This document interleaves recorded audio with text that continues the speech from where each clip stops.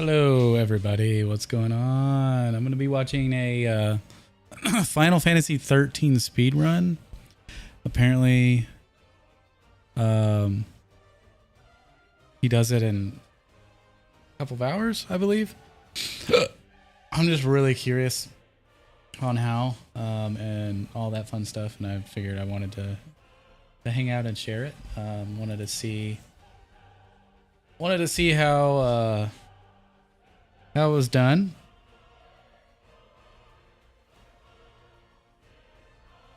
And yeah, just go from there. I'm gonna be testing some other things while I'm live, but at the same time, I'm gonna be hanging out, chatting as well. I may not be on cam the whole time, but yeah, I think it'd be really cool. I think it'd be really cool to see. I don't know why. I need to remove the browser here. That's the old one. Yeah, that's the Streamlabs one. Let me delete that really quick. And then over there, browser, delete. There we go. Hell yeah. Virtual. Edit. Channel 5 and 6. That must be my music and stuff. I have all my music running from my stream PC right now anyway, so it doesn't matter what channel that's on. Oh, I do need to start my chats up. Eh?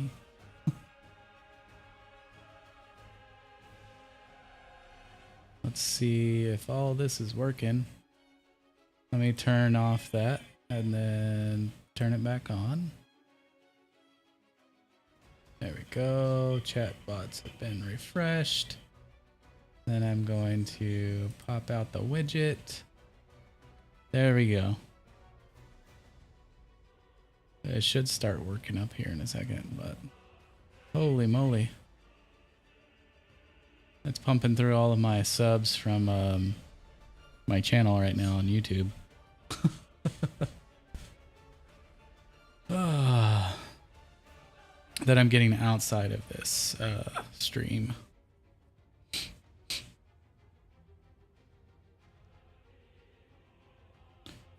Man, I like this background thing a lot. It's pretty sick.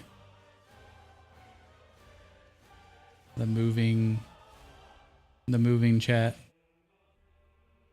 Sorry, you can't see what that says, but basically it says oh, here, watch.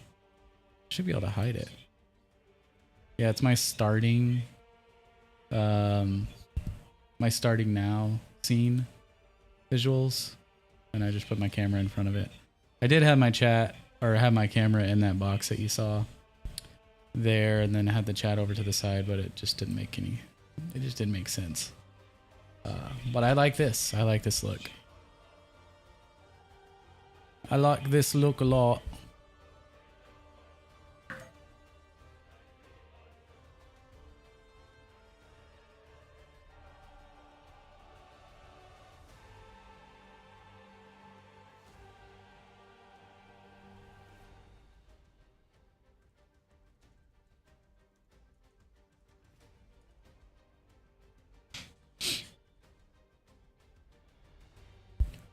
We are gonna be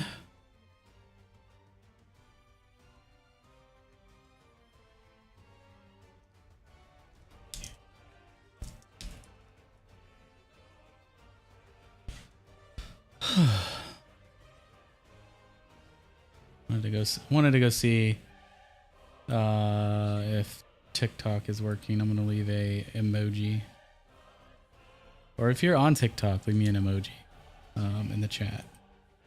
Leave me an emoji in the chat. All right, doesn't look like it's coming through my chat shit. Let me go refresh it. Let me refresh it. Hold up. Connections. Let me turn TikTok off. Refresh. Now let me turn TikTok back on. Refresh. Oh man.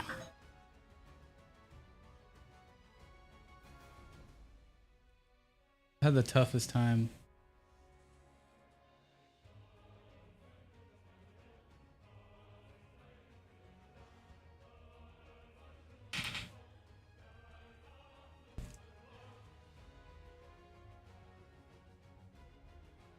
Hello.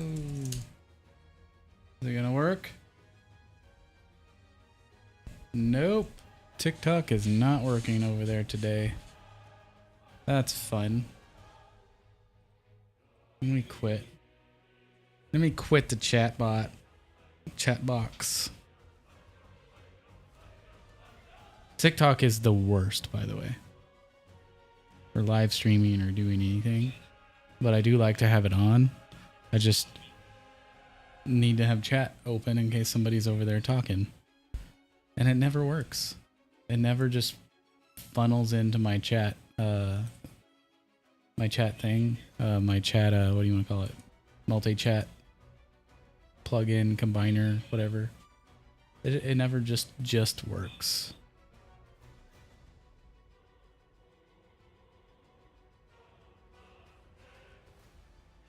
And then when it does, it sends about quadruple the amount of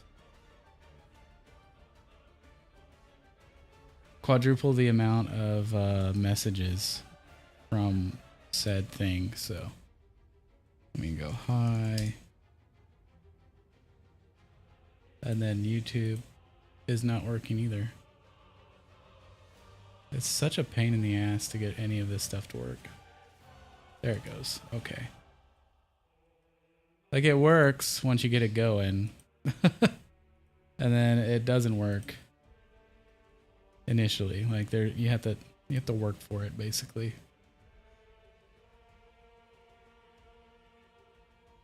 Looks like Kick, YouTube, and Twitch are working. Twitter or X, your SOL, I have chat turned off over there. So, and then TikTok again. I bet you they have an update or something. And it keeps saying my chatbot isn't modded in my chat, which it is.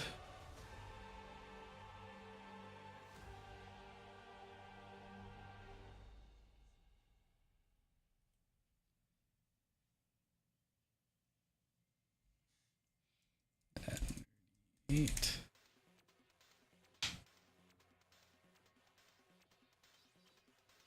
Refresh.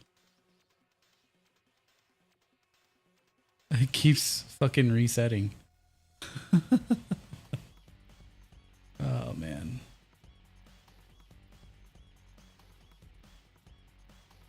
I love that every other platform works just flawlessly. So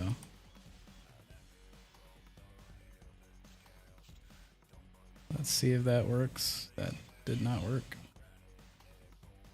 Cool. If you're on TikTok, you got to come over to another platform to chat. It just won't work. I bet you there's an update in Discord. I bet you there's an update. Bugs. Chat mask isn't working for Kick chat and YouTube chat. It displays a message, but sound doesn't trigger. Nope.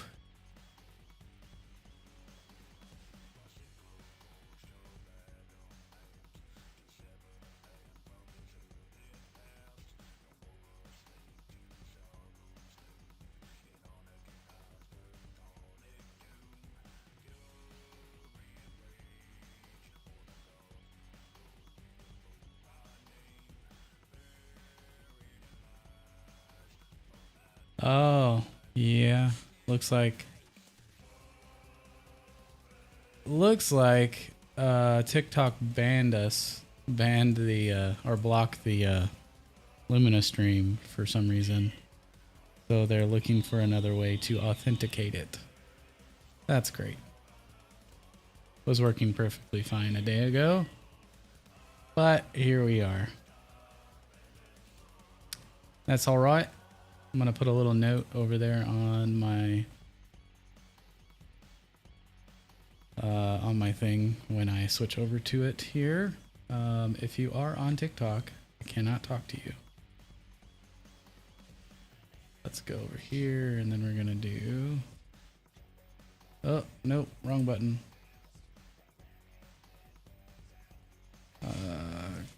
Come chat on other platforms. There we go.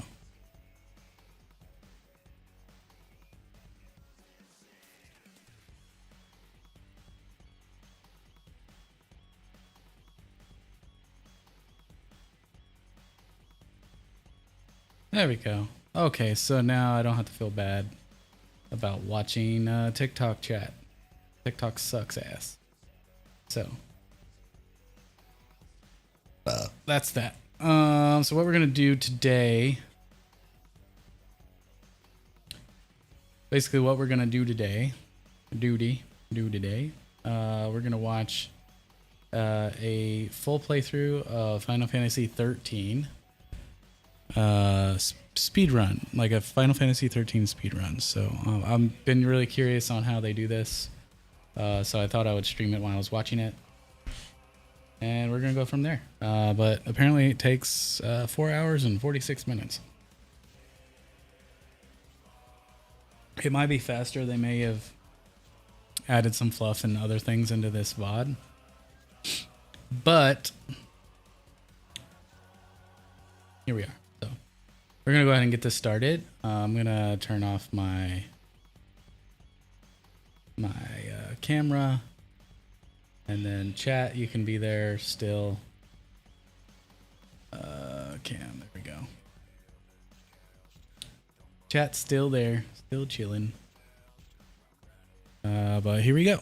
We're gonna go ahead and get started. I'll go ahead and, oh, hang on. Chatting, I'll throw this up here real quick. And then we're gonna pause.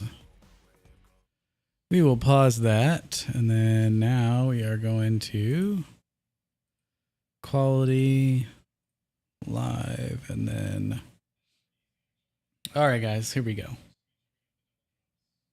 Here we go. One more time. Everybody's feeling fine.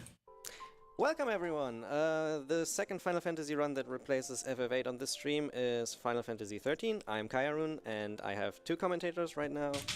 Hello, I'm Nosfero. I'm Knockfrost. You've probably seen me like 10 minutes ago.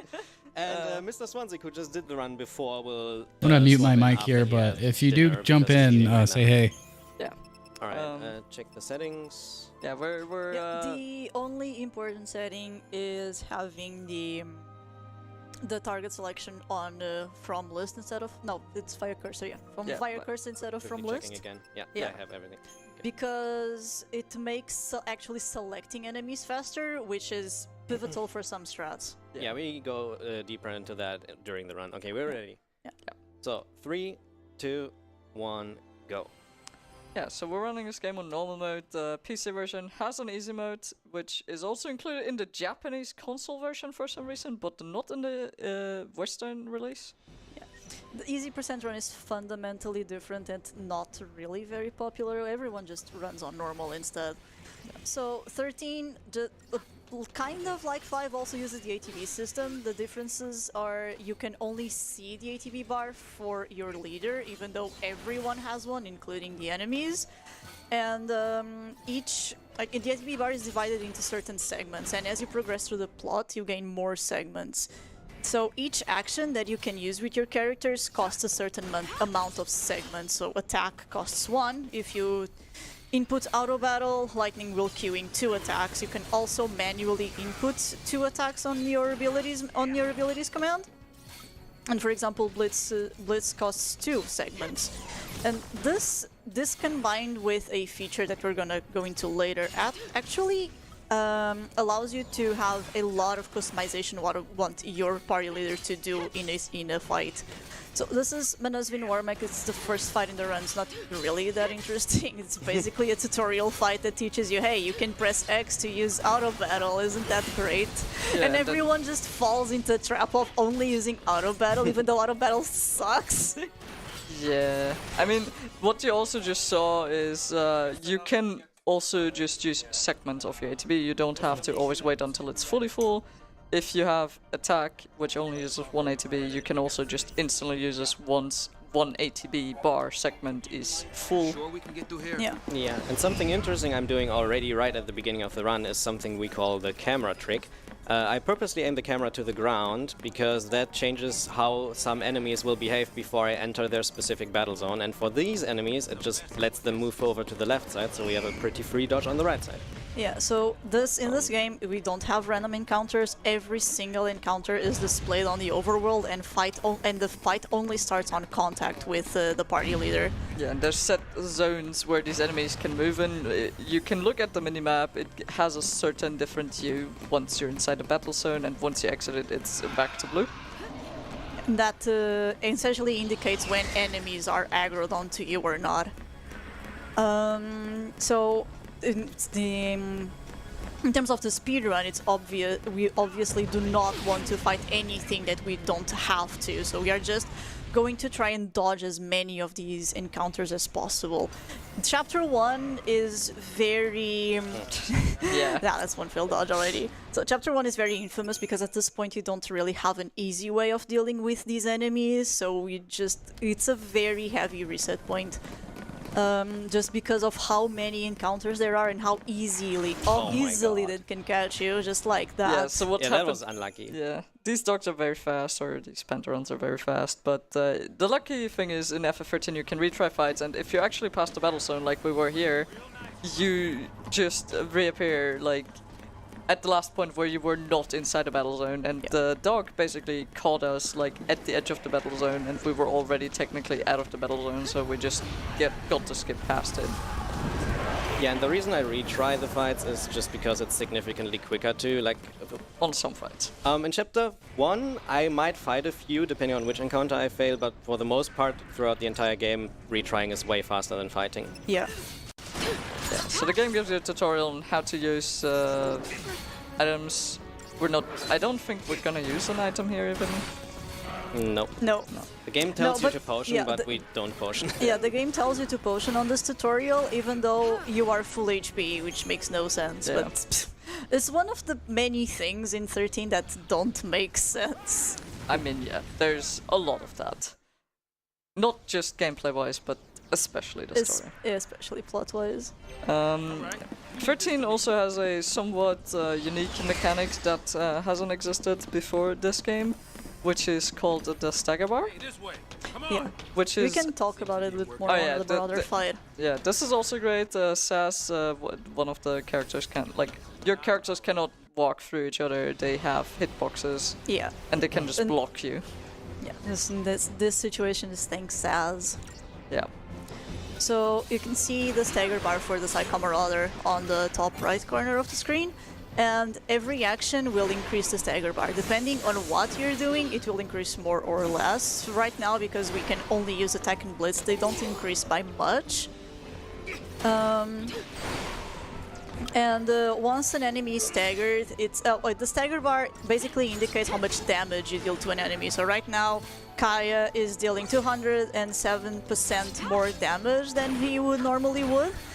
A staggered enemy, when you fill the stagger bar, the enemy will instantly. It's also much easier to interrupt.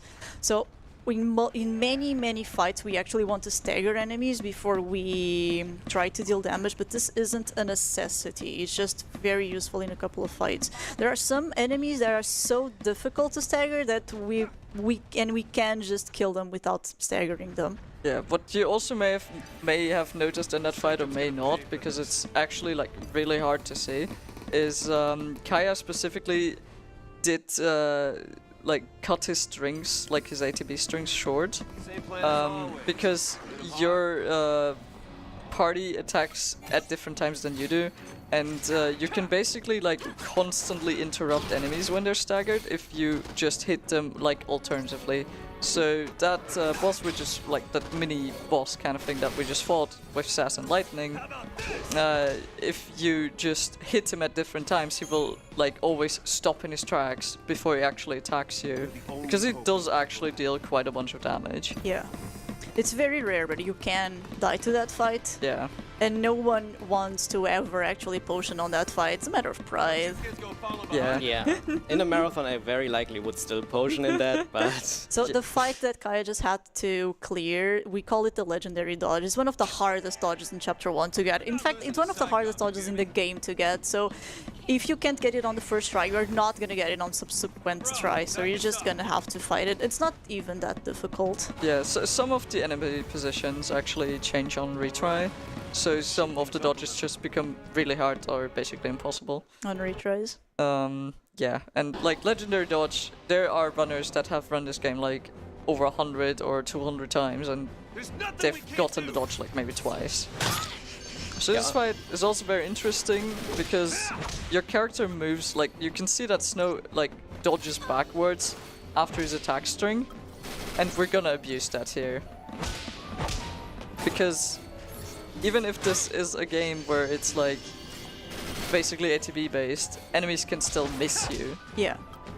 It's very rare, but in this fight, you can either do what Kaya did, which is use a potion to face tank the second swipe, or you can manipulate Snow's jump backwards, so he jumps back just as the Behemoth swipes, so it swipes. misses you.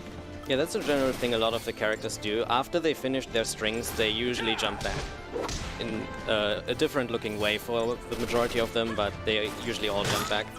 Yeah. You typically, what happens when you just potion it, your characters don't do the like flinching animation that they just did, but instead you have the potion animation, and that's actually a bit shorter. Plus you get back Hey, up. Cat, how's it going? The throwing an item during the fight roots your character to the ground more so than anything else in the game. So we actually use the potion animation in order to tank a couple I am of hits watching without having the a characters flinch backwards. speed run. This Final is Fantasy another one of 13. those fights where you're just kind of hoping he switches targets at some point.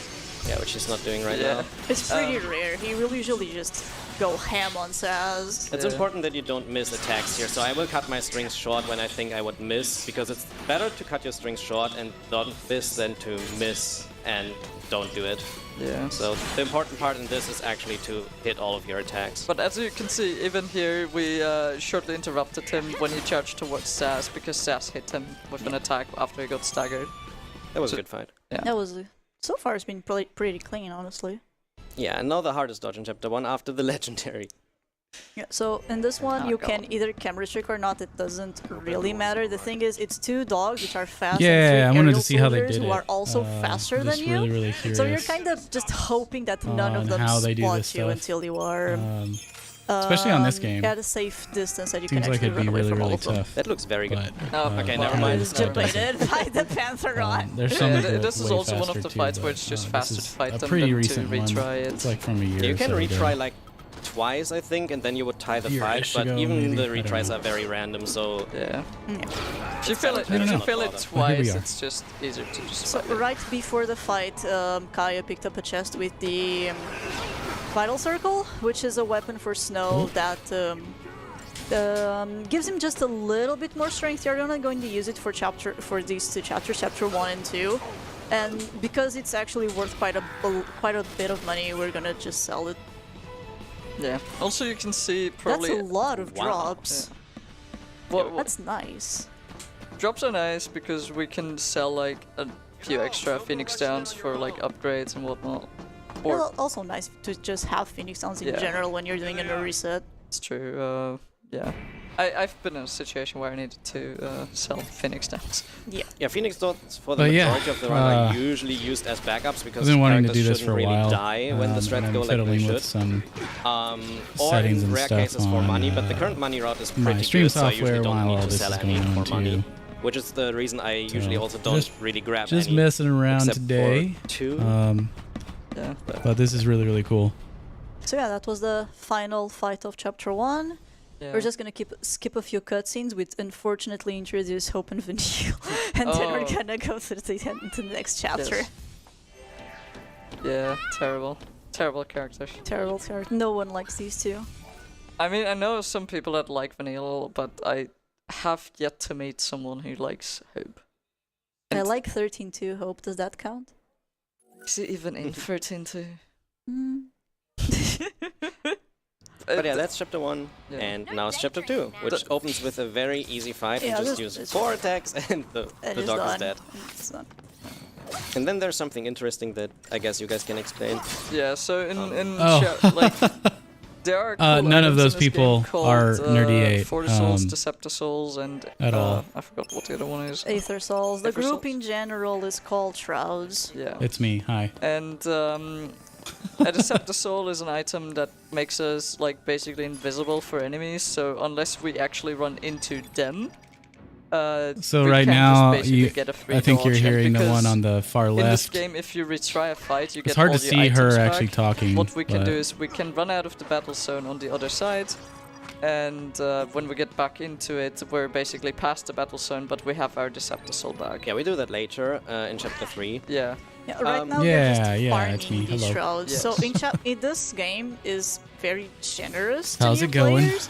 Essentially what it does is it looks at your battle score at the end of each fight, and if it's low, or the lower it is, the higher your chances are of getting a Shroud. This only starts on chapter 2, this is why we never get the Shrouds on chapter 1. But from chapter 2 onwards, every single fight has a chance of getting you a Shroud. This chance is, the base chance is the highest on chapter 2, I think the base chance is like 16%.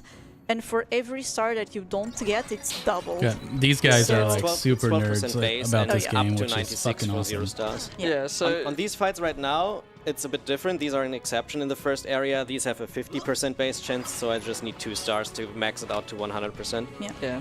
So like what we're also gonna do in this chapter is like set the battle speed to low, because if we don't do that, it's not that the full battle is actually slower. It's just your ATB fills up slower, but that's actually bad. Yeah, because G- Hope, generally. even if you don't do anything, Hope kills them too fast on his own. Yeah. So you would get like 3 or 4 stars even if you don't do anything, but we need to 1 star and 2 star some of these fights to actually have a high percent to drop a shroud. And we need more than just Deceptisouls, we also need some Fortisouls. He also needs some first souls. Yeah, Summer Runners, or like the usual route, goes for 3 These are the Deceptisouls kinda and like 2 grinding Fortisouls, but there have been things that recent you just developments don't where you know can until you play the exchange game and watch second stuff like fixed this. Fortisoul for a chest in fascinating chapter as 7 in fuck. case of you not getting a bonus shroud. So There are some freaking shrouds cool. that we don't have routed in that we call bonus shrouds. I do the route where you gamble on getting one of those as a Fortisoul. And if I don't get them, I just grab an extra chest in chapter 7. The chest is rather slow, but on average, it's actually faster to go for that chest and to take the very slow fight in this chapter. Yeah, don't take this slow. And the reason why we even need that many Deceptisouls, even though we could just in theory get them back, there are some fights that we need to preempt, and to basically make it easy. And they are impossible to preemptive manually. Well, not impossible. But extremely difficult. Yeah. So what I just did there was another case of the camera trick that I explained at the start of chapter 1. In this case, the dogs just didn't notice my presence and just ran past me, so that's something you can also do for some of them. Yeah, how the camera trick basically works, it works best on enemies that have to move from point A to point B. So it's enemies that aren't actually inside their battle zones when you walk towards them. But because you are camera tricking, their AI doesn't really trigger that they need to move forward to their own battle zone until you are already either well past it or almost about to cross it. So because they only start moving once the camera looks at them. But because you're camera tricking, you're looking at the floor, that part of their AI script just doesn't trigger.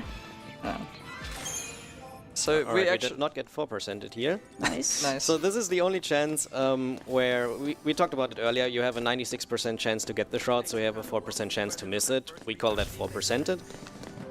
If it happens, it's usually either a reset or an extra shroud farm. In Yeah. the marathon, we would have obviously farmed the shroud, but Yeah. I don't have to. So On any percent, you only have one chance of getting one bonus shroud. That's In any crazy. of the other long categories, To know the there's percentages way for more each. chances of you not getting that bonus shroud, and it's really annoying when that happens. Yeah. And Well, like, the 4% is in general very annoying when that happens. Yeah. yeah. We haven't touched upon the story yet. I think we I think we can do that until you get to the dodge. Yeah. Oh yeah, Um, sure. Yeah, so here we're just mainly dodging enemies. No, again, I get because it. These No are annoying to worries. fight, and the little Zergs just die really quickly, so they're like nice to do the shroud things on. Where do we even start, though? The premise of the Nice. story is we're in a place called Cocoon, and at the very start we see lightning on like a train that takes them inside this It's thing. like, too bad I don't have the accent. Because she had contact with a so-called Falsi from Pulse, and basically Cocoon does not want that and wants to purge. You can think about it this way: Cocoon is the moon, and Pulse is the planet. It's not really that. It's not one for. Well, it's not really true. Cocoon isn't a moon, but you can think about it like that. Yeah, and basically the moon is for some reason there's people on it. Yeah, the moon is hollow, and people live inside of it. Yeah. And the majority of the game is also placed there. Like later on, we'll actually go to the real planet for a bit, Yeah. but that's very late. Yeah. But yeah, so basically, like, there's these entities called Falsi, and they can put a purpose on you. I am which from benefits Texas, but either thankfully Cocoon or I don't Pulse, have a super typically, thick in the long hick scheme. accent. But since Cocoon does not kind of like Pulse, and some Pulse Falsi is actually here, they're For some reason. they're Or maybe I do. I don't know. collecting I've been told I everyone don't. that so. potentially had contact. Oh my god, these dogs. Yeah, that happens like half the time pretty much on Yeah. PC. On console, they make space more Yeah, often. yeah. On PC, they don't really for a lot of the turns. Yeah. Yeah. They just try to isolate, in quotation marks, everyone who had potential contact. Yeah. The story is that they would grab all the people who potentially had contact with the Pulse Falsi and send them to Pulse, but they're actually just gonna route them all out and shot them dead. Yeah. They're killing them. Alright, we're coming up on a pretty specific dodge after this fight that we were mentioning earlier. Yeah. This- That has a very neat technique nowadays. Like back in the day, we were just like trying to YOLO dodge it on the left side whenever he's swiping, but now we actually have a setup You got for a that. bonus. And I got the Yo, Fortress thanks also, for the can skip the chest follow. later on. Ibra, Nice. Mr. yeah, this whatever, is how not you even say a your dodge. I name. meant the double. Oh yeah, but this one is also specific. Yeah. But it's very easy to explain because when you enter battle zones on the opposite direction of where the enemies face you, or like these enemies, like different enemies do it different, but these enemies will just back off in a straight line. And I use that to my advantage to make space. So I Yeah, just so- lure this guy out, then exit the battle zone on the left side in this case. Come on. There, exit it on the left side, and now he should move straight backwards. You can see the little red dot on the minimap. And when he does that, we have a free pass. Yeah. It used to be a very RNG dodge, but When he Rooster swipes found that with out. when he swipes with the left I think hand, that was on You can kick. sometimes dodge under it. Yeah, you can Yeah, sometimes dodge under it. that But was it's on a kick. very specific Welcome to the timing. stream. and this is the one that knocked us man. Welcome which to the has two of these stream. guys. Yeah, this is. This dodge is terrible. This is the worst dodge on chapter 2. Yeah. And in I this- think this is just Oh the my worst God. dodging game. Oh, that my was god, that's so that was super lucky. good. that's god RNG, honestly. Yeah. So we use shards typically on elevators because we can't move anyway, and we have basically the first like actual boss that can kill us coming up. It's not even that unlikely to die here as well. Yeah, exactly. Like new players will typically die because they play very aggressively. Okay. Which is also what happened to me when I played this casually, honestly. But typically you're used to, I can do damage, and then you run in and suddenly you're dead. Yeah, so yeah. Anima does counterattacks essentially. Whenever it gets attacked, it just swipes, and the swipe is not only very powerful, it also knocks your character backwards. So exactly like that. So we are going to try and time our blitzes in coordination with Snow's attacks, because most of the time it will counter Snow's attacks. So Snow attacks, it counter attacks, and we blitz in, and we don't get hit by the counter. This is the bad thing about this strat, that sometimes you can just get hit on the knockback by the manipulator, and then you have to adapt. Or It you is can being just really troll. Yeah, I just potion a lot. It's fine. So after the left manipulator is dead, we can just you can just manually kill the left, and now we can just work on Anima while it's regenerating its manipulators. So I far, also activated the Fortisol in this fight, like we explained this earlier, but the Fortisol gives me offensive buffs, honestly, and the Aegisol later on will give me defensive I mean, buffs. Kick isn't And, bad. we need the offensive it's just buffs like for any this other guy platform. because it's a I fight like in which I don't really YouTube have the many best resources, because so that of just the speeds it up by a lot. yeah, Yeah. we only the like quality the on true it, game only the unlocks on sound chapter and 3. So visual so far wise this has been is Hallway way better Simulator than any and other Outer platform in Wilds my opinion. But from this point forward, the game, But I the stream gameplay gets everywhere a lot so more that depth. I'll also quickly save here in case we get a crash. Please don't. so Please that we behave, can 13. You're the best of the what do you wanna call trilogy. it? Let's Yeah, do a so- 30. this introduces So that paradigm anybody- system very poorly. Now Anybody you can have, use whatever like, platform these they little want. letters next to our character's name, Comrade Basically. Rav, which are different roles we can take on where we can actually do magic, because we have now become Falsy, because we've been like basically cursed by the no, we've become Lassie because we've been cursed by the Pulse Falsy, So which right, we just killed. yeah, right now the party, the entire party are Pulse Lassie. Lassie gain a focus. So right now the characters have a job That is that not the the phone. Falsy wants them to do. Their job, They- job is to destroy Cocoon. They don't know that yet. They will learn like right now. And because they have this focus, in order to complete it, the Falsies also give them the ability to use Failed to magic. verify my identity. So how would you So log in? with the unlocking magic, we gain access to paradigms and we access to roles. So each character has access to a couple of primary roles. We are going to unlock secondaries later, Trying to log but into they're an really account I not too haven't important used in for a this while. run. Right now we have access to Commando, Ravager, Medic, and Sentinel. Commando and Ravager are going to be way more important on this chapter. We are going to use Sentinel for just one fight. So Commandos, they deal a lot of non-elemental damage. Ravager and don't chain a lot. They don't increase the stagger bar a lot. Ravagers don't How do I deal get a in lot of there? damage. They deal elemental damage and That they sucks. increase the stagger bar by a lot. But you need both, because you could also see every time we fight something, the stagger bar is slowly trickling down. And if we just use Ravager to get the stagger bar up really quickly, it will deplete really quickly as well. So we need Yeah. both attacks. You need to find a balance, like between getting duration for it, that it doesn't deplete quickly, and increasing it. Yeah. Yeah. So you yeah, can do it sure, you now. can go for it. Anonymous donated $15. Thank you. Thank you, Anonymous. Yeah, no problem. Yeah.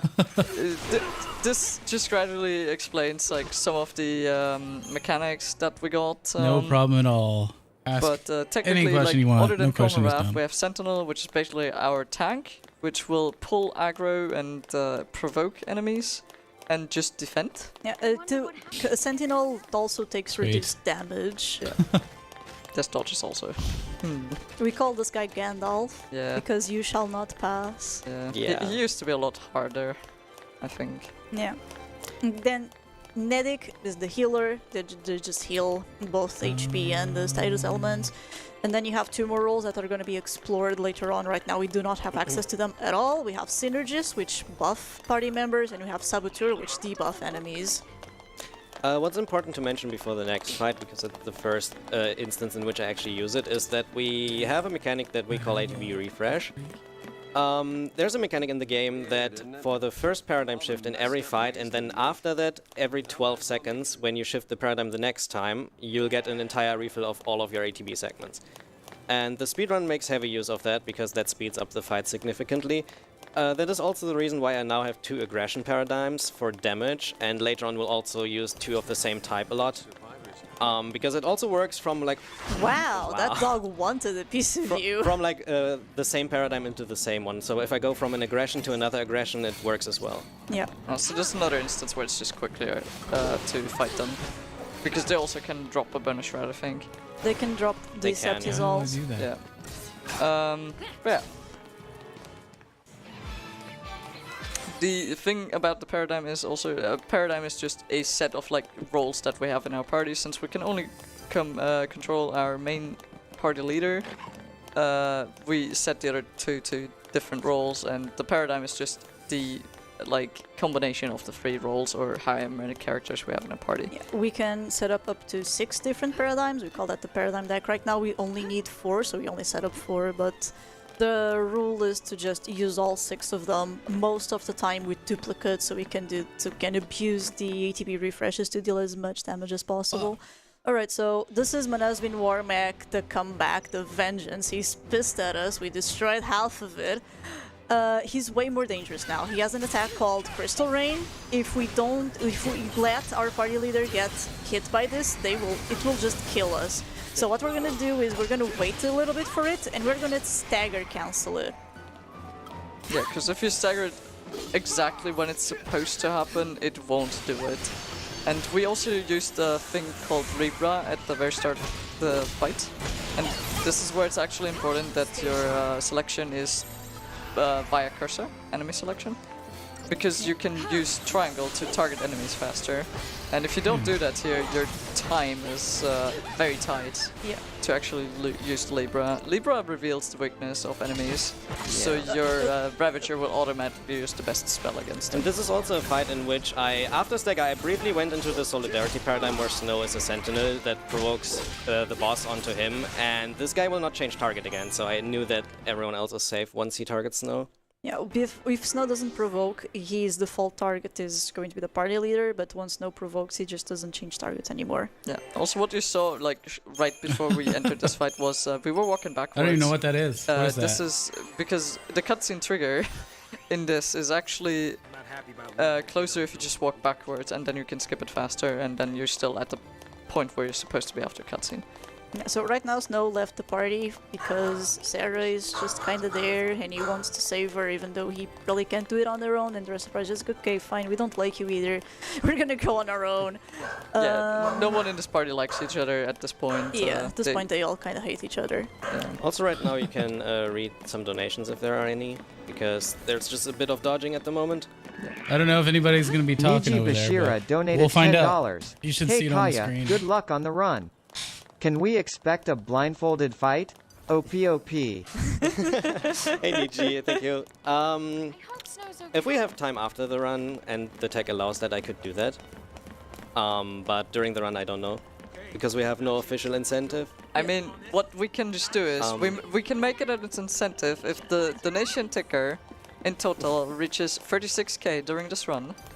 Yeah, that sounds fair. Yeah, we're at yeah, we're about 1,500 under that right now, and the donation of Stream 1 and 2 are combined. So if we reach that, I think that's a good point to do. Sounds good if like everyone agrees.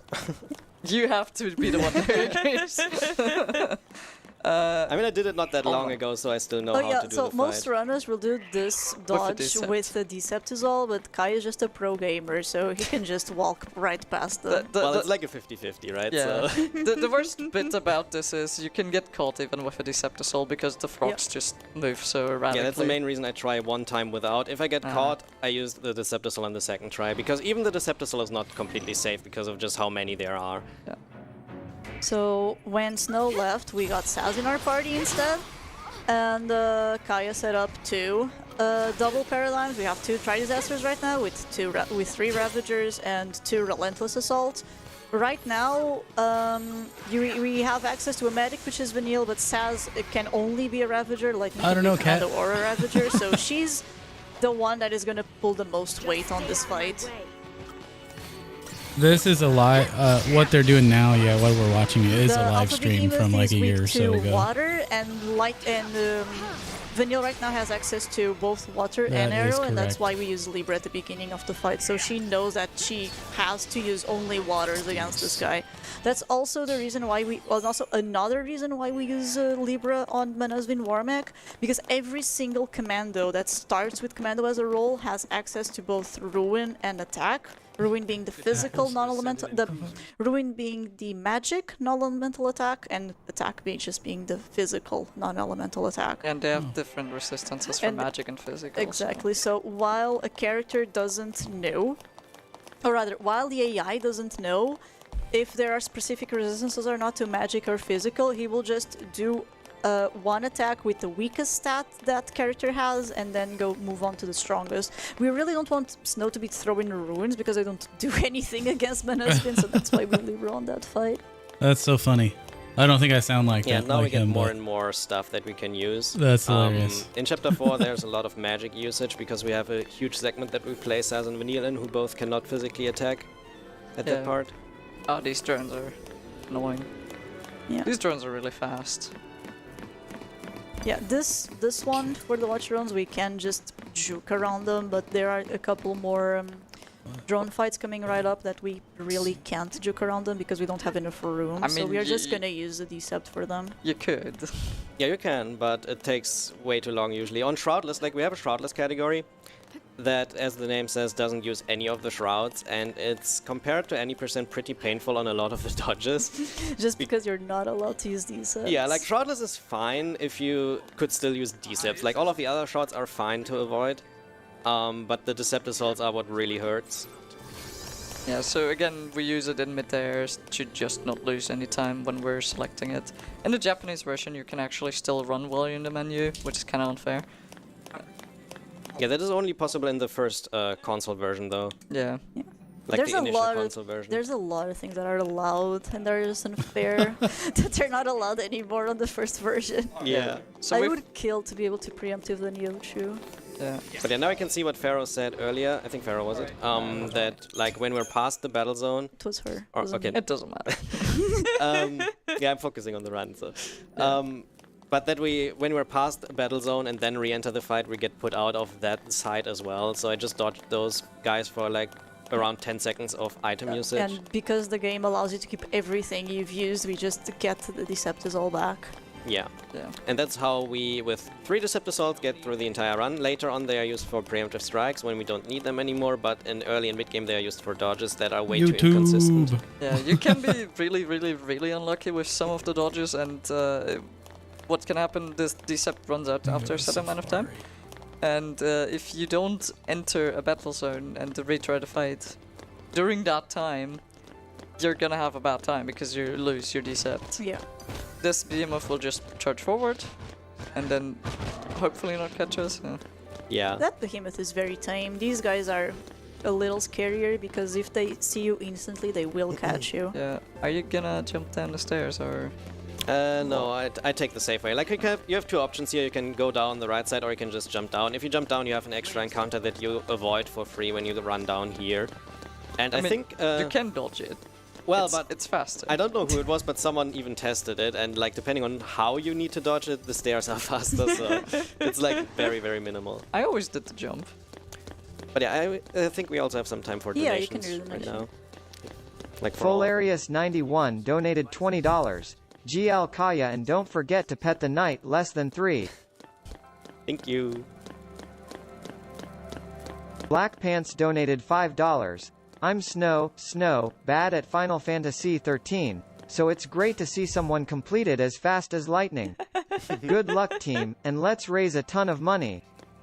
That was a good one. Yeah, I try to be fast. Diazy donated $10. Good luck, Kaya, glad to see you run again. Thank you. Alright, next boss fight now. This guy has 2 phases. First phase is very easy, second phase is also still pretty easy, but you have to pay a bit attention to who he is interrupting. Yeah, Because that changes my stride. the second phase is a little technical. The first phase is very straightforward. We are going to use Commando to gain a little bit of duration, Libre it, and then stagger and kill it. Yeah, Libra here because this is like the fast phase, so we don't have to Libra in the second phase again because it remembers the information. Yeah, and the usage is free because we don't really have anything else to do with the TP, so we might as well just Libra here. Yeah, so you have like this TP bar on the bottom right, which says free. Libra uses, I think, 1. Yeah, you only use this one. We also just grabbed the chest that had 3 Libra scopes in them, which are just items that do Libra, but you don't use TP. Do that. The Libra scopes use Libra on every single enemy on the fight, and they don't use TP, so they are very, very useful. So the purpose of this fight is just to try and after getting duration with the attack and the ruin, we just want to stagger it without getting interrupted, and also guaranteeing 2 things. That we are going to be able to skip the stagger slowdown animation by doing so on a...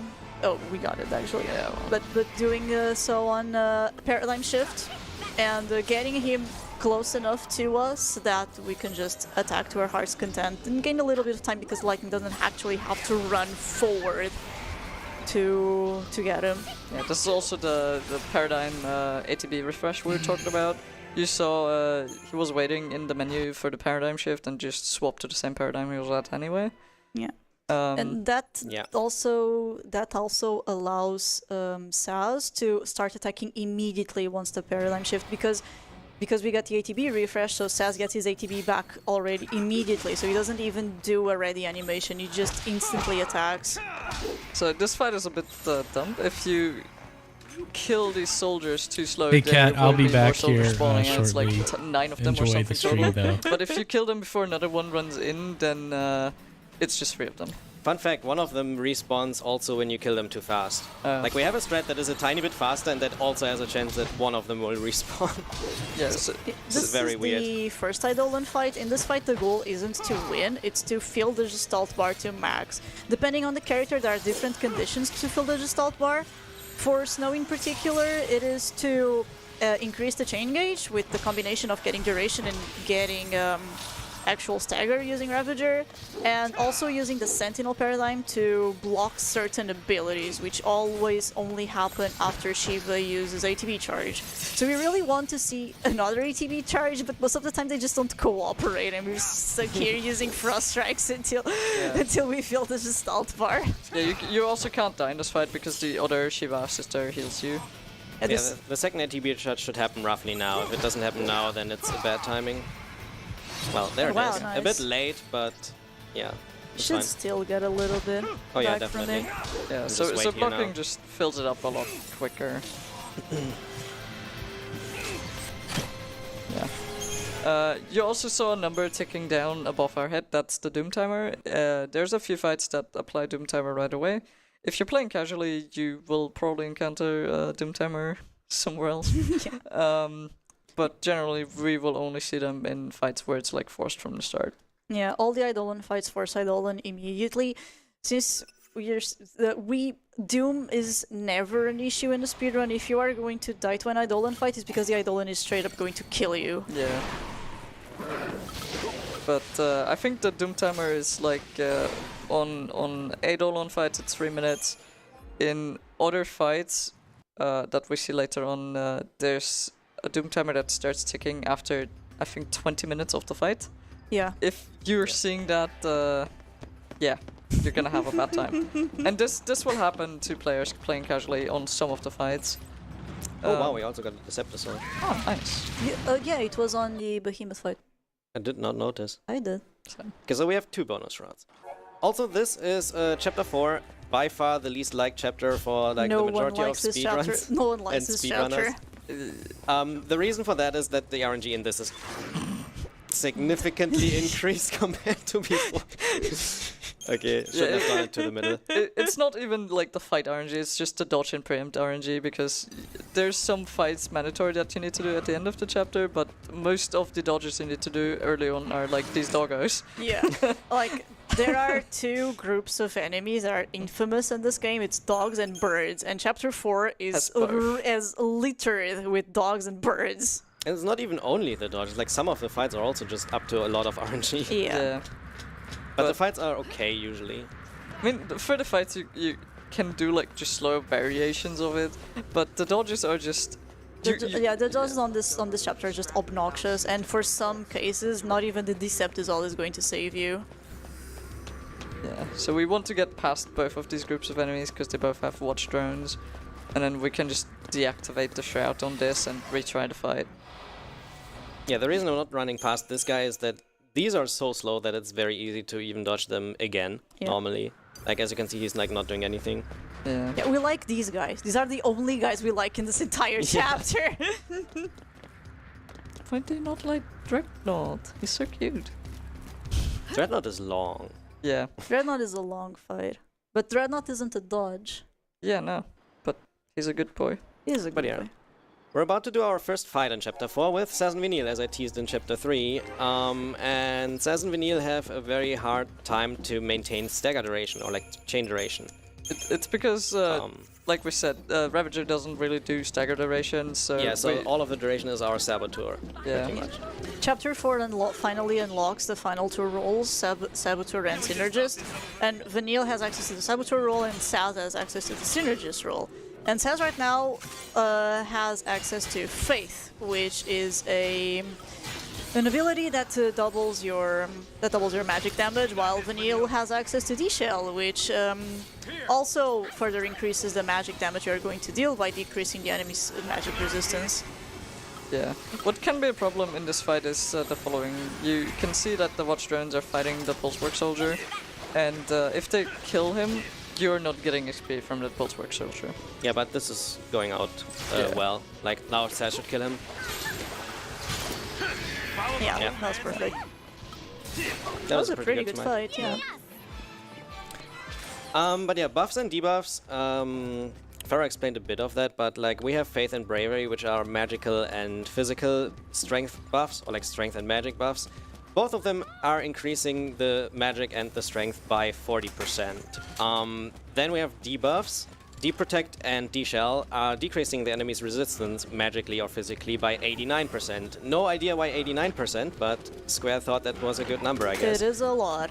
But that is almost twice the damage. Yeah. And then we have Imperil later on, which makes enemies one level weaker than they used to be. So enemies who are not weak to anything get weak to anything. And enemies who are already weak to some elements, on that it doesn't really matter too much, I think. Yeah, we should specify that it is weakness to elements and Weakness not... to elements, yeah. yes. And I have ways to buff my damage to an elemental type later on. So if I have Imperil on an enemy and then get an element on myself as well on top of that, it's another 100% damage increase. Yeah, because even though Commando is non-elemental damage, they can still gain elemental properties by using N-buffs. So for example, Saz has N-Fire.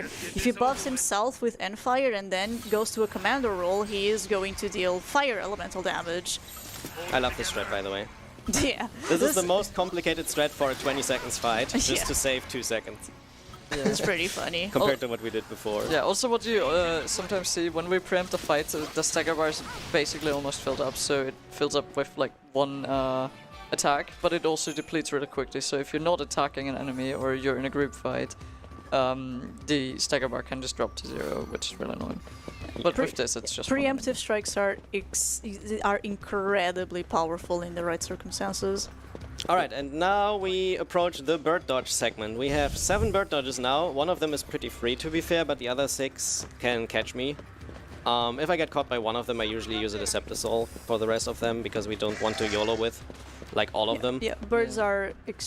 because birds run so much faster than any one of your characters, they will always just catch you if they want to. That and Yeah. they do really like unpredictable movement almost. Like, we have some slight ways of telling how they move nowadays, but it's still RNG technically. So like, the next one, for example, if he faces me, I dodge him on the left side. If he doesn't face me, I usually dodge him on the right side.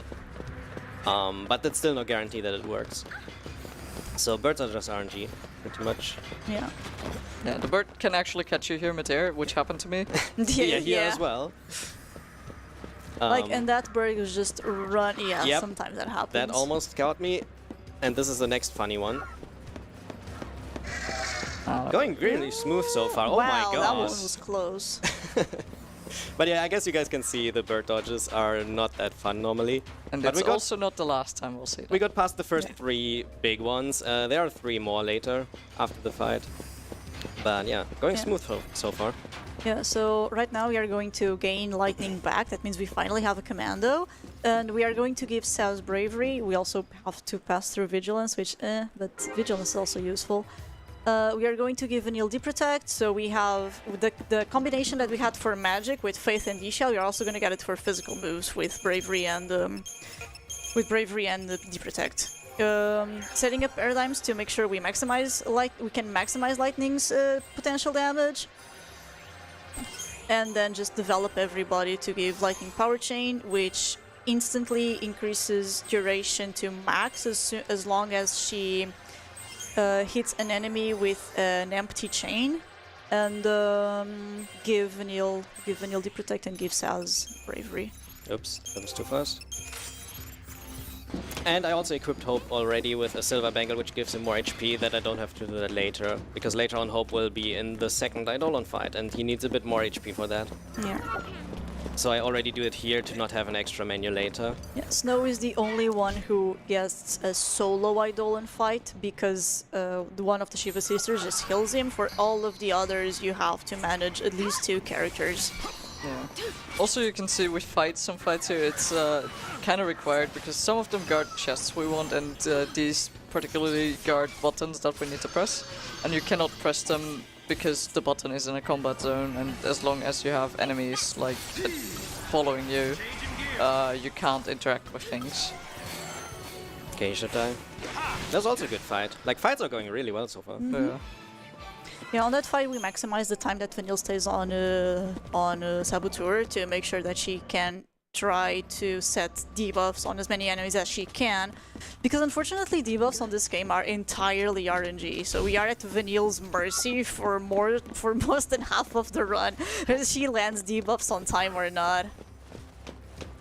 Yeah, that's why you'll typically hear like runners complain like Vanille. Oh wow. Yeah. Alright, we got all bird dodges. Yeah, That's, so far it's impressive. been a really good chapter 4 other than the dogs. Yeah. The section earlier with like the lots of dogs that kept jumping back and forth is also known as the RN gutter. Yeah. RNG gutter. Yeah. Alright, Yeah. Dreadnought. This fight is very complicated. It's the first fight where we are actually really going to abuse buffs and the interaction between buffs and debuffs.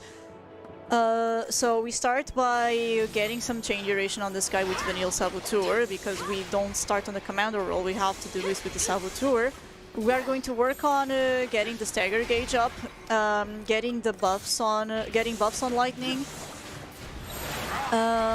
getting information on the Dreadnought so she doesn't use ruins later on the fight, making sure we also get D-Shell just for the extra damage, make sure we survive the first attack he's gonna do once he's staggered, and then working on killing him. Yeah, so he does a few attacks that you really want to stagger cancel, and if you don't line it up, you just die. Which happens to a lot of like new runners.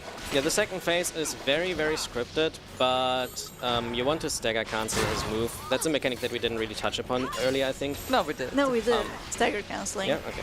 During Manaswin. It's very, Yeah. very important that you stagger cancel on this fight, because it would kill me with the setup that I have right now. We had previously setups that wouldn't really kill all the time, but can kill depending on how your HP was. But now it's a lot of the times a kill when you get hit by it. Yeah, so on this fight we use Power Chain because the duration is set to max immediately. We can just sit on Ravager forever without losing the progress on the stagger bar that we have. On the first fight we only do Bravery on Lightning. On this one we are going to Faith, Saz and Vanille because she needs the extra damage. We set the chain to a very specific point before going into Smart Bomb to do the debuffs. Yeah, because And then we want to debuff it at the same time as we stagger it. Yeah, now he should do Wrecking Ball in like 3 seconds. And there it is. And that's interrupt. Yeah, yeah, Wrecking Ball will just straight up kill him. yeah. It's extremely powerful. And now he uses Steam Clean. Steam Clean is an attack that only these enemies have. It takes a long time to charge, and all it does is clear one of these debuffs that we are just going to immediately reapply. Alright, and the rest of the fight is just clean up Yeah, with and like there's- refreshes yeah. for Lightning, who's the main DPS, while Seven Vanille just do some damage and increase the chain. Yeah, if we didn't have D-Shell and Faith, Lightning on her own wouldn't be able to kill him. That's how tight this fight can be. Yeah, because if he drops down his stagger bar to 0, you will go back to doing normal damage. Yeah, And- or you just lose way too much damage. Yeah, and then he will do Wrecking Ball again. Yeah, this just destroy you. Alright, quickly explaining the next fight, because then we have some time for a donation. But in the next fight I fight 5 soldiers. It's a very dangerous fight, and I hope that they are very grouped up, because then the majority of them will get constantly interrupted by Lightning. If they are spread out and target Lightning, it can get very dangerous, so I have to pay attention to my HP. Yeah, we basically want to blitz as many people as possible. Yeah, and get Protect at the start of the fight too. Yeah, yeah, you can read the donation if you want. Hey, Thrill, what's going on? TikTok chat works. Alright. It So just we get started Protect. pumping in everything. Come on, Light.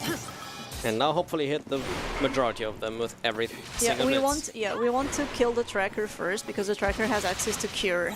There's So a we preemptive will heal attack. the others, which we obviously don't want. We want us to be healed. We don't want the enemies to be alive for more time than Hey, is Steven, needed. how's it going? I don't like this. Oh my. Oh, that was very close. Yeah. I What's- didn't kill the what do you mean by tracker early, hallway that was my simulator? mistake.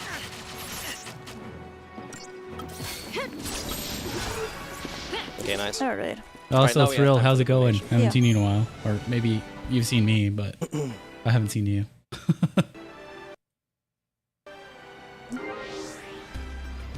So yeah, at this point in the story, Lightning and Hope got separated from Saz and Vanille, so for a good chunk of the game now, the party is going to be divided into these two groups. So you have Hope and Lightning on one hand, and then Saz and Vanille on the other. And really, both groups have their strengths and weaknesses, but the most awkward one of the two to use, I'd say, is Lightning and Hope, because you do not have access to buffs and debuffs with these two. You have 2 medics, a decent commando, and like you have Hope, which is just not a great character, unfortunately, because Hope and Saz are the 2 synergists we have access to, but Hope is the defensive synergist while Saz is the offensive synergist. And we want to go fast. We want to glass cannon through this entire game. Protect doesn't do anything for us on that regard. Fun fact about that, like a lot of the strategies were way more defensive in the past few years, and we just cut a lot of the defensive options, including Protect, on some of the fights to make them faster. No Yeah. risk, no fun. Gotta risk it for the biscuit. Yeah. Yeah. I mean, it's not like it increases the RNG by a lot, it just increases the, like...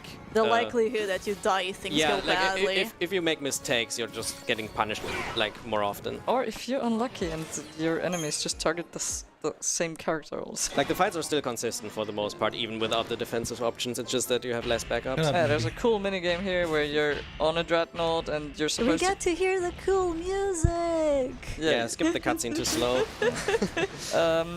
you're supposed to kill a bunch of these, and depending on how many you kill, you get different bonus items at the end, which is actually important, because what we get are upgrade materials. And if you don't kill enough of these, you need to buy extra, and you don't really have that money, so... We have to kill 25 at least to get the drops I want to have, because this also affects the drops that we get Yeah. after this. And if I didn't miscount, I should have like gotten 25. I don't know, maybe I've miscounted. Yeah, and the real weird thing about this minigame is that you can't really replay it, so... I mean, if I don't get it, we just do backups. Okay, got it. Okay. I would have gotten 10 or 12 sturdy bones. I would have gotten some sturdy bones if I Sturdy didn't get... bones aren't bad, they're Yeah. just a little awkward to use. They're less good right now because Yeah. I don't get the multiplier 2x3 yet for the upgrading that we explain a bit later. But yeah, this is basically necessary for the upgrading I will do. Yeah. And now these soldier dodges can be very awkward, especially this one. Yeah, the positioning was awkward. The retry usually works first try, so let's see. Usually. Yeah, Ah, yeah, because Yeah. you just get a free pass normally. Like, sometimes not, but usually it looks like that. This, there are some dodges, depending on if you learn console version or PC version, are different. Yeah. we're just gonna set up for the next Eidolon fight, which is the Odin fight. We are going to keep the Gladius on Lightning, but we gave her the Doctor's Code instead of the Power Wristband. The Doctor's Code was dropped by Anima like way back in Chapter 2, and what it does is increase the effectiveness of potions. The Doctor's Code is a very broken accessory, either in your hands or dismantled later on, but for now we're just going to use it for the potions benefit, which is very, very important. The Doctor's Code is so good at boosting the effectiveness of potions that we are just not gonna have to use medics at all until like the 3-hour mark. We'll see in this fight specifically, because I have like less than 600 HP, I think, and like one potion heals for 300, so yeah, it's and the strong. potions heal both characters, which is even more broken. Yeah, so Odin control you a bit actually. Like now you can see it, if you pay attention to like the green numbers, it heals a lot. 300. Usually they just heal for 150, so... Yeah. And like 300 HP in this game is a lot of HP for a very long time. Yeah, well in other FF games you would use like a white mage or a medic or something very early on. In this game you spam potions because other than healing you, like we said earlier, they fixate your position so you can just face tank some stuff. Yeah, Odin's fight can target either Lightning or Hope. He will go for Hope most of the time, but he can just go for Lightning and make things a little cumbersome because he launches a lot. That's a good fight though. Yeah, that was a pretty good fight. 51. Yep. Not 54 though. Reset. And now we're also going to use Odin in the first fight that we just do after we got him, which is pretty funny. Yeah, because Odin is the best way of dealing with these guys basically. We have to fight 2 Unlans. They are too tanky for us to deal with it in an effective manner, so we just use Odin. So the Eidolons are also summons. They use 3 TP in order to be summoned, so that's our second technical ability. And all the summons have something called the Gestalt mode. So a normal summon will just function as a second party character that you have to sacrifice your party members in order to bring out the summon. Odin in particular will aggro every single enemy that he attacks, and then he just uses a variety of kind of weak attacks, but they're useful. Afterwards, you can use the Gestalt mode for any summon. And the Gestalt mode gives you a few options. The really broken thing about Gestalt mode is that you're completely immune while you are in Gestalt mode, and the enemy's ATB is frozen, so they can't really do anything. Every single summon has a specific finisher. For Odin it's Zantetsuken, because it's always Zantetsuken, and it works like Zantetsuken in the other Final Fantasies in the sense that under certain conditions it's a instant kill move. In terms of 13's Odin, it will instantly kill an enemy based on the HP that the enemy has left combined with how high the stagger bar is.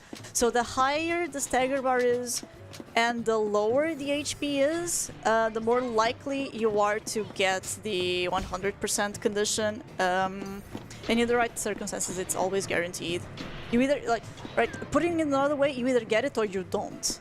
And we know exactly what are the conditions that we need in order to always get it. You actually use a decepting. And I messed it up. I should have gone to the right side, but I didn't trust the ground there, because sometimes you can bonk on that and then you get pulled into the enemy. So these bombs are notoriously annoying. Yeah. Should have done right side there, and then I would have been passed. Probably. Yeah. But yeah, you can use Decepticons for whatever dodges you don't want to do normally, and this looked like a very bad pattern, so I just tried it. Yeah, that was really good though. This dodge is usually way worse than the bombs. And yeah, now I'm going to do my first upgrading. And upgrading is a bit weird in this game because it's very, very strong, very, very useful, and very, very poorly explained. Yeah. This game does not explain upgrades at all. This game does not explain a lot of mechanics at all. But basically you have 2 types of components that you can use. One type of them increases your multiplier that is maxed out at 3 times the experience that you normally would give.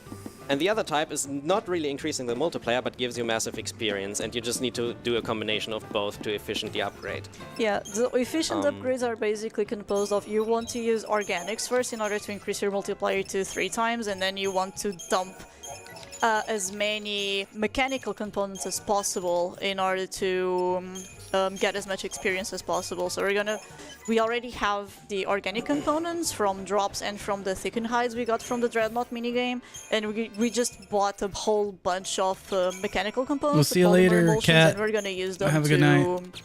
max out this power wristband and gain an extra level on the Magician's Mark. So our damage just essentially doubled just from this upgrade menu. Yeah, and now is something that has been found by 01337 last year, which is very complicated and not a lot of runners do that. But we can use the camera trick to our advantage to get preemptive strikes very fast in the next 4 fights if I don't mess it up. Alright, so... The way it works, to quickly start it off, is I need to camera trick at a specific part here, and then based on how far the soldiers are progressed with their movements, camera trick again at specific times. So now I look at all of those enemies, and depending on how far the one soldier has progressed, which was pretty far for some reason, I have to camera trick very early again. Sometimes you have to camera trick very late. It just is something you have to improvise on. Oh boy, time to die. Yeah, I'm notorious for dying on this. So these 2 bombs will always try to explode as soon as possible. And if both bombs explode on top of Saz, it just dies. But they that didn't looks good. explode. Nice. Alright, we didn't die. You also don't the get self-destruct XP. one-shots me, yeah. Not from full HP, but I don't have full HP, so like from 280 I will get one-shot by a bomb. Also, you don't gain the XP if they self-destruct. Yeah. Alright, So- second preempt. Self-destruct will always deal the damage that the bombs have left directly onto your character. I look a bit to the right side there to like have the soldiers on the other side already move a bit, because that's needed for the next one. While I do this fight. Yeah, so a lot of these fights are, except for the first one, are going to be basically the same script. You use Bravery on Saz, have Vanille be on Saboteur in order for it to debuff the enemies, and then you just kill them with more attacks. You should die to that normally. Yeah, nice. If you don't get preemptive strikes on these fights, they are also beatable, and it's usually better to fight them without a preemptive strike because it loses around 20 seconds per fight. And the positions on the retries are not always optimal. So it's usually better to still fight them even when you don't get the preempt. Yeah, So wait a the tiny fight- bit here. The go. fights become slower because you have to stagger the Pulsework soldiers manually, and it's just kind of slow to do so. This is the worst fight that you have when you don't get the preemptors. I think this is actually the fight that I wouldn't fight without the preempt. Yeah. But yeah, the other 3 you can do without it.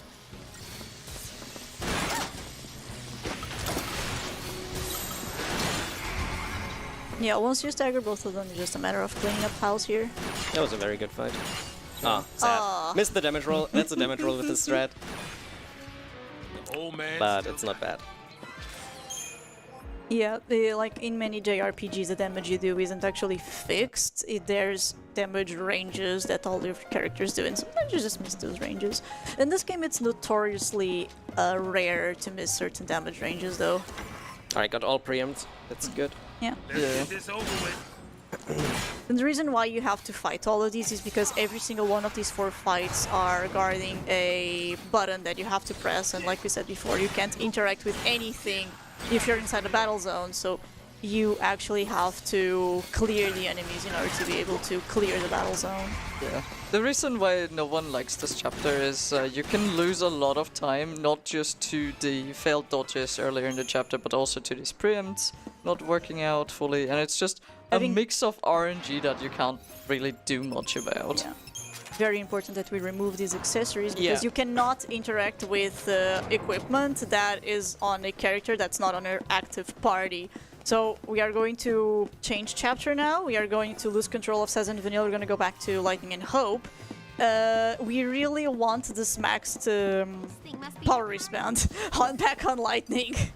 Yeah. I just want to touch upon something before I hand over to Swansig while we're heading into Chapter 5. In Chapter 5, your party leader is actually Hope, and he has the annoying thing where every character runs at the same speed except for Hope, who runs slower. For some reason that no one knows. And Yeah. like, even though Hope's legs are almost as long as Vanille's legs are, for example, Hope runs slower while Vanille runs exactly as fast as the other 4 characters. Yeah, and the other thing is, depending on your party leader, your like actual hitbox is bigger or smaller. Like Hope has a pretty small hitbox, but Vanille, because she flails her arms so much, her hitbox is huge. It's so bad. Yeah, so here's just a bunch of cutscenes, Yeah, and we call this the walk of shame of because shame.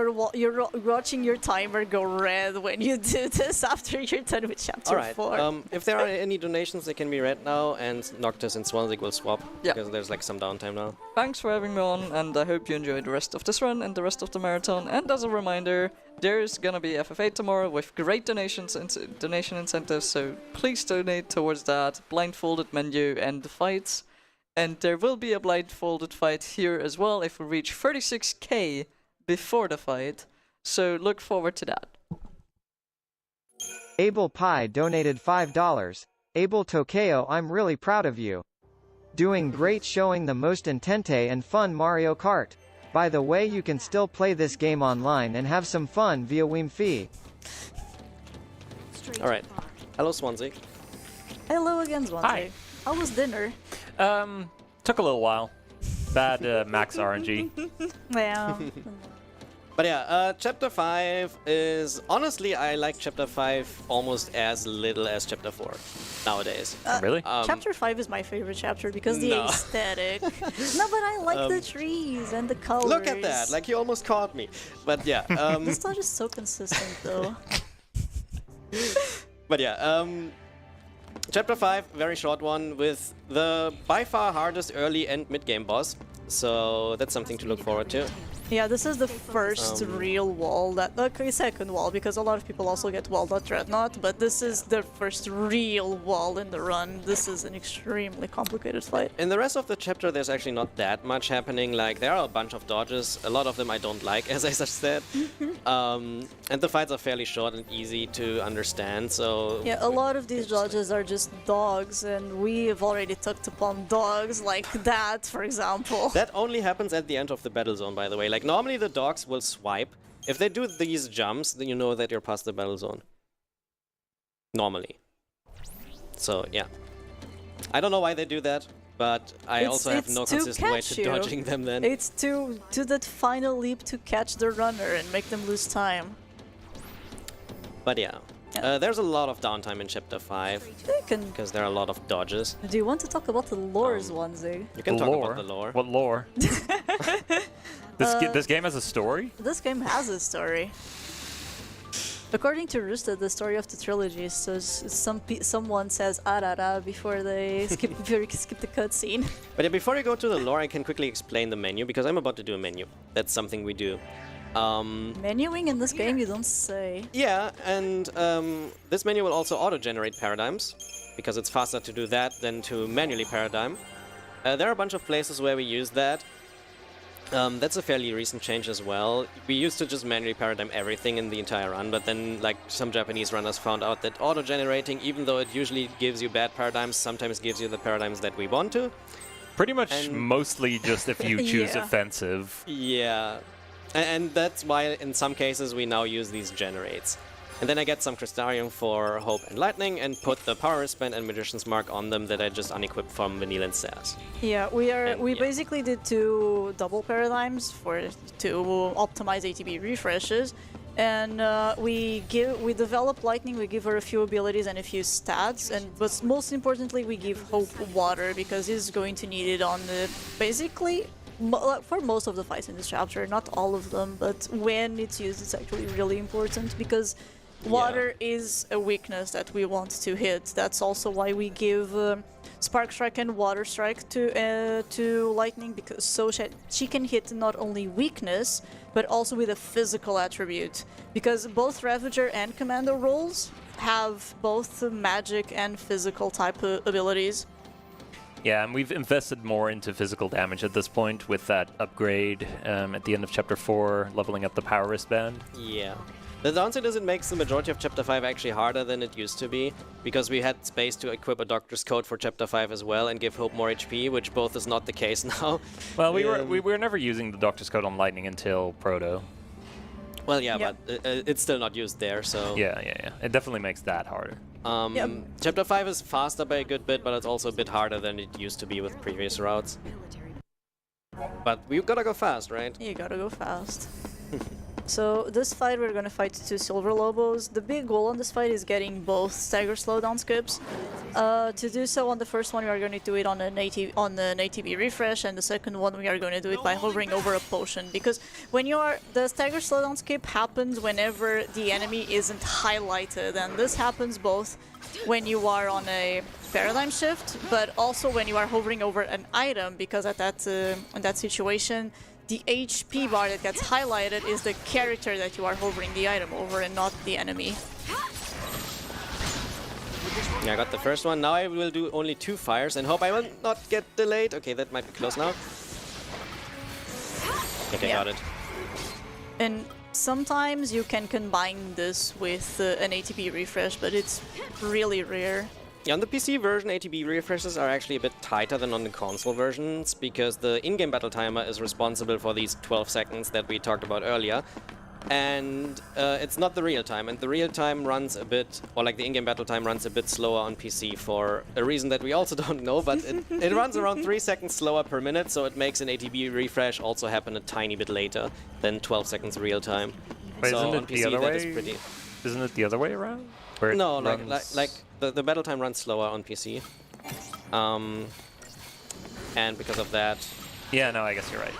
So this fight is super trivial. These guys aren't intimidating or threatening in any way, but only because there's 4 of them. We're gonna go back to these guys in a while. Yeah, and now it's boss fight time. Yeah, this is sort of a mini boss. This guy is weak to water, but there's something called conditional stagger modifiers, which is something very complicated that I'm not really qualified to explain properly. All you have to know is by alternating elements, even though an enemy might not be weak to that particular element, you will generate more stagger than if you would just do the attribute he's weak to. That's why we start this chain with arrow, because it actually generates more stagger than if you do water, water, water. And once the Feral Behemoth is staggered and you can interrupt it freely, you just coordinate lightning and hope until with ATB refreshes until this guy dies. We also did a little subtle technique there called a roll buffer. I don't know if you guys have No, we talked about actually this. didn't. To go ahead. Yeah. So the various roles have passive bonuses that are affected by how high level the roll is. The most notable ones for our offensive roles, for instance, is that Commando gets an automatic damage boost by being in the roll, and Ravager gets a chain increase boost. So you can queue up an attack in one roll and then switch to the other roll while it's executing, and as long as the switch occurs before the attack hits, you will get the modifier of the roll that you switched into. This fight is kind of dangerous, by This the fight way. is very dangerous because the first fight against crawlers it's 4. This ones are 10. Yeah, this is safe though now. Good job, Lightning. That was a fight This is in really which- good job. in which Hope previously had way more HP than he has nowadays. Yeah. So to finish explaining the roll buffer, what we did there, for example, was roll buffer an Aqua Strike into Commando. The Aqua Strike, the Feral Behemoth is weak to, so it's doing double damage from that, and then you get the double damage modifier from being in a Commando roll, so we get one Aqua Strike that does extra damage by doing it that way. You can go for a donation right now if you Yeah, want to. we have a bunch of time. Madelan donated $54. Good luck on the run, Kaya. I'm also really enjoying the commentary from Dasfero and Noctis. Thank you, Madeline. Thank you very much, Madeline. 54, like to explain that briefly, 54 is a community-wide meme in our community. That's why that's a pretty funny donation. Is it, though? Is it a funny meme? Well, I mean, you can explain the origin of that because I is. don't know that in detail, but there's a runner, like a top runner, Logic Dolphin, previously Loot Dolphin, who is like the origin of that pretty much in one of his runs. It wasn't in a run. It was wasn't while he in a was. run. Was it in practice? Okay. No, he was. No, it he was something completely different. Explain that.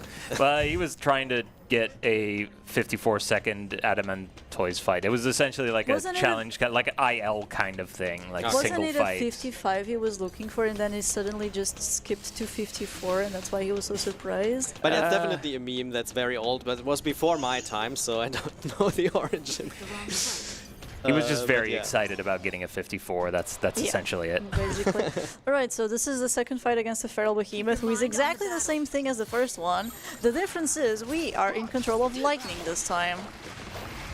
So Yeah, we and I'm can doing actually... a safe strat here. Like, you can do a riskier strat as well, but I'm doing a safe strat now. Yeah, the real advantage you have of being able to control lightning here is that you can just manually control the Aqua Strikes. Yeah. Because of the whole conditional modifier mumbo jumbo thing, the AI will generally try to alternate skills in Ravager because it increases the chain slightly faster. But we would much rather just only do Aqua Strikes because our strength is so much higher. Then our magic, yeah. Yeah, the Yep. strategy I normally do here only gets one single attack at the start of the fight instead of 3, but we explained earlier that like each attack gives you duration for the chain, so it's just a bit safer to get a few extra attacks at the start to not have it drop. There, we're approaching the end of this chapter right now. Still a little bit left. So you could maybe already explain a few of Protoss mechanics. Like the final boss of this chapter, to briefly touch upon that a bit, so we don't have to do that later, is that he can be weak to 4 elements, like to all 4 elements. And I don't want to see fire and I don't want to see ice, because those are the either slowest or hardest fights on the fight. Fire being the slowest because I have no way of killing in it. Ice, I theoretically have a way of killing it, but I probably will not go for it either if I get it here, because it's just way too tight. Yeah, the reason for this is Lightning currently has no skills whatsoever that have an ice element. So if he's fire, then he's weak to ice. So Lightning can't really hit that. If he goes into ice, Lightning does have the fire spell, but no fire strike. So she can't use her stronger strength stat. Yeah, because we're strength spec right now, and the fires don't really do enough damage. It's possible to kill in Exo Ice, and But it's I think you will go for it. No, I'm not going for it. Okay, you're not going for it today. Okay. It's like, I don't know if it's FPS dependent or not as well. Like, it might also be a thing that on the PC port works better on 60 FPS than when you get a few frame drops. And in a marathon, I wouldn't not risk it either. Yeah. Because stalling one of these exos loses you around 30 seconds. If I get ice and then followed by fire, that's very unfortunate, and it has 8% chance of happening.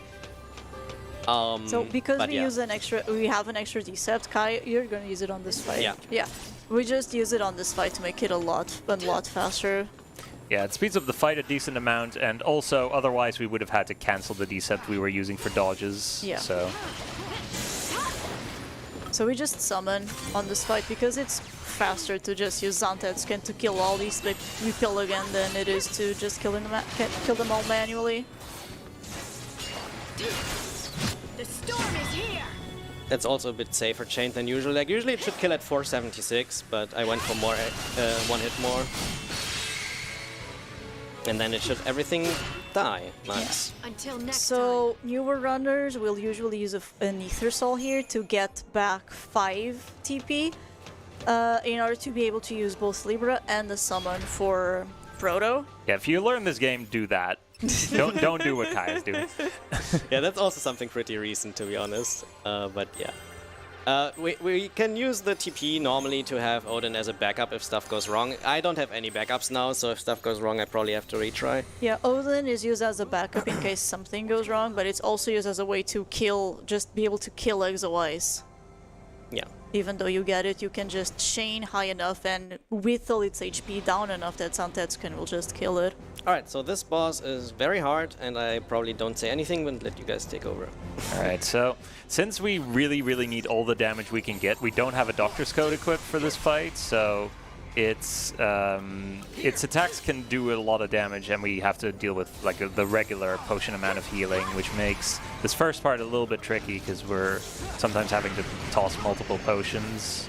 Yeah, Hope is extremely weak, and we need to keep him alive because we do need him to chain and for damage. Yeah, we also can't afford Hope dying and having to revive him or anything because our auto buffs from the Fortisol we used will not be restored. Will not be there, and he really needs both haste and faith. So Proto has a very specific pattern. He will use 2 stomp moves, and then he will use a seed move, which deals water. water is really good. After he uses the seed, he might just continue using seeds or just stomping until he decides to use the second Exoproof or the first Exoproof. After the Exoproof, he always goes for Efflorescence, and now we would go back to the same pattern, but because we stagger it, and everything Proto does can be stagger cancelled. So we are just going to alternate Hope and Lightning's attacks, weave them in together in order to maintain the stagger lock on Proto, and this is why maintaining haste is so important, because without haste, this stagger lock just is not possible. And also every time we do an ATB refresh here, we make sure to animation cancel Hope, so you'll see here he does 3 thunders, and then we switch, and he immediately continues doing more thunders. Yeah, that looks very good. Like, I have a lot of stagger left. There's another com buffer for some extra damage, and easy. Fight. That was a really good Proto fight. Super smooth. Like, this fight can go out of hand very, very quickly. Like, you probably saw the damage that he does, and if you don't kill... Thank you. If you don't kill in that stagger, he's going like Super Saiyan basically for a few seconds and launches you into the air, dunks you on the ground, and that does a lot of damage. Yeah, after a certain HP threshold, Proto changes his entire patterns and also gains a few more attacks that are just instant kill. Also, this is now a tool-assisted speedrun. Well, yeah. Maybe my muscle memory would have done the menu too. Did you just call yourself a tool? Logic did that the first time. Because I think it was this exact menu too. I just said in chat, do the menu. It's like, this is now a tool-assisted speedrun. But yeah, that was a very good Proto. Happy about that. And now welcome to Chapter 6, which is, in my opinion, the most chill chapter. Because this consists of only dodges and a single fight that I do. And it's a fight with a pretty chill music, because it's Saz's theme that plays during it. The current background music is also pretty good. Yeah. But yeah, this is usually a chapter after you fought Proto. The game wants you to like calm down a bit again. And then Chapter 7 picks up pace again. Yeah. It's interesting because whenever I'm derusting this, like, Proto never gives me an issue, but the fight on this chapter gives me a lot of issues. It's not easy. No. I think the strat that I have nowadays, or like the Zero mate and I do, is honestly easier than the strat that we used to do. But I think that's also personal preference. But it's just like, it is like... I'm the only one that stubbornly hangs on to the old ways. You basically do exactly the same inputs for the entire fight every single time. It's a very scripted fight, unless you miss a debuff. Like, if you miss deprotect in any of the phases, then you have to adjust a bit. I mean, you are playing with Vanille, so missing debuffs is like...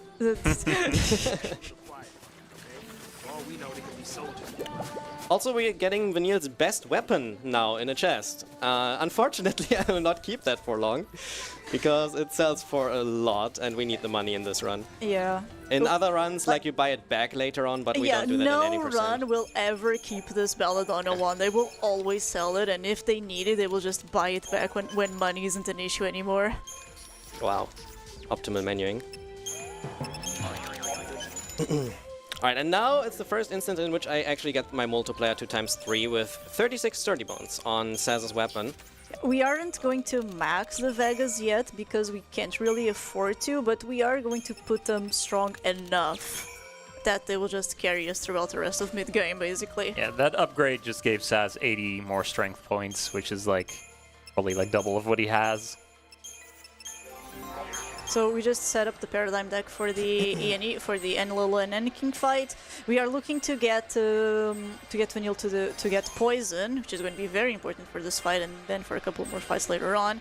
We're just going to develop her medic for pure raw stats and a little bit more HP, which is the most important stat we want. For Saz, we also gained a little more HP, but the most important thing we want is this in this synergist role. We want both End Water and then Thunder.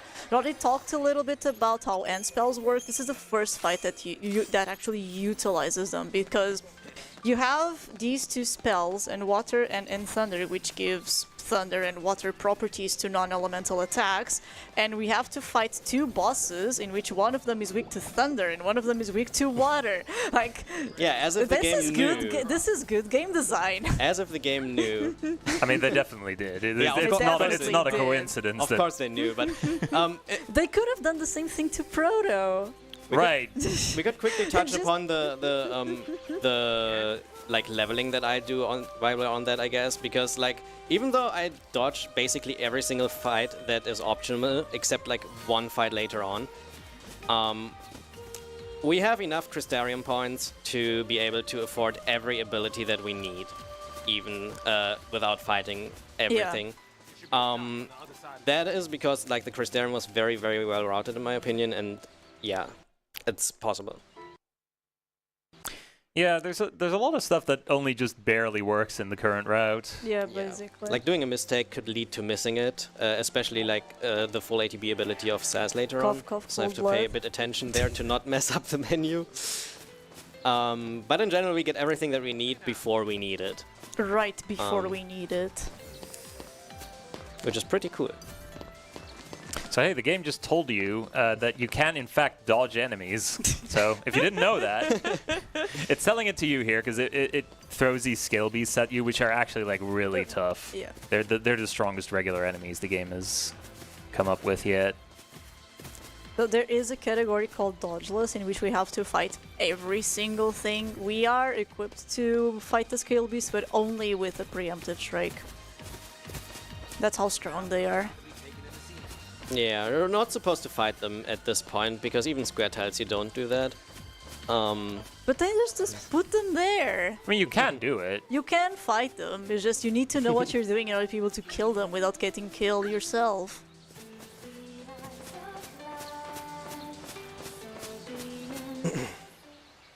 But yeah, as you can see, there's like nothing really big happening right now. Failing dodges in Chapter 6 is also usually upsetting because most of these dodges are also very easy. What he means to say is if you fail the dodge in Chapter 6, you're a pleb. I am Or, a yeah. very big pleb.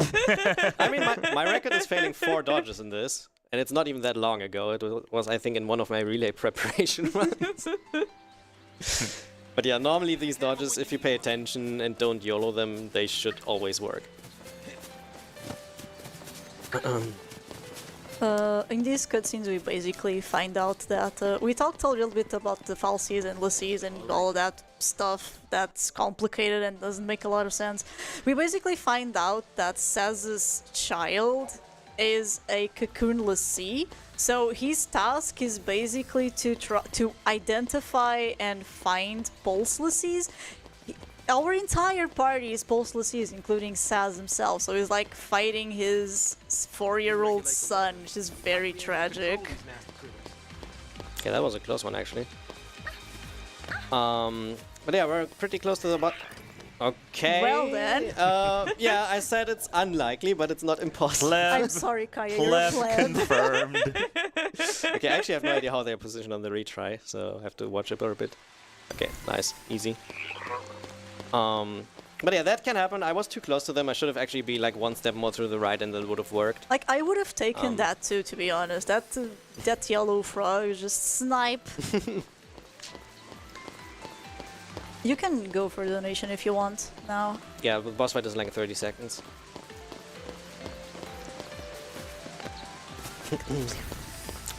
So we can do it either before or after. Yeah, it's fine. We have time.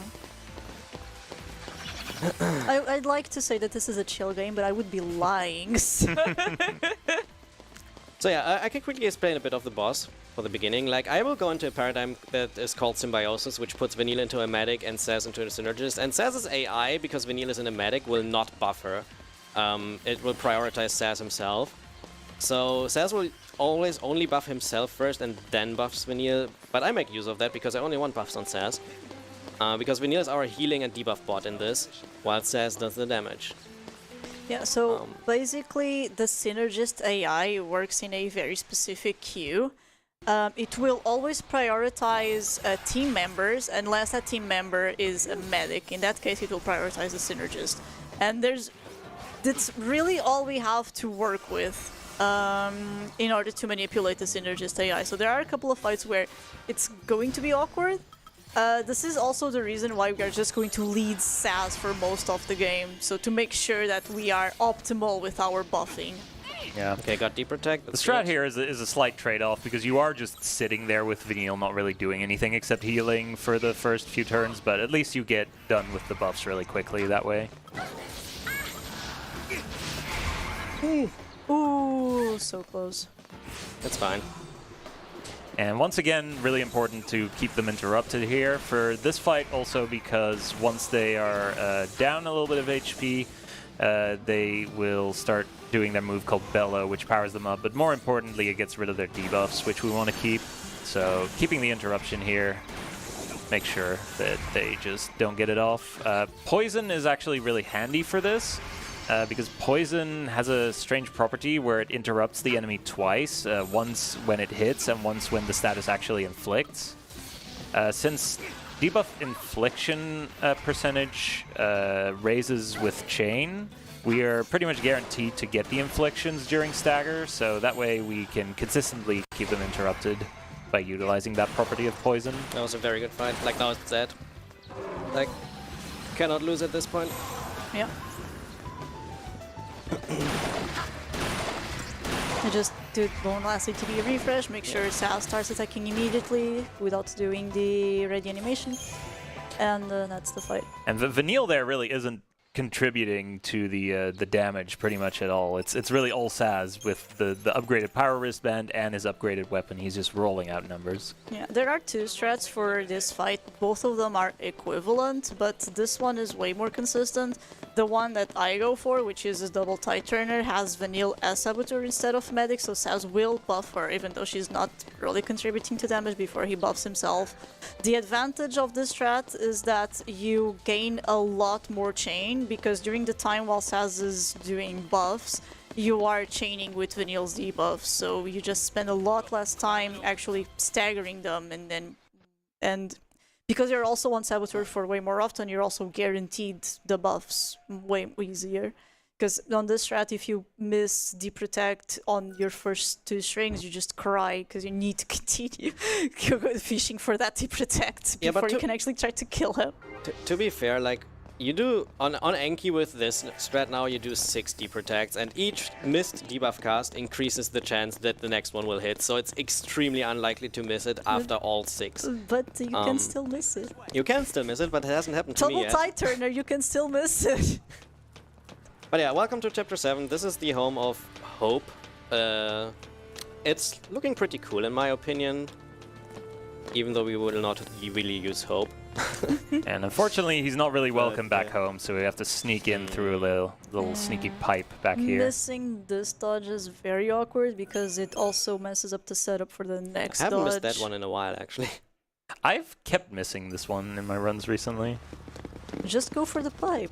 No. No, that's the coward's way out. Okay, so for those who don't know that, there's a pipe on the left side that takes like 7 seconds longer than the dodge, but makes the dodge very free. Yeah. Usually, like, I get the dodge like, I don't know, 18 out of 20 times, if I would guess, like 9 out of 10. So it's not Simplify your fractions, Kaya. not worth to take the pipe usually, but if you fail the dodge, it's a bit annoying because then you're like, why didn't I go to the pipe? But yeah. Yeah, this chapter is kinda like Chapter 4, where there's a bunch of really obnoxious dodges, but combined with way harder fights than the ones on Chapter 4. The dodges are not hard. Chapter 4 is really hard dodges, are something possible. On this fight, they're really just obnoxious. Sometimes they will just catch you without really nothing you could have done about it. Like, fine, I'll just decept past this, whatever. Yes. Yeah, totally. MacGyver 125 donated $5. That's the amazing couch. GL Kaya and awesome comments Pharaoh and 20. Thank you very much. We also have time for more if there are more. You're almost reaching the cutoff for the Haka fight. Well, do it mid-run. Do it mid-run. Do it. Depends on how I'm there, I guess. I will do this. It'll be fine. That's how you do a blindfolded fight, right? Just the hands in front of your eyes. I mean, it's still like 3 hours. Yeah, we are definitely going It's to three need a like blindfold. it's still like 3 hours until there, so we have time. But yeah, keep donating if you want to see that, and if you want to support Save the Children, and want to also see Edelnil going bald again. Oh yeah. At we reach- 150,000, which is Stream 1 and Stream 2 combined. Yeah. But If yeah. we reach 150,000, Edenol will shave his head again. So please donate for that. Oh, it's going to happen. This is important. He will do that on stream. So Yeah, I think at the end of the event. Yeah. I have no idea when. Or like, I don't know, either at the end of the event or once as it's soon reached. it happens. That would be He will do cool. that on stream, obviously. Alright, we're approaching a pretty cool fight that I will probably do the safe strat for on this, because I haven't like tested the fast way yet, and the fast way requires full 60 FPS throughout the entire fight. If you get a frame drop, you will miss the kill. So I'm not sure if I should do that. Just do the old strat. That's the one we know. Yeah. But it's a summon fight where we leech Snow, and Snow has Shiva as the summon, so we fight with Shiva. This is an obnoxious dodge. I hate this dodge. It happens. Yeah. Because they flail their arms all around, sometimes just bop. These are my favorite enemies to fight, though, because you just keep hitting them, and then you get the wee wee Yeah, for like. Oh, we have a fight later. these fights in Dodgeless, they're the chat's a riot doing these fights on Dodgeless. But yeah, the summon fight is a fight that when I played this game casually, I didn't know that you can actually kill this with one summon, and I don't know if Square intended it to be killable with one summon. But if you don't ever lose chain and chain high enough, you can kill it without like going out of the summon. Yeah, there are a few fights where the game just puts you instantly on just alt mode, and this is one of them. And all of them can be finished while you are on just alt mode. Alright, so let's see. That's a specific input pattern which is different on console, because on console, for some reason, each of the wheelies that I'm going to do will hit 2 times, whereas on PC it only hits once. So on PC you have to always fill in something else after one wheelie, which is like this move usually, to like increase the chain, which is not needed on console. I love this strat on console. You just mash circle, you can go to sleep. Yeah, well, I was told that back in the day, Sharky used to take a toilet break during this by Yeah. just going to the toilet and mashing the button. Hey, I did that too. When I was running PS3. Yeah, he died. Okay, so this is how it should go. You can cut out one of the inputs at the end when you have entire 60 FPS, but for safety I didn't do that. And I got an incentive chip. is really nice. That's 2,500 gil. I need at least 2 incentive chips by mid-chapter 9 for my menu, so it's very good if I already got one here. Yeah, it's pretty unlikely to get it here, but yeah, it's nice to have it early. But we have backups in case I'm short on money, so it's not too bad. It loses a bit of time in the run, but the way the gil is routed, like you usually can never die by being short. Do you need the fort chest here? Nope. No, he doesn't. I got He a the- Decept and a fort. Very nice. At this, at the end of this corridor, there's a little detour you can take to grab a Fortisol. You can maybe see it from here. If you don't have a bonus, then you get it here. There's a chest at the end, behind these guys. Yeah, then you can just activate a Decept, because like in most situations, the enemies actually guard chests. The chest itself is inside the battle zone, so you have to fight those enemies in order to be able to access that chest. But that one in particular is just outside the battle zone, So you can actually just decept past them, open the chest, and cancel the decept on the encounter on the other side again, and you just walk away with a free fort. You lost 30 seconds, but the fort is way more important than those 30 seconds. So this is a fun dodge. No one likes Oh this my dodge. god. I tried the other way this time and it also didn't work. Yeah, these guys with the lances are really fast. Yeah, they are based on proximity, so they don't charge immediately at you when you enter the battle zone, but they start charging after a certain amount of, like, yeah, basically when you're close enough to them. The problem is they are that fast that, depending on your position, they just catch you before you're past them. The third time it works, so... Yeah. This one is pretty much just YOLO it and hope that he's not catching you. Because we need to go into that very tight door there.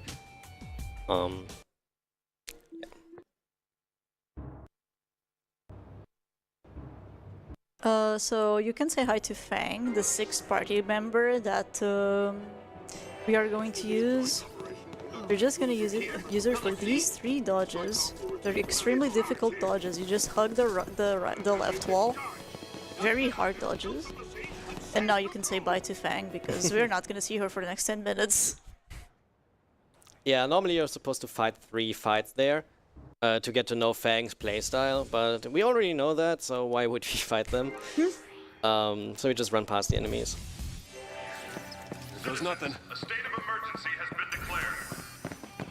Sanctum military. Hope and Snow are a very weird team to use, just like kinda like Lightning and Hope, but at least Lightning has Blitz.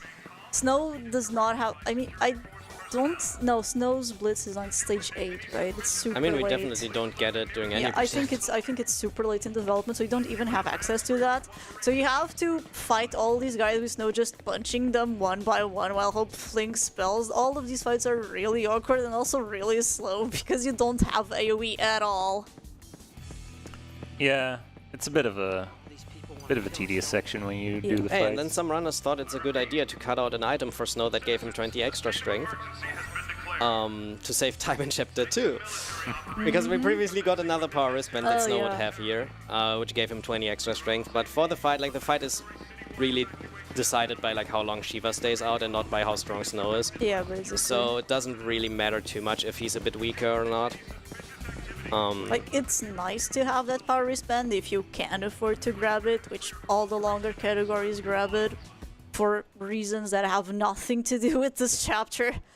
But that's completely irrelevant. If you don't need it, just don't use it. This is a really interesting section. You can move backwards with Snow and start to camera trick, and you can just hug the left wall and none of these enemies will catch you. Yeah, if you don't miss the timing. Like, you can still be caught if you're, like, a bit late. But normally they don't catch you when you're fast enough. Time's a-wasting. And we're also approaching some of the hardest dodges in this chapter, in which I will use Decept Assaults. So they're not hard. They're not hard, Well, it's just they are impossible. hard because we have to use Decept Assaults. Sure. Yeah. Basically, any time the game makes us dodge these big floating bikes, we're gonna decept them because they are just way too fast. Yeah. Did we? Oh, we did. wonderful. Wow, nice. Nice. Okay, we hit 36k, so I have to do the blindfolded boss. That's During going to the be run. fun. I can do it during the run, or I can give it like 3 tries during the run, and then if I Yeah. don't get it, Thank do you it for after. 36,000, Yeah, everyone. thank you. I guess 3 times during the run is a good shot. Yeah. It's usually working first try, but sometimes, yeah. Oh shoot, I did might went do for the input. blindfold. I might Nice. do input mistakes that can happen. Leave this to me. We'll see. So we just activated Deceptisol here because bike dodges are literally That was impossible very unless early. bike dodges are literally impossible unless you're a wizard and you want to run Shroudless for some reason. There have been runners who did Shroudless, but that's a fun thing about Shroudless. Like, earlier we were mentioning that, like, the lack of Decept Assaults is the main problem in Shroudless. You have and to the- do these dodges without shrouds, and I'm not sure I if the think- backup, if you get caught, is to fight them or just try again. It's Just fight basically them. fighting these Oh, things, okay. which makes it really insulting because there was a chest back there that you can only pick up if you kill the enemies. And guess what that chest has? It has a Deceptisol. So the only category where we can actually pick up that chest is is the one where we can't use it. No, Dodgeless picks up that chest. Okay, yeah, that's true. Okay, sure. Yeah, Dodgeless picks up that chest.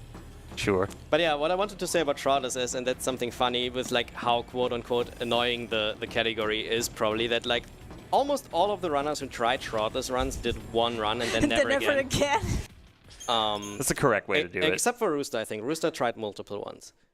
But all of the others have like one finished run and then they never played it again. Yeah, but Rooster is a wizard, so... Okay, menuing time, I need to focus a bit. Yeah, we are going to sell a bunch of things here for just for money purposes. We are also going to, for the first time, empty our components. The components that we picked up for on all these fights. Most of these don't sell for that much, but it's nice to get the bit of extra and to just clean out your inventory because That's the main reason, I guess. And with all this money, we buy components, and we are looking to upgrade 2 weapons in particular. We want to upgrade the Wild Bear for snow, and we want to upgrade the Blazefire Saber for lightning. Just to give them a little extra strength on both of them. Yeah, it used to be the Blazefire on level 20 and Snow's weapon on level 21. Some runners have been shifting that around to Lightning's weapon level 21 and Snow's weapon level 20, which I've been doing as well.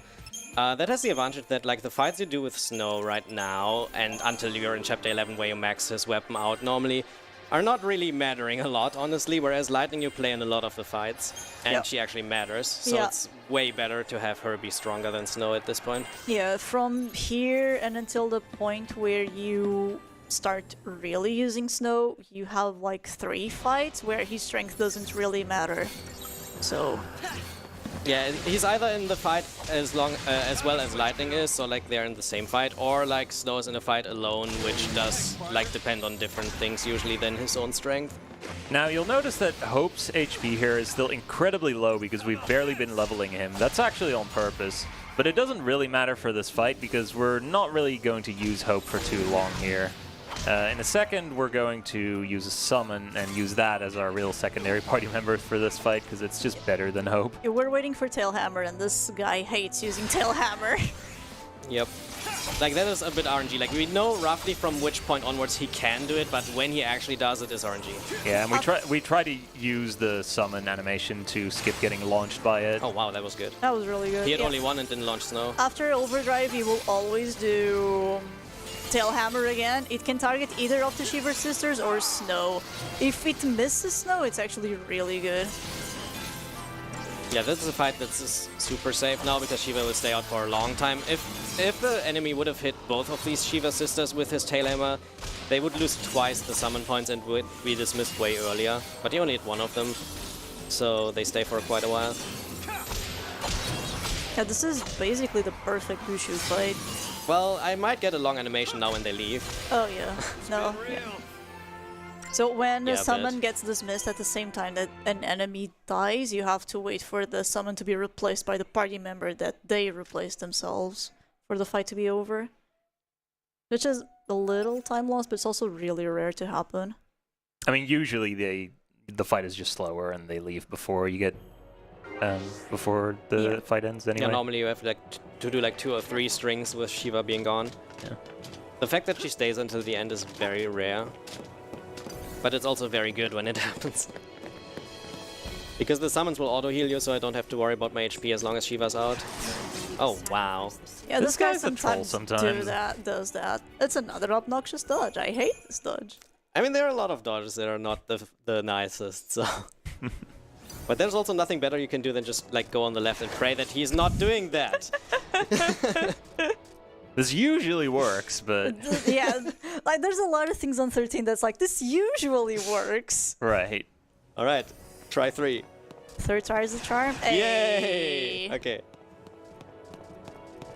Like the worst one is usually the next one with 2 of them. Yeah, but this dodge with 2 Orions can be kinda sorta manipulated. Yeah, but it doesn't always work still Yeah. for some reason. It works for the majority of the times. Yeah. So there are 2 things you can do on this dodge on console, and on a specific PC setup you can just camera trick and go, and they will not care about you, and you don't care about them either. And on PC normally you have to manipulate where they look. They will slowly turn like that, and that delays when they actually start going towards you. And then it's just a matter of, can you reach the end of the battle zone before they can reach you? Yeah, that was flawless. Yeah, that was really good. Like, when you put them behind you with that setup, they take a while until they actually charge again. And then you usually have enough time to make it to the end. I've had that once. They ran all the way in front of Fang and blocked exactly the way where I was going. Like, okay, Oh, wow. game, thanks. Alright, we're about to do something very recent. Or like, I'm doing something very recent. Oh my god. Failing this dodge is very recent. The dodges in this chapter today.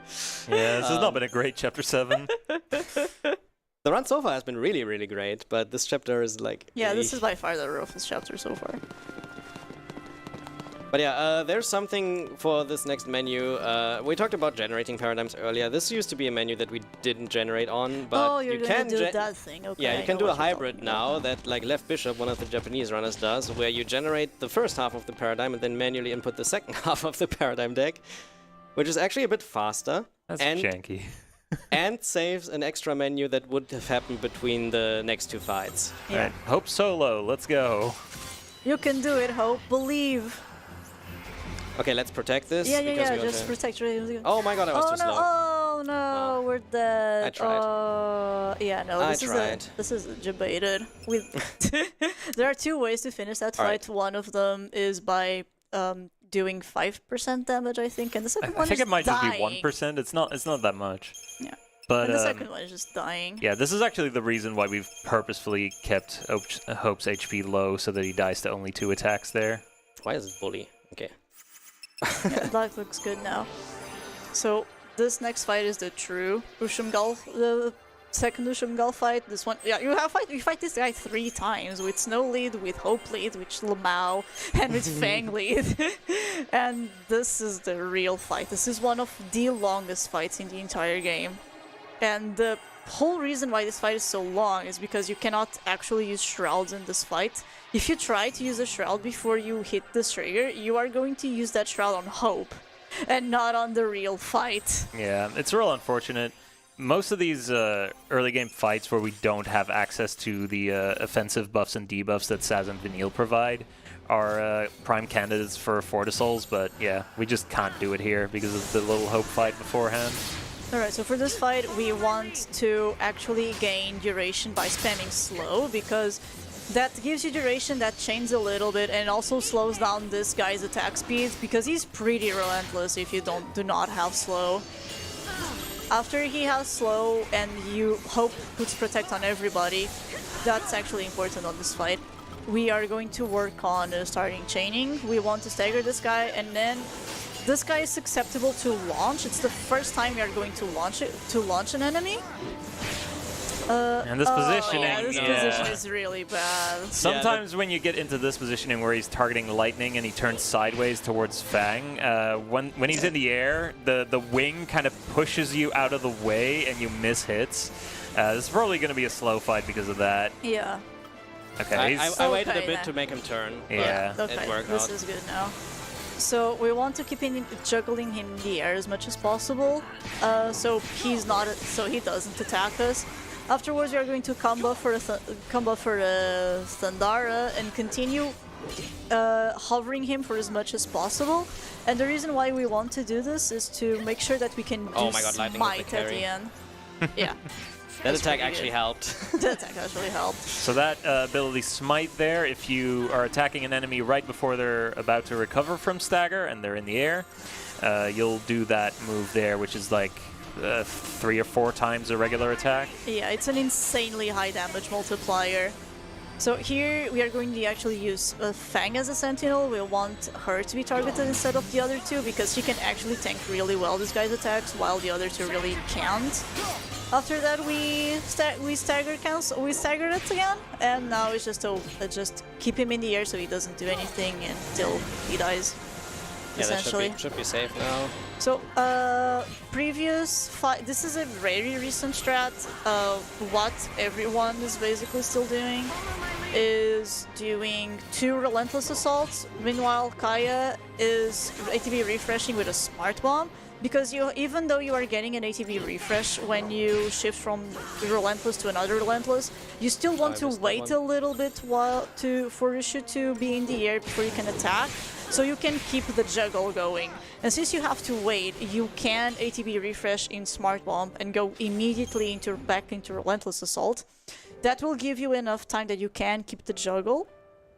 And also free up a paradigm, which allows you to use double aggression, which is what we want on Hope's house and then later on the Sky Tank fight.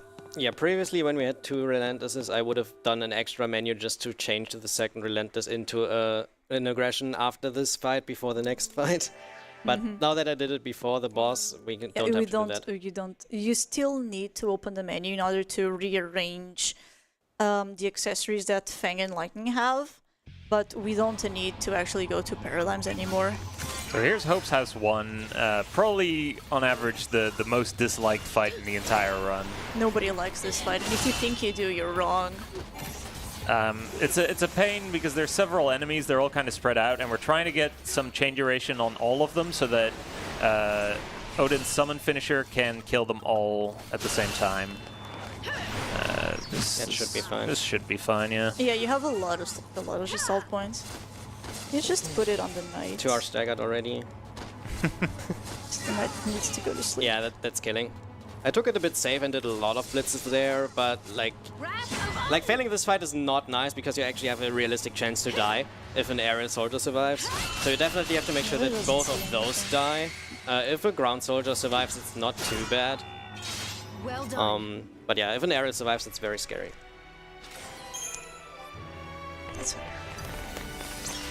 Alright, so this fight is not nearly as scary. There is, the guy in the back does have a bazooka, the Bombardier. He's pretty scary, but so as long as we focus on him and make sure that he can't get his big attack off, it's not really a problem. I love this strat, by the way. Like, this is a strat from one of the Japanese runners, Hoishin, which previously used to be a different strat.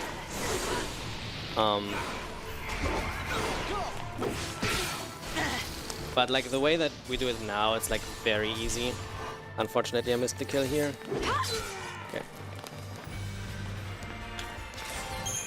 Oh, nice. That one's really good. I unfortunately have to use that on bar 2. You can use it on PC1. Well, if you really want to. I was just memeing a bit. But yeah. So yeah, we want to use the Fortizol here for the Sky Tank fight. Because the Sky Tank fight without the Fortizol is just miserable. We developed Lightning in order to get her second accessory slot. Shift the physical accessories to Lightning and give Fang the Magician's Mark. And the reason for this is because Lightning uses a gunblade, but we actually haven't seen the gun part of her gunblade a lot. And witness this. This is amazing. She uses the gun! And it's super fast. Yeah, the gun is super OP. This is by far the fastest you can ever attack in the entire game. Like, she just rapid fires her entire string in one go. Yeah. If we could actually force Lightning to use this, she would be a strong contender to be the party leader for the entire run, but we can't. She will always use the blade instead of the gun, so it's really not worth using her. Note that the game never actually tells you can do this, and even if you use auto battle, it will actually use ruins here, which is bizarre to me. They put this specific like little extra animation in just for this one fight because the enemy's really far away, and then most people probably don't even know this is a thing you can do. Yeah. The reason we use the summon there, by the way, is not really to do any of the damage. It's just because the summon is really good at keeping the heat off of Lightning, and since Lightning is just doing so much damage, on her own, it's just better to have to just make sure she doesn't get interrupted. We had a way more passive paradigm deck before he used Odin as well, but now it's basically just 2 aggression paradigms and just go for it. Once you've killed all the little main parts, the main cannon opens up, you can actually stagger Sky Tank and then just tear it apart. Just tear it apart. And try to time it here so that you don't get interrupted when he does the big main cannon. And that was a very nice fight. Yeah, very clean. Very good At least something in Chapter 7 went well. But yeah, that's Chapter 7. 2 also went well. It's true. That's Chapter 7. Now I do a save again. And now we're in Chapter 8, which is another very chill chapter in comparison, but unfortunately, unlike Chapter 6, there's a lot of RNG in it on both of the boss fights. So I'm curious to see what we'll get. So Saz and Vanille have essentially just decided to peace out and go to a theme park. Physically. So the first couple of minutes of the chapter, aside from this menu here, are just kind of running around there. Yeah, on this menu we grab Blitz, which is the most broken ability ever. Saz has guns, and Saz on his normal attack shoots 2 bullets, on Blitz he shoots 7 bullets. The multiplier is applied to each one of these bullets, and of course for Blitz it's lower than for his attack, and even on attack the multiplier for those 2 bullets is a little lower than a normal multiplier for attack. The thing is, because Blitz fires 7 bullets in a cone in front of Saz, if the enemy is big enough and or close enough to you, if I think you need to hit 5 of those bullets, it will deal more damage than literally anybody else in the game with a single action. Which is another reason why Saz is so good as a party leader, because you really just want him to use Blitz, but if he's controlled by AI, he will almost never use this ability, especially if you are going against a single enemy, even if it's a big enemy. The idea of Blitz is that it's an AoE move, so for most of the characters it's just a single strike that hits in a larger area, but Saz's is a bunch of individual bullets that can all hit the same enemy if the enemy is big or close. But more important than that, sometimes Blitz bullets can hit more than one enemy. Yeah, they even pierce the enemy Yeah, as they well. even pierce. Yeah. Like, Blitz is very stupid. We'll see it in action very soon, actually. Yeah. Yeah, basically after we get Blitz, we almost never use a Saz's comp for anything other than Blitzes. Yeah, No. regular attacks are almost never used with Yeah. Saz beyond this point. Yeah, there's one exception later on because we But- want to keep an enemy launched, but that's Yeah, it. it's not. You use attacks for timing purposes instead of for damage purposes. Yeah. So this is the city of dreams. Other than that, we just adjust the equipment. We put the Shield Talisman on Saz, which has him start the fight with Protect, and I think it lasts for a minute. I'm not entirely sure what the timing on that is. Base duration is a minute. Yeah, it's the minute. We also give him another item that gives him a little bit of survivability, and we give an accessory to Vanille for her to have a little more HP. Unfortunately, we don't have the opportunity after the Sky Tank fight to take the offensive equipment off of Lightning. Otherwise, we could use it here to do more damage, but Yeah. it's fine the way it is. It's This not does like... enough damage. Yeah, Yeah. because for Lightning, it's pivotal that she has those accessories, but because Lightning and Saz and Vanilla at this point have access to Deprotect, Bravery, and access to an end spell that will affect weakness against both of these enemies, having offensive equipment on Saz isn't as important as it is for Lightning.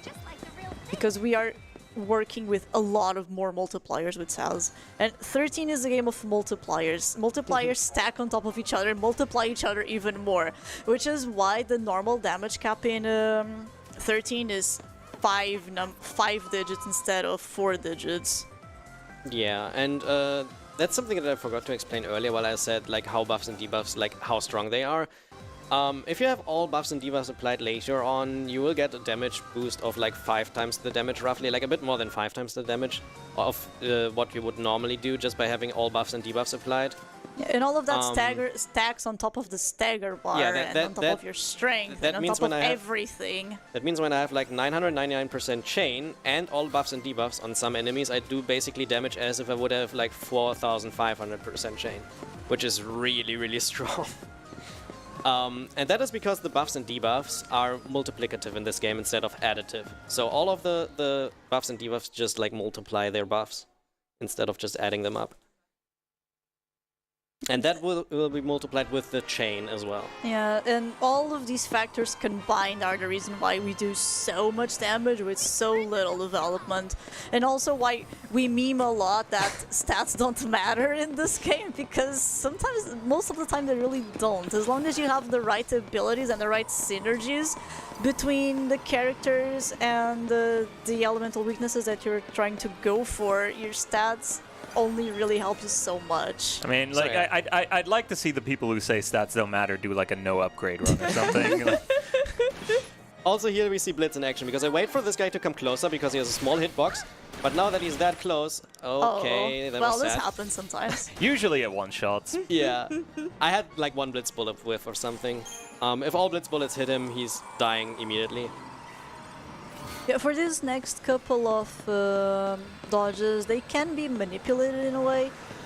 For this one, we just run straight past these two soldiers, and for the next one, we wait until the little droid is facing away from Sal. Yeah, I You had can a good just pattern. Had a good straight pattern, so I past just him. went. Yeah. Alright, bless RNG now. Zwanzig, this is your strat. You want to talk about it? Yeah, this is the first fight where we're really having to deal with debuff RNG in a major way, because he's fairly resistant to it. We try to get as many debuff casts off early, and in this specific strat, the idea is to raise the chain very early, then start doing the buffs on Saz, so that Vanille gets more debuffs in at a higher percent chain, since debuff infliction chance, once again, it scales with chain percentage, so you're a little bit more likely to get it early. Nice, you got Something in inflict. Oh my god. wow, that's very nice. All right. Yeah. So yeah, the important thing is to get deprotect, ideally before you stagger, so that you can do all these blitzes during stagger with max damage. Best case is I also get poison now too. So if you're very unlucky on this, Wow. Okay, that's good. if you're very unlucky on this fight, it is not at all guaranteed that you'll actually kill him in one stagger. But with this luck, it should easily be possible. Yeah, poison assists on the damage. Like without poison, it sometimes gets very, very tight, depending on when they protect inflicts. But now that I have poison, it's pretty much guaranteed to be a good kill. Like one more and he's dead. Oh, stagger might run out, but Nah, you're good. yeah. That was very lucky. Yeah, I don't know if I didn't have enough stagger duration or if that was just in general like pretty low chain. Yeah, but it feels like usually- it shouldn't have been that close, huh? Yeah, usually you should kill with a bit more stagger when you have poison. Yeah. Alright, we do this fight and then after that we have time for some donations again. Yeah, for now we are just gonna do Saz's Eidolon fight. This is Brynhilder. It's an original Eidolon specifically made for Saz in this game.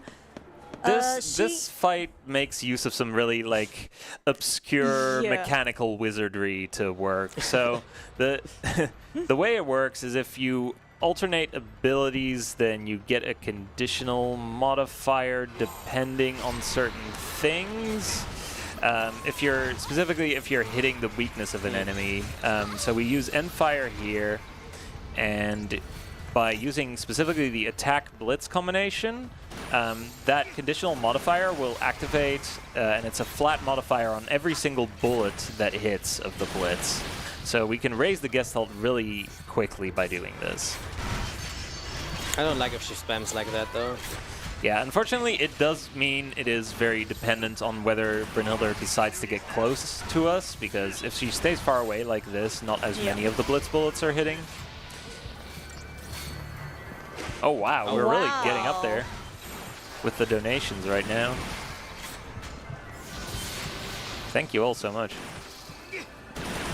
Gotta make it an all shave his head. Oh, she's a little too late. Yeah, No, it's you're fine. fine. Vanille heals. Yeah. I was trying to cancel that with a potion, but I was a bit too late on that. And now she's really close, so this should Yeah, end that- really that finishes fast it. now. Alright, now we have time for the donation. Knock Frost donated $5. Dear FF13 people, please explain the story to us. Also, at what threshold will Kaya sing My Hands? Donation goes to Runner's Choice. I don't know if my hands is copyrighted or not, to be honest. I think it is. It's So I don't know if you should risk this on ESA's stream. Just risk it, it's fine. As for the story, we are currently on the Lindblom. This is an airship, and now we're off it. Yay! This is always That's all you need to know. this is always my favorite part as someone formerly having run FF9, because in FF9 there's a city called Lindblom, and you go there 4 times, and you spend like 20 minutes or so there each time. On this in this game, we go to an airship called the Lindblom, and we're there for about 20 seconds, and then never come back. It's very good. On this fight, you're really hoping for Odin to get duration back on the Infiltrator, and then you just Thunderfall everybody until they're staggered, and they just all die to Zalted Spin. It's kind of a similar fight as the Hope's House one But earlier, it's only way much more consistent. much more And now I have to consistent. pay attention to drops because now this matters for the next shop, because I need a specific guild threshold to know if I need to do the backup or not. So we want to see incentive chips in the next 2 fights. Until next time. Okay, You got that it, nice. should do it, I guess. Because I already had like almost 4k left. Alright, and this is something that changes Yep. among runners. Kaya is going to... You are going to summon, right? Yeah. Yeah. Have So- to sort the order out. Okay, now we have it. Messed this up a bit. That's the problem of like auto-generated paradigms. Yeah, That so was an Ether Soul. Yeah. Yes, he Oh is wait, going to that, summon. sorry. Okay, yes, He is no, going that's to summon. correct. So Okay, you can sorry. either summon or not summon. For some in reason, this I had fight. Deceptisol in my head here, but that makes no And sense. the idea is exactly the same. You just hit Sandara, have Odin gain back duration if he's not the Actually, dummy. this is... Ah, Yeah. Now this is the lost chain because Odin only hit 1 attack, so we have to do standard faults until we are staggering. Yeah, and now you just stagger everybody again and, and kill them he's with like Zantes. doing the turning as well. That's actually bad. Okay, got it. There's one guy who isn't staggered. Well, the others it don't don't- need to be. Yeah, Oh. Only okay. this one. this is the only one that matters. But you normally are supposed to stagger him with 1 Thunderfall, and not with like all of them. But I lost chain because Odin was only hitting 1 attack on the Raider. Yeah. Odin is trying his best. Yeah. You got another incentive chip, so you should definitely be good on money. Yep. Yeah, the using the summon there is a relatively new strat. This is why we cut out the backup summon potential on Proto. earlier, is to be able to use summon on both of those fights. Yeah, the summon gives multiple advantages. Like on Proto, it doesn't really lose time unless you would have to do the backup and then just die. But it makes Proto on Ice harder and on Fire Ice also harder than usual because you just don't have the summon. But it lets us also delay the entire Crystarium and menu until the next boss fight, which then means I can do a lot of extra nodes compared to what you normally can do. So in the end, it's like around 20 seconds faster overall to do this if you like don't die on the Proto fight. And don't get as bad luck as I got on that fight because I lost like 10 seconds. So we only saved 10 seconds now instead of 20. But yeah. Yeah, this is a very specific dodge. He's going to camera trick and then do a very specific movement in order to be able to walk right across these 2 guys. That allows us to use a single Deceptisol for the next 3 dodges, which is pretty insane. Because these are almost impossible to get without the Deceptisol. Yeah, you can on the retry, but we don't want to do it on the retry, we want to do it on the first try. And on the first try, it's too inconsistent to go for. Yeah. And this one is the worst one by far. Yeah. Like on the very old version of the notes that I used to learn the category, there was nothing there that indicated I could use a Decept to go through them. So I just was stubbornly there for like half an hour trying to get across it. This is impossible. I never even crossed my mind that I could use a Decept there. Yeah, and it lasts until here, and for these guys I just run into them from the front instead of from the back, because if I would do it from the back, it would be way too close with the Deceptisol because of how long I already had it in use. Yeah, and these guys are very easy to dodge. sometimes. I don't know, I haven't failed it, and like for these, for some reason they don't notice you. Yeah, You just these go guys, between these guys, them. they don't care about you. They're on Yeah. they're on break. They're having a smoke break. But the first dodge, sometimes the guy that is right to your left can just do a Yeah, 90-degree turn and go straight mean, into lightning. There are some weird shenanigans with like dodges and like fails that normally shouldn't happen that we already saw in this run, so... But as far as I remember, like I got lucky so far on that one. Yeah. On that one Oh, almost... that was really close. Yeah. But I mean, on these guys, on these guys on the next one as well, I'm honestly a bit prepared for them to being super aggro. Like they can also be very aggressive. You don't want that to happen, but you have to always pay attention. Like dodges, for the most part in this game, have a similar approach with how you like want to do them, but like the detail is different. Like they have specific patterns that they could do with how they move. Yeah, But you and don't know in advance what they will do exactly. Yeah, and it's important that you adapt to what they're doing at any given point, because sometimes they will just do something that you're not expecting, and you either change directions on the fly or you're just gonna get caught and lose 10 seconds. Yeah. So we're gonna just do something completely different now, and just gonna use Saz and Vanille Again. again. But this time with actually being good. Even like they were on the theme park. They fought Saz Eidolon, and now they're on the same ship as Lightning and the rest of the guys because of reasons. Well, really, the other party members only came here to rescue them. Yeah, that's true. Saz and Vanille and joking. the story is that they got captured at the end of the previous chapter, and the rest of the party is here to rescue them. But they're also just busting out on their own. So. Yeah. Because Saz's Chocobo is just that OP. It's literally Saz's Chocobo that busts them out. Ah, I tried that one because I didn't know how the other one was looking. Yeah, you can do this fight with a preemptive or not. Obviously, with the preemptive is way faster, but you can do it without the preemptive. They're just a little more obnoxious that way. Oh wow, Vanille. Wow, she landed all three of them. Follow the old man's lead. Let's see what she does on the other one. So the Flanitor is harmless. The Flanborg can be very scary because during this time he's charging an attack. If he actually gets that attack off, it one-shots Saz. They got lucky, Yeah, fortunately. That was pretty good. Yeah. Like 30 seconds is totally fine for a no preempt fight. It's around like 10 seconds faster, maybe 15 in some cases, when you get the preemptive. So it's like not the end of the world to not get it. Also, I don't want this guy to... Okay. He's just not doing anything. Yeah. They always have to make these things more complicated than Yeah, they but need. those are the only ones we have to fight because they're the only ones who are guarding the button. These guys we don't care about. Just gonna run This past thing's them. gonna keep us. And we are done with Saz and Vanille. Yeah, luckily. No, it's fine.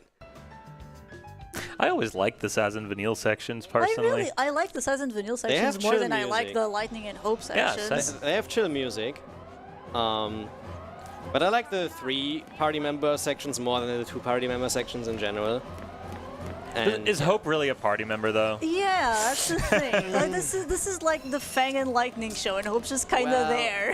maybe the 2.5 party member parties then.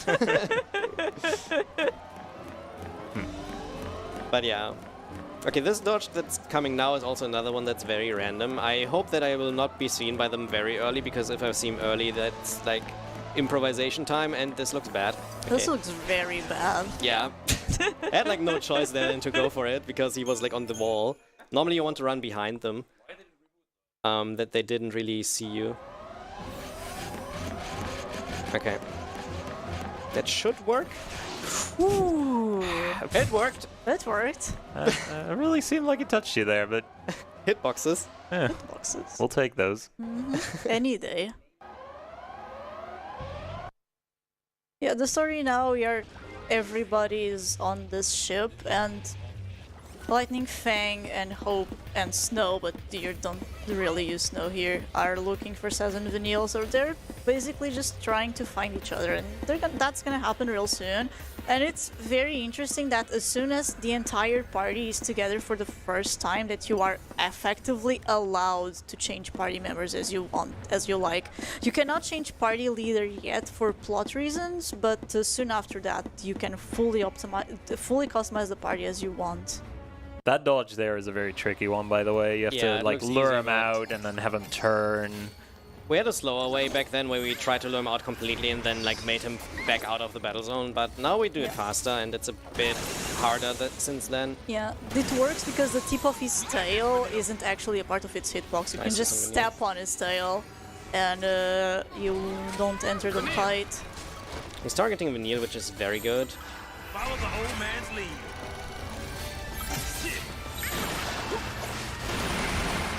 Okay, now we got enough duration if he targets her again. We got the early deprotect on the Vespid soldier, which allows us to kill it on 2 blitzes, and we want deprotect on the Thermodon because it also it gives you duration and also allows you to kill him faster.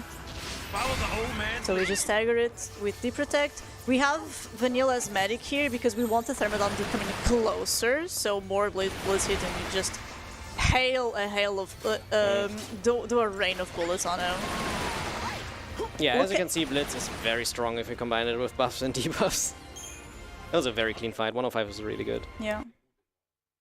And that fight can go very wrong very fast too. It can be very scary. Let's turn the tables. I think I saved before this menu just in case. Don't sell the Uraninite. Because this is a menu in which you can actually kinda mess up the majority of the rest of the run. Yeah, I've killed plenty a run on this menu. Really? Yeah, Yeah, I did. just take it safe. This is the menu where I've lost the most runs to, including several all missions runs. You upgrade a strength accessory that you need in late game as well, so if I mess it up here, we are like under strength later on as well. Pretty much. And saving is like 3 seconds or something, so... It's PC. Oops, not yet. Yeah, so we basically want to sell everything that we got for Gil and use that money to buy more components for what we need to upgrade. In this case, we're going to buy a bunch of crankshafts, which are very expensive. We are going to buy a few sturdy bones as well. I don't wick fangs this time because my Gil is good. Oh, okay. If your Gil is good, you can do wick fangs, which is faster. So at the end of Chapter 7, we picked up a Brawler's Wristband, which is the better version of the Power Wristband. Unupgraded, it's actually a little bit weaker than the upgraded Power Wristband, but right now we're going to turbocharge that bad boy. Yep. So at base, right now it's 50 strength, and then with this upgrade it goes all the way up to 120, and then catalyzing it into a Warrior's Wristband catapults it all the way up to 156 strength. Which is a lot. It's just a lot at this point of the game. And now we do the Crystarium that I haven't done before. And a bit more, because we delayed it until this point, so I got more points to use than I would have at the start of the chapter. Which is like one of the big advantages. Yeah, for this in particular, we are just looking for developing Lightning's Commando. We are going to gain her another role level, which effectively increases the passive bonus that the Commander role has. We are also going to develop Fang a little bit in order to give her Curse, which is a debuff that is going to be used right on the next fight. Yeah, I also have to still get the accessory slot yeah, because the I accessory slot. delayed the menu until here. Like normally we would have gotten this accessory slot at the start of the chapter, but not now because of the routing change. Alright, wait. Lightning first. Yeah, and again we swap the magic and physical accessories. We put physical on Fang and magic on Lightning because Lightning isn't going to use the her gun anymore. So it's just better off have a respect for magic and Fang spec for physical. Now we're doing like one of my favorite fights nowadays, which is Kalavinka Striker. It's not a two-part fight. It's technically a two-part fight, but it's 2 different enemies actually. It's 2 different enemies that look exactly the same. Yeah, the first one very weak, the second one very strong. But yeah. So the first fight is pretty straightforward. You gain duration by using Fang Saboteur. You really want to hit slow and curse as soon as possible. And then you just stagger it with Relentless Assault and kill it on aggression by using Ruins. The really good thing about Curse is that it keeps this guy interrupted even if he's not staggered. Yeah, and here's a stun lock that Zero found out, like 01337, which is if I do 1 rune here, then 4 runes after Fang, And then 3 runes after Hope, he's never breaking out. Which is a very cool stun lock. Unfortunately, it doesn't work on phase 2. But on this phase, it does work.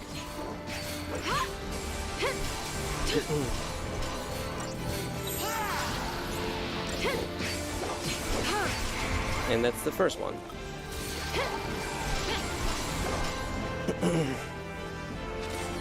And now the second one is a bit harder. Yeah, so the second phase he gains a new attack. He's a lot stronger. He has this Change of plan. lightning strike attack that does a lot of damage. If he targets lightning or hope, you have to potion after every single one. If he targets Fanged, you can actually have her eat 2 of them before you have to heal. This is very early Curse and Slow, which is very, very nice. You cannot interrupt the lightning strikes, but you can interrupt everything else that he wants to do. We are really looking forward to stagger cancelling a particular move that he's going to do, which is called Hellstrom Bolt. This is also the reason why Kai is potioning lightning, because if he cannot stagger cancel this, he is going to target the character with the lowest HP, which is Hope in this phase. Bit too late. Yeah. So we didn't get it, so we're just gonna prepare a Phoenix down to revive Hope, and now that he is alive, we're just gonna kill this thing. We used to use a Sentinel in this fight, specifically to make sure that that attack hit Fang, but we didn't know at the time that it always just targets the character with the least HP, which we can very easily, by healing, just manipulate to be Hope because he has the lowest max HP, and then we just revive him and go on with our day. Even if he targets Hope again after you revive him, at that point you don't really need him anymore. You can win the fight with just Fang and Lightning. Yeah.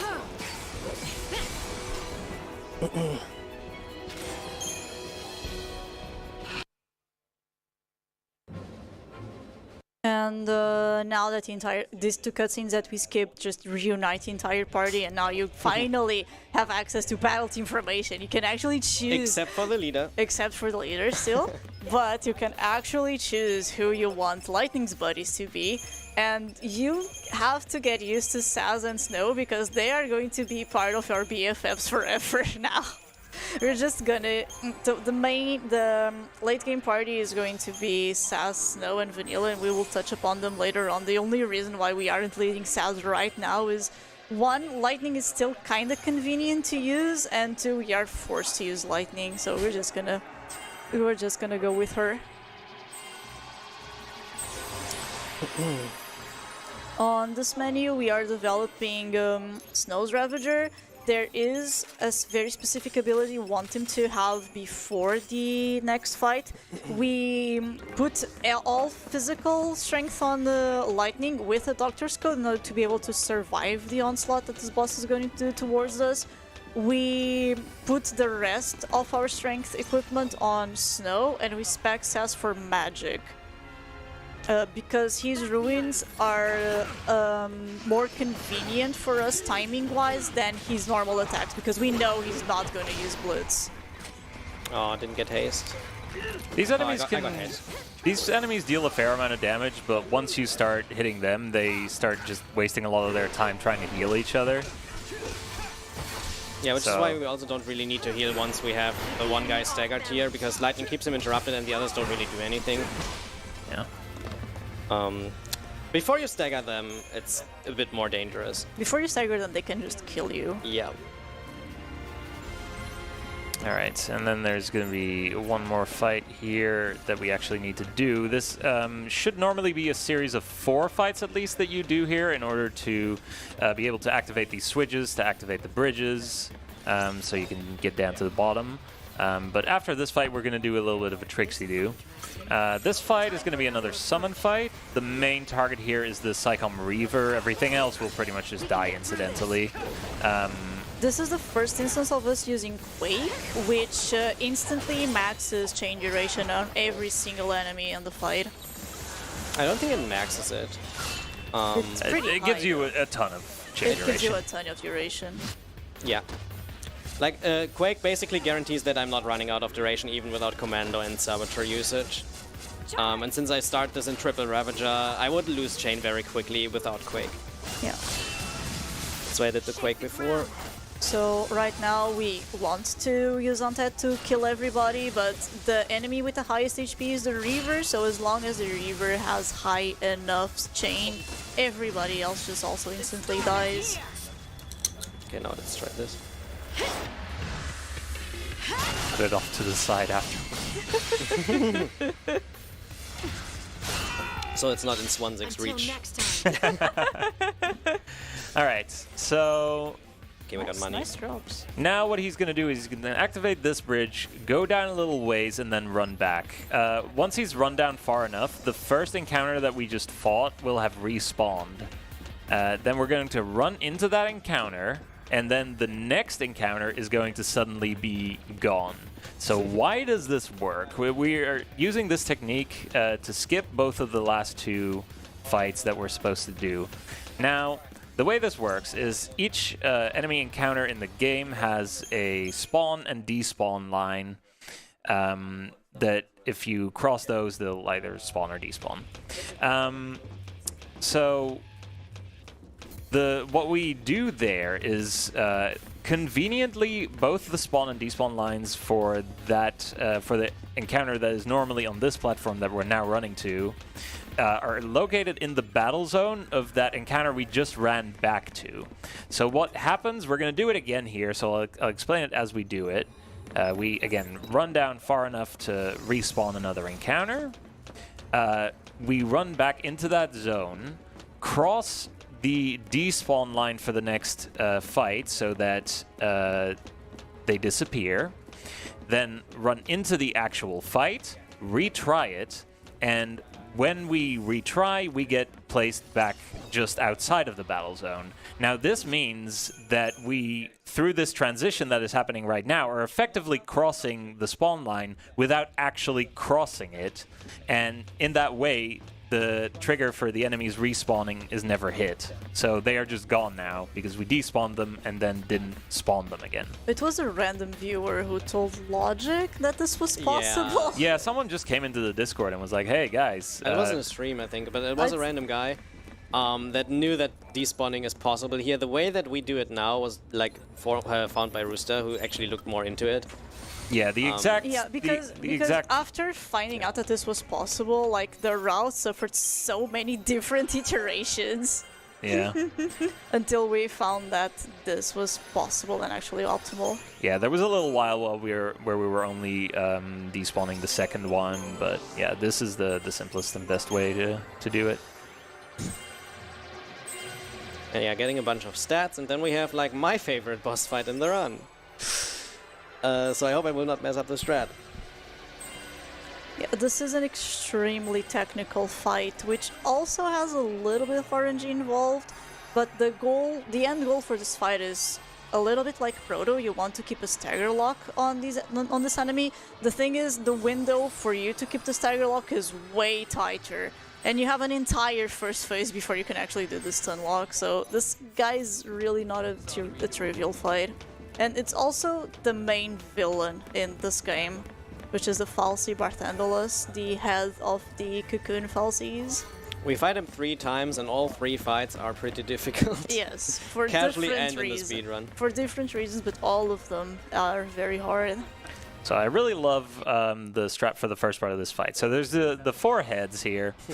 You've got to take these out before you can really damage the main head. They're all weak to different elements. So the way we're set up right now, we've got a Fortisol, so most of the buffs that we care about are already on our party. We use a Libroscope to reveal all these different weaknesses, and now Saz starts buffing all the characters with different end spells. Now the reason it's like this is because we are utilizing a property of the commando role in which different commandos will always target different enemies. So in that way, we are now all targeting and hitting different heads. And since we don't just all do one head, then all do the next head, etc., etc., we don't have to recast the buffs that much because we just focus on one each with the appropriate end spell. Thank you. And then, once 2 of them die, we reposition a little bit. Lightning's now going to be finishing off the head that Saz was targeting earlier. Saz doesn't do nearly as much damage as Snow and Lightning, so she has to finish this one off. Meanwhile, Snow is getting to work on the last one, and now Snow and Lightning can finish the last one off together. Yeah, you hover over the last Really good. hat to the main hat to make sure that Snow targets the hat that is weak to lightning. That potion didn't go off. Alright, He's now Not looking at lightning, that's fine. we are on the main part of the fight. The goal now is to stagger him quickly and get him into a stun lock before he uses that Thanatos Smile attack again, ideally. And the main problem that can happen here is if he if he's taken enough damage, I think, he starts using a move called Destrudo. We really don't want to see Destrudo because what it does is, well, it's a big attack, but more importantly, when he starts charging it, it resets his chain. So that just kind of undoes a lot of our progress. So right now we're starting the stun lock, ideally. And this is Should looking have like a it. good setup. Yep. Yeah, this is looking like a really good setup. Yeah, I have him. So this is all about getting the strings of the 3 different party members to line up well with each other to bridge the gaps. And this way we can kill him in one stagger without having to see Destrudo. And that was And a without really dying too. very, very nice Part 1 fight. That went good. Alright, so the ship that we were on to save Saz and Vanille crash landed because we defeated Bart 1. Because we defeated Barthandalus, and we get transported into an unknown location, which is known as the 10th Arc. 5th Arc? 10th Arc? 5th, I think. 5th Arc. It says it right there. Yes. On the we know that the arcs are a pulse legend where they prepare pulseless seas to war against Cocoon.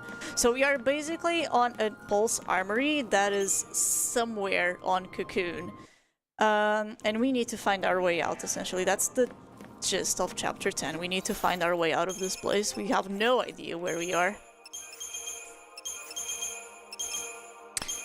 At this point, well, I guess it's after this fight, right? After this fight, we get the ability to actually change our party leader, but we're going to stick with Lightning for this chapter because her specific skill set is just more useful than Vanille, who we're going to be using instead of her later on. I have been corrected many times over this. You can already change party leaders Okay. before this fight. This fight unlocks secondaries only. Right, okay. you I get can a never prompt. remember exactly how that works. All right. I'll take your word for it.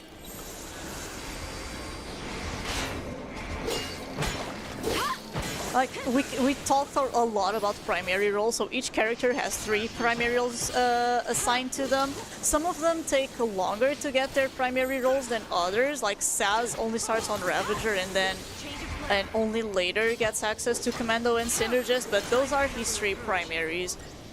Every other role that the characters don't have at start, they're called the secondary roles. Secondary roles are extremely expensive to unlock each node, but they offer you a lot of versatility and also the role bonus for that particular role because it gets stacked on top of the other. So you have a lot more ease to use a Cerberus role, for example, with 3 commandos, even though if you're using Hope, if you want to unlock Hope's commando, then you can just use him on a Cerberus roll, which allows him to deal a lot more damage than if he was stuck on the Ravager roll for aggression.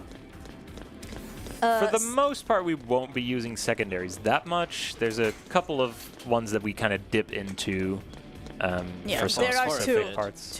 two secondaries that any percent does. Yeah. Longer categories tend to go into secondaries a lot more because we also have access to a lot more CP, so we can just use that versatility a lot more. And in the Yeah. Platinum Trophy speedrun, we need to level everyone fully anyway, so...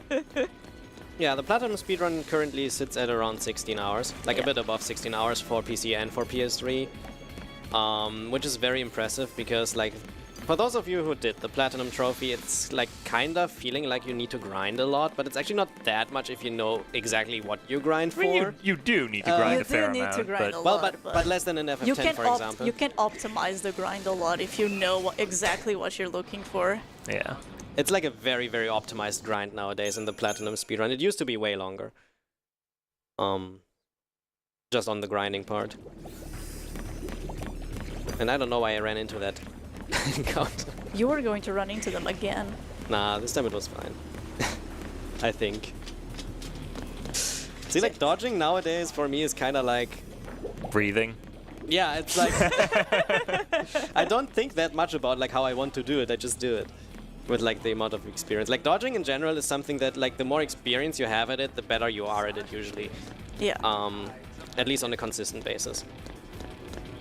Some of them still suck, some of them still are random, so you can just not avoid that. That one was obviously my fault. But yeah.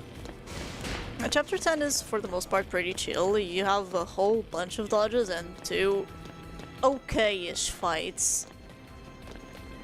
Like, both the fights, like, see if you agree with me on this one, Zig. Both the fights on Chapter 10 are way more consistent the better you are at them.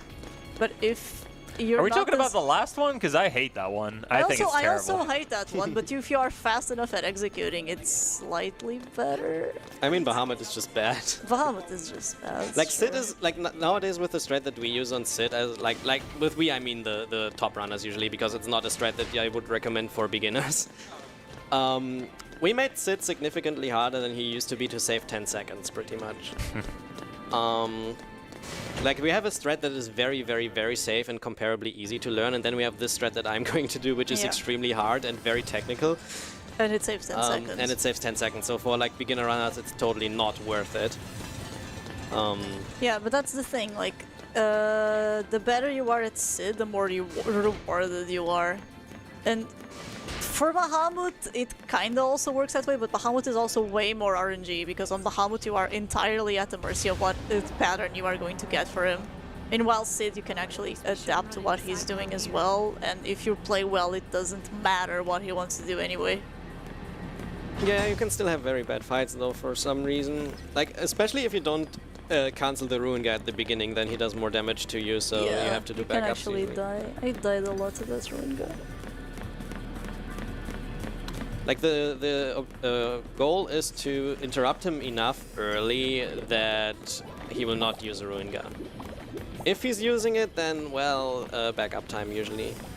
Oh, this dodge is tricky. Yeah, they don't even trigger. Is awful. Come on. We can talk a little bit about cut and keep, because that's going to be extremely important for Sid. Yeah. We can do that, we still have like a minute. But the main reason I'm using strikes instead of spells is because their cut is higher than for spells. Right, essentially, they have a higher interruption value. They interrupt better, yeah. Like with spells, he's not really getting interrupted unless I have like some buffs on myself. So there are two interacting values. You have the character's keep and an attack's cut. They're really weird terms because the game they aren't really officially translated because the game never tells you about these mechanics. But this mechanic is never explained like anywhere. But essentially, the higher a character's keep is, the least likely it is for them to get interrupted by a specific cut. And different attacks have different cut values. Strikes have more cut than spells do, so we are going to use strikes on this fight to be able to interrupt Sid more. Vigilance also increases your cut a lot, and cut and keep is also the reason why you want to potion tank a couple of fights, because a potion, the act of using a potion just puts your keep on max, so nothing can interrupt you using an item in fight. Yeah, and like on Sid, it's in a way like when I have Vigilance on, as Vero said, like even the spells will interrupt him. Right now, the spells will not interrupt him. The strikes spells will only interrupt once Sid gets staggered, because when an enemy is staggered, then their keep value is lowered. Alright. So the idea of this fight is pretty interesting. Since Sid is a l'Cie just like our party members, he has access to paradigm shifts just like we do. So he changes between a few different roles. The main one that he'll be in is his commando, I guess, offensive shift, where he's going to be attacking us. But we can keep him interrupted for a lot of it. At the start here, we're using Sentinel, so we're sure that Snow is the one getting hit, but the rest of the fight in this strategy is not going to use Sentinel at all, which is why it's kind of a rough, dangerous strategy.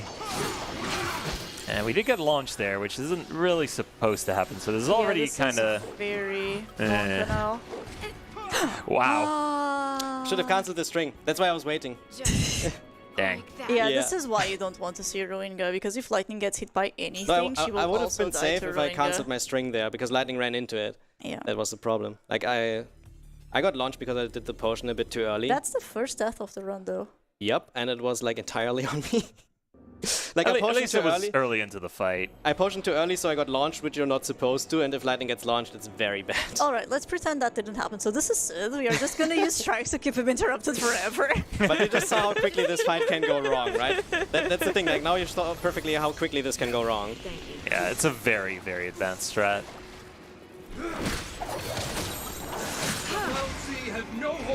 Okay, this looks better.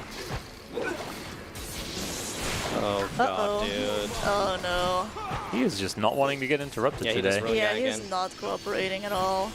And the Ruinga is also on Lightning.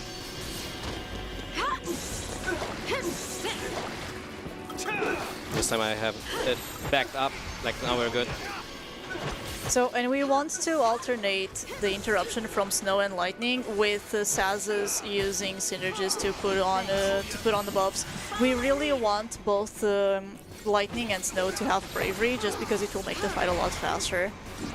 Right now he is in his recovery shift, which means we can just kind of go ham on him for a while. He doesn't even really heal for very much. We're hitting him for more damage even like now when he's not staggered yet. Follow my lead. Yeah, this looks very good though with the chain. That should be a win. Lightning, nice. So now we should stagger and start interrupting him before his next attack. And then try to shift into a commando and launch Yeah, him that's a win. immediately. So there's supposed to be a whole second phase to this fight where he transforms, grows wings, And he becomes very, very scary. shoots a big laser beam at you. His combos start getting crazy, but we don't see any of that because we, before we trigger the HP threshold for him to do it, we launch him into the air and then just kill him before he can do anything else. Yeah. If he does get that off, there is actually a backup for it nowadays because we have enough TP to summon on that fight, which using the summon, we can get through that big laser beam without dying, and then afterwards we can chain a bit extra and then kill with Odin's Zantatsken finisher. Because Sid's HP is actually fairly low, so it actually works if you chain high enough. If you have time now for a donation, you can go for it. Yeah. Anonymous donated $50. Thank you, Oh Anonymous. wow, thank you. Right, But so- yeah, Sid is a very, very difficult fight, and like the first time I died just because of my own fault. As I said, I potioned too early. On the second fight, it was totally fine. Lightning was on low HP, but that is always safe. Like, that's routed. Because, like, when he targets Lightning, I'll execute, like, 2 or 3 strikes, depending on the timing, to just stay on the ground. Because while Lightning attacks, she's not being able to get launched by him. This is the bomb carousel. Just run around. Hope they don't catch you. Yeah, that was a bit unoptimal. Had to do another tiny circle around them at the end there while the elevator was at the bottom. But Yeah, usually you want to be at the end of the elevator already once it's at the bottom, so you can just exit it immediately.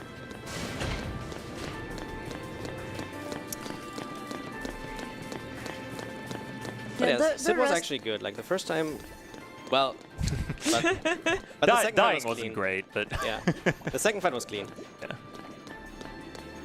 There's not really much going on the rest of the chapter. So Seed is a cocoonless sea. His role was actually to help us. So the entire reason why the plot of this game happens is, well, the Maker, which is God Almighty, descended upon the world. He made humans and he made Fal'Cie. So, Fal'Cie, you can consider them like supercomputers that are programmed to do a single task, that are very, very good at that single task. Meanwhile, humans, they don't really have a task, so they can do anything they want. In order for Fal'Cie to be able to utilize the power of humans, of their versatility, they make them l'Cie. They give them, hey, I need you to do this job for me. And if you complete the focus, you get turned into Crystal. If you don't, you get turned into a zombie. It's like, it's a lose-lose situation, but it worked for a while. until humans started turning on each other, because that's what we do. We just go to war, we kill each other, like whatever. And the fal'Cie started getting tired of watching the humans do all these fights, and they want to bring the Maker back. In order to do that, you need to sacrifice a whole bunch of humans. At least that's their theorizing. They think that the Maker has gone into like the afterlife, and they're like, well, if we just throw the door to the afterlife wide open by having a whole bunch of people go through there all at once, then maybe Daddy will come back. Maybe the Maker will come back. And Sid knows that we are the tools for the Cocoon's destruction. We are the tools to make that huge sacrifice happen. Because Cocoon has millions of people in there. If we make Cocoon fall, because that's what Paul's fal'Cie wants, which isn't, it's what every fal'Cie wants, then they get what they want, but millions are going to die. And Sid's job is literally to help us. Sid's focus was literally to help this group of people to be able to bring Cocoon down, and he decides to go against us. Okay, so I don't want Cocoon to fall, so I'm gonna go directly against my focus. I'm gonna fight you. I'm gonna try and kill you to make sure that you cannot do this. Yeah. Also, there's like nothing happening, so if there are any donations, you can let them play as well. Like we have. Swift donated $25. Hi. I hope you're having a nice drive, but I couldn't help noticing there's been some crashes and spins. Kind of like Beyblades. For good luck, everyone must sing the English opening song of the first season of Beyblade. Let it rip. This was for stream 1. Yeah. I don't even know the lyrics. I just know let's Beyblade, let's Beyblade. Let it rip. Let it Da, da, rip. da, da, the speed of sound, or that's Sonic. I don't even know. Okay, fine. Let's Beyblade. Etc. Beyblade. Oh yeah. Okay. That's all we know. That's all I know. Yeah.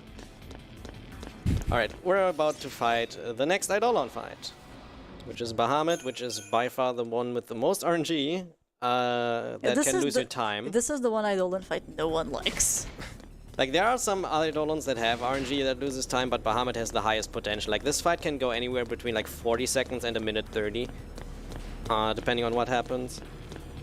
So we'll have to see. So the main source of RNG, there are two sources of RNG. You want to land slow as fast as possible to make sure that he's not constantly attacking you. And the second thing is he actually has two different patterns. You can start with 2 strings of 2 physical hits and then Whirlwind, or you can just go straight to Whirlwind. The problem with Whirlwind is that it launches you. If you start with 2 physicals, you have enough time to prepare a potion and make your keep go to max and keep your feet on the ground. But if you start immediately with Whirlwind, there is no way you can actually prepare the potion on time. Oh, so that's very good. yeah. Another thing he can do is just go to a different party member, so he can target Fang, Lightning, or Vanille. If he targets Lightning, Lightning just dies. Yeah, Fang has the Sentinel role, so she can kind of reduce the damage from that, and we've got our defensive buff equipment on Vanille, so she can kind of tank stuff too, but Lightning is just going to die if she gets hit. But this is looking like a very nice fight. Yeah, this is looking like a really good fight. Yeah, that should finish now. Yeah, and it's really interesting because this is one of the few fights where the game gives you a new set of paradigm deck, because the entire party was changed, but this paradigm deck actually works very well for the Bahamut fight. Because usually when the game gives you a completely new paradigm deck, it just does not work. For Eidolons, somehow they are always good though. Or like not always optimal, but like all of them are like useful to be able to beat the fight quickly. Except for Odin, maybe there we do a second dual casting. But all of the others I think are fine with the default. Ushu 2 though. Ushu 2 Fighting though. Ushu 2 with the default party they give you for that. That's not a is- summon though. No, I know it's not. I'm just giving an example of where the default paradigms the game gives you are really bad. Alright, welcome to Grand Pulse, guys. This is the planet that we were on the moon of the entire time so far. Yeah. And this chapter will take a while. This is the longest chapter in the game by far. It's not even close. It is so long that it is longer than the next 2 longest chapters combined. Yeah, and if I die on Dahaka a few times, it takes even longer. It'll be fine. We got a sub 3 chapter 10. Yeah, we'll see.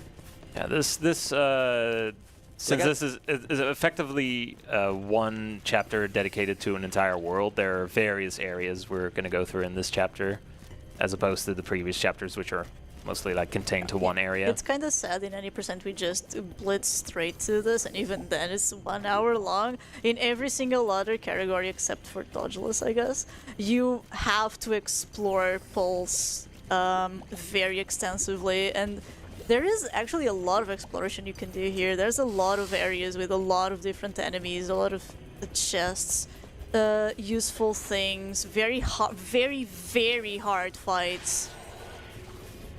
Yeah, this is where certain bad faith criticism of the game says that, like, this is where the game gets good. I would definitely argue against that point, but you know, this is where the game actually gives you freedom. I mean, the fights are going to be way more fun for me too, usually in the end game, but they're also way more dangerous and take longer and are significantly harder. And all of the Yeah, fights you also have to assume now. that from this point until the end, that we have been under leveled this entire time, but the game really expects you to explore Pulse before you go back into Cocoon, so we are very, very under leveled by the time we go back to chapter 12. Okay, so here's Alexander, and since Hope is not really part of our main party, he is incredibly squishy because we have not leveled him up in quite a while. We've given him a tungsten bangle for 150 extra HP, but even with that, he basically gets one shot. So the tricky part here is we use Fang as a sentinel to target the attacks toward her, and then it's important to time certain strings such that Fang stays far away from Hope, so Hope doesn't get clipped by stray punches. And Kai's done it well here. The hardest part of this is the start. Afterwards, it's fairly simple to just... Yeah, this is usually a scripted fight once you have Fang not jump at the start. Yeah. As long as you don't do any input mistakes, it should be always a win after that. Like one of the very few fights where you normally never have to improvise. Yeah, this fight is very, very consistent as long as you don't mess up the start. That's pretty much a win now. He switches between patterns where he does a couple of attacks and then he just waits for a while. This is the dangerous one. Yeah, I had to wait a bit for Fang. Whenever he does Lofty Challenge, that means he's just going to kind of stand there for a while and let you wail on him. Yeah, when he does Lofty Challenge, that means you can do 3 strings in Relentless Assault. If he doesn't do it, you can only do 2 strings.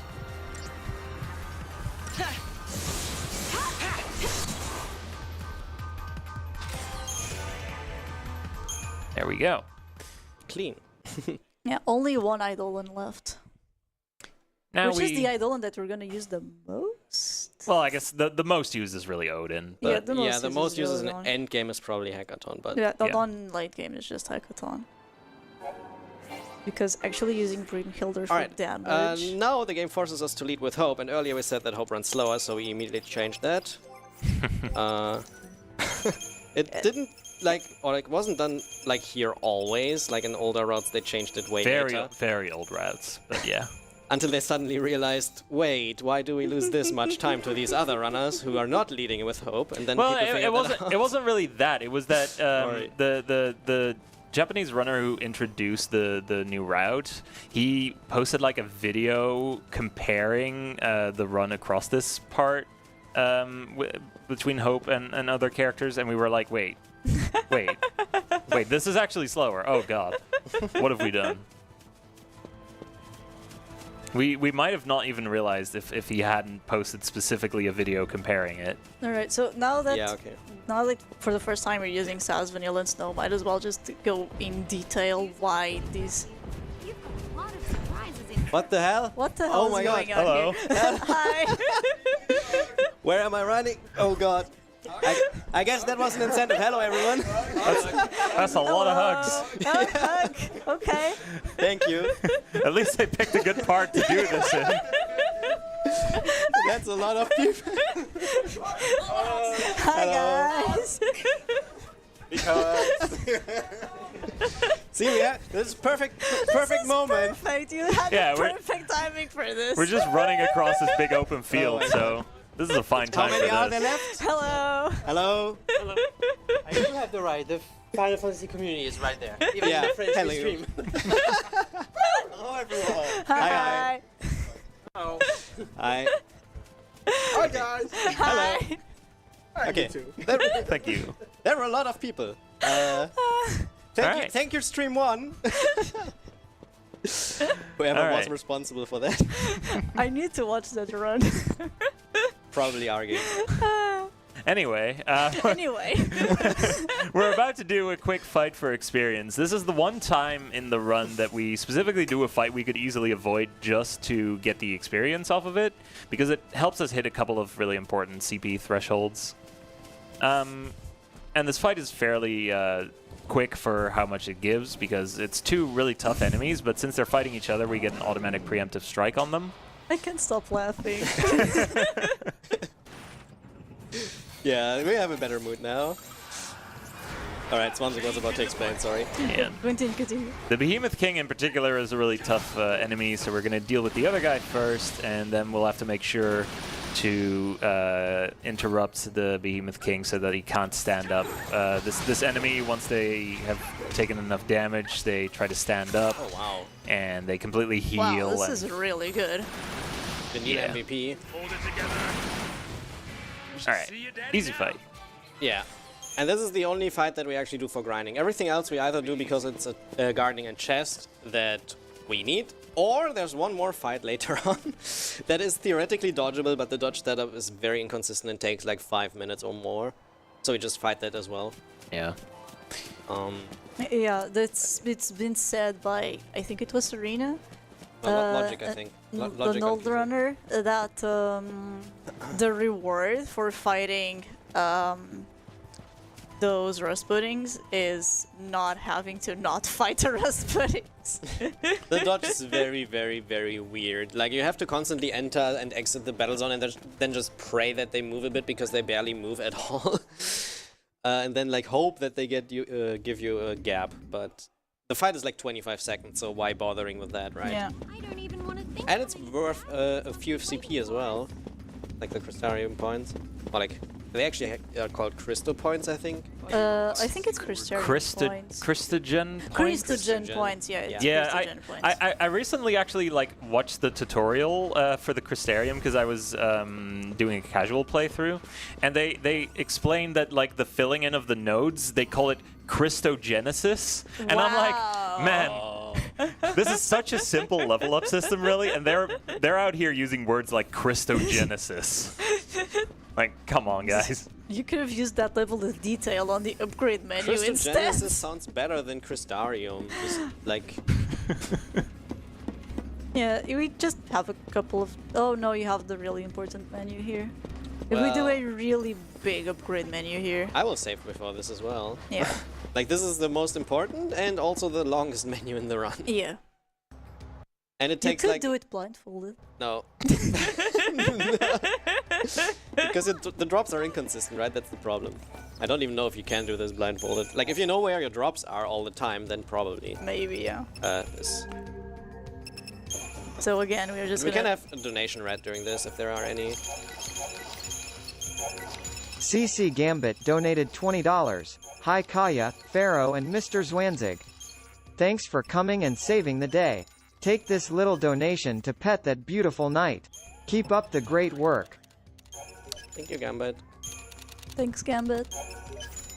So we just sold a bunch of stuff, and we are gonna buy a bunch of stuff from now on until the end of the run. All we're gonna buy is superconductors because they are the best mechanical component that we have access to by far. We are gonna use all of these materials to upgrade the Vegas and the Wild Bear to maximum level, and then we are also going to upgrade a Black Belt that Kaya just bought also to max level. Did I say I saved before the menu? I didn't. You did. You did save You did. before Did the I? menu. Yeah, you did. Okay.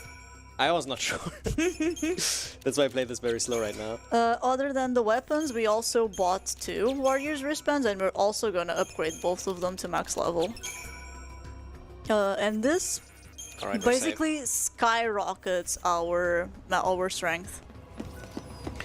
Yeah, we now have 2 fully maxed Warriors wristbands. We put those on Snow, and that's 360 more strength. It's a lot. Yeah, we can see it on Snow pretty soon when I'm in the So upgrade we are menu. doing Christogenesis now in order to get Quake on Saz, which is going to be important for a couple of fights. We also just want to start working on his commando for a couple of skills that we want to get later on. For another really important one is Jeopardize. Jeopardize is a commando ability This one. that increases chain on a staggered enemy for a little bit more for each commando action. The thing for Saz is that this little increase is applied per each bullet, and if you haven't noticed yet, Saz shoots a lot of bullets, so this is really, really important for one of the boss fights that we're gonna do on this chapter. Yeah, it synergizes very well with Blitz. Yeah, it's synergized really well with Blitz. For Vanille, we just want to start dumping everything on her medic, because this is where her ATB segment is, and she doesn't really need anything else on Saboteur or on Ravager other than the Ravager level that we're gonna get later. And for Snow, we want to work on his Ravager and his Sentinel at the same time, because Ravager has this final accessory slot, while Sentinel has some really important abilities, and it has both of his accessory slots. No. Sentinel has an accessory slot, and it has his ATB segment. Yeah. Challenge. Challenge. Yeah, but the abilities you're going to get. Okay, Yeah. the really important abilities we get from Snow was Fringe Ward, which reduces enemy damage on his allies for AoE attacks that are aimed at him. So imagine an AoE attack that is aimed at Snow will deal less damage to his party members. I had to unequip that with exactly the same again to not mess up the slots of my accessories. And then you also get Challenge. So the Sentinels have 2 abilities that draw aggro, Provoke and Challenge. Provoke is AoE, but it has a lower infliction rate. Challenge is single target with a very high infliction rate. Yeah. So challenge is significantly better for the fights that we use it on. Yeah.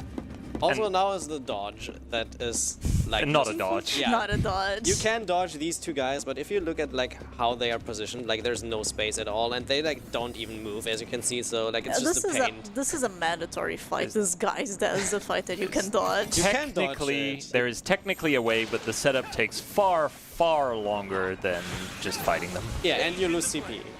Yeah. I mean, we really want the CP anyway. Yeah. Like, it has been considered we skip the other fight many a time, but in the end it's just not worth it to skip it ever, because you lose so much really important abilities by cutting that fight. Yeah, that just took 23 seconds, so like there's literally no reason to even try the dodge. So right here, we are just barely able to afford Vanille's 4th ATB slot. 5th? Fourth. 4th, I guess. She's gonna get Yeah. the 5th Right. now. Exactly. And this, since we are coming up to her Eidolon fight, which most of the increase of the Gestalt gauge is going to be done solely by Vanille's abilities, it really speeds up the fight for her to have that 4th ATB slot. So these guys are really interesting to dodge. You can just lure the hoplites, and the ambling bellows, in order to face you, will turn and actually give you enough space to get past them. That's a really funny dodge. Alright, who talks about Hekaton? You can go ahead. Alright. Yeah, Hackathon is really, really difficult if you want to do him fast, but if you want to do him safe, he's actually pretty easy. So it's kind of funny. Alright, so Hackathon is Vanille's Eidolon. It's the last Eidolon fight. Well, the last 2 Eidolons we did with 3 party members, but this one we're gonna go back to 2 because Vanille and Fang are BFFs and they have to stick together for Vanille's Eidolon. So we have 4 paradigms, we're only gonna use 2. Hackathon's Gestalt gauge responds by increasing chain, inflicting debuffs, and hitting a sentinel. Hitting debuffs first is going to be the most important one, because debuff infliction and increasing the chain with a Ravager more or less do the same thing, but inflicting debuffs maintains your chain, so it's far more worth to just use debuffs the whole fight than using Ravager. Hackathon hurts. It hurts a lot. So we are going to manipulate Fang. We want her to stay close to Hackathon. Of course, he starts with Quake. Yup. While you stay in the back and just spam him with debuffs. Yeah, the general flow of this fight is very similar to the Alexander fight. There's just a little bit more randomness because his attack strings can really have various lengths based on what he decides to do. Yeah, we really don't want to see Quake, because Quake is very, very strong, and Quake is almost always followed by counter if it's done at the end of the string, which is also really strong. He does not like me today. That was the second Quake already, or was it the third? Yeah, you can see how powerful he is. Fang is in Mediguard. She's stacked with defensive equipment, and he's just deletes half of her HP. I have to play the safe. And she would have backed off now. He's not attacking. So yeah, the Hackathon has 7 ATB segments that he depletes. Most of his attacks only use 1, but Hackathon is also interesting in the sense that his attacks don't really correlate to how much ATB he has, because Quake uses 4, but he can 3. I think 3, but he can do it in situations where he has 2 ATB left to use. It's a little weird. Yeah, he just has a few different things he could choose between. Yeah. So you kind of have to react a little bit to what he does, but the general flow of the fight is always more or less the same. Yeah, the general flow is just he is in Looming Wrath. With Looming Wrath, you want Fang to be on the offensive, and you want her to be on Sentinel well before he starts using attacks, because if at any point he chooses to attack Vanille, you just die. Yeah. You don't want to lose Provoke ever. Yeah. Okay. No shortcut, I guess. Yeah, the rest of the dodges in Mahabara, which is the cave system we are in, are fairly straightforward, except for any dodge where bombs are involved, because bombs are just fast. It's a trend in this game. Fast enemies are hard to dodge. Who the thunk? So now that we have a little bit of downtime, I guess we can talk about why exactly our final party for the end game is what it is. If you've been paying attention, you probably have caught on to the fact that Saz and Vanille are incredibly powerful because they have early access to the offensive buffs and debuffs, stacking all those multipliers that allow us to do the big deeps. You know, Saz's Blitz is really good. We're going to get Cold Blood later, which is really important. So Saz really is the MVP, and Vanille is like top support as well. You know, the debuffs obviously being very important. You get a powerful medic.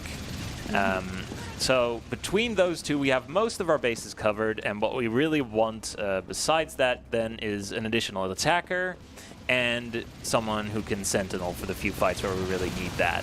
Now there's 2 party members that can kind of fulfill that role. Both Snow and Fang are solid commandos and solid Sentinels. The older route, and by old I'm talking like pre-2015. Really, really old. Yeah, it's quite old by now.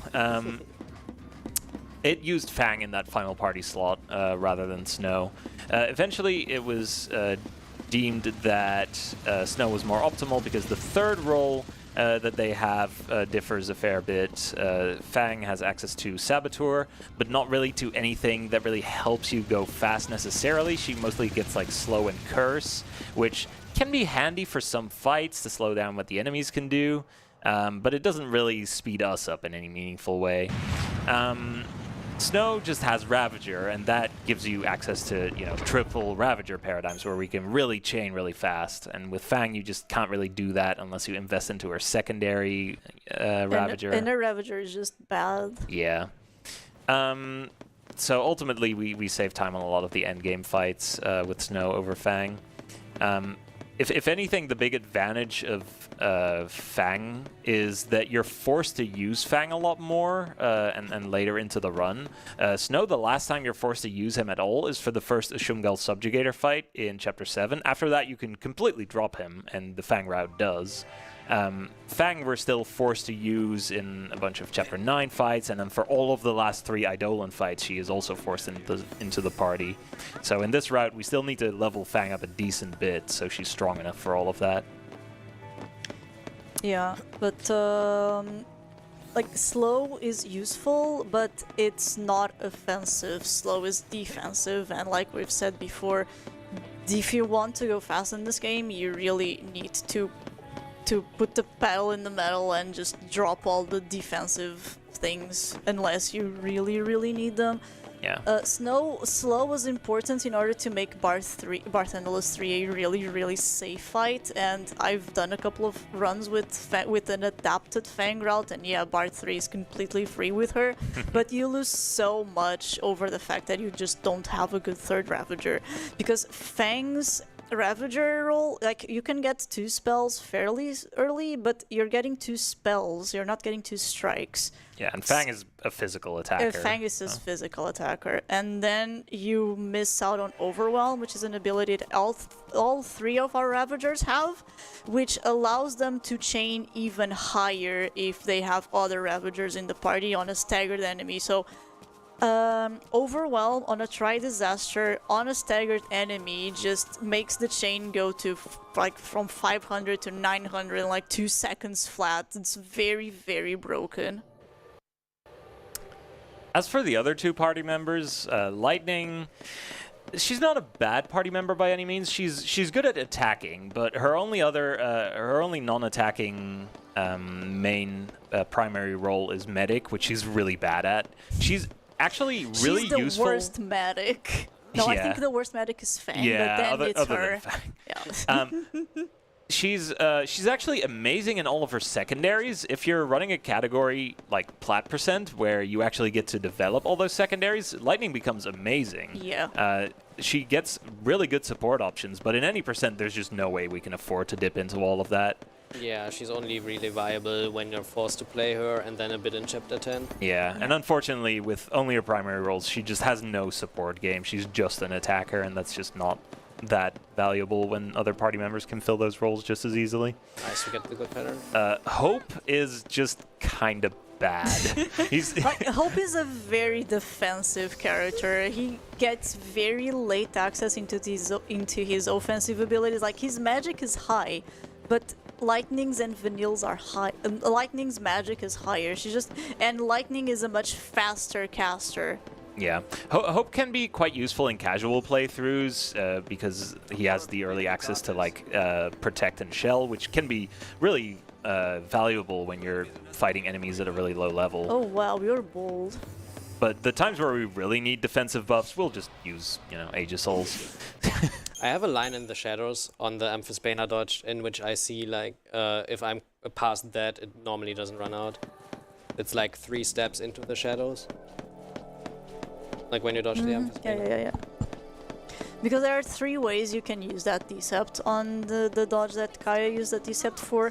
You can either use it be forced to use very early, and then you need to cancel it on an encounter that's not these dogs. You can use it like midway, and then you can cancel the Decept in front of the dogs, or if you can afford to use the Decept very late, then you can go all the way to the other side of those dogs. But I've tried that like twice, and the 2 times I've tried, I've lost the Decept, so I just never decided to go for it again.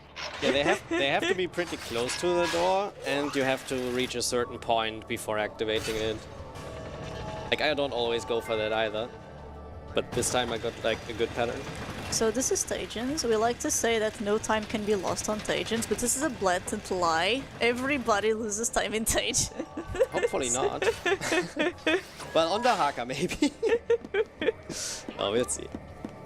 So this is the only situation where we are going to do missions. Missions are basically this game's side quests. In order to progress through Tajins, we are forced to complete 6 missions. 3 on this floor and then 3 combined between the 2 floors. Each of these missions have a unique enemy that you need to kill, which is your mark. It's going to be indicated by a star. And we have very specific strategies for these enemies, and almost every single one of them requires a preemptive strike because they are way too strong for us to take normally. They are also fairly similar, like for Jali Titan and 2 fights from now, the strat is almost exactly the same. The only difference is Jali Titan is a much scarier enemy than the one we're gonna fight next. So this guy is weak to Thunder, so we're just gonna buff in Thunder on Saz and Snow, get debuffs going with Vanille, and because it was a preemptive strike, this guy just dies very quickly because his natural stagger point is very high. And make no mistake, we need the preempts on these fights. We are at this point very under-leveled. Like, don't let the fact that we're still like dealing out really big damage fool you. Our HP is incredibly low. This, I mean, you'll see it right here, because you'll typically get 1 attack off. Yes, Yeah. you just deleted half of Snow's HP. And Snow is by far our tankiest party member. So, if he's 2-shotting Snow effectively, you know we're in trouble if we actually have to fight this guy straight up and not just keep him interrupted during stagger the whole time because we get a preemptive strike. Like, our offensive stats are not even really weaker than what people usually play with, but as Swansea said, like, we are very, very squishy. Like, the defensive stats are the issue. The old man still got it. But with preempts, these fights are usually working out fine. There's one particularly tricky preempt, well, technically 2, but one we avoid because I have a Deceptisol for that. You could try go for the preemptless Oh, but like I have once. the Deceptisol. Fine. I'm already forcing you to do blindfolded the Hawk. I'm not gonna push anything further. I mean, we have coffee here, I think, so I could do it once. If you can't, just give him the controller. We'll see.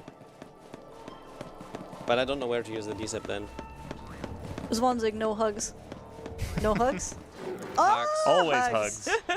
Hug. This enemy is named after me for reasons. Yeah, and why? he loves to hug. Yeah, he loves to hug.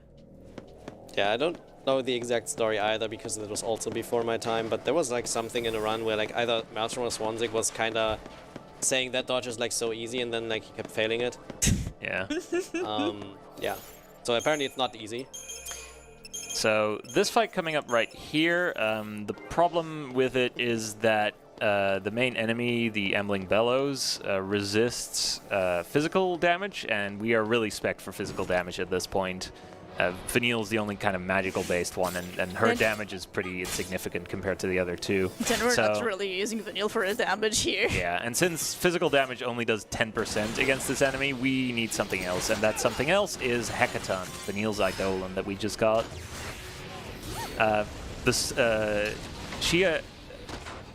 Odin is arguably better in a lot of situations, but her Summon's finisher has the highest straight-up damage multiplier out of all the Eidolons. Yeah. It's very, very strong. Yeah, and outside of the insta-kill, like, this is the best finisher.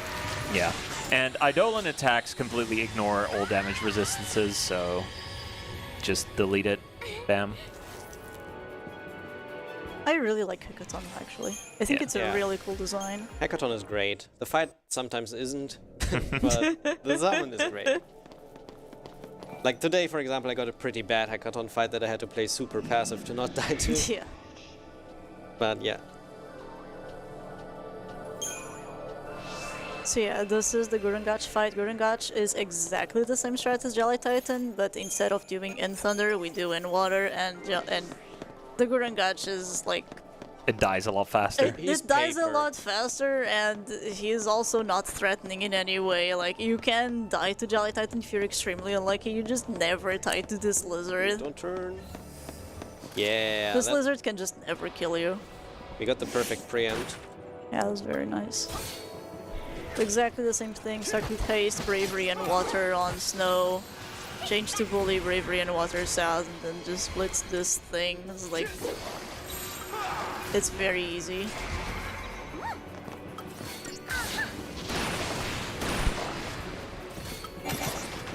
He was a bit too high at the start. Might still not kill. Oh my god. Oh, that was unlucky. Yeah, blitzes on launched enemies are always a little bit of a thing, whether they're gonna hit sometimes. Yeah, you have to pay attention that you're not whiffing it. And there I thought I had enough time until it starts, but apparently I didn't. So yeah, those are the 3 missions we need to do on the first floor. So now we're gonna go to well, second floor, and now we're gonna go to floor 4 and 5, 4, 5, and 6. I think the last Something 3 like missions that. are Yeah. all 3 easy between missions. those Now we do floors. the 3 hard missions. Yeah, basically. Yeah, they are the 3 hard missions. I was like, yeah, Vitala, Penangala... No, it's Penangala, Mushisu. What was this one? Oh, yeah, Vitala, yeah.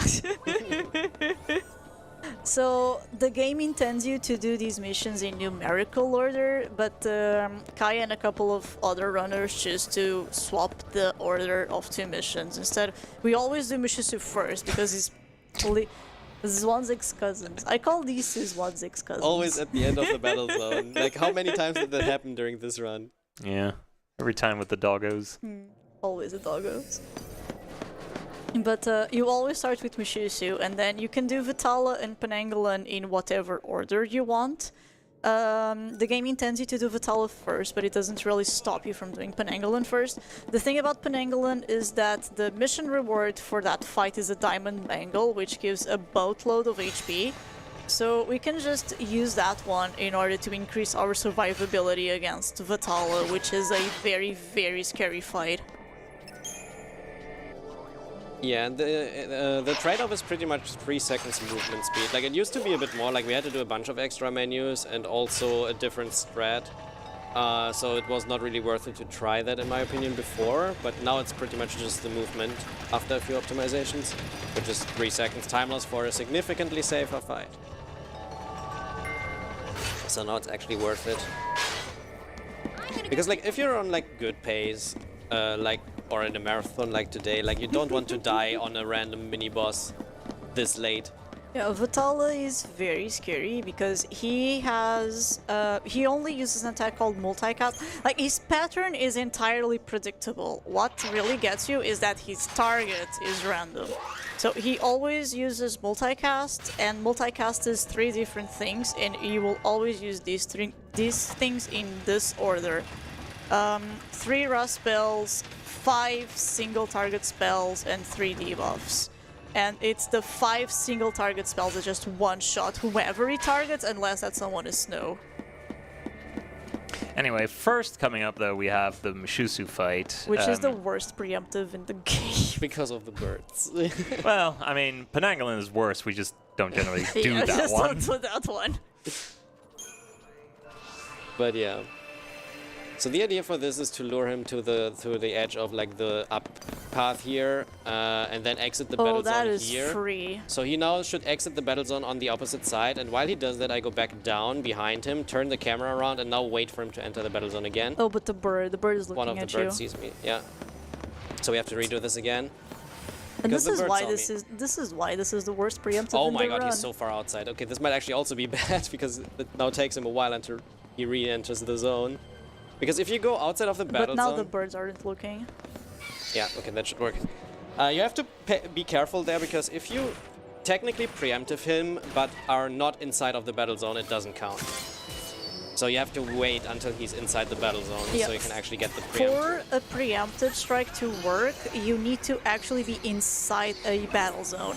The interesting thing is it doesn't need to be the enemy's battle zone. There is an all missions fight where the battle zone for the enemy that you want to kill almost overlaps with the battle zone of a random mob that's there. So if you can lure the mission guy that you actually want to kill inside the mob's battle zone, you are guaranteed a preemptive strike, because even though he's looking at you, he's not inside his own battle zone, so you always get the preemptive strike if you get that to work. The problem is the random mob is 2 dogs and they will also try and catch you. That preemptive is a mess to try and get normally.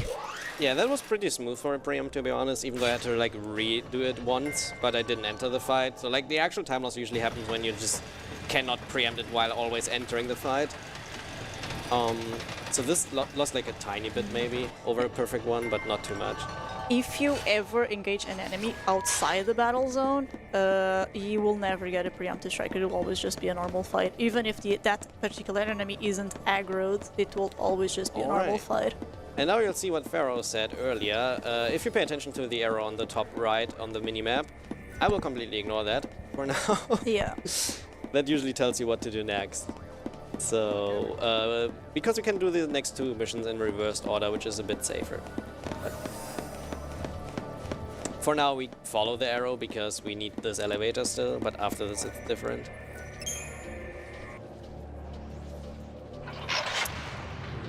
Penanggalan is another fight that we are going to use Vanille's Eidolon for. The reason this time being more because it's a very dangerous fight where we just don't want to be like vulnerable as much as possible, and so just dealing with it with the summon. Penanggalan's magic set is actually fairly high, and you and they're a type of Seath that I just call Zubats because it's easier.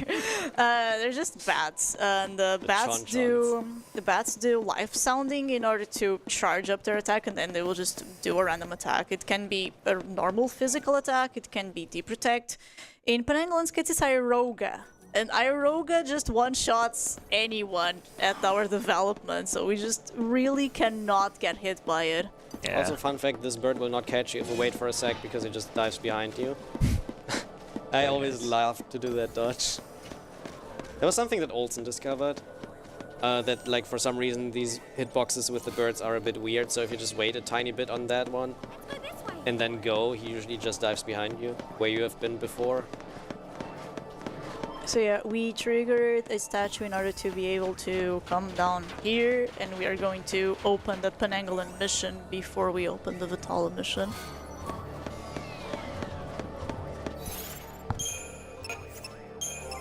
Just set Vanilla's party leader. Need double gorilla and... So we can use Hekaton for this next fight. A tricky thing about this fight is if you're not fast enough on the inputs, or even if you are but you get unlucky, you really need Saz to hit Blitz on Penanggalan. Otherwise you will not get enough duration to be able to kill it with Hekaton. But Saz can be interrupted by all of the Zubats in this fight. So you either just hope that you stagger and interrupt enough people with Vanille's own string, or you open Quake and then work on getting everybody staggered. But most runners these days will just use Vanille and pray that Penanggalan doesn't troll and interrupt Saz for forever. Yeah, and this is the first case in which we use the Deceptisol for the preempt instead of for dodging. This preempt can be done manually, and that would mean that you have to farm 1 fewer Decept at the start of the run, but it's kind of slow to set up anyway, and it's kind of random. It's not random, it's inconsistent at best. It just sucks. It depends on who's doing it, I guess. Like, the one who founded it can do it pretty reliably. The one who founded is a god gamer. Yeah, we can only try. Did you miss it? I think you missed. I was corrupted. You missed it. Oh no! Do you have enough duration? I don't know. For Let's this? see. I don't think you have. Yeah. We'll see. Okay, never mind. This is a retry. Yeah, this is what I was talking about. So Saz's Blitz got interrupted by Vanilla as Penangolin well. and Vanilla as well, so you just don't have enough duration to be able to kill. So if I did it manually now, Zubat. I would have to do it manually again. True. But yeah. They were really aggressive there. Like, normally Vanilla's not getting interrupted that much. Hello. He's right behind you. I think you're fine? Did Sass hit it this time? I don't know. Yeah, no, this looks much better. Dude, stop! Does No, I don't this think look this much kills. better? I think you have just enough time. I need 2. And then YOLO it. Well, I think now that since you didn't do the Aroga, Yeah. you might not have enough. Wow, this is super unlucky with This is interruptions. really troll Zubat, man. Normally they are not like that, so I'm happy I have this D-set. Maybe if you do it manually, they will be permissive. They should not interrupt Sass and that's it. Like, there was a turning animation forever, which is why they were delayed. Yeah, like Penangolin just flew straight behind Saz. Okay, like, try 3. This should be fine. Now, Thank okay, you. yeah. Now Saz Yeah. got the blitz going. This looks much better. This is what this strat's supposed to look like. And I'm not getting interrupted. Fog. Look how slowly the stagger bar this time is depleting versus what you were seeing before. Yeah. Like he has so much left now. Need to do 3 though, I think. Just use cannons. Cannons is way more fun. No, he has too much HP. That's 3. Aw. Hey, but we killed. I tried. Yeah, that's just like a bit of RNG that can happen. It's not that likely that it happens, so the fact that I got it twice in a row is extremely unlikely. But yeah.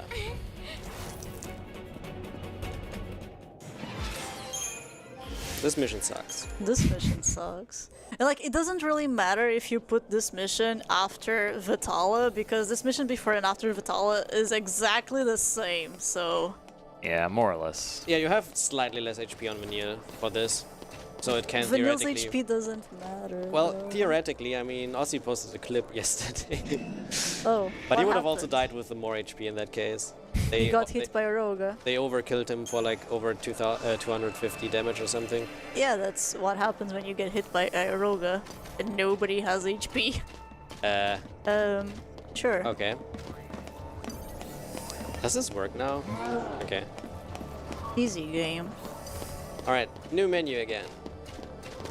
Yeah, so now we're setting up for Vitala, and we're also gonna set up for the Huck at the same time. We are going to, again, sell everything in order to be able to afford a bunch of more upgrading components, and... Oh, yeah, do that. And we are going to use this to fully upgrade... No, yeah. We're gonna use this to upgrade the Warriors wristband we got from the Gurungach fight, and to dismantle the last... Warriors wall. The last... I drew a blank. Doctor's Code. Doctor's Code, yes. Doctor's Code. Yeah. We're actually leveling up 2 more Warriors wristbands here. Oh, yeah. Yeah, we buy the second one. Yeah. Alright, and now we have a lot of Crystarium. On this Crystarium, you want to start developing Saz's Ravager. Right now, the goal for Saz is getting Cold Blood. Yeah. Cold Blood is one of the most important abilities for late game, basically, and it's very, very strong. For reasons we are going to explain later on when we actually get it. For now, it's not really important. On the way there, we are going to grab Aurora, which is a good raw spell for Saz, and we also get Renew, which is fairly important. I think because you have extra Crystarium, you can also get the roll level. Yep, we go past it a few notes. We are now at the point of the game where the Doctor's Code potions early on in the game were extremely OP. They were essentially full party heals. At this point, since they don't really scale, our HP has kind of outpaced the usefulness of potions. So luckily at this point we get access to Renew, which is just half of your entire party's HP restored at the cost of 2 TP. And that's going to be a lot of our in-battle healing from now on. Due to this, we've kept most of the Ether Souls that we've gotten throughout the run, and the late game also gives you quite a few more. So we'll be using a lot of Ether Souls from this point on so that we can use Renews and other stuff where necessary. Alright, now don't do a mistake.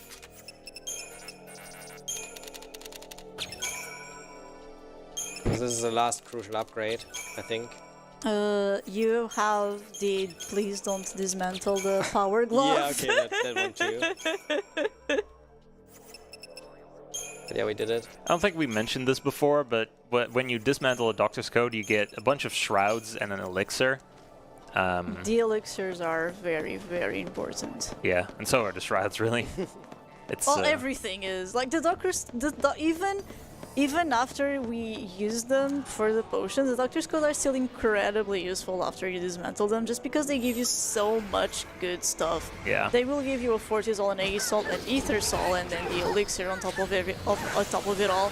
And you only have access to 4 elixirs in the entire game. 3 of which are from dismantling Doctor's Codes. Exactly. There's 1 in a chest in the last chapter. Yeah, like if you saw the string of 6 single target spells, those were on Vanille. If she didn't have the diamond bangle, she would be dead. So there's the advantage of the Penanggalan first route right there. Vanille would have died there otherwise, and it's still possible to win the fight at that point, but it gets scary. Yeah, it gets way harder. If Vanille dies and you have to revive her, Vitala gets to do way more strings, and that's very dangerous then for Saz as well. Here, with this HP, she like 90% of the time survives that, or like even more. I don't know. Maybe she's guaranteed to survive. I think she's guaranteed to survive. But her not dying there is like very, very, very helpful. Alright, and that is part of why this route I think is superior, even though you have more movement, because that's like just that fight is significantly less of a threat. But there are still advantages to the other route as well, because you have less movement. If you want to go for it. Right, and now we can essentially get to the top of the tower now that we've done all these little missions. And then we're gonna fight Dahaka once we're at the top. Try to fight him.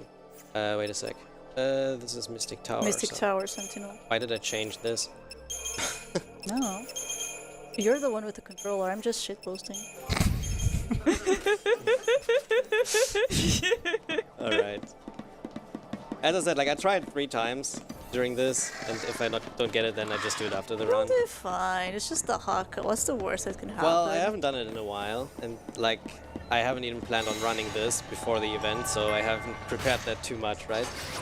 So Did you practice this at all recently? No. Okay, cool. This is gonna be fun! The last time I did it, practice was for the GD2 run. This is gonna be fun. But it's fine, like it's a consistent fight as long as you don't miss input. So just don't miss the input, Forehead. We'll see.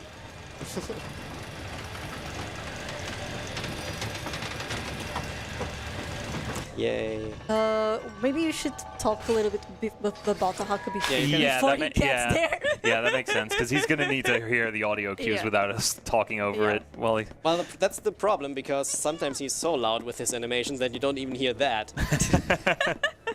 Alright, so the idea here is Dahaka's attacks are really powerful, so we're going to need a Sentinel for most of the fight. So Snow's just kind of going to sit there and tank the hits.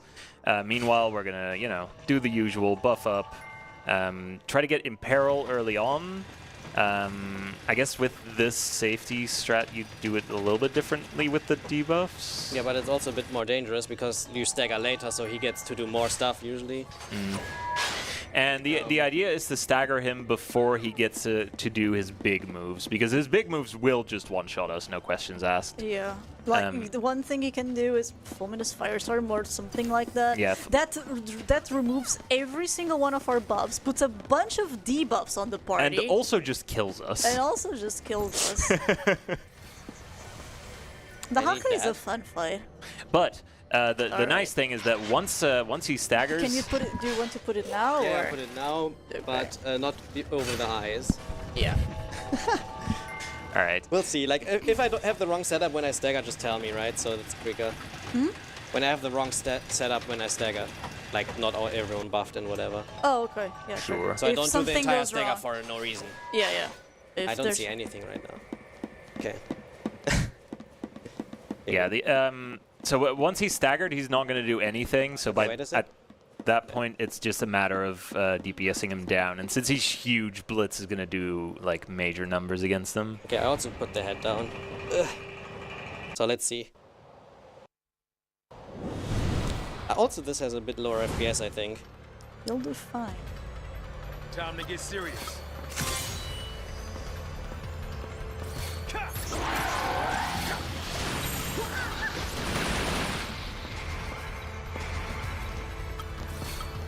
We ain't going down, thanks.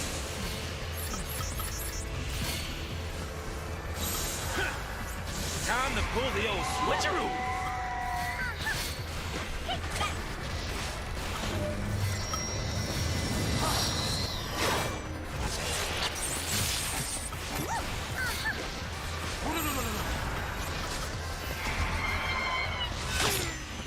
Wow, Saz got hit.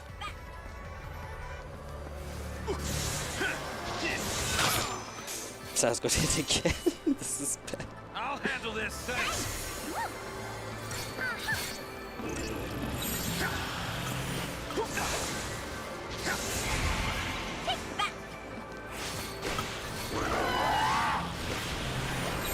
Follow the old guy's lead.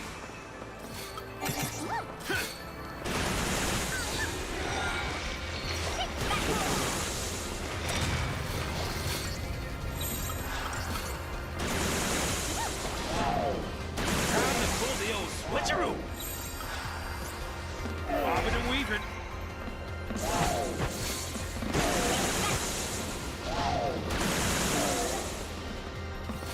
I've forgotten which aggression I have. You guessed What's right. going on, Okay. everybody? Hope you are enjoying the stream. Learning a lot about how to He should be speed down run to this this. stuff. Why did he get up? Just continue. Uh-oh, uh-oh. Continue. Oh, hey! Okay. Easy peasy. I was so afraid when Saz got knocked down twice. Yeah, they were both on red. Both Saz and Snow Because I were don't on see my red. HP, I don't know when I renew, so it's just like between the two Matador strings you renew the second time. Yeah, Snow's HP got very, very low. Yeah. Yeah, I mean, I don't see that. I don't know if... Okay, it worked out. It's fine. You did it first try without any practice. Well, I practiced that for hours when I did it for like last ESA. Take this off. And also tried Put this your for glasses GDQ. back on. Are you going to do Bartley without No, your but glasses? I don't want to lose time, so we do this one. Okay, This man is dedicated. now we can. Okay, so, okay, oh god. I have to move. Thank you. Right, fixed. Okay, I'm happy that worked. But, I mean, I practiced that for a lot of hours, and if like nothing goes super wrong, it's a very consistent It strat. wasn't used on GDQ. It was Um, on the Superior event. Yeah, I did it for ESA 2020 back then. I tried to do it for GDQ, but unfortunately it wasn't met, but I still Did you do it practiced during the run on ESA? No, I did it after. This is way better. Well, yeah. This is also on site and not from home. Last time was from home. Because it was ESA Summer Online. But yeah. Pretty happy that it worked actually, even though apparently it was close. You know what you can do now? No. Because we are almost at 40k, you can just grab the perovskite and do the magnet drop. No. I mean, with notes maybe I would, but Yeah. So there's an alternative route that is used by some runners nowadays. There's a particular weapon for Saz called the High 80s Magnums. Now this weapon is ridiculous. The strength gains if you fully upgrade it is like twice as high as any other tier 2 weapon in the game. It's ridiculous. The trade-off is you only have 60% of your HP. That's not a only trade-off. That's though. the only thing that I think makes the fight somehow more dangerous when it goes offhand and makes the route a bit more dangerous. Gotta Like, risk it for the biscuit. I personally think the route in an optimal way is a bit faster, like the Magnum's route, but it just has like backups when stuff goes wrong. Like Yeah. the magnums are so strong that the only category that they aren't used is any percent. Well, They are can using be used. every single other category. They can be used. It's just the being at 60% of your HP when we already have little HP is just Yeah, not the that thing good. about the Magnums is every single other category has way a better and more efficient means of upgrading it. Any percent doesn't really have much, so you lose a lot of time just trying to upgrade it, whereas other categories just have a lot more more money or just more choices as to what they can do with And them. also, yeah, just more opportunity to use it, because by this point we're like an hour away from finishing the run, so getting a really strong weapon for that last hour, yeah, it can help a bit, but you also have to invest in it, so it's, you have know. to invest both time and money in it. The effectiveness in any percent is just pretty little compared to what we do normally, because of how short it is. Like 7 boss fights or something, where it matters a bit. So, again, to be clear, it's still a totally viable route. Like, it's, yeah, they're, it is they're still a practically totally viable equal. route. Yeah, It's not like the guaranteed you should absolutely be using this that it is in other categories. And I'm also way better practiced at this route, so yeah. when stuff goes out of hand, which could happen on the next fight. Yeah, so the next fight is like Proto. This is a major wall for new Before that, runners. we can quickly mention the dodge, because that's one pretty interesting one. Yeah.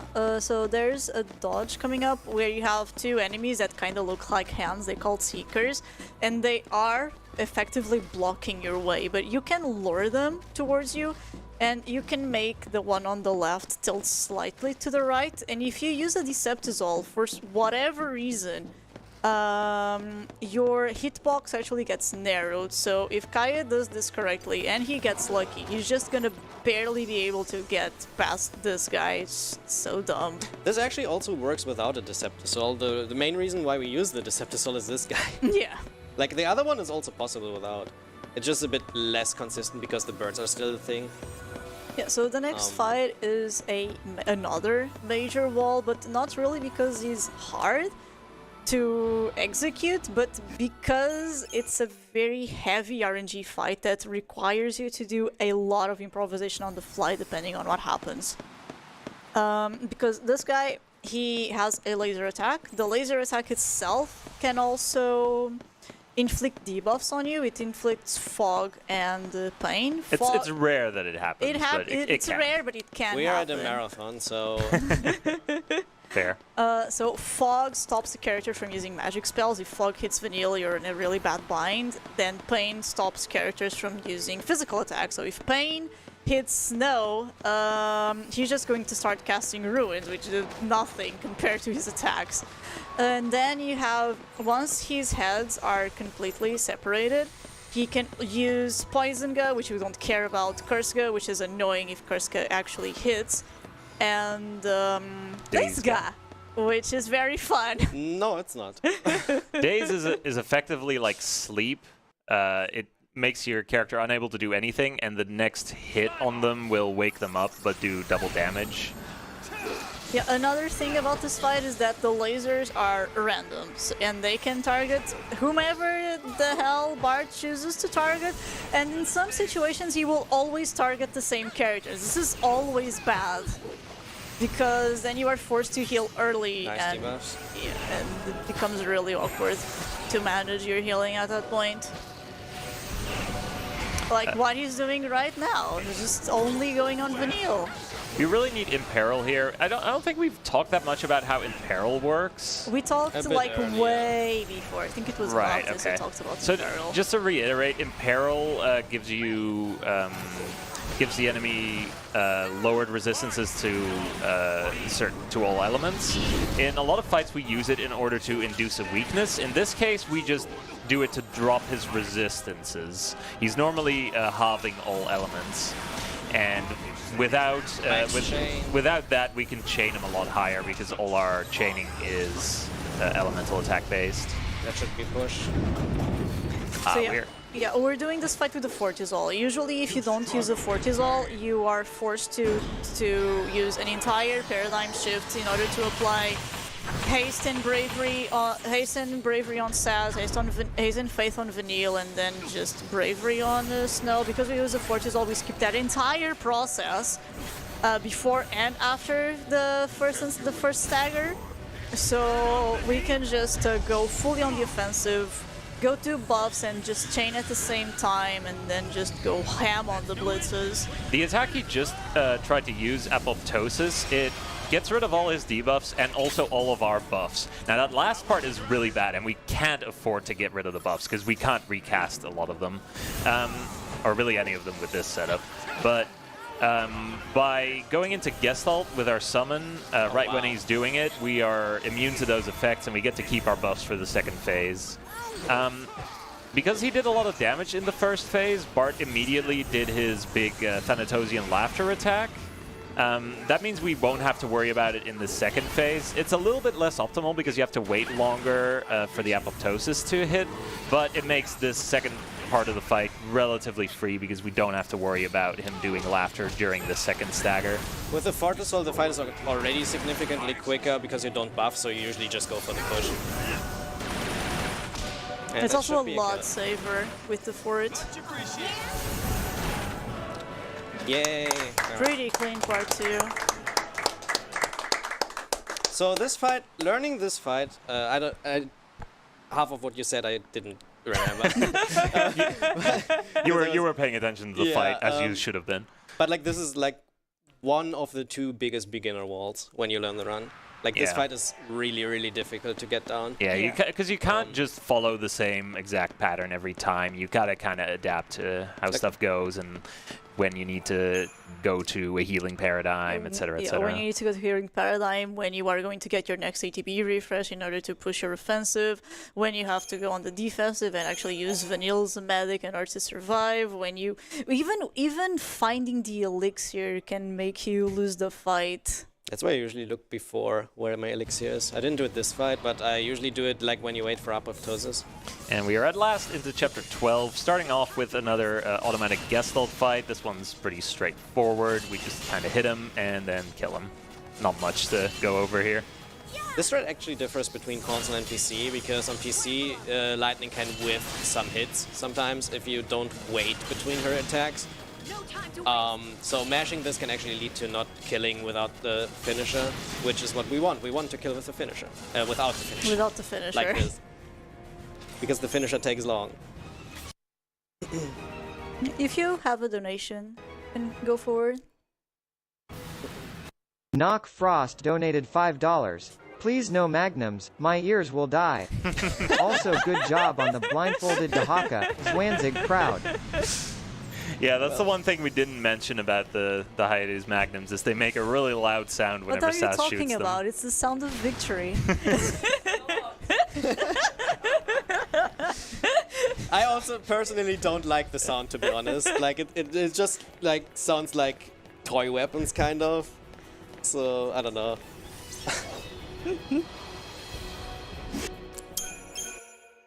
But yeah, it's like a lot of people love the sound. So. I love this.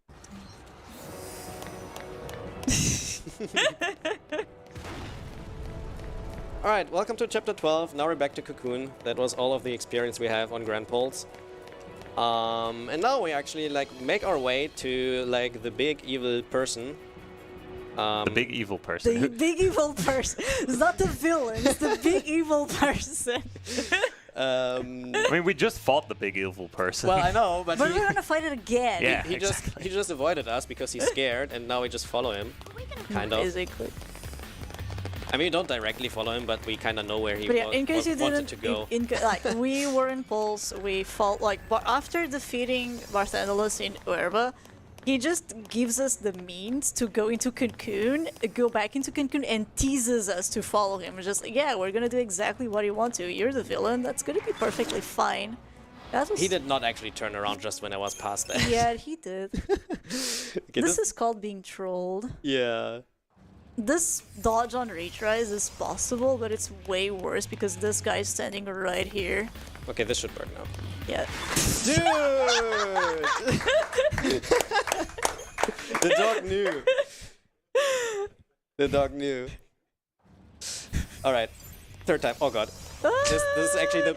Yeah, No. then I have to reset because they are not supposed to jump over that. Okay, this dodge is like... not fun. Yeah, this dodge on retries is significantly worse You want than to if get you this get it on the first try. You want to get this first try. But you can't really fight these guys either. Don't turn. Dude, what the hell? There's people who swear by doing this without a decept, and it can be done, but it feels really just luck-based to me. Yeah. So It's luck-based don't in like doing general. it. It's Like, just once you luck-based fail in it. general. Okay, this time I'm fast enough. There Yay. we go. You have to be fast because they turn around after a few seconds. But I didn't think it would take that long. Or you're not fighting Bulwark. Okay. I'm doing that. Imagine fighting Bulwark with lightning. No, I could do the Khaled with lightning. I feel like you could. could probably make it work with Odin. Yeah. But I need Odin for the fight after. Well, you're using Hecaton here. What's the difference? True. Also not the fight after, but the... Yeah, we still have a The couple Khaled. of I fights guess left the to main- go. Well, no. I feel like it should be doable with lightning. I don't know. There's not really That any change is reason super to. low. And Hecaton is not attacking the Bulwarker. Nice. Great. Great job, Hecaton. You also have Guy and Salva level 2 now. Yeah, that's why I did the Force Blaster. Yeah. Yeah, because he didn't target the Odin didn't target the Bulwarker. Bulwarker. He was just Yeah. going on a random soldier. Oh well. Yeah, uncontrollable AI sometimes has its disadvantages. Like half the game we're fighting against the enemies, and the other half of the game we're fighting against our own party members. Alright, now we get the first secondary role, and it's Vanille's Commando. And that is not because Vanille is that strong, but it's just because we get a better multiplier for 3 Cerberuses, and because Vanille can do some magic damage. Yeah, the particular reason is there's going to be 2 boss fights in this chapter with an enemy called the Proud Clad, and it halves all elements, and unlike what we did on the Bard just now, we can't use Imperil to get rid of those resistances because he is also just immune to all debuffs. So, as a result, any chaining done in Ravager is just kind of halved as well. And so Vanille, during Stagger, is contributing more if she's in Commando than if she just stays in Ravager the whole time like she does for most fights. This is particularly important for these fights because both of them are really tight kills, so we've tried to do it without Vanille's Commando, but it just isn't really worth it. It's only worth it when you have the Magnums equipped, because Yeah. then you can actually skip it because Cess does enough damage. Yeah. But with this route, you don't do enough damage. Like, PC1 will still be very, very tight because the strat that I'm doing is a tiny bit tighter. But I can always adjust to the other strat if I die too much. So we'll see. Yeah, the strat that he's going to do, like there are 2 strats you can do for PC1. You can do Malevolent strat, which is what Kai is going to do, and you can do what's the name? Coordination. Coordination, yeah. Or you can do Coordination. Coordination is way more consistent, but it's just a tiny bit Oops. slower.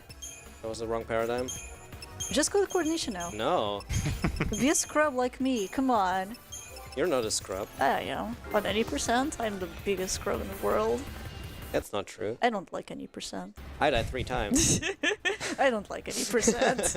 I'm here to fight every single enemy in the game. Alright, this is fun. Yeah, this fight is fun. Yeah, we fought a behemoth in addition to another enemy before, if you remember that little fight after we all got hugs. But in that one, we got an immediate preemptive strike on it automatically. This time, we actually have to fight it straight up, and this enemy is a serious threat. It does a lot of damage, and we have to worry about once we do a certain amount of damage to it, it's going to stand up and basically kill us. We can't let it get to that point. So this entire fight is just setting up, and then doing all of our damage in like one string to kill him from like 3/4 health or so to dead. I really like this strat. If Vanille would be able to debuff, this threat would be way better. Oh my god. Am I fast enough? This might be risky. You can plane. Yeah, That's that the seems key. good. Yeah, okay. Yeah, this is good. He's trying to get up there, but yeah. You just, like... That was a very good fight because I got fast debuffs. Yeah, for those of you who play League of Legends, I like to look at this fight like LeBlanc. One of LeBlanc's lines is just like, for my next trick, I will make your health bar disappear. That's exactly what happens on this fight. Yeah, the problem of him getting up is like not only that he heals, but also that the fight becomes very, very dangerous to survive with the stats that we have. Yeah, he's strong in his regular form, but in his standing form, he just one-shots people. Good job, Kai, you got cold blood. Yes, it did not mess it up. Yay! Not getting cold blood here is either like very, very, very, very slow fight, or depending on how much you messed up, pretty much run over too. Yeah. So I mentioned earlier that the Proudclad resists elements, and as a result, our chaining against them is really slow. This is where Cold Blood, Saz's full ATB skill, really comes in handy. So we're not even really going to do much chaining with the other characters once we stagger this boss. But Saz's Cold Blood by itself can just shoot the chain of a staggered enemy up into the stratosphere really, really, really quickly. Yeah.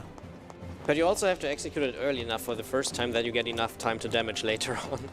Yeah, Because, this PC1 is an yeah, extremely very tight. technical fight because the timings around both Proudclad fights are really tight actually, but PC1 is really the fight that will test you in order for you to know if you got down ATB refresh timings correctly or not. Because if you miss this upcoming ATB refresh, you just cannot finish the fight.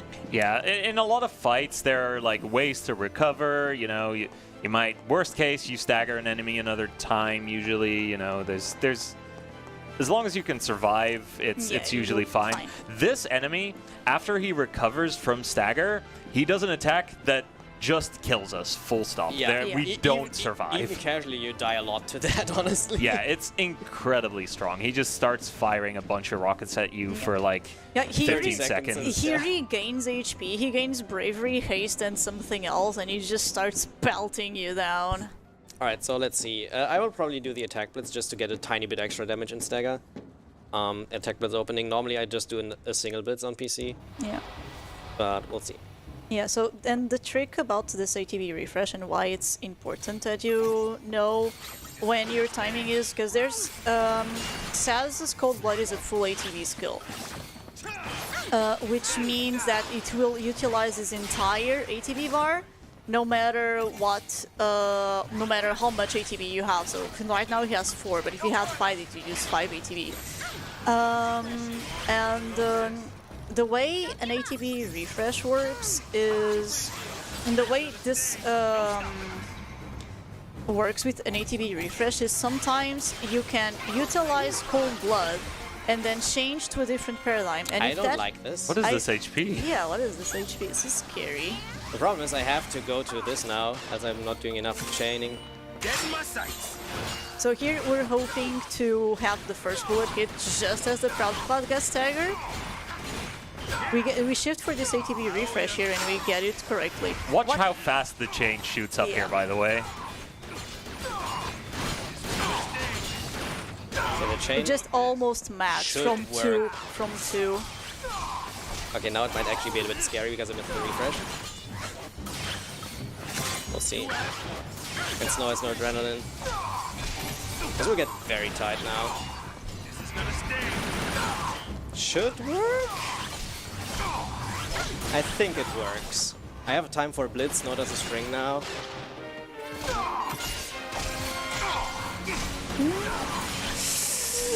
Oh, Nice. barely. Yeah, I messed up one card. I missed that one refresh, which lost me like 2 seconds or something. On PS3, that would have failed. That was like Vanille's last ruin that killed there. Yeah. I mean, slightly after stagger, you can still kill. Yeah. Until he Yeah, heals you up. have like 2 seconds and then he heals himself and then he kills you.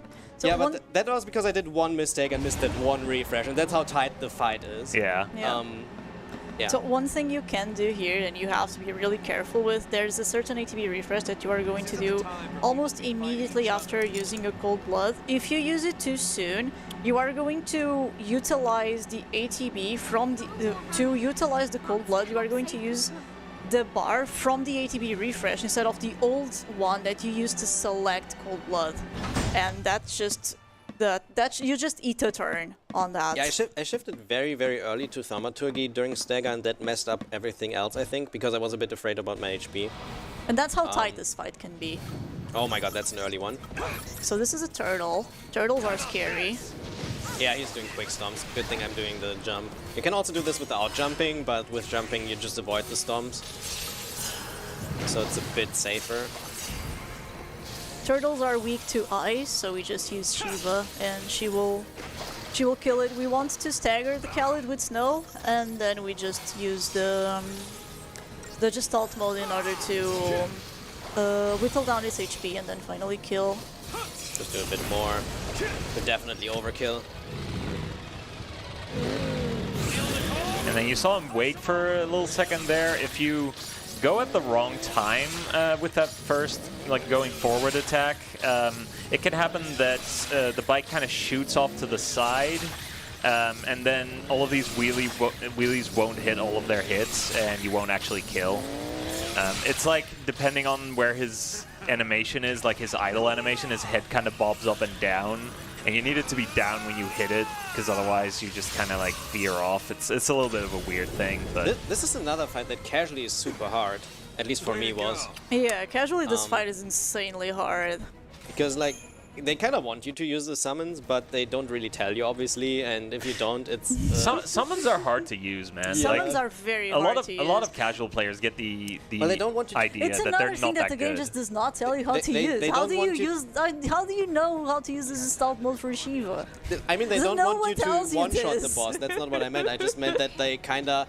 Like, this guy does so much damage that you need to find ways to survive it, right? With still dealing damage. Right So that's there. kind of a hint that you should use something else than just your party alone. But Plat percent has close contact. Hello. yeah. I took a very, very wide path there. Hello there, Mr. Humbaba. So Plat percent will have a lot of close encounters with a lot of different turtles, but we're also way better equipped to dealing with them in Plat percent.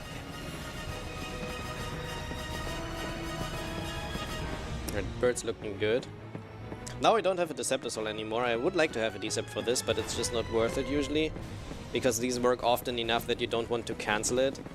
Just to dodge Or that. and then you have to fight everything anyway. Yeah, the problem is the second one. The first one is usually free, and now I get a really big gap that I'm actually a bit afraid. It should work. Yeah, you're fine. Nice. Easy. Yeah, because those flying enemies, they will just catch you if they want to. There's really nothing you can do to avoid them. Other than pray they are far enough away from you that they don't notice you on time. Yeah, now we actually have a very fun dodge coming up that a lot of people don't even know it's possible to dodge. Yeah, this is my favorite dodge in the game. The idea here is that there's going to be two huge enemies completely blocking our path. They're too busy staring each other down to really notice us, so we can't get them to move by luring them out or anything. And like I said, they're completely blocking the path. There's no path through. So how do we actually get through? Well, you'll have noticed that our party members are with us on the field, and they are kind of following us around. And they actually have collision with the enemies, but when they run into an enemy, because it would be really dumb otherwise, it doesn't start a battle, right? Just imagine. yeah, Just imagine you're running like with snow, and then Vanille just runs into a random city. You get like thrown Yeah, into a fight. especially in this segment where they just follow you and I have no impact at all what they do. Yeah, exactly. So, we can make use of these facts by manipulating them to kind of run into the enemies and push them out of the way. And that kind of takes a specific setup that he's going to try to do once he gets past these couple dodges here. Yeah, these usually don't fail, but sometimes Birds they do. and dogs. These are birds. Yeah. Birds are jerks. I could wait for the Oh god. This looks terrible. Okay. Yeah, they do that. Outside of the battle zone? Yes. Well, great dodge. And we don't have a Decept. So let's go back immediately. Okay, that should work. Yeah. You just need to get the gap, even when they outspeed you. Even in LR, we hate those species. Alright, so right up here. There they are. Like, this looks undodgeable, right? Like, there's no way past this. Well, there is. Hopefully.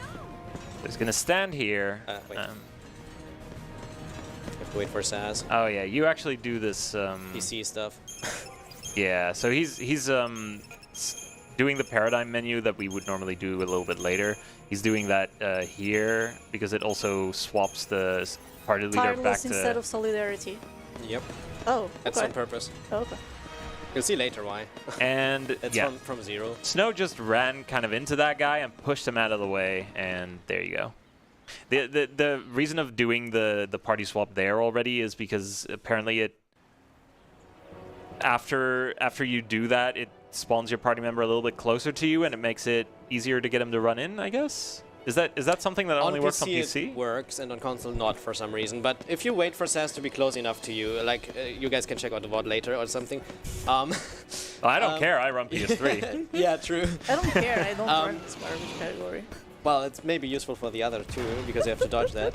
But yeah, basically, once you switch the party and leave the menu, the second party member, in this case Snow, will walk a few steps closer to Saz, which then makes it way easier to like have him push the Bulbasaur out of the way, because he's like already very close to him. So when you go over, he like almost cannot miss him. Whereas when you don't do that, he's far enough away that sometimes he just completely Hey, misses this and runs looks past. really good. You Unless- almost always have to lure that guy somehow. But yeah, Tireless is also a change that Zero found last year. It makes PC2 a bit more dangerous when you fail the kill, Yeah, that's what I was thinking. but it speeds up the Chapter 13 menu by quite a lot, because you just do Malevolence in the first slot instead, Yeah. and then you just do Smart Bomb in slot 5, and that's it. Because you already have the Tireless. And Also, that's why your final paradigm deck is completely different than what I'm used to. yeah, that's not because of me liking that order more, it's just because it's way faster to menu it that way in comparison, because we keep Cerberus and Mystic Tower for B&J, and then change the second and third paradigm before Vlad. Yeah, but that means you have to get the kill on PC2, otherwise you die. You can still do it with Tireless. It's just Yeah, a little I bit mean, scarier. you can do it. You just have to sometimes potion. I failed to kill quite a bunch on PS3 with it. Like, I don't know how much the Sentinel reduces the Alright, damage, so there's but... two chests yeah. here. You really want the left chest. That's it. Yep. In order for you to be able to get both chests, you have to run dodgeless. This actually looks bad if he turns left now. I think you're fine. Okay, and these I want to kind of make run into each other, which partially worked. I mean, we're through, so it's Yeah, fine. you're fine. But yeah, we used to have, like for the next boss fight, that's what we are talking about, we used to have a Solidarity paradigm which has Snow and Sentinel, Assassin Commando and Vanilla and Medic in case we fail the kill. I just do that with double Commando and Medic so we don't have the damage reduction. Hey, I've been talking about dodgeless a lot. I think I should shout out Wally, who is the one who roped me into doing dodgeless in the Yeah. first place. Yes, Wally won one of Yeah. the routers of Dodgeless, actually the first router. So dodgeless, just to be clear, is a category where you fight every enemy that you run into its battle zone. You're not allowed to dodge Yeah. anything. Because a dodge is defined by what we said earlier, like The battle zone. we dodge these enemies that we enter the battle zones of, which in Dodgeless you're not allowed to, so whenever you enter a battle zone, like you're allowed to dodge battle zones, you're Yeah, not allowed to it's a dodge dodge an enemy encounter once you enter its battle zone. Exactly. It's not an official category, but it's like a for It's fun, fun. category. Yeah, it's fun. You're so overpowered on dodgeless. It's basically like the casual plus experience, I guess. Because it's kind of like a casual playthrough where you just fight everything, right? Yeah, it's true. You want to put it that way. But yeah, the last 3 dodges of this chapter that should be possible to fail. Recently I failed one that is basically impossible to fail, so...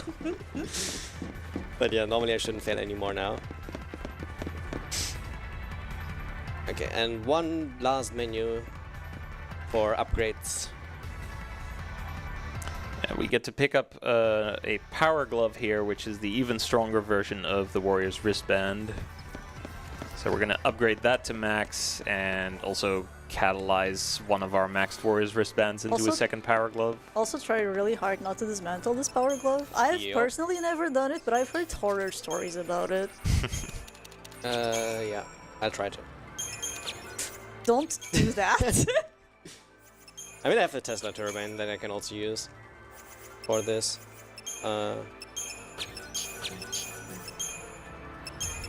Yeah, the maxed Goddess's Favor dismantles into several different things, including a Scarletite, which is used to upgrade one of the max warrior wristbands into yet another power glove, so our damage just it gets an exponential growth. And now that we have Saz's Cold Blood, we don't really need to go into the Ravager tree anymore. So we're just going into his commando to get his own adrenaline skill and just more stats overall. Here for Snow, we're also just going to develop his commando because we really want his role level 4. And there's also some good stats to have in here. And Vanille, we're just gonna develop her medic because she doesn't need anything else. Slight equipment shuffle to give Snow more strength because he only had the Warrior's Wristband 8 equipped as third accessory, and like give Vanille overall defensive instead of just physical defensive. Or actually like more defensive, I mean. That was actually cool. Yeah. I managed to fail this guy, and I have no idea how. That's what I said, like this guy. You were looking at chat, that's why you missed it. Alright, PC2, have fun. Alright, this fight is incredibly tricky. His damage output is pretty insane, but luckily we could stagger him very quickly. Once he's staggered, the order of business is to keep him interrupted constantly. We cannot let this guy get any more attacks off, partially because his damage is huge, but also partially because after doing, I believe it's 6 or 7, I always forget the exact number. But I think it's 7.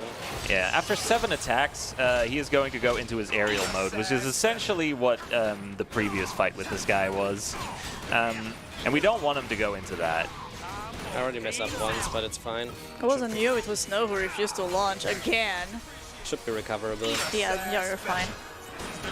So the whole, the whole gist of this fight is just constantly trying to keep him interrupted, keeping everybody's ATVs lined up in such a way that you can accomplish that, and dealing as much damage as possible along the way. We want to hit a certain HP threshold so you can force him into limiters. This might be close. This doesn't look good. Yeah, I said I messed up once, so I lost. I think it's just enough. It was just enough, alright. You want to see that. If you don't see that, it's pretty much a loss. Yeah, he now has gotten even stronger. He starts pulling out this really powerful move, which we can renew tank through, luckily. He's got offensive buffs, but he's also just debuffed himself defensively. So even though he also fully healed himself, we now have enough juice in the tank, in theory, that we can kill him in one more stagger. So that's now the goal, is to kill him before the stagger ends. Again, Cold Blood being used as the majority of our chaining post-stagger. Right now we already have Snow and Vanille both in commando, so they're not chaining at all. Saz is doing that all by himself. They're just getting a head start on the damage. And then once we have him at max chain, we go to Cerberus. Wow! Snow doing a jump there is not ideal, but it should be fine. Oh, okay. He didn't get a move off, so that's actually fine. Yeah. I should actually kill without extend. Yeah, that looks good. Yep. Yeah. All right, GG. very nice. Nice PC2. So this and the second Barthendelus fight are like usually the hardest fights to learn in the run. Yeah. Oh, really tough. And both went pretty well. I mean, for Bart I had the fort, but still. Yeah. And now we're in the final chapter. Time flies when you're having fun. Yeah. I'm actually pretty happy so far. Yeah, it's been, a pretty really solid good run. Except for Penangalan. Like, that was a bit weird, right? But... Hey, you too can submit this run for the relay. Yeah, I know. But I already submitted 6, so... Alright, so at this point, another shop opens up where we can actually buy the shrouds that are really powerful that we've been using throughout the run. So since we don't really need anything else for upgrading at this point, we are just pooling all of our money into buying a bunch of these. They'll give us, we get 3 Fortisouls and 3 Aegisouls here for the 3 bosses coming up immediately after this, and 2 Deceptisouls just to speed up the dodges in this chapter. This is going to be set up for the next couple of fights. We want to set up a Malevolence so we have Saz as a Synergist again, because we're not gonna... Because we still need him to be Synergist for a couple of fights, even though we are going to use Shrouds. And we set up a Smart Bomb because we finally get to use Vanille's debuffs again, even though it's arguable if that's a good thing or not, because we are submitting ourselves to RNG now. We'll need her debuffs on literally every fight from now. Yeah. And there are 6 of them. And we just to finish setting up this Crystarium. This is just for stats and also for roll level 4 on Snow. And for Saz, we finally unlock his Adrenaline, so Saz's HP is finally important now as well to keep track of. I don't think we ever explained Adrenaline. No, We but did that was a not. good time because now it's important. Yeah, so Adrenaline is a skill that commandos can have that is a passive 20% damage boost when the character is in green HP. So in certain fights, it's important to keep your HP in green to maximize your damage. Yeah, so Adrenaline is important to keep on Snow. Snow has had it Since forever. Since Chapter 7. Since Chapter 7, since he Chapter has it. For Saz, it's only really important for Chapter 13. But for the few fights where it's important for you to keep it, it is extremely important. I actually like the fact that PC1 was more tight than PC2. Yeah. Just thinking about it. Because usually it's like slightly the other way around, that you sometimes have to extend the stagger on PC2. Alright, let's see what the birds will do. Yeah, more birds. So more terrible dodges. Okay, that should work now. Unless I mess up these, but usually that's fine. These look fine. Yeah, alright. Yeah, as long... No! That was like the end of the battle zone again for these guys, but I think they all have one together, right? Or, like, where do I get reset now? Yeah. Yikes. Okay, second try. Usually... If Okay, never mind, I just... That was That was ambitious. bold, yeah, that was ambitious. I couldn't do it on the right side though, I didn't have space. Okay, I just decept this. So as Don't long, have to force this like, here. most of the time, as long as the birds... That was perfect! I should not have decepted this. Is that enough? Yeah, you it can get is. by. Yeah, you can get by that guy. So usually, if that group of 3 isn't facing towards Vanilla, you can get past them, but sometimes you just get trolled, because this is FF13. Everything can troll you. It's still a fun game. It is a very fun game. And you should learn it. It's a good game. Like, 13 gets compared a lot to the other Final Fantasy games because it's just inherently very different from the rest. But it doesn't get compared as much in terms of a speed game, it's more compared as a casual game. But in terms of a speed game, like, a lot of people, even who speedrun other Final Fantasies, agree that this is one of the best Final Fantasy speed games. It's I think- very, very good speedrun. I personally think the entire trilogy are good speedruns. Yeah, they are. 13.2 has like some stupid RNG. Not but as all stupid three as, games are great. not as stupid as FF9, because FF9 is like takes the crown. Yeah. Alright, we're about to do the next Actually, boss. both games that we showcased today are really good speed games. So where's my ether soul that I don't accidentally use it? Alright. That's not something I did recently. Because I usually want to activate the shrouds during these jumps for optimization. Oops. Okay, but now I had no idea if my decept lasts long enough. So we're about to fight Bandersnatch and Okay. Jabberwocky, which are essentially a powered-up version of the Chapter 6 boss, Enki and Enlil. One of them heavily resists magic, and one of them is completely immune to physical. Now, you're probably aware by now of which one of those is the bigger problem. So the one that's immune to physical, we just have to deal with another summon. So we're going to imperil it to boost our chaining, stagger it. Oh, he actually doesn't have enough TP right That's now. fine. Okay, there. Yeah, Sometimes if you get a really good PC2 fight, sometimes you don't you don't have enough. you when really you don't want regenerate to. enough TP, but you can just barely make up the difference in the fight before I you wait for actually breath. need it. I play this very safe now. Because he does a big move, this one. That I do not want to tank.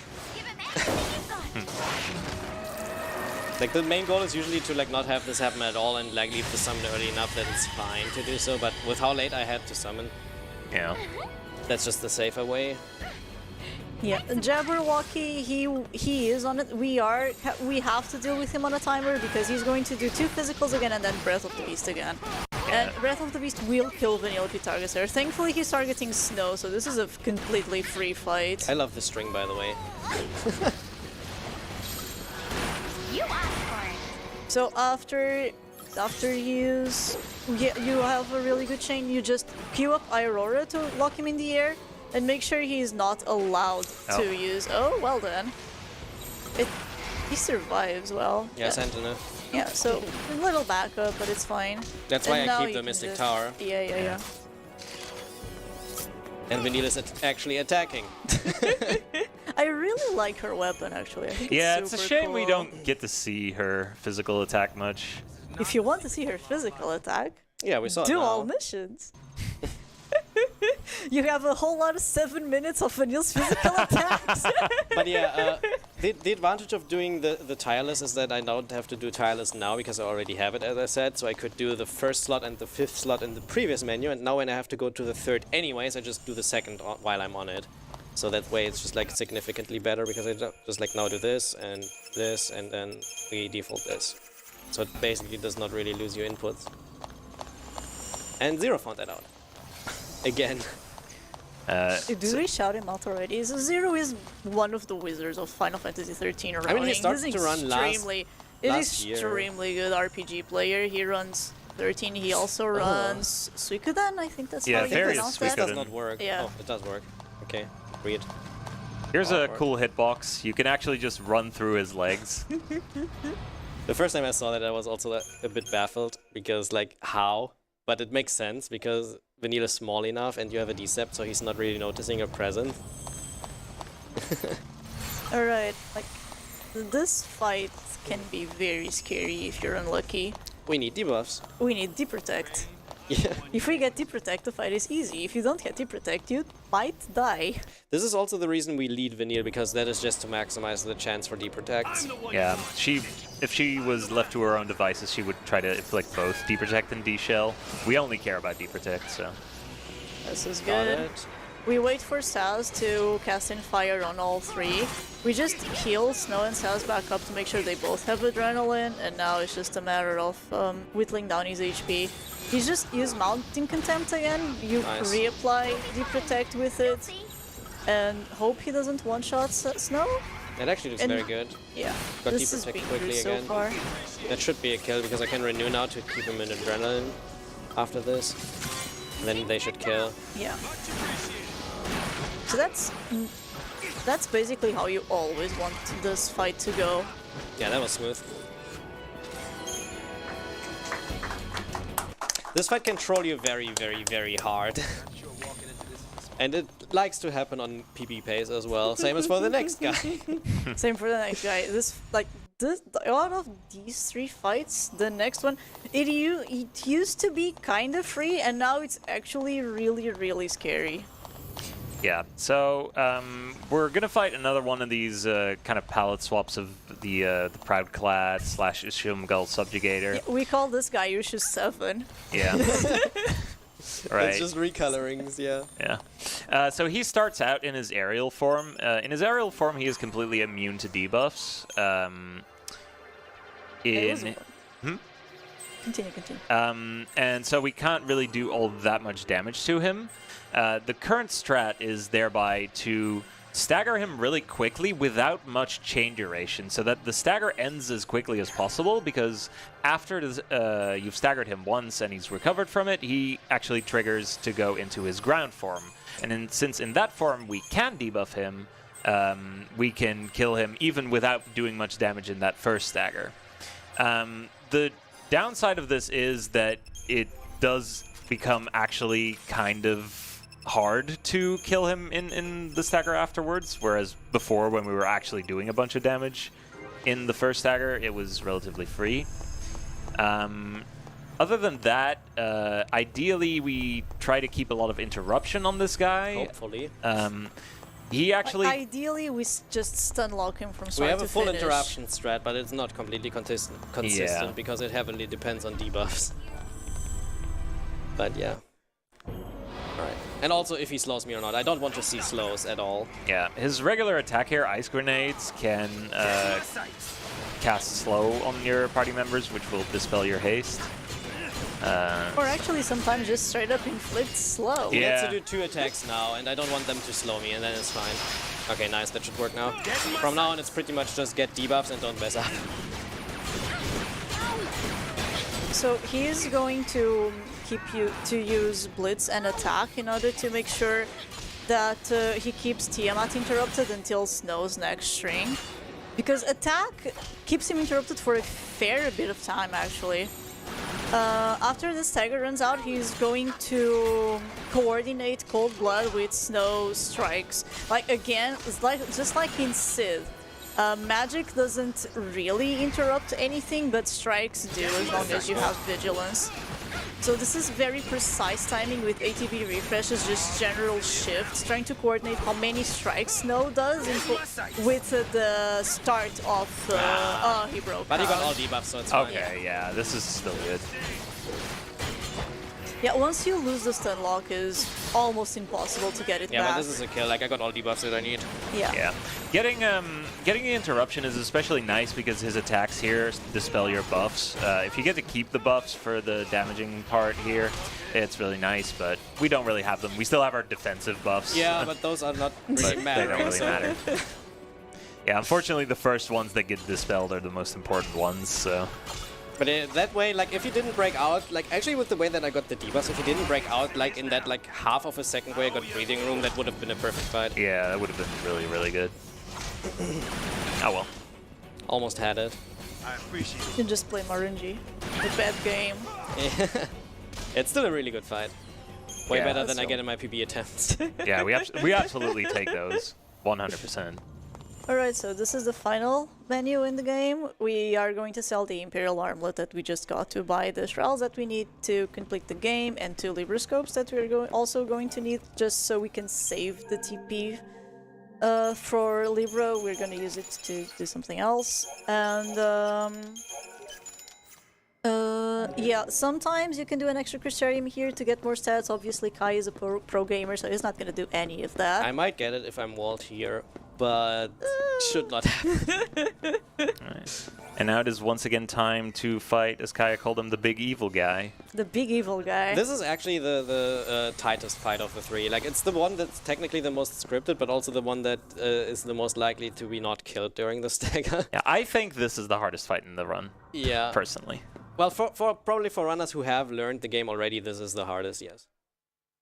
It's not the hardest to learn, but it's like the hardest to execute.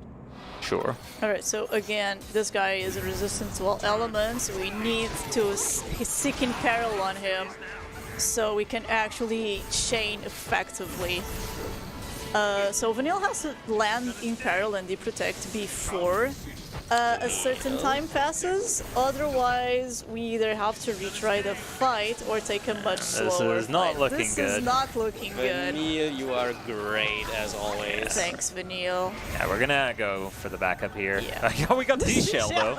Nice. The one we don't care about. That's totally useful. I also have to renew here. What a roll, okay. This looks very bad. Don't And now, target Vanille. we need Vanille to land both these debuffs before he staggers, otherwise, okay. That should be fine. So we need to stay here in the Tireless for a bit, because he has 2 attacks that he can use, Ultima and Tireless, and Thanatosian Laughter. And he will use Thanatosian Laughter only if you can drop his HP a certain amount before this timer ticks down. Ooh. No fair. Okay. That's no Fringe Ward. That was a mess up. Yeah, that's Phoenix down. You've got the extra damage. It Yeah, might yeah. be workable. I try this. We'll see. So now that we have Hopefully the you have enough debuffs, duration. We'll see. Yeah, the idea is with... If I die here, then whatever. Can get better orange on the next try. Yeah, I was really unlucky. And I missed this refresh. Okay, I don't think I kill now, but we'll see. So the idea is with Imperial you just Cold Blood, and now we push him past the Thanatosian Laughter threshold. This will look very scary, but this is a percentage type move. Yeah, this does not look yeah. good. Elixirless Orphan! Really? Yep. We're not dying here. Alright, so we are going to do another backup for Orphan 2, for Orphan 1. This is going to be very interesting endgame now. It's got quite a lot of health left though, so this is still gonna take a Yeah, I little think bit. you do need to But restagger. I inflict debuffs late, so they will not expire. Yeah, they won't expire, but you need to restagger this. And maybe tank the next Ultima as well. Oh god.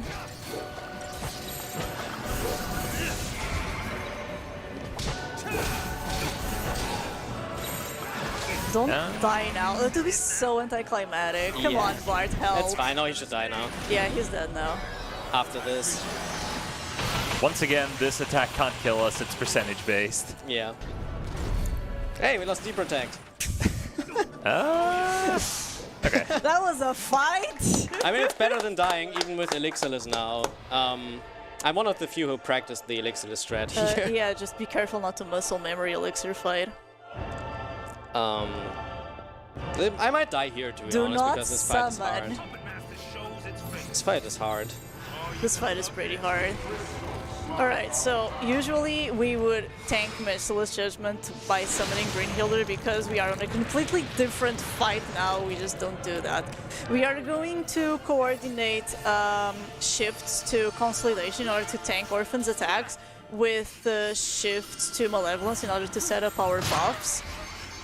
And then we are going to work on chaining, applying debuffs on Orphan, and working on staggering it, and hopefully by the time we're done we have all the debuffs that we need and we can just go to Tireless Charge and try to kill That it. was a very late provoke. I don't know if I should play this safe now. Normally we would have an elixir for this fight, and we would be able to, in this part of the fight, kind of use some of our TP to heal us up, and then use the elixir to get the TP back for the latter part of the fight. In this version, because we don't have the elixir, we need to play a lot more defensive, get more heals in via Vanille's medic, and then keep all of our TP for the second part of the fight. Yeah, it looks good if I get debuffs. So we have haste on everybody, we have bravery and an end spell on Saz and Snow. So now we just really want Vanille to land Deep Protect.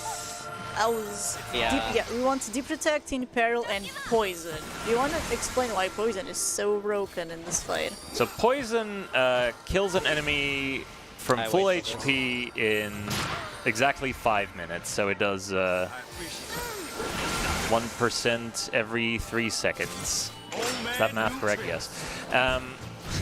So that's pretty good, and this is a really long fight. And he has a lot of HP. I want poison now. Vanille help. Okay. Okay, so we should be good now. Have to send buffer blitz probably, but Yeah, we didn't mention it, by the way, but we got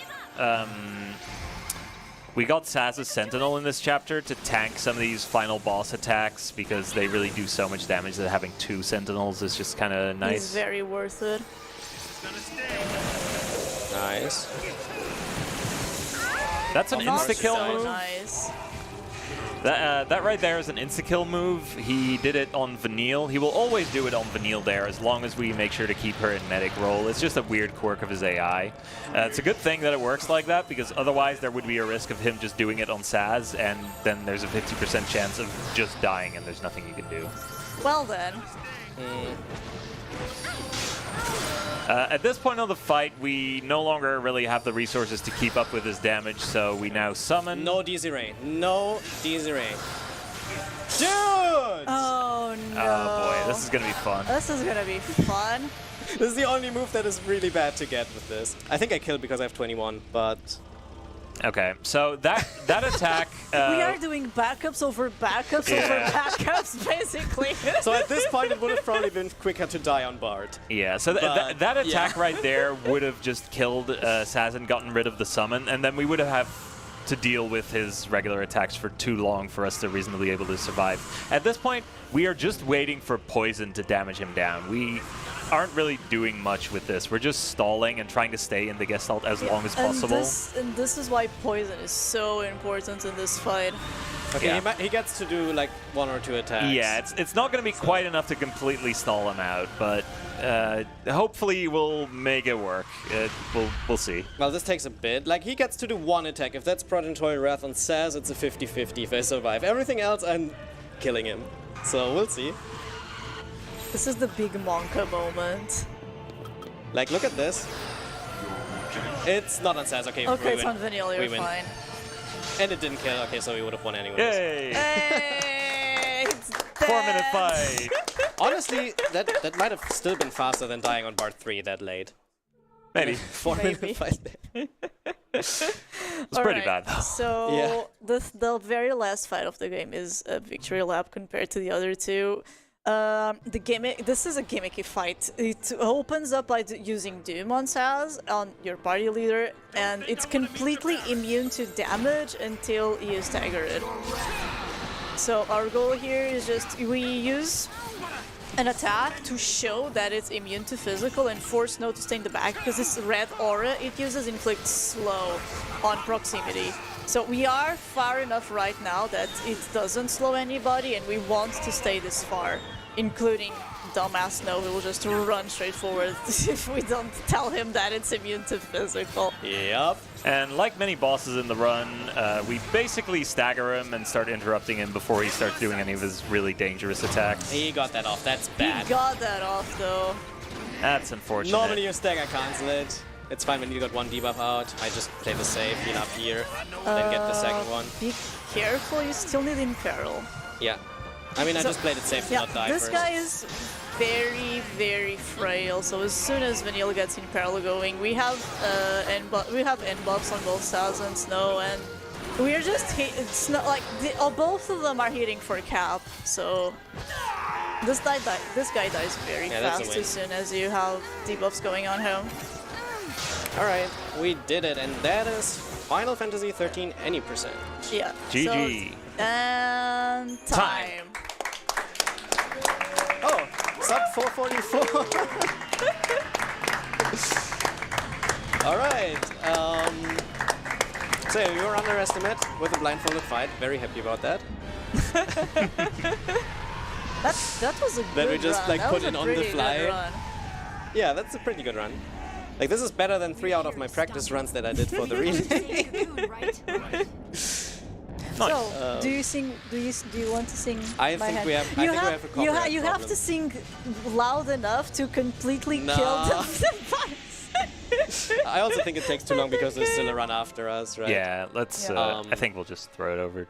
But yeah, thank you very much for giving us the opportunity to do this instead of FF8 because FF8 is on stream 1.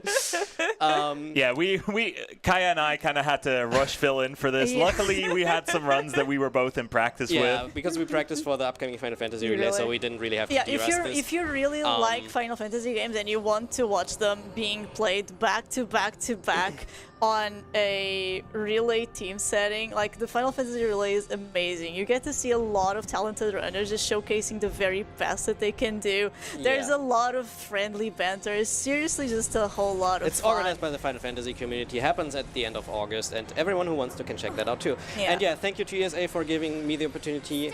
I hope you guys enjoyed that. I tried my best. And yeah, Your best was pretty good. that's it for us, I guess. Yeah. Good night, everybody. Yeah. Bye, everybody.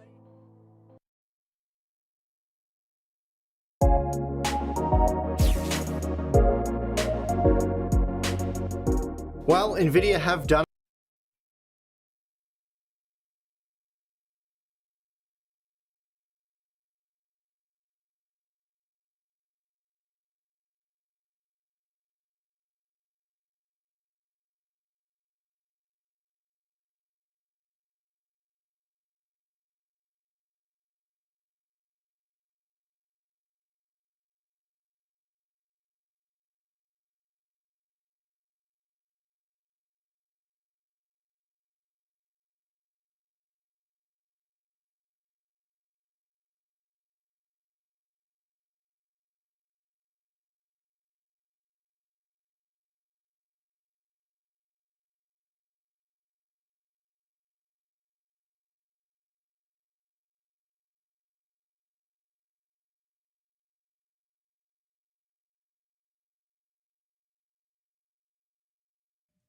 Oh man, I was muted, I think. Damn it.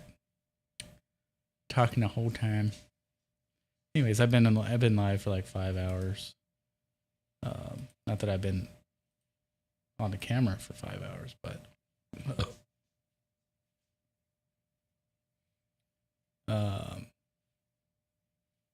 yeah, that was really cool. Learned a lot. Seeing like the strategies and stuff they use. Let me see if they have a final. Let's see, 13, 2 speed run.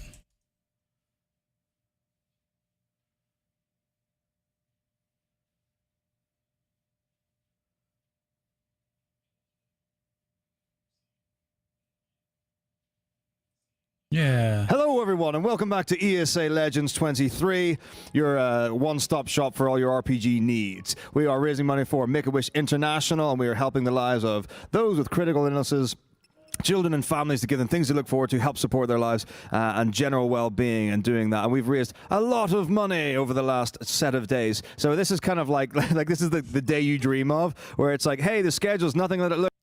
Actually, this would be kind of cool. If y'all want to watch this, this is Final Fantasy 13-2 speed run. I can have it going just to keep my stream live while I'm going and doing stuff. I can have a note.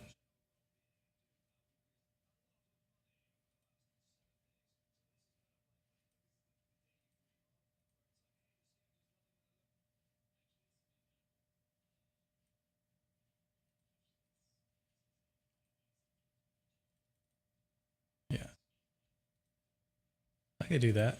Why don't you do this? Looked like when it once was before. So obviously we had a fantastic Final Fantasy Legends 2 run from Deno there. I don't like what I just did there. Hopefully I didn't fuck shit up. Let's go. One is VOD speed run of Final Fantasy 13-2. Enjoy.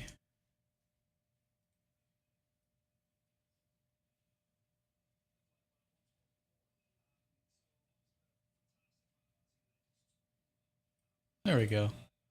Put a note at the bottom there.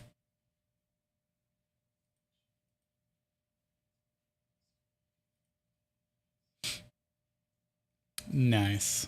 Sweet. I'm going to turn my cam off. I'm going to start that up. So y'all enjoy. I'll be back.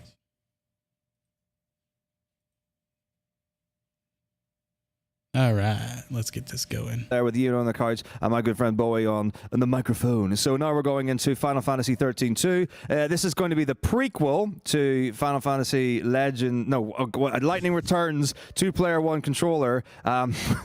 This is the Redux. No, this is going to be Pharaoh doing Final Fantasy 13-2. It's going to be absolutely wonderful and sensational. Donations, obviously going there. You can see the incentives on the screen, and you can put incentives in chat and have a wonderful time. So yeah, take it away, team. Let's rock and roll. Okay, so you can see right next to new game stuff called drop mod install. That's because we're cheating, okay? Put it plain simple. Who wants to touch the timer I can do it. Alright, so 3, 2, 1, go. I'm gonna mute my mic now, guys. Y'all enjoy. Okay, so I'm not very good at anyway. 13-2, the sequel to Final Fantasy 13. If you've ever played 13 and this game, you know that this game doesn't like the ending of 13. Things change a lot. The first fight is merely an introduction that explains how the ATB system works.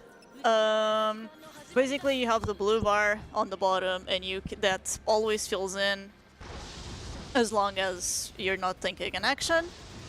And you can expand the segments of the bar to cue certain actions. So for this fight, for example, I'm using 3 segments to cue Lightning Strike, and I'm doing this because it's the best ability that we can use in proportional to the to the ATB that we're spending. The goal of we can't really do anything else here. The goal of this fight is just getting him first to half HP and then killing it. This triggers the little transition. When we get out of here, the game gets a little bit more complex. So I like the question in chat, why is this not 2-player, 1 controller? Because I'm selfish. And I want a controller all to myself this time. Fair. For the low price of $15, though. we can do something about that. Damn it, he's not being nice. So if I was a pro gamer, I wouldn't have healed there. But if I wouldn't have healed there, he would have killed me with a second Umbral Vise. Marathon save strat, sometimes you have to do them. This is not going to kill. No, I need this knife. It's fine. Sometimes you can kill there with good damage rolls. Unlucky, unfortunately. And now for something completely different. We are still going to use lightning. She's still going to be riding an Eidolon, but this time it's Bahamut, and this fight actually has tech to it.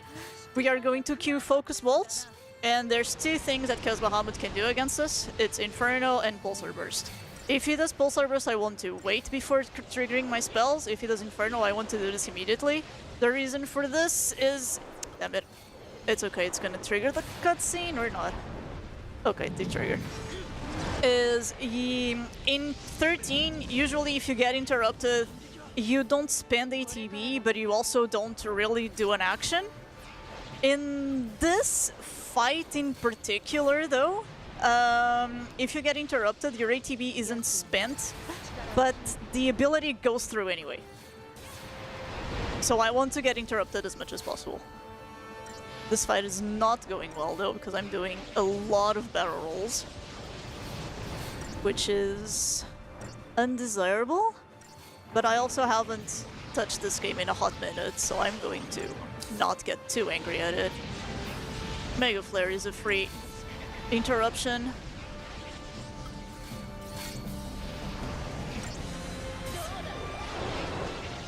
You got interrupted. I'm not going to be able to do anything against that Inferno. And this one either. It looks like I'm going to die, but it's fine. Trust. Trust the system. It's going to die with 2 more. You can die to this fight, and if you do, it's really bad because you have to do the first fight as well again. Yeah. But it's really rare that you die there. I'm pretty sure at that point you just go again. Yeah, at that point you just reset the timer and say, yeah, just pretend nothing ever happened. Alright, that was the first and last time we see Lightning in this run. We are not going to see her again. She only ever shows up again on cutscenes, and we're skipping those in case you haven't noticed yet. We are going to play with her younger sister instead, Sarah, who is not a really interesting character, but she has magic, she can do stuff, so that's what we're going for. And the other character that is going to be introduced to us soon is Noel, who comes from the future. He's literally the last human, the last surviving human, and his goal is to change the past so he can save his future. So there's people around him, because otherwise he gets very lonely. And Sarah's goal is to meet up with her sister because Lightning has vanished. Also, yes, this game is the best trilogy game because throwing Moogle is a mechanic. Alright. For Sarah and Noel, they can use magic from the start, so they can also do paradigm shifts. And I don't know if anyone else wants to explain that because I'm getting tired. So basically, in this game there's a lot of different roles that the characters can assume. Ranges from Commando, Ravager, etc. And they all have different types of how they perform. So Commandos are like meant to deal damage, whereas Ravagers are meant to stagger enemies so they take more damage later on. And you basically set up your preferred paradigms, as in, as you can see on the screen, it's double Commando just to dish out more damage. And you can freely set them up later on. The game hits you with a couple default ones at the start, and the way it works, at least in 13, I think in 13.2 ATB cancel is still a thing, right? ATB refresh? Yes. Yeah, so the way it works is if you haven't been to a specific paradigm in a while, I don't remember the exact number. The first shift every fight, and the first shift every fight, and every 12 seconds after that shift. It will fully refresh your ATB whenever you swap at that point. So as you can see, Pharaoh just used 3 abilities and then swapped and immediately a full bar of ATB. And you can pair up ATB refreshing with animation cancelling in order to just make fights more fluid and faster, but... ATB cancelling is used a lot throughout the speedruns of both 13 and 13-2. Couldn't really do it there because Noel started acting too fast. Got a Phoenix down though, so that's nice. Yeah. Oh, that was too fast. Shifted too fast. I didn't notice Noel was still doing actions.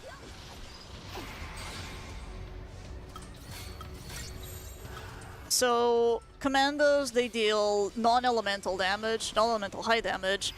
Ravagers deal elemental damage, and they also chain, much higher than commandos.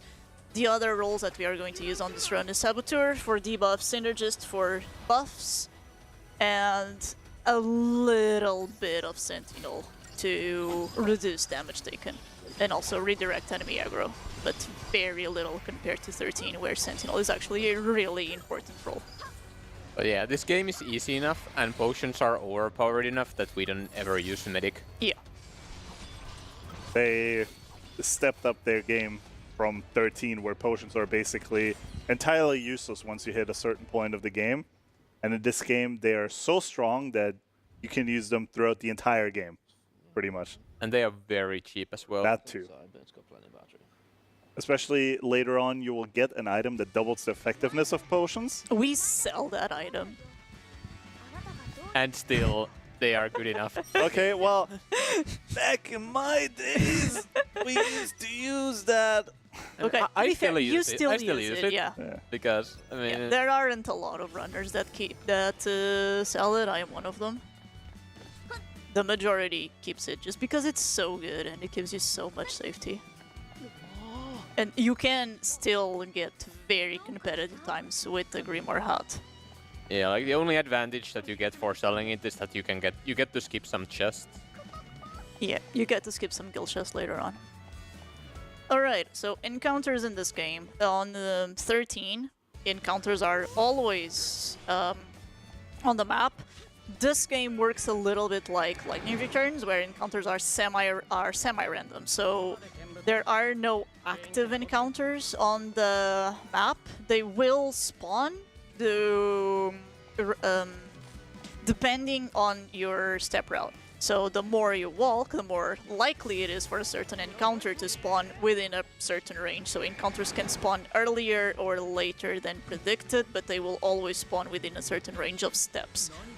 And then you have the Mach Lock. On Lightning Returns, whenever an encounter spawns, it's always aggressive to you. If it's noticed that you're around. On 13.2, it depends on the clock. So we can see whenever an encounter spawns, we get this thing on the bottom of the screen that it starts on green. If the pointer of the clock is on green, the encounter is passive and it doesn't care about you. If the encounter is on yellow, then it's an aggressive encounter and it's going to try chasing you until it actually catches you. And that is going to be important later. For now, aggressives aren't that big of a deal. This fight, this is the first, well, not the first, I was doing it on the Nectans fight as well. But this is the first fight where this mechanic is important. I am doing something called combo buffering spells, which is all of the rolls that I'm using have certain bonuses. The commando bonus is it deals more damage. The Ravager bonus is it chains more. So what I'm doing is I am changing from Ravager to Commando while the spell is midair to get the bonus for Commando for that spell. For this one, it's just a tiny bit of extra damage. it's going to be very, very important later on. Comb buffering spells is the main source of damage that we're going to have for like the first half of the run. That was the first boss fight. It's really straightforward. You just have to stagger it and then you throw ruins at it and it dies. So now we are just going to grab some stuff for money that we're going to do later on. And taking care of lore. Who wants to try and explain the lore? Because I'm getting tired again. Oh, I would need to know the lore for that. I know you time travel a bunch, and time travel is always a tricky thing in video games and movies and stuff because it's very hard to do well. And I say that like I know that it's not I can done. freestyle some lore. Oh, Give us let's hear it. a taste. Give us a taste. They need, don't they need to pay 100? Yeah, if they want authentic lore, then they're doing it. Oh yeah, I understand. This is the beach town of Costa del Sol. As you can see, no, I know what you're thinking. It's like, nah, he's making a joke about FF7. I'm actually making a joke about Final Fantasy 14. That's what I was thinking. Right, because this does, and so we're on a quest here to find Weisscat, because the Allegiance are here to on a wine cascade, one might even say. So it's a little fetch quest that we're doing as Sarah here. So we're just going to go around and collect some caskets of wine. Look, there's one there. Meow. Meow meow choco chow. That's you know, that's Wrong accurate. game, I think. So yeah, you know, it's quite a peaceful little moment here. We skipped that one. You might think that it's important, but the game actually has a different flag for it. So as long as you just run past it, it counts as a pickup. So now we have to leave like that little moment alone because we're interrupted by Charles. He's a bit of a rapscallion, you might say, and he's like, oh, I've lost my pet cat, but unfortunately we've actually never seen what a cat looks like before, so we're just going to do some little trekking. So as you can see, we've now left the land of Costa del Sol into New Bodom, which is near the lake in Finland, I believe. So it's very important. I mean, like, you might be thinking, well, this is a fantasy game. No, this is actually based on human Earth in the 13th century. One of my favorites, personally. They're really it's stuck the landing as far as like architecture goes, with all those machines and electrolysis and things like that. So it's pretty cool. So yeah, we're just talking about the cat. He's describing it in detail. It's got 4 legs. It's green. It ribbits. Pretty standard cat behavior. So, and obviously, you can tell that we're in like Southern California, even though we're also simultaneously in Finland because of the palm trees. So, just like it's a nice touch. And the sky's also being poisoned by Mako. So there you go. But I think we can probably just carry on with the game now. Ah, yes, the famous Finnish palm trees. And a doggo. Pet the doggo. No, not pet the doggo.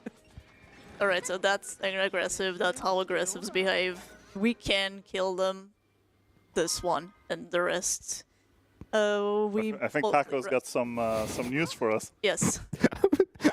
I don't even know what the expression is. Was it like wax something waxing? Anyway, I was expositing quite extensively. My friend, is everyone in the room paying close attention?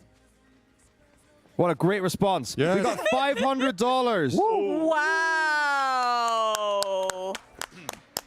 And the crowd goes wild. That was from JoyPunk115. No comment, but if you're in chat and you want things like, I'll come to your house, I'll cook you dinner. We can go for a walk on the beach. Anything along those lines is fine for me. But also, if you would like to redeem one of our fantastic options, like some more hardcore, intense taco lore, you can do that. And other things as well. I could play the game and tell you the lore while being upside down. 500, I will give the controller to Matako without thinking. If you want the controller, come visit us. We'll. Wait. That one. There we go. Okay, so this game adds something a little different, which is Tune. Yes, that's how it's called. You can actually use it to control more or less what... No, please go away. Uh-oh. This should be okay. He just wants to be petted. No. So yeah, if the Mach Clock runs out, you're forced into the Yeah. encounter and you cannot escape, if I remember correctly. Yes, you cannot. You have to kill it, or you have to die. So, without going, Toon. Toon allows you to actually control the AI into doing more or less what you want it to do. One huge gripe people have with Final Fantasy XIII is multiple commandos will always target different things. And in this game, in the default Toon, that's also true. But on the cross Toon that I've set for the commando paradigms, they will always target the same character. Alright, this fight is actually kind of tricky, so I'm going to focus for this one. Because I haven't done this in a hot minute. So we do 2 ruins to stabilize the chain gauge. Now we are trying to chain. Okay, good. We cannot get interrupted there, otherwise the strat doesn't work. Going to ATB refresh Noel here. Combo for 1 spell for extra damage. Do 2 more spells so we don't get interrupted by the next swipe. Throw 3 ruins and ATB refresh if Noel isn't an idiot, which he always is, and it should be over. Okay, that went well. That fight, I made that look easy. The timings for this fight are way harder than they look. I recently joined a stream for someone who was learning this game, and they legit were stuck on this fight for like 2 hours because they couldn't get the timings down. Yeah, so the thing about the fight is that if you were paying attention, the chain was just about to run out when Pharaoh got the kill. And if the chain runs out, that's not normal. And you haven't killed, the boss will build the barrier will do the barrier, and you have to re-stagger to do any kind of meaningful damage. On this one, it's particularly bad. On some of the later bosses, it's not that bad. You can still like, kinda like. You can wing it. Yeah. I think we got another coin drop. Yeah, we did. So we have a $5 donation from Link V23, who's been doing a lot for the event over the week. Now, I'm going to impose a house rule on this because I can. The comment says, pet the goosebird. But I think in the honor of the time-old tradition of Das Pharaoh, anything that mentions goosebird can go out the window, including goosebird, and we should pet the Hollow Knight. You can do. Get wrecked, Goosebird. You lose. But also, like Link, if you're like really unhappy about that, like just be like, no, pet the goose. Like, we're here for you. Alright, so this game is going to feature a lot of time travel. AF does not mean what you think it means. It means after the fall. And this is 5 years after the fall. We are actually going to go to a lot of places in time-space. Alright, this fight, like the previous one, is a little tricky timing-wise. The difference is you can free roll this fight and you will always win. It's very easy. Getting this fight down perfectly saves you like 2 seconds. And for this one, I am specifically not going to stagger this thing because this fight has QTEs. And the QTEs are gonna do 2 things for us. The first one is give us buffs, and the second one is staggering it for free. This is also the only fight where QTEs actually do something for us. For everything else, QTEs are there just for swag points. Well, technically you do get protect from the first QT in Rail Ripeness, Oh, but yeah, true. it doesn't really matter. Yeah, defensive buffs are often not very useful in this run, so... You want to kill things before they kill you. Exactly. And Protect and Shell do not help with that. For the most part, anyway. Oh wait, that's not Triangle. Triangle is afterwards. Also, this is the best song in the game, and I will fight whoever disagrees. Even better than Crazy Chocobo? Crazy Chocobo is the best song, but for a different reason. We're already killing God? No, not yet. This is just an invisible giant. Just an invisible giant, just your everyday occurrence. Yeah. Perfectly normal. Perfectly normal. Like, it's not God if it can be killed by the army, and it's going to be killed by the army.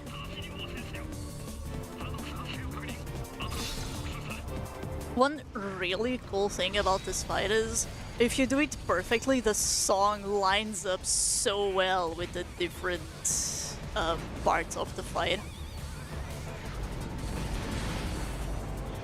Oh, if Goosebird was on the list for the monsters, I would take without even asking for money. Yeah, unfortunately you cannot really name your characters in this game. You have to... But there's like a select list of... Yeah, there's a set list of like 20 names, but some of the names are pretty funny, like Dennis and Carl, I think. Carl? I think there's way more than 20 names. There's like 100 names. You can even name your characters like roles. Like you can name a character Sentinel if you want to. Yeah. And there's a lot of them. And they're not bad by any means. They're pretty funny. But unfortunately, we cannot name Chi-Chu Goosebird. I would pay for that. Alright, so in this place... So on each of the places that we are going to go, the goal is going to be to solve the paradox. What is a paradox is up to each imagination, each one's imagination, it doesn't really matter. The paradox here is the invisible giant. We need to find a way to kill it, because even though we just killed it, it just regenerated and went somewhere else. We are also going to be introduced to the monster mechanic. So on 13, you... Please interrupt it. I think... Okay, it's still died.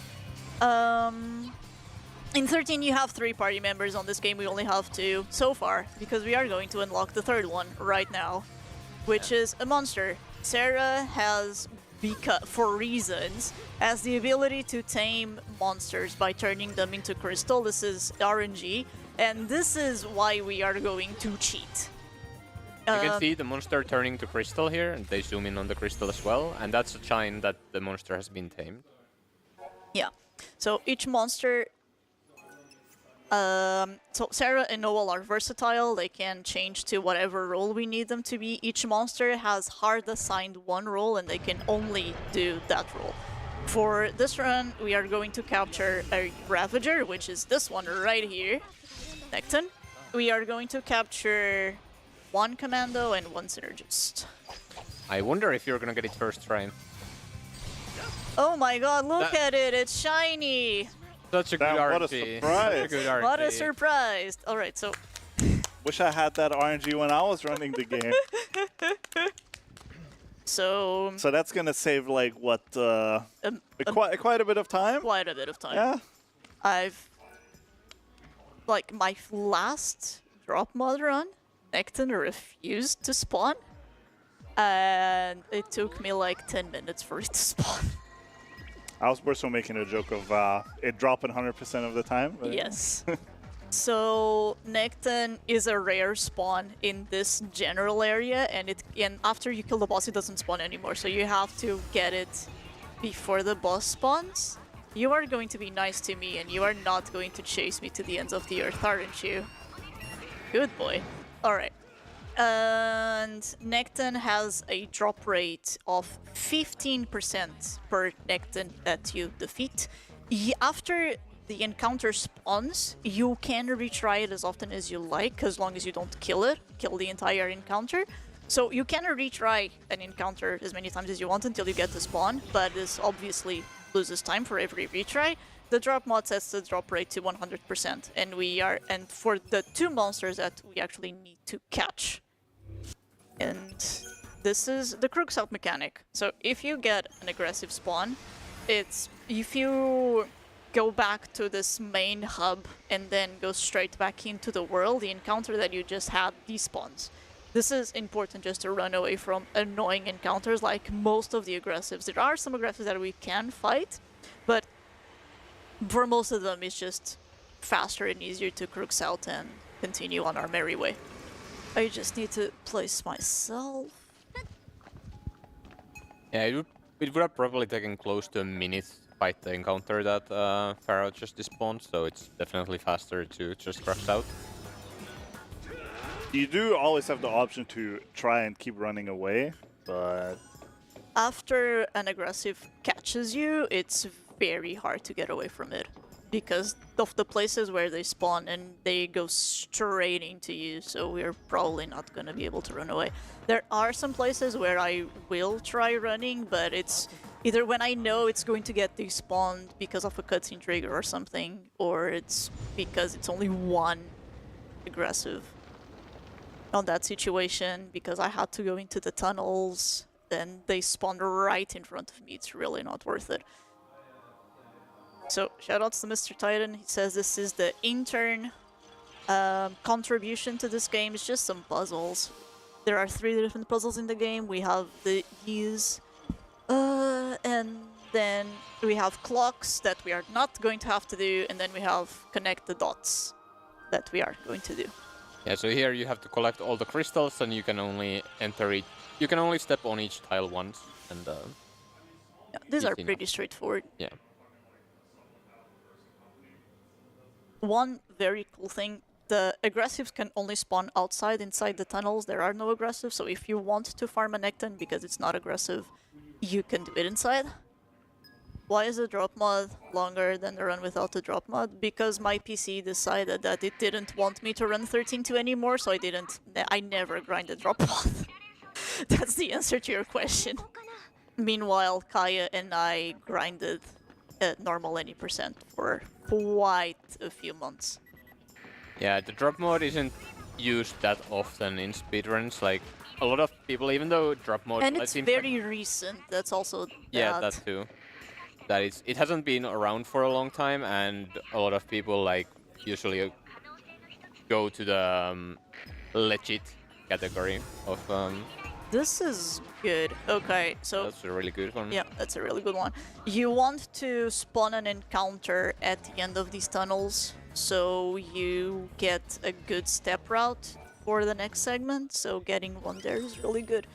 Alright, this is the first shop. We are going to sell this. We are to buy 8. Why am I missing his all green?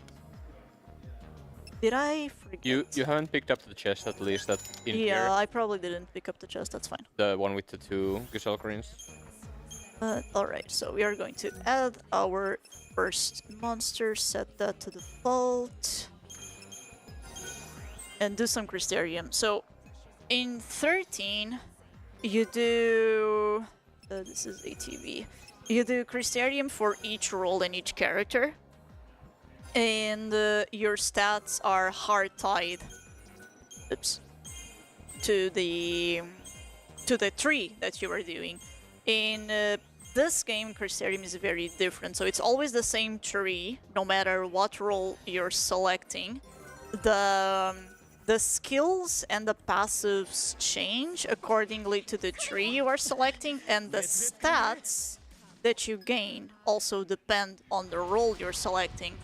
This makes putting everything on a Ravager very broken, because the role that you get on Ravager is magic. So if you put always all of your Crystarium points on Ravager, not only are you unlocking the higher tier spells very, very fast, you are also gaining a lot more magic. On other runs, on longer runs, you would try to space your stat boosts more in order to min-max it. In any %, we can just dump everything on Ravager and get that quick magic boost. And that Atlas is easy because we weakened it, we used the crystal to weaken it. So on this fight, it starts on very low HP, it doesn't have a lot of strength, and it just dies very easily. Also, as you can see, Pharaoh was failing the QTE on purpose because it's slightly faster than actually performing it properly. Yeah. And with this, we are finally going to solve the Atlas paradox. It's going to stop raining.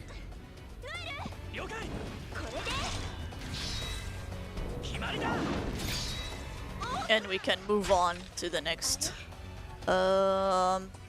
time-space location. Not a sub-30 Atlas, but I'm going to blame that on the crooks out. アリサ、アトラスをぶっ壊したぞ。アリサの探してた場所もすぐ目の前に。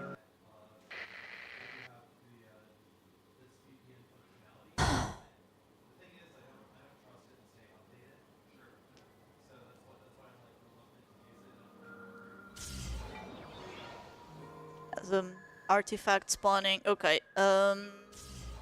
These things that are spawning that are invisible are artifacts. They are essentially keys to the next location. Each place may or may not have doors, gates to the next place that we are going to go to.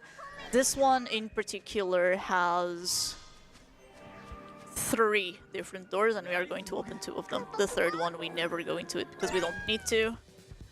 Yeah, it leads to an optional area with some side quests and. If we were doing 160 fragments, but we're not. That's a bad category. Yeah. Certified bad category.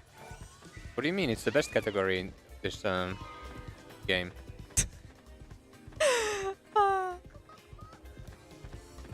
We're going to dismount. Oh, he's too far away. Mog, come on. You're gonna get thrown in Academia 500. Grab that one. And for this one in particular, although we are going to open this gate, we're not actually going to go to this particular location yet. This game is pretty free in terms of what's the order that you want to do stuff for, but there are clearly some locations that you are not supposed to travel to until you are strong enough to do them, and this is one of them. You can try go there, but you are just going to get deleted by the first fight that you have to do here, so you just, oh yeah, maybe I'll go explore somewhere else. So instead we open this gate and we use the chance it's already open to go back to Costa del Sol and look for a piece here that we need for later. Very, very late in the game, it's going to ask us to get some Graviton cores, which is a specific type of invisible item. And because we already know we need it, we can just start collecting them right away. Yeah, the nice thing about that and all other fragments is that they give you CP. So this is like a free 500 CP that we have to get anyway. There are 7 of these Graviton cores in the game, and this is... Or it's really, really clear which 5 are the fastest we need to get. And remember that I wanted a specific spawn, and now I want another one. We are just going to chain certain spawns for a while, just to make sure we get them where we need them to be, so we can get chests or we can get spawns when we need to farm them, or we can despawn them fast. There's a lot of this game's routing that goes into getting the correct spawns where we need them to be. AF means after the fall. It does not mean what you think it means. Which is after the fall of Cocoon. Zero, have you heard of the strat where you actually, you know, manipulate the enemies so they spawn where you want them to and don't just run and hope? No. There are some places where I'm going to run in circles because I want an enemy to spawn on that particular place, but there's nothing more to it. But yeah, there is like sometimes you don't want, like, for example, the next area where Pharaoh is going to get encounters on is an area that has a lot of aggressive spawns, and by getting the encounter in the new Bodum, Pharaoh is not gonna get as many encounters in the area where aggressive spawns. Where aggressive spawns, yeah. So if I'm lucky, if I'm unlucky, the game is just going to spawn an aggressive on me because this game likes giving the finger to its runners. Oh yeah, it has a lot of RNG. At least compared to 13. Yeah. And even compared to LR, I want to say that this game has a lot more RNG, but the RNG in LR is way more punishing than the one in this game. What part of LRNG are we talking about? Imperial. Imperial. Also, certain spawns. There are certain spawns that if you get them, your run's just dead. At least when I was running. I have no idea how it works with double jumps now. Are we going to hear the Crazy Chocobo song? An hour and a half-ish. Crazy Chocobo is kinda late in the run. Yeah, so the Crazy Chocobos are usually in like optional areas, but there is one optional area that we need to go to, which doesn't maybe make sense, but we need to go there for a Graviton core later, and that's where you will... Oh look, the game did spawn an aggressive on me. Yeah, but fortunately these... Okay, I'm not gonna get that one. I think I have enough money. Yeah, I never get that guild chest here. I get it later when I go through here in different timeline. But okay, now I want to spawn here. Come on, game. There you go. Because this one is guaranteed to be that one, that behemoth. It's chasing. It's chasing! Why is it chasing? It's very rare, but they can chase.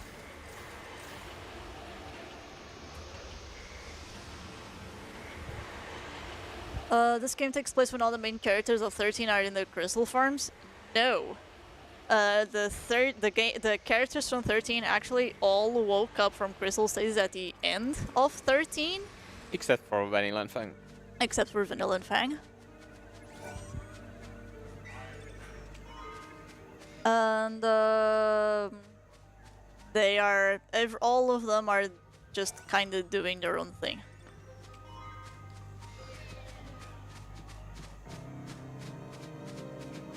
Now I should get another spawn soon, unless it's a passive.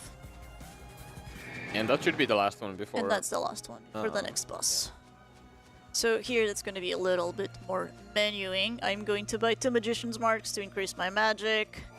And I'm going to do some more Crystarium for magic and also for more... That's not accessories. Oh, more Ravager for more magic and for more spells.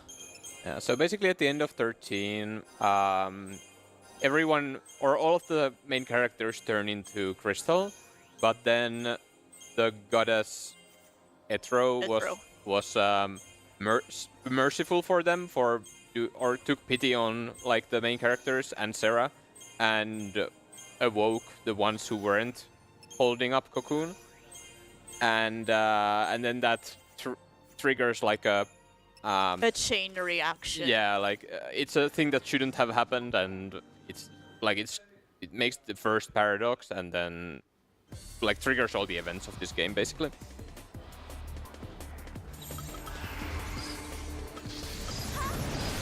Deep Protect is good. Yeah, so Alodai can start with either D Protega or D Shelga, and we prefer D Protega because it's much safer. Because you can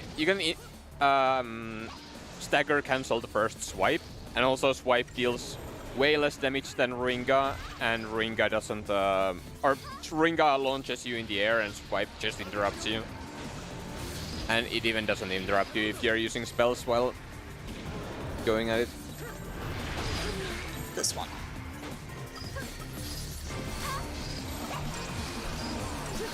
This is another fight where timing is important, and I also did a bunch of palm buffering after it was staggered.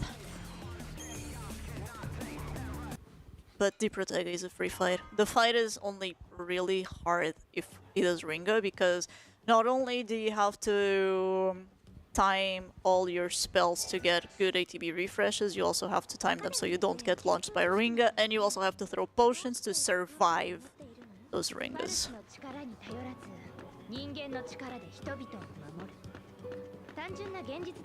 Here we are just going to do this quick run to get another Gisalgreen chest.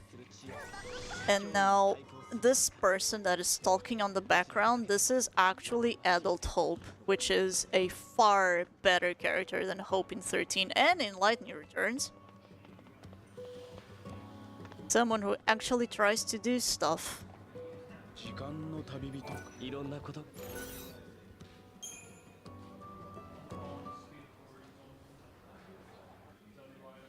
Okay. There's a lot of automatic running in this. We need to wait for Hope to get here, and that's why we get the Soul Rains, and now we need to wait for Hope to get up this stairs, and that's why we grab another free money chest. Is that because his running animation is still slow from 13? Yeah. That is the one thing that isn't fixed between the games for Hope, fortunately.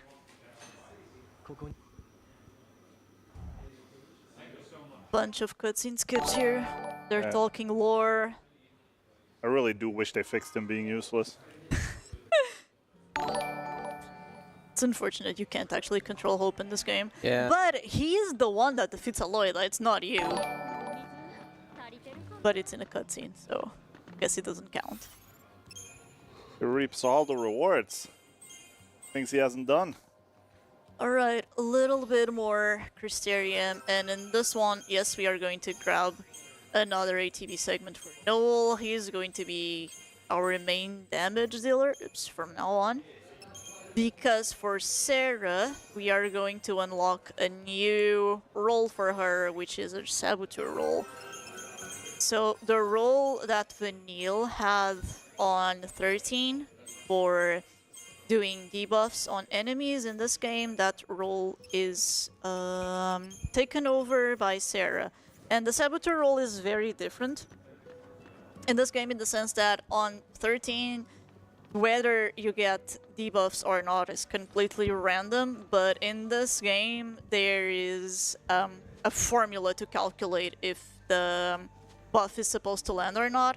So for this particular enemy, after 4 casts, I think, the buff is always going to land. The buff is not going to land on the first 3 casts, and on the final one it always lands. That's a bird, ladies and gentlemen. And that is going to be our synergist. It's 2 goose birds.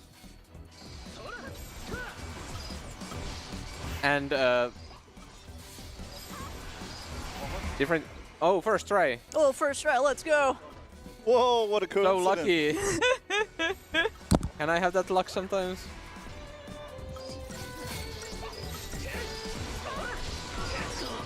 ATB refresh.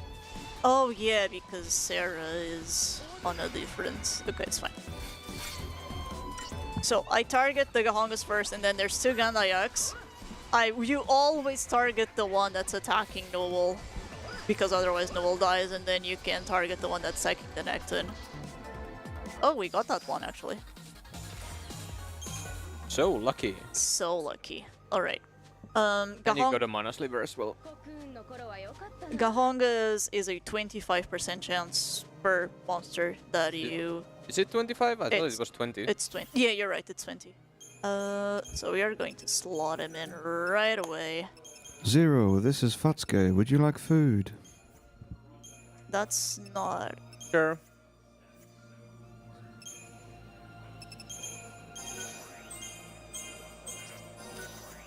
There we go. What about you, Pharaoh? Would you also like food or wait till later? Are there chips? If they're French fries, I'll take them now. If not, I'll wait until the end of the run. Let me double check, but I don't think so.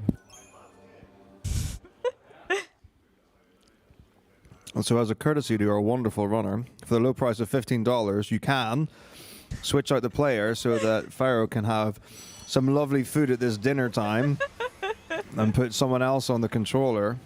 It's a courtesy. I mean, like, honestly, I think it would be impolite not to do that.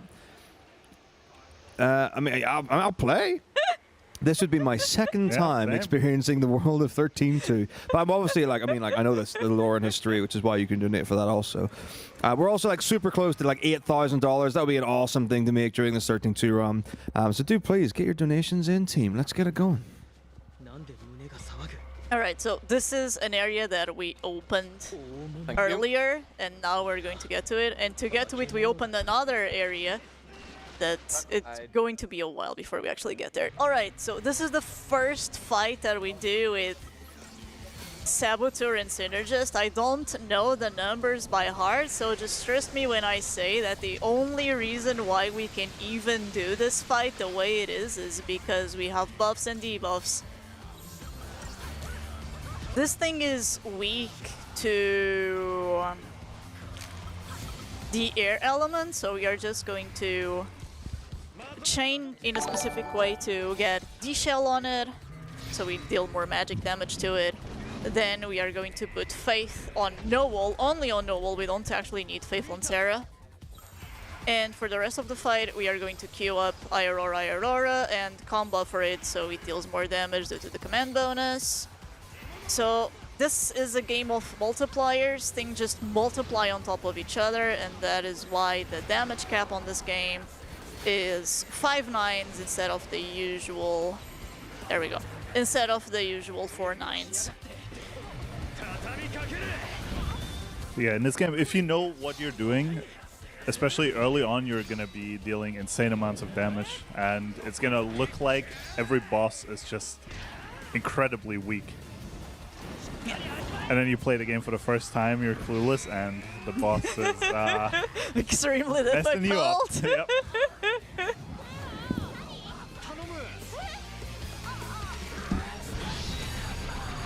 Yeah, that... You don't actually need to land any of these to win the fight, it's just faster, and I'm hitting the QTEs that make the fight faster and not hitting the QTEs that skip animations. Basically, that's the whole logic to it. Skip some more cutscenes, and yes, that is Snow, the same Snow from 13, 300 years into the future.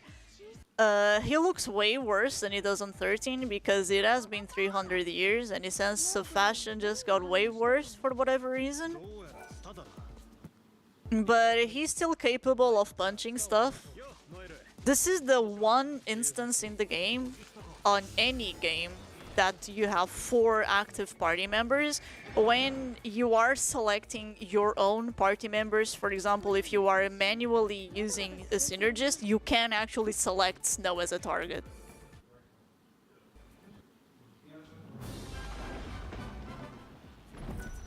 So in here, the paradox is the Royal Ripeness. Snow explains to us that Cocoon is going to fall again because the crystal pillar is being eroded by the Royal Ripeness that is eating away at it, and we need to find a way to actually kill it. But the Royal Ripeness is being powered not by one but by 2 different paradoxes that are feeding endless flans to it. So this double paradox is being fueled by 2 different artifacts. So the entire goal for this area is finding these artifacts, this is one of them, and then taking them to the gates that they open, and that is where the sources of the paradoxes are going to be, or at least they should be. This is just a few mini flan fights, so you can... I heard the coin sound, so...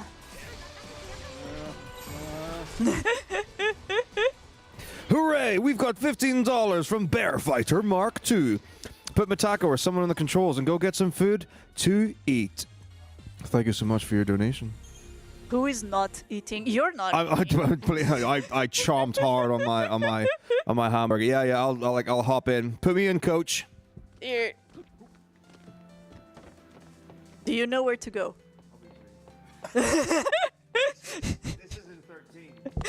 Jump.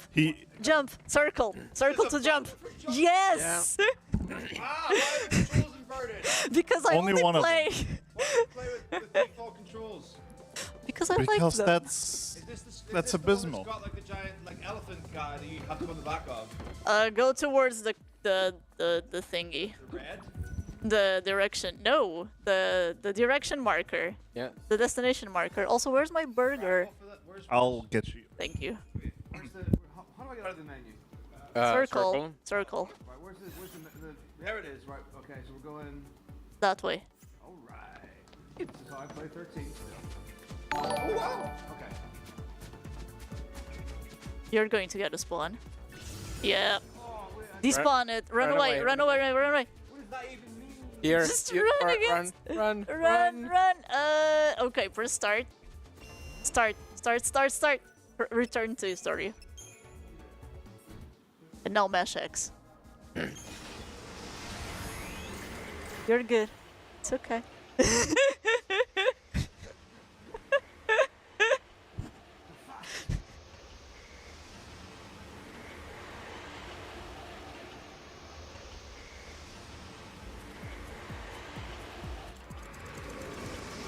Alright. Back to the portal. All right. Interact with it. Press A when you get near it. Yes. You know how Milkshake by to any skip chance? cutscenes, right? Furrow? Yes. Do you have a milkshake? No, I don't have a milkshake. Go in there.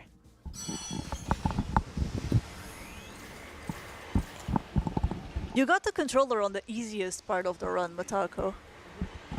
This is literally just movement. A skip cutscene. Only when the minimap spawn. And again. Another cutscene skip right now. Oh well. Then press A once or X once and start hit return to history crux. Start. Return to history crux. Yes. Okay, Taco, Then be honest. left twice. Go back. Yeah, go. Yeah. How many times have you played this game before?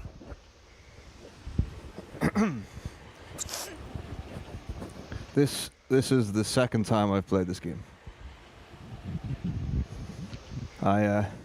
So many years ago, back in like 2014 or something, Backform and I did a blind race. Remember?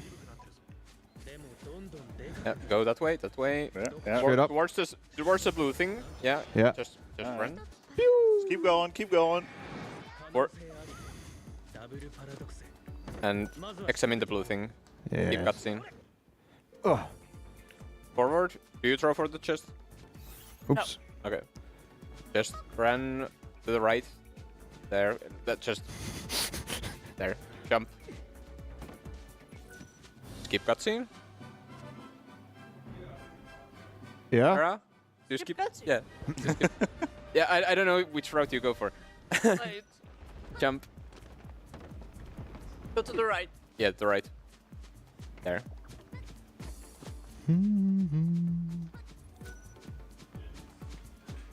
Go a little bit to the left. Press R1. Just wait. I think you're gonna have to do it twice. Oh no. No. Good. You have to throw Mog now. Do you know how to throw Mog?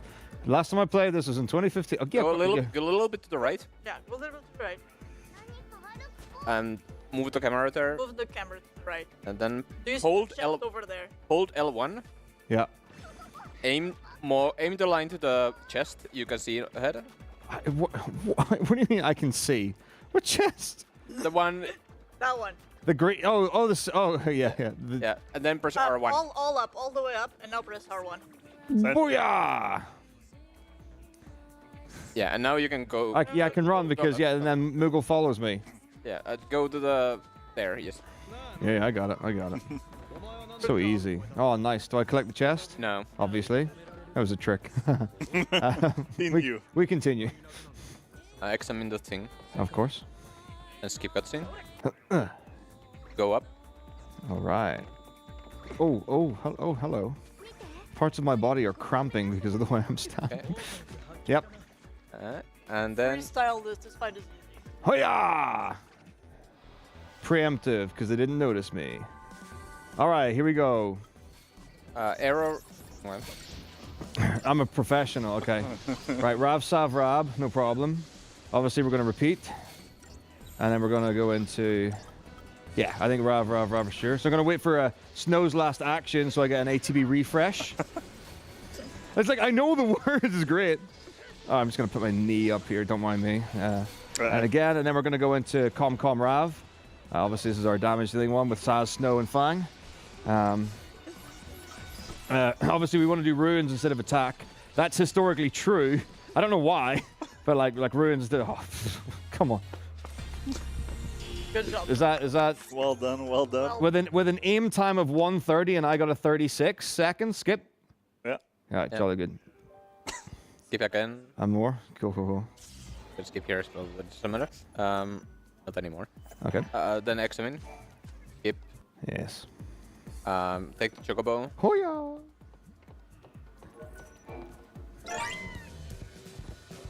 How is the movement the same? Yeah, let's just go there.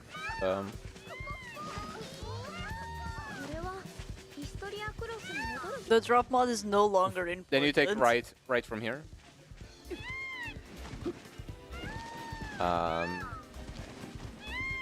Then go towards the vine, and right before the vine, you jump to the left. A little bit. There we go. And then you go forward.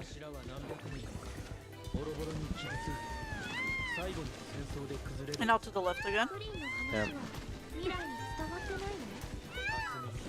This mount is L1. Then Oh, run away. Fun. Crooks out. You can crux out, yeah. Start, and here's the Rhea crux. Or you can... I think you're gonna have to fight it. No, it's Oh, okay. Now go back. Professional gaming. He's just too good. Someone stop him. Put me in for Caius Ballad.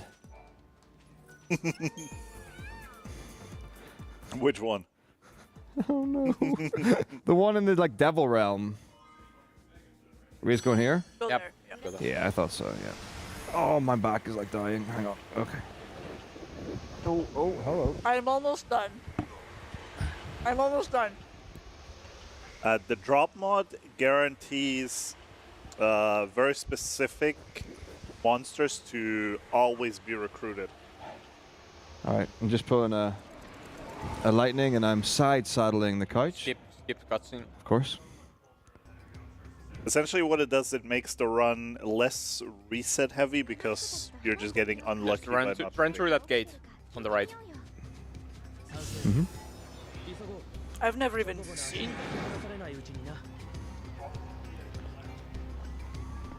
Well, only the ones that are used in the speed. At least for Lightning Returns, it's only the spells that are used in the speedrun. So It's only the 2 monsters that are used in the speedrun. Then go up the stairs, and turn right. There's a chest you pick up. Do you pick the other chest? This one? Do you, Farah? I throw, but it's fine. Yeah, you can pick it up with. And then go up the stairs and talk to the dude. You can keep playing if you want, or you can give it to me. Are you having fun? Yeah, I love video games. Talk to him again. Skip cutscene. Yep. Yeah. Yes. Skip cutscene. Is this the big dragon? Not Not yet. yet. See, I know this game. Where are we going? Forward. Yeah. Menu. Menu. Crystarium. Crystarium. No. Noel. Noel. Yeah. Hold. X1. X once. Then Ravager. and Mash. everything Mash. in Ravager as Mash. long as you can. There. We go. Then back. Once Back. more. Sarah. And same thing. Same thing. Ravager. Ravager and just mash. Yeah. Very good. And you do get Necton. Necton. Yeah. Again. Yeah. Mana Sliver. Mana Sliver. Yeah. And just mash. No. No, I know. Back. Then Okay. go back. Leave menu. Yeah. Leave the menu entirely. No. I know. That's the entire menu. And now you should give it to me because this fight is actually hard. Oh. Round of applause for Taco. You did very well. Oh. Now this fight is maybe the most RNG fight in the run. Maybe. Probably. At least I can't think of any other. You first want to kill the Chocobo because the Chocobo is a rude bird and likes to interrupt your party members. It's like Goosebird, but it's even worse. Jerk bird.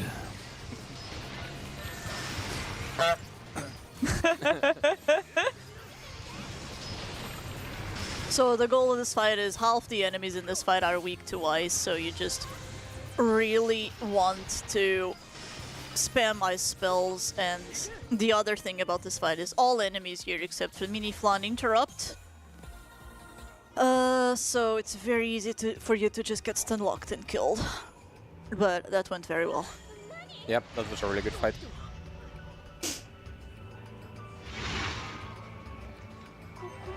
And then yeah, those red cactuars act as teleporters, so they a quick way to get past back to, and you also get a fragment and a little bit of TP for using them.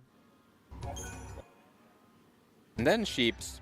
So every time you throw Mog, all NPCs start running towards him. And or that at least includes sheep. And that includes the sheep. So otherwise the sheep try to run away from you, but if you throw Mog, you can prevent them from running away from you and make it more consistent that you can get to them. Another thing about throwing Mog that is important here is if you throw Mog and an enemy spawns while Mog is away from you, the Mog clock advances like 3 times as fast as it normally would. It depends on how far away Mog is from you. So the further away Mog is from your leader, then the faster the Mog clock will go. So for this one, we are pretty safe. The enemy just spawned. So we have all the wool that the woman asked us. We are just going to give it to her. And after completing these 2 side quests, because the Goblin Fragment fight is considered to be a side quest, we can finally use the Steps weather machine. Because for some reason, these people have a machine that can change the weather around this area. And this is how you actually get to the boss in this area. So this boss spawns on sunny weather. No. Yeah, it spawns on sunny weather. But there's also a super boss that spawns on sunny weather. So I'm going to spawn it now, but we can't actually fight on this weather because there's a super boss literally in front of it that we cannot kill. It's just no, forget it. It's going to one-shot us on its first attack. So we need to change the weather back to stormy before we can actually tackle it. So the super boss is weak to thunder, so it's afraid of the stormy weather, but the actual boss doesn't care about the bad weather, so it stays there.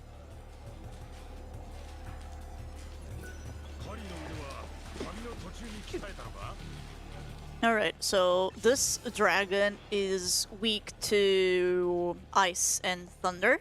Yep. This is one of the few fights that I'm going to open with strikes, and this is so that Noel gets sent closer to Faeril, because if I do that, when he... Oh right, I have to spawn something here.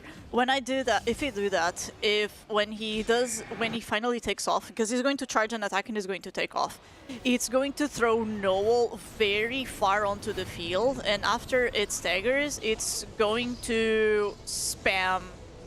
That's bad. It's going to spam AoE spell, so we don't want Noel to be close to the other characters. This is very low chain, so I'm concerned.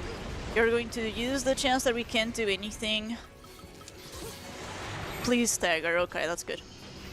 If Black Hole finishes before he staggers, you die, because Black Hole brings everyone closer to Faeril, and he starts doing physical spells, physical abilities like Claw and stuff, which is way stronger than just Aurora strings.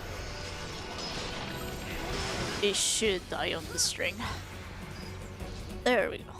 Nice.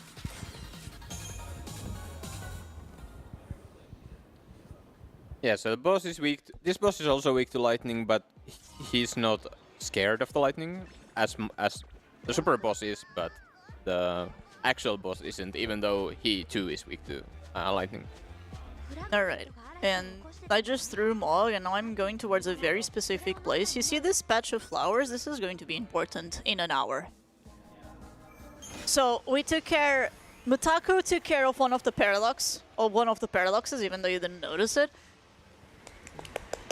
It was just that it was that fast. exactly. And Blinking you missing. Yep. we took care of the second paradox, so now the royal ripeness has been weakened and it turned into a much worse fight.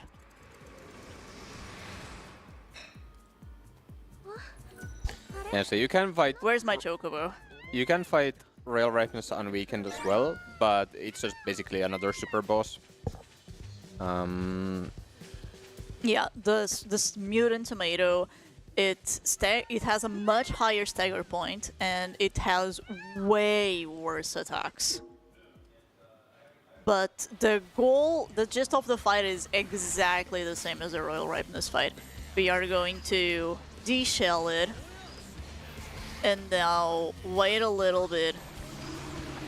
Just do one more free string so we get a free ATB refresh into the next Ravager. Going to wait until he finishes the move, get the ATB refresh, and now Necton is attacking with us. The next attack isn't Belch, which is interesting, but fine. We are going to get another free ATB refresh here. Now he uses Belch. I'm not gonna heal this. And I am queuing up Auroras because I know he's going to stagger on the next string, and now we start combo buffering and praying that my teammates keep it interrupted because I really, really, really don't want this thing to attack again. If this thing is allowed to attack, it's just bad. That was like one of the best Mutant Tomatoes. Yeah, Mutant Tomato has like a move where he swings his arms and very fast and launches all of your party members into the air, and then it's like 3 seconds and you can't do anything. It's awful, but he didn't use it at all, which is pretty much perfect. Yeah, I like what I like. I overshot it. I always do this. This is like the hardest. This is like the hardest throw in the game. For some reason, you always like shoot. Shoot over it. Yeah, you always think it's further away from you than it actually is, and then you throw it over the artifact. Or at least it used to be. There's no. I have a new least favorite throw in this run, but really, what? The one on top of the for the Graviton core in Herba. Oh, okay. I always miss that one. Trying to think which one that even was. You'll see if you haven't. If you haven't seen it yet, you're gonna love this. Yeah.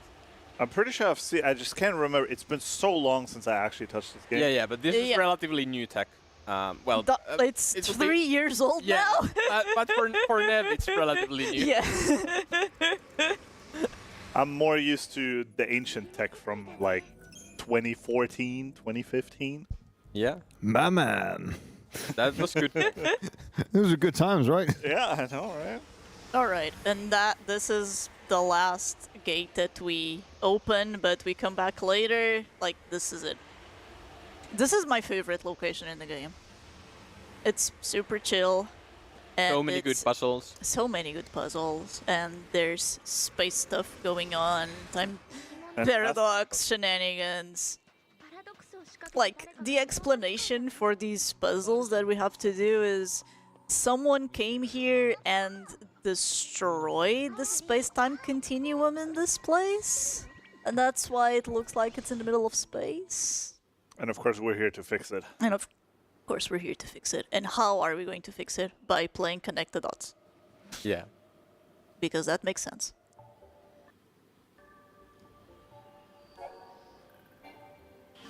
After the fall of Cocoon, people became immortal. No, we are time traveling. There's a difference.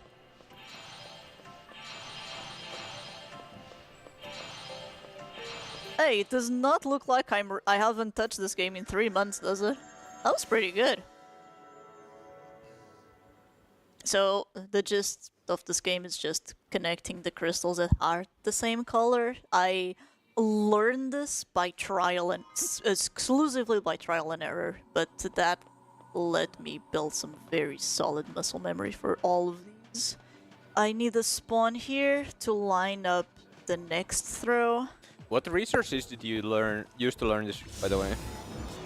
Shonen's runs. Oh, okay. Okay.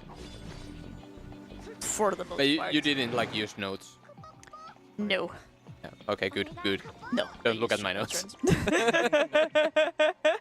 So my notes had these like puzzles all mapped out, and then it broke when going between like going from Excel to Google Docs or something. And it looks so weird for this puzzle.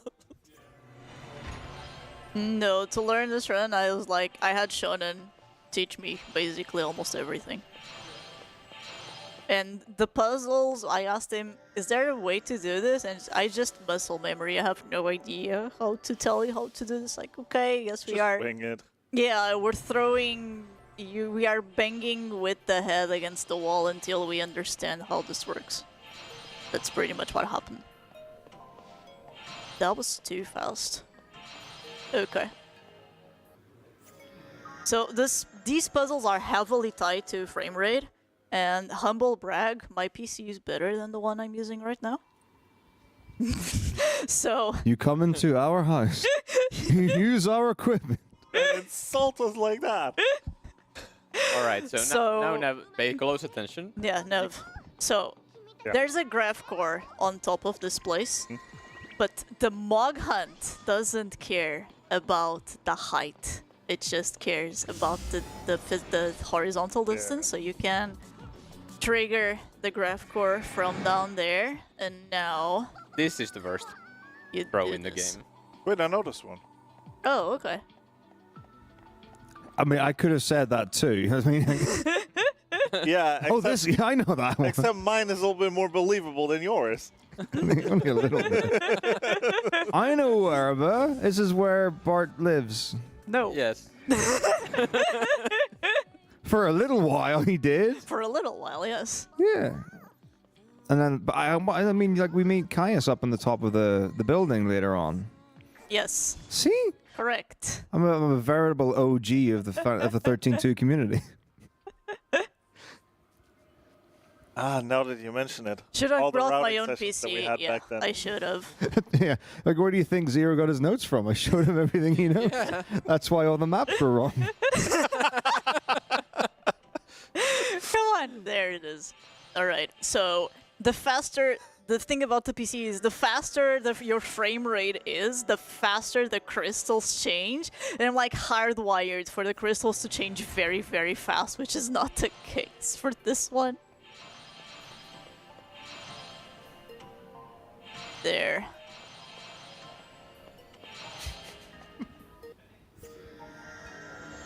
He's trying his hardest to be wrong. Not even trying. Well, except you were correct. Okay, yeah, I mean, like, I know some. Like, I don't want to come across like a complete moron. That one. Trying to be wrong elegantly. Falling with style.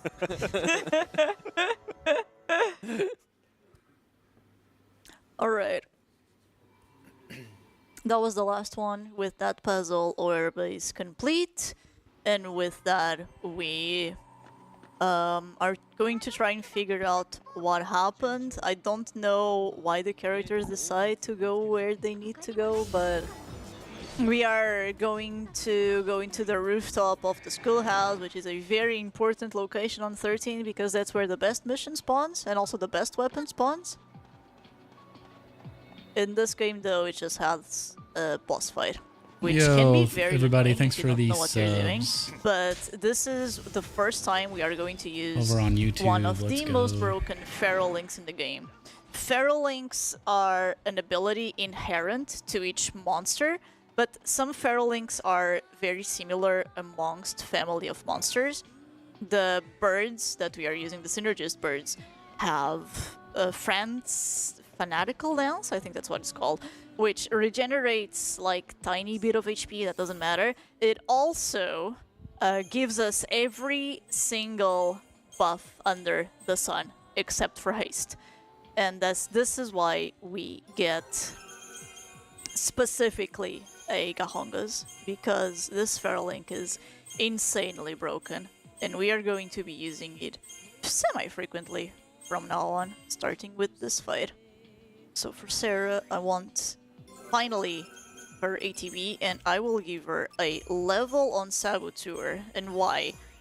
Because in order for you to be able to level the bonus for a roll, you need to have gained at least 1 level on that roll.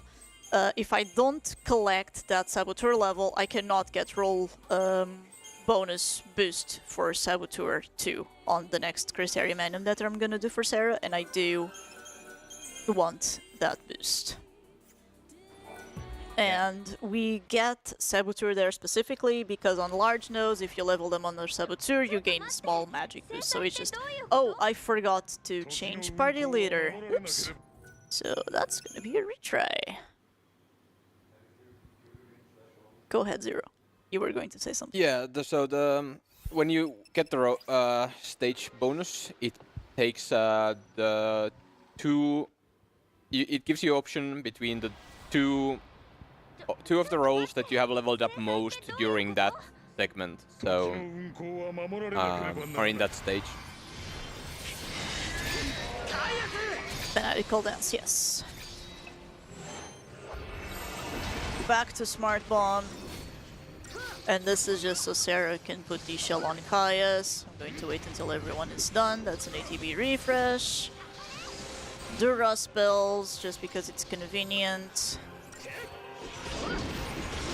The reason why we do Rust spells after stagger and regular spells before stagger, regular spells build more chain pre-stagger, but Rust spells not only build more chain after stagger, they also deal more damage after stagger, so it's better for you to do 2 Rust spells and combo for them both than doing 2 normal spells. Also, I cannot skip this cutscene. We haven't seen the result screen for this fight yet, so if I press start, the game just asks me if I want to retry the fight. This is a minute long, more or less. It's the perfect length for a bathroom break, and it makes the pacing of this run very, very nice. Yeah. My theory on this is that they were planning on putting QTEs here, but then either forgot or removed them for whatever reason. And that's why you can't skip this.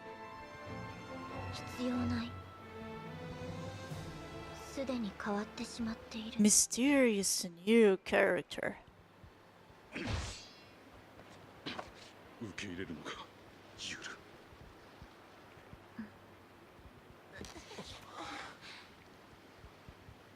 If you change the future, you change the past. You can remold history as your heart desires. Let's go now, before you are made to witness more. You have to do Noel now.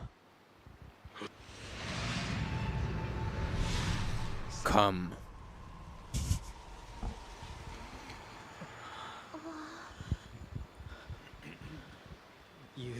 Yuru. I was gonna go with the Japanese one, and then I realized, wait a second. Yuru.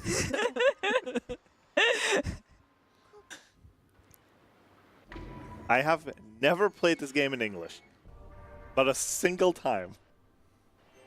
I hate it when it does that. Okay. So we are done with Oerba, we're not gonna come back here. And because we fixed the paradox in Oerba, we also fixed the paradox on Yasha's, and this creates a new timeline where the eclipse that was on Yasha's Massif, the place where we found Adult Hope, isn't there anymore, so it's gonna be sunny.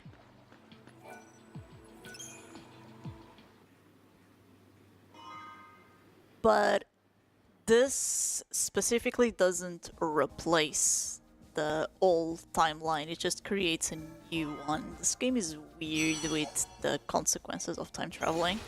Yeah, now you can also swap between the timelines, so you can like go here, but you can still also go to the old timeline if you want to. Yeah, Monkey is right. The most important change between both Yashas is that there's a cat lady on Yasha's 10, and she is a dog lady on 1X. So you're saying that 1X is the worst time, the worst timeline. There's multiple timelines, they don't overlap or run parallel. like, if you're taking the Historia Crux to face value, yes. Now I really need a spawn here. There it is. And it just vanishes here.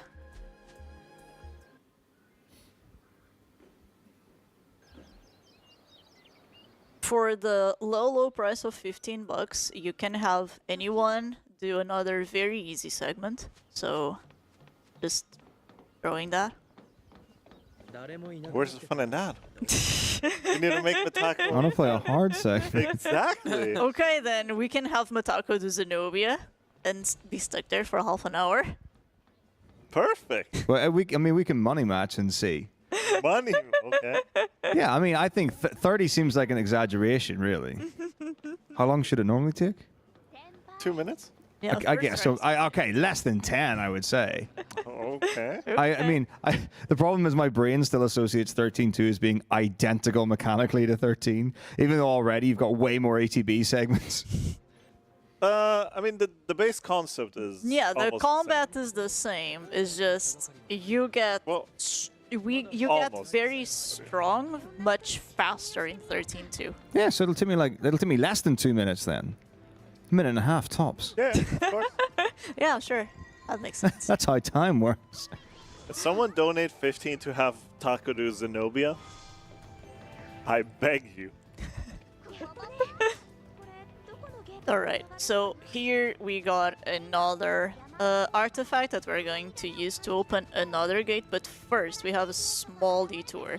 So remember when I said a few hours ago that there is a specific time where the game is going to ask me for 5 different fragments so we can move on with the story? This is another thing that the game is going to ask me for at a different time in order to open an elevator that I need to continue with the plot. Because we know we need this key to open this elevator, and it's literally right here. We are going to use the time to just go and grab it now instead of trying to activate the elevator. And say, no, you do not have the key. Also, this is the most important chest in the entire run. Yep. Yeah, Unicorn Horn basically makes casts Dispelga on, which removes all buffs and debuffs from all enemies and your own party members, and that will be used a little bit later in the run. A little bit later. I forgot when. Final boss. Right. That much later.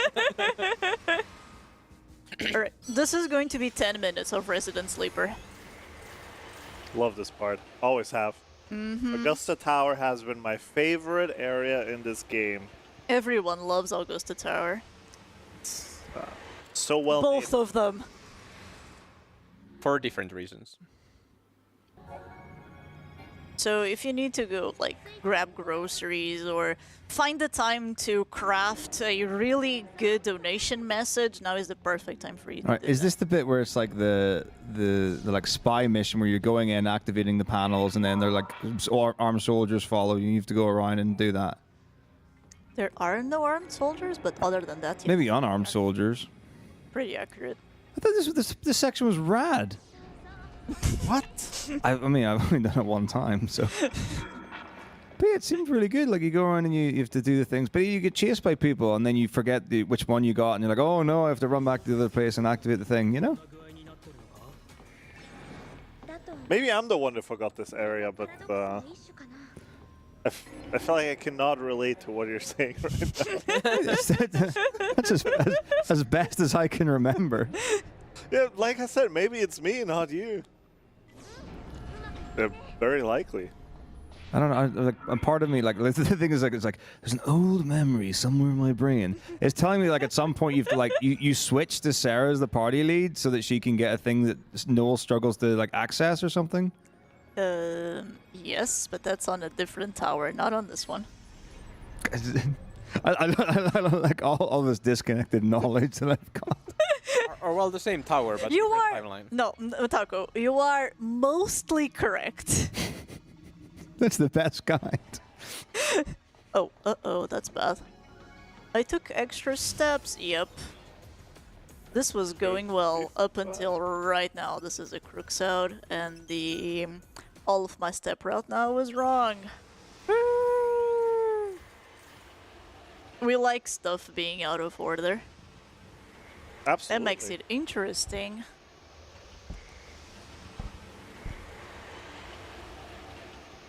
I like seeing chaos at this marathon. Yeah.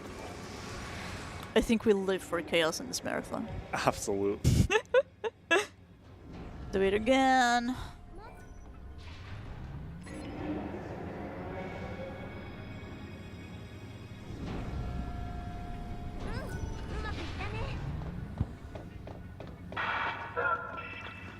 So there's a voice blaring numbers at us. This is supposed to be a password, but because the password is always the same, it doesn't really matter if you're listening to the numbers or not. I do know when I play this game first, I just inputted all of the options until I eventually got the right one. How could you not know it? It's 1237172. No.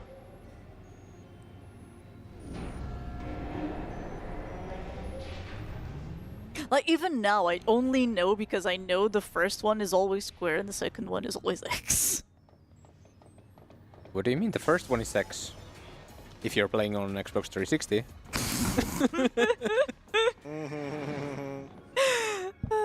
My condolences if you are.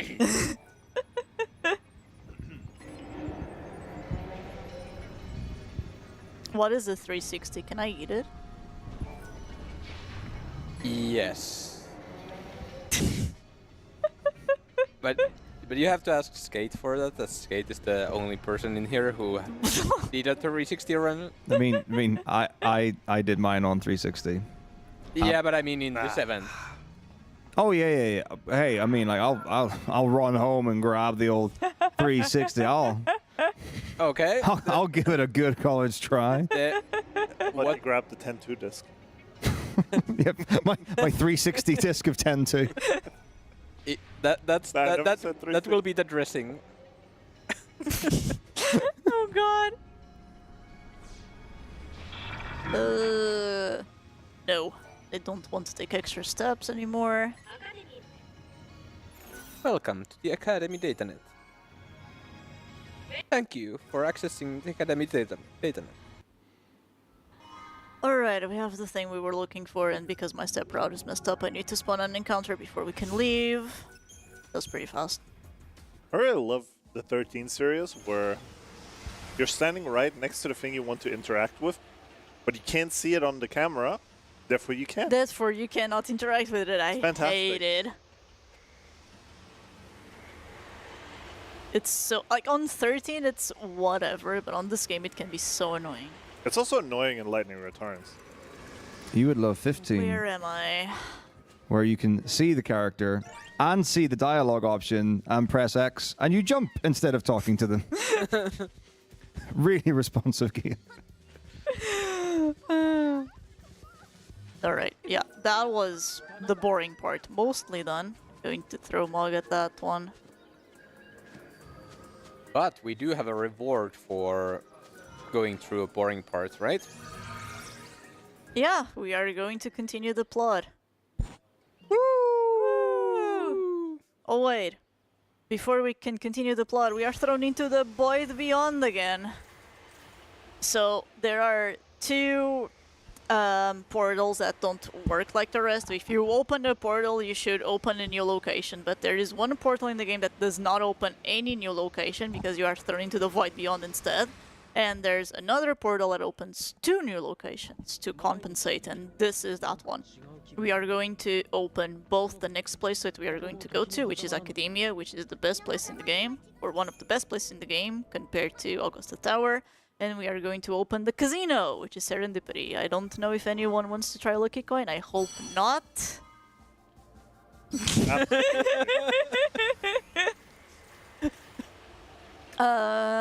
This is also where you have Chocobo Racing. Like, this is a Gold Saucer sort of homage, but it's really weak because the only minigame you have is Chocobo Racing, and you also have slots, but they're awful slots, and there's a fragment tied behind them. But we aren't going to do any of those things here, because there is a third thing here that is actually important mechanics-wise, which is the seer. We're not doing anything here unless. Sorry. Really? The Mystic, yes. So the Mystic unlocks fragment skills for you.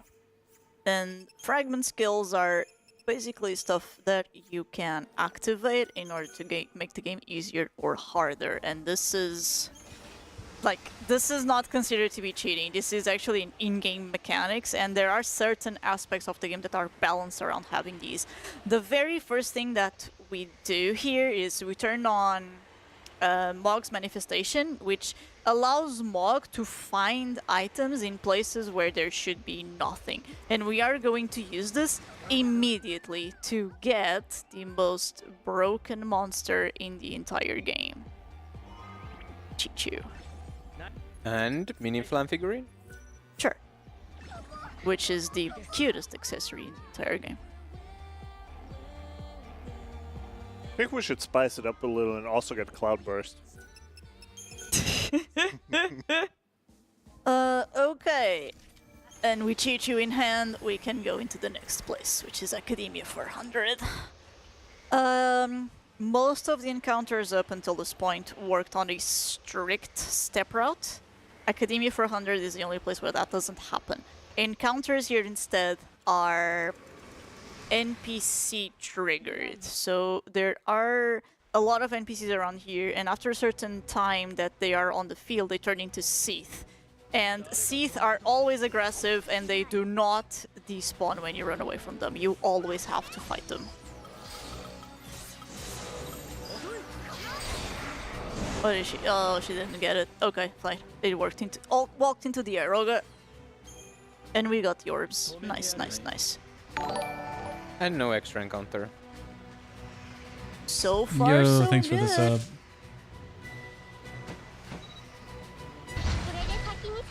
Yeah, you can look at fragment skills as in-game cheat codes.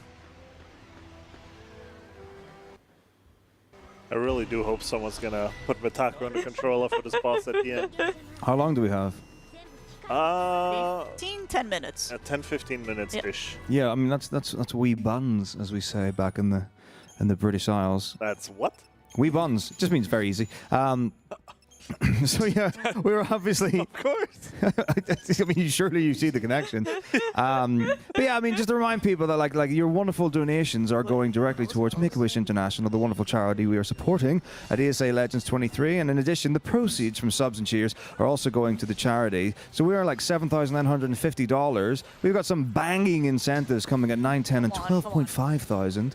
And if you want, if you want to see me like prove these guys absolutely wrong and steamroll a boss first try. I beg you guys. Please.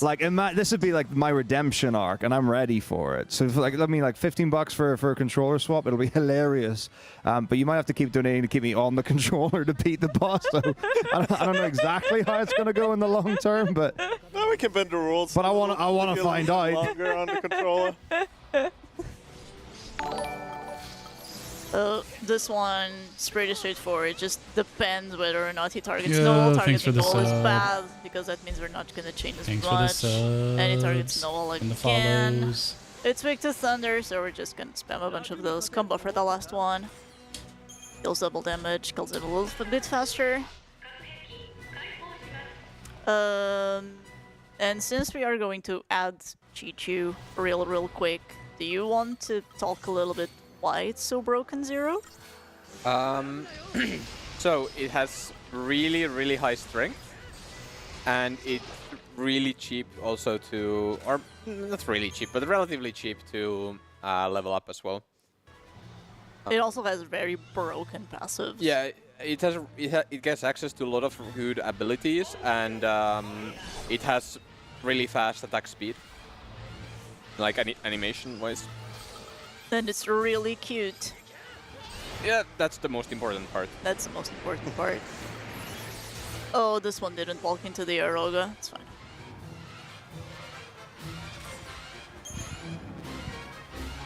Alright, so There are certain chests that I've been picking up, and these are strictly materials to help power up Chichu. This is the very last one for now. For now, I'm still using Necton just because these fights are better with the third Ravager. After this one, though, we are going to add in Chichu. Yeah, I don't think it really matters for these fights if you have a Necton or Chichu. Yeah, but because we need the power orbs to the menu, Yeah. we might as well just kill this one as well and do the menu here. Yeah. So say goodbye to Necton. Oh, I only have slivers. I want to see Mitaku do the final boss while explaining the lore. That would be very interesting as well. Is that Jet Bahamut? Yeah. Bahamut Trio. Yeah, wee buns. Also, you always give ATB to Chichu because Chichu being Yo, able to thanks do for one the extra sub action is on better than YouTube. any roll bonus you'd give it. You Let me forgot the flow most in. important Let's part go. of the... Oh, yes, I did. Alright, monsters, Chichu, adornments, and let's give it a hat. Where are the names? Oh, here. I can give one for free. Random. It's Paris now. So if you looked at Chichu's stats, it's already got like 430 strength or something, which is quite a bit. Yep. I think Noel and Sarah both have like less than 200 still currently. Yeah. Something like that. Okay, soft lock alert. If I get caught by a Seath here... Okay, didn't happen. If you get caught by a Seath before the Mock Lock can spawn, the game will crash. Because this is a good port. Fantastic.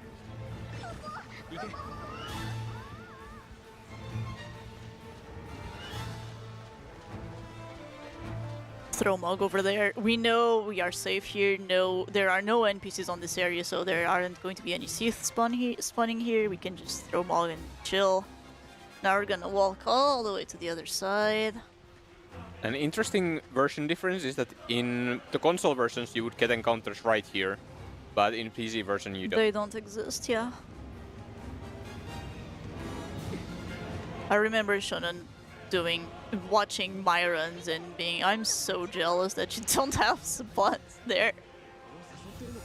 Yeah, and on console I once had a run that didn't get an encounter there, and I still to this day don't know why.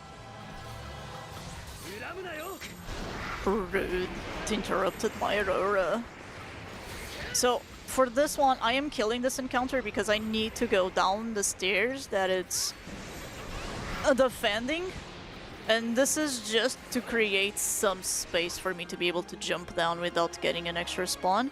The game can give me like instant spawn because there's a lot of NPCs here, but if I'm lucky, it's going to spawn as I get out of range. Yeah, that's what happened. Yeah, that's what usually happens. But yeah, the game doesn't intend you to go down here, so it doesn't spawn enemies here. So, and you skip like a barrier bunch of fight. encounters, and you skip this barrier fight. Yeah, and you pick up this chest because then when you get back here, you can jump over the chest and not trigger that encounter that Pharaoh just so triggered. This area ends on a small boss rush. Yeah, so if you want to see Mitaku do the final boss here, now's pretty much the last chance. Yeah. So these first two fights are pretty straightforward. You just drop Faith on Noel and then you combo for arrow spells because it's the best spells Noel has access to. I'm going to be the last one. Should be an ATB refresh and it should be dead. So this one, you don't really want to do debuffs because there's an extra enemy on the fight and Sarah will always target that enemy before he targets the big one. For this one though, we can actually go to debuffs, but because of ATB refresh timings, I prefer doing one extra round of spells before actually triggering the D-Shell. Then Sarah gets immediately into a D-Shell string. And now we can actually kill it.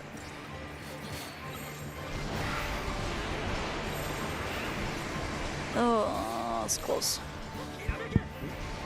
And done. Alright. Zero, you want to explain Zenobia? Because Okay. we're not. Taco is not going to do it. No, it has to be me. Okay. So Zenobia starts with defensive stance and summons these tentacles, and you have to kill the tentacles before you can damage Zenobia itself.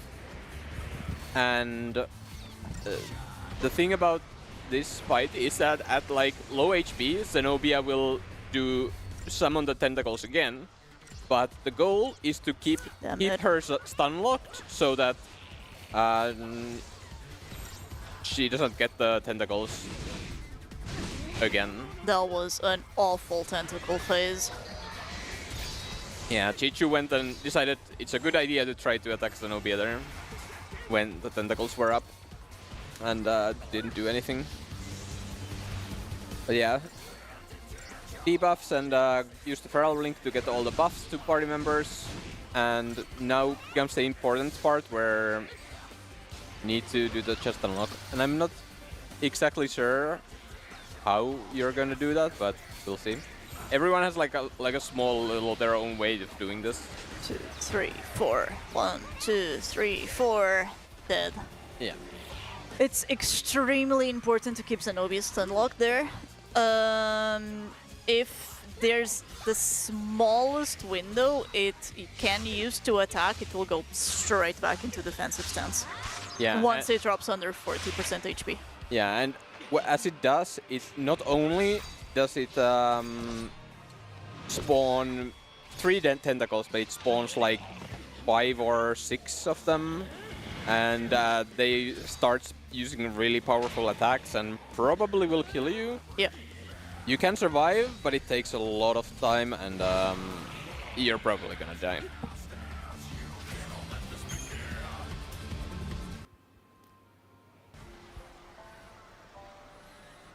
Hi, I hope everything's going all right. Matako, I came up here to, actually, I guess to everyone to say I've been cooking something up for the past few hours, and... Okay.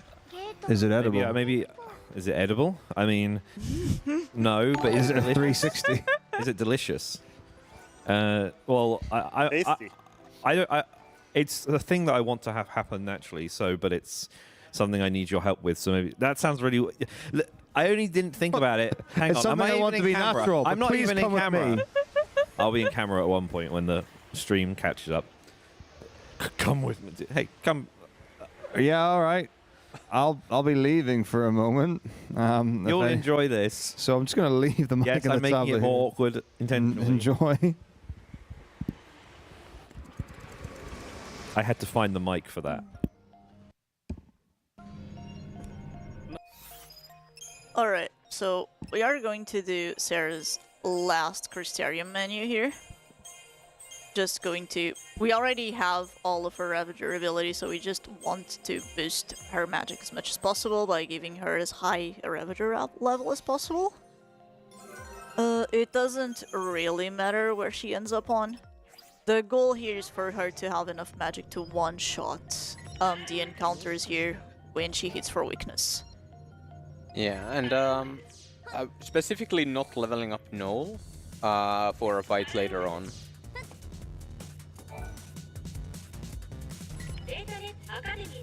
So welcome to the Academy Datanet.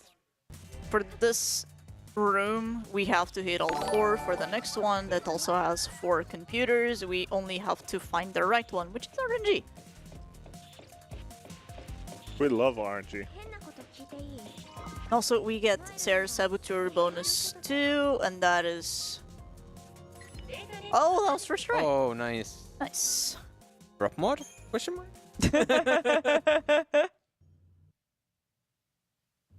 Must be. Unrelated to drop mod. Maybe it should be included in a drop mod. It'll always be the first computer. Yeah. We also get a Saboteur bonus boost too, and that is to guarantee that we use less casts of Deep Protect for it to actually land. So the first debuff that we really wanted Sarah to use was D-Shell. Now we only care about Deep Protect because from this point forward, Chi-Chu is going to be doing most of the damage. He's the main character. Yeah, for now on, he's the main character. Even on these fights where we are going to still use magic damage hitting for weakness, the only real thing that allows us to do as much damage as we're going to is because we are hitting an elemental weakness, but this is the last area in the game where elemental weaknesses are important. Also, I think it's over here. Keyword here being think. I actually got it, nice. That is a throw for a wild artifact. Wild artifacts can be used to open any wild gate, unlike other artifacts that have to be used to open specific doors. We have to open 2 wild artifacts in the run. The first one for the key to this elevator, and the second one for a detour later on for a graph core that we discussed before that we are going to need. I don't think that's gonna hit Orion. Oh, it is! Yeah, but I don't think it matters. And I don't think it mattered because I think Noel killed it before. Oh. It happened. We got a Vespid soldier instead. Woo! Nice. So you want to explain what I'm trying to catch here and Yes. why? So there are 2 enemies that you can capture here that are actually helpful. Orion and Dragoon, both of which can be leveled up to learn the passive ability Adrenaline. Adrenaline makes you deal... It's 20% more damage. 20% more damage. When you are... when your HP bar is green. So... we got it. We got an Nice. Orion. So that's a nice damage boost. It's not necessary to complete the run, but it does make things a lot faster in the end. This is a really slow elevator fight. Also, I apologize for all the swinging around, but I have no control over the camera in the segment. Wibbly wobbly. Bibbidi bobbidi boo. I don't know why they thought it was a good idea to make the camera like that. I have no idea either. Oh, it's not dead yet. Excuse you? You didn't get Faith on. Oh, okay. That explains it. Kahonga's probably got interrupted or something. Yeah. That explains it. It's fine. Okay, that's the end of the crazy camera elevator. So, why is Augusta Tower the best place? TM, don't at me. Most enemies on this cursed location are aggressive encounters, and it is faster. We are strong enough. We do level for the specific purpose of being strong enough to one-shot these encounters. So we are going to fight all of them. You can get passives and you can just run and not have to worry about it, but Augusta, if you get a good Necton and a good Gahongas, even if you're running on drop mod, this, or if you're not running on drop mod, if you have first strike Necton, first strike Gahongas, this is 100% where your friend is going to die. If you're running drop mod, this is also 100% where your friend is going to die, because you're going to get nothing but aggressives. You can die to some of these fights, and you're just going to lose like a bunch of minutes. A variation on the split is like 5 minutes. It's insane. Yeah. So the first floor here has about 50-50 whether they are passives or aggressives.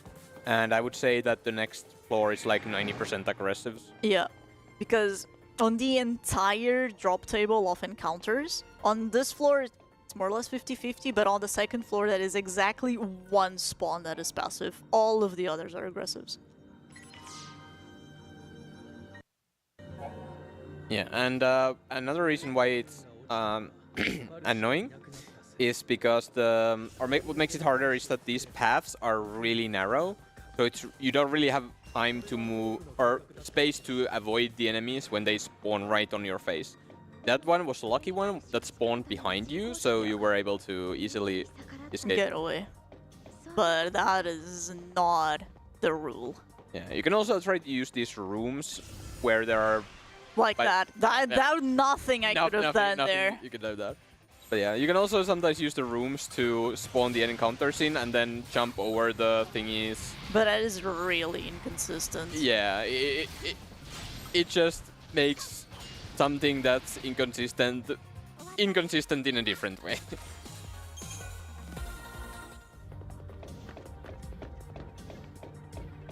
Alright, so that's floor 1. 1 aggressive, that's fine.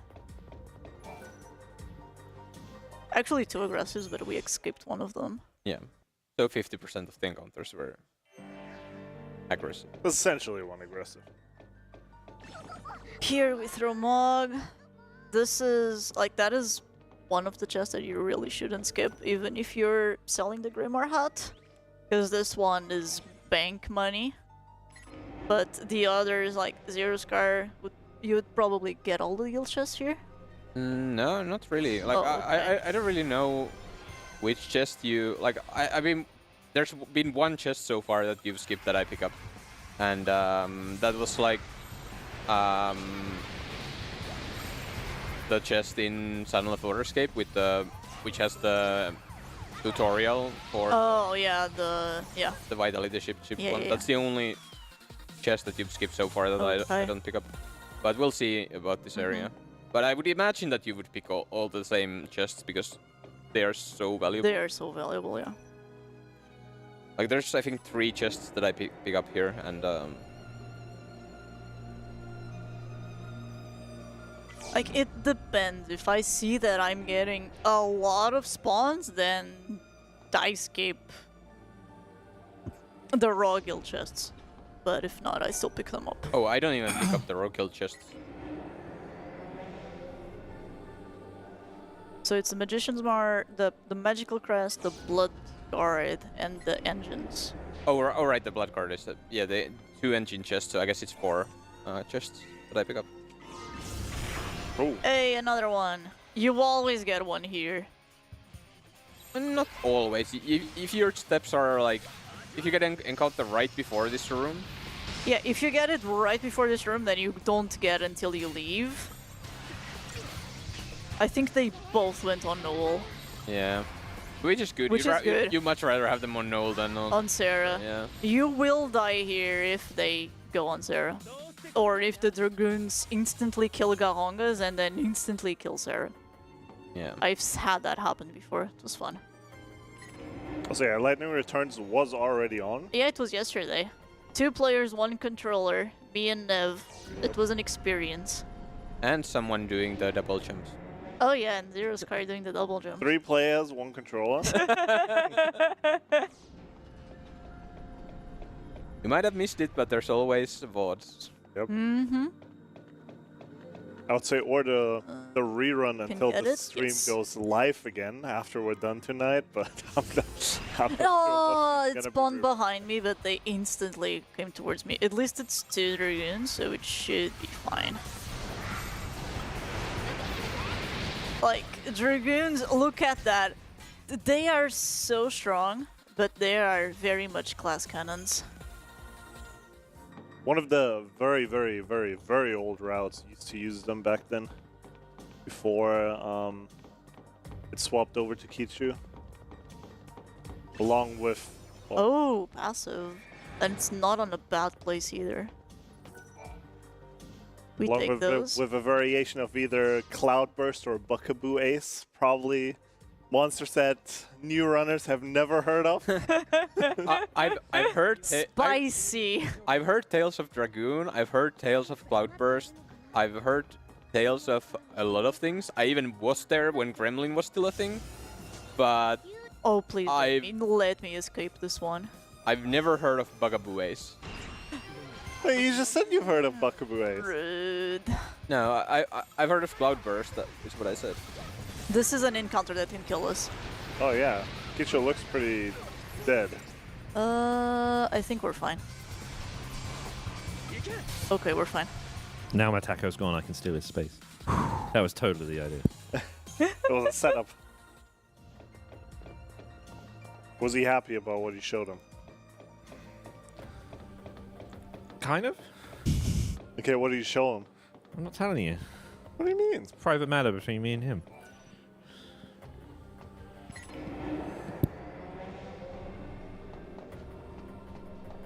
For now. For now. No, uncool game.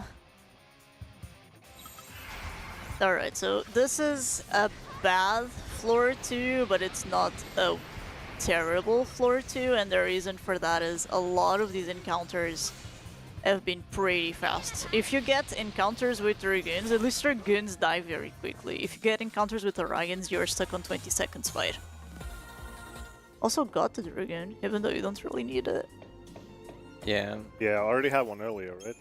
Well, we had an Orion. Yeah, had an Orion. But an Orion is faster to level up as well, so you always do that. Shoutouts to Conry.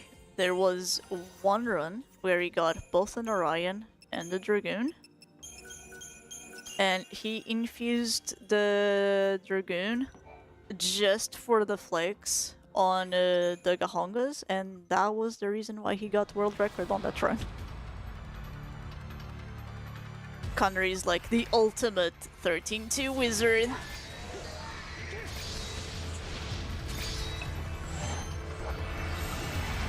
For this one, we are going to use the broken Feral Link again, and now deprotect and kill this thing with Chi-Chu. Does this route still get LAKO Power Surge? Yes. Okay. It's too good not to pass up just on. making sure that nothing else came up all of a sudden.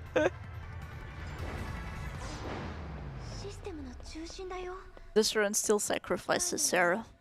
Yeah. It's still a lore accurate Yes. run.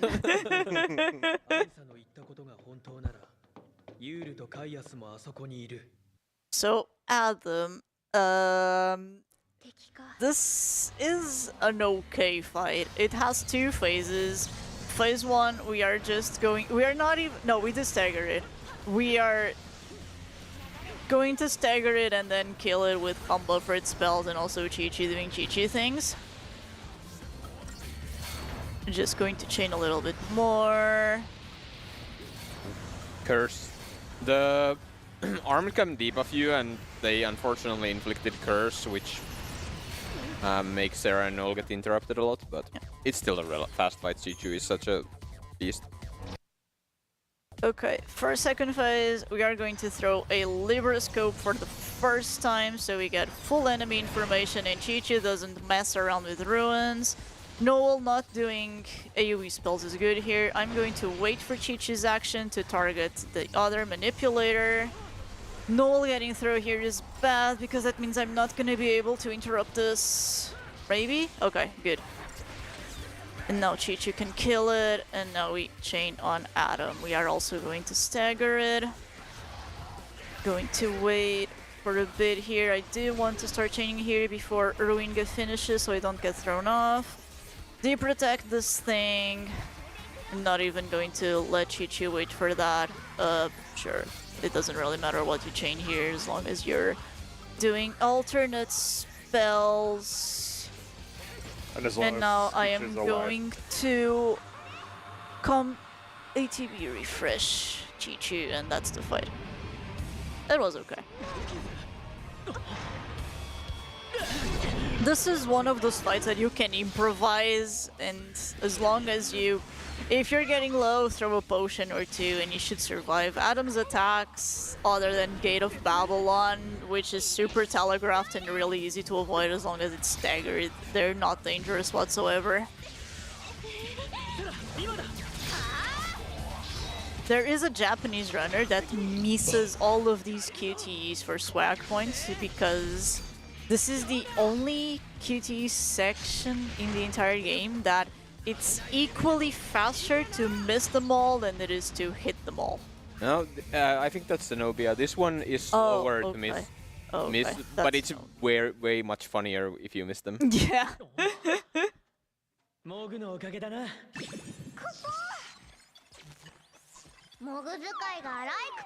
And now I have to do a very important shout out. Shout out to every single 13-2 run that skipped 2 cutscenes in a row here. Because that has happened to every single one of And us. shout out to Hope. Shout outs to Hope. So if you skip the cutscene, you skip that life trigger, and unlike all of the other life triggers, you actually need to hit the correct one. Otherwise, you have to fight Adam again. And the right one is the one that you would never think to hit. I know when I played casually, that was the last one I picked. I know when I played casually, that was the first one I picked because I actually paid attention to the dialogue. Because they before I was like lucky you. They say something yeah. like, well, this is if Hope hadn't done that, then this would never have happened. And then it gives you up the option, scream at Hope, and I'm like, scream at Hope. Yeah, that works. And then I had to do the thing again to get the bestiary entry for 160F. Yeah. Oh. So, on the next location, which is Academia for XX, this is where the game asks us for the 5 Graviton cores, so we are just going to grab the 2 that we are missing right now. One of them is here, and the other one is what we need the second wild artifact for. So we're just gonna grab this one here. My first ever Final Fantasy game was Lightning Returns. That is a very interesting starting point. And I'm very sorry for you. Same. Yeah, there was that jump over the chest that I mentioned earlier, that avoided the enemies from spotting you. Oh, that is uncool. Oh yes, an enemy spawning down here. Yeah. If you're lucky, you can avoid these spawns, but you have to be very lucky. Yeah, you can also like move. If you hug the left wall, you are way more likely to not get an encounter or not get spotted. But yeah. But if for an encounter like this, there's nothing you can do.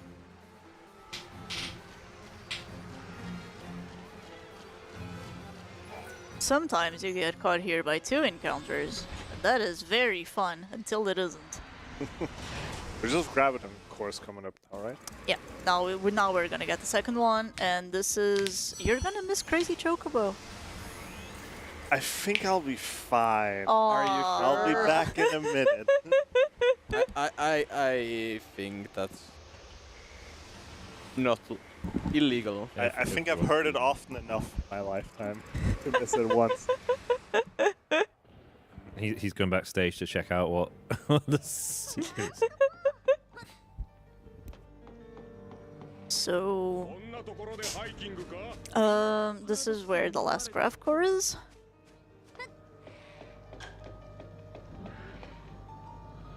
But before Do you you think get you, there, I hear my name do you being think called. you can ride Tech. Give me Chocobo? a second. I will certainly try to ride this Chocobo.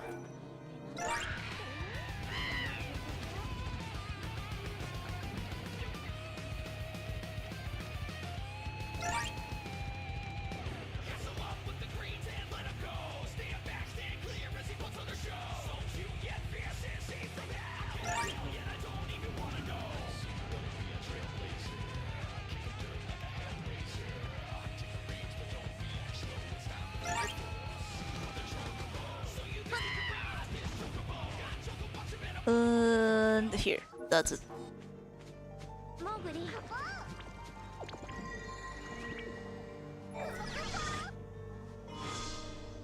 All right. Now we can actually continue. So, in order to,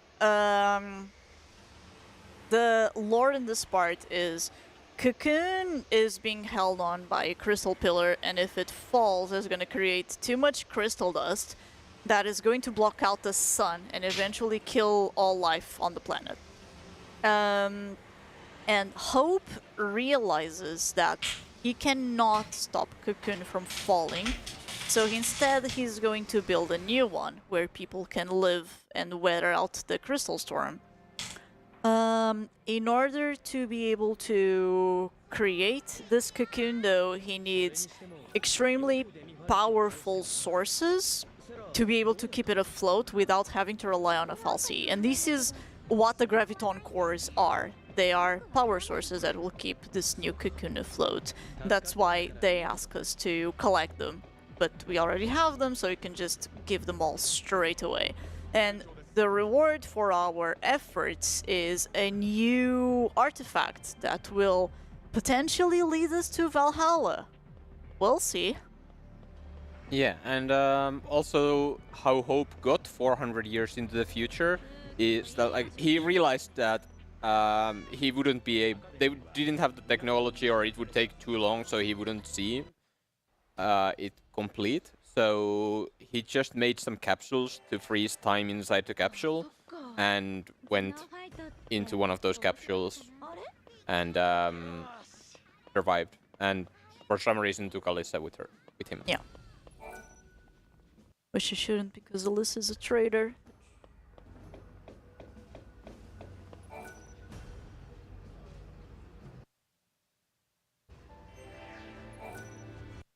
Now you're just going to talk a bunch with them. And now we can actually start delivering these. Back in time for the Silver Boy? Yep. Did we already get him? Not yet. Okay.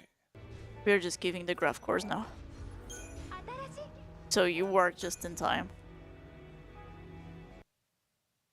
The final piece to make Kichu the ultimate killing machine. Yes. So, throwing Mog here, there's actually a table. There we go. So you throw there, the game is going to calculate what it's going to give to you based on that table. And it's around 52% for the Silver Chocobo, and then the rest doesn't matter. The Silver Chocobo is a sentinel that we are not actually going to use as a party member. We are going to feed this Chocobo to Chi-Chu to make it even stronger, because everyone loves a chicken nugget. Chi-Chu's a hungry boy. And Chi-Chu's a very hungry boy. And deserves all the food.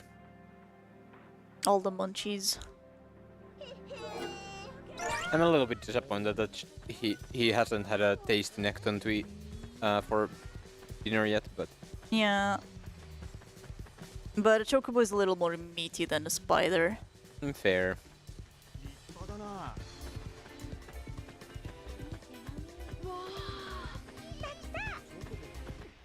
The real reason why we have to give the Silver Chocobo to Chi-Chu is because the Silver Chocobo has an innate ability that can be inherited called LIKO Power Surge 2, which duplicates the attack power of the character that has it, as long as they're a dead party member.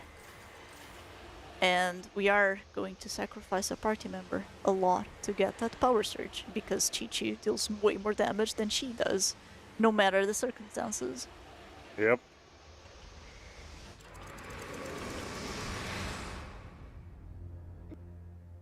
Or Alyssa gave us a booby-trapped artifact, and now we are stuck in the Void Beyond again, and Sarah and Noel are separated. And this time we're actually stuck on the Void Beyond, because on the other two instances you can just walk out. That was awful because it spawned on my face. I'm just going to Crux out immediately.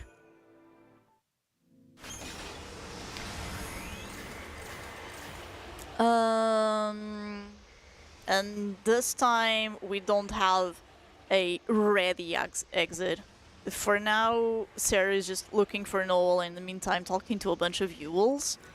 And they are essentially telling her that Yule exists across the entirety of the time-space. They are different people, but they all share the same power, which is the power to look into the entire timeline. But every time they use that power, her time span grows shorter. So Yule is a person that always dies very young, and this made Caius a little bit upset, just a little bit. Because Caius is her bodyguard and Caius is immortal for reasons. So when you see someone that you are supposed to protect die over and over again with nothing you can do to stop it, you get a little bit mad at the person who created this entire situation to begin with. And this is Caius's motivation for the entire game, is finding a way to save Yule and stop her from being reincarnated. The problem is, the answer to that question is destroying time itself. Yes. So here's a fight called Chichu versus Caius. So we can see who's more powerful. Oh wait. Chichu or... Come on, come on, come on, come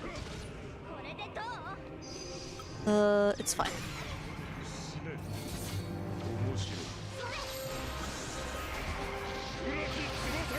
Use the potion! Okay, that's just a death. Yeah. Unfortunate. I forgot that that items is just 1-up because we don't have Noel. Yeah, that fight is hard. Oh right, you are playing on the Oops. auto battle default, so Yes. that changes, huh? This fight is hard. If you don't do exactly what you're supposed to do, you're just going to die.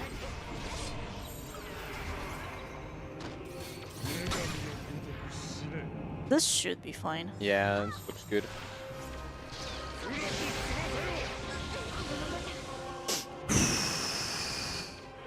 Yep, just fine. Just fine. Calculated. Calculated. HP is a resource. And we had 16 to spare. Yes.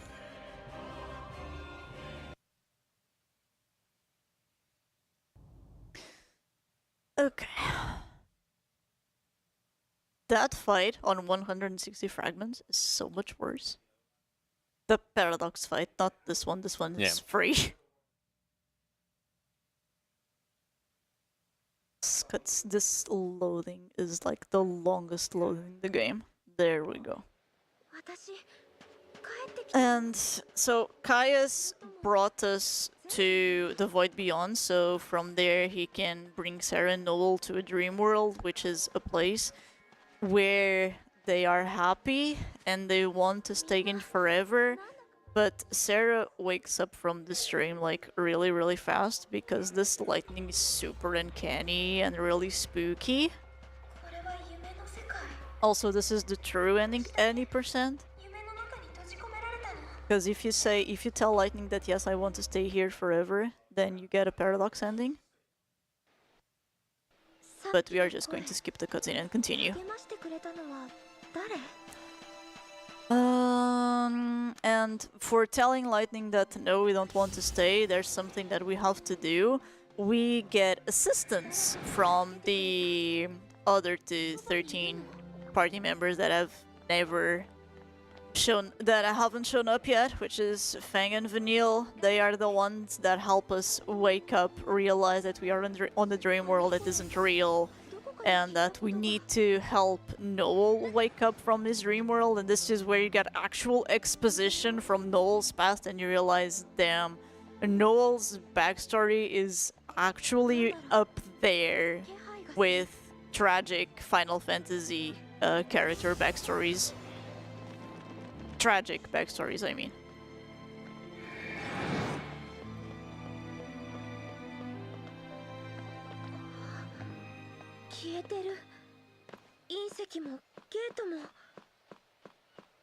So we're just gonna talk to Vanille here real quick. We see the silhouette of Vanille facing backwards towards us, and Fang is on a cutscene, so we don't see her at all.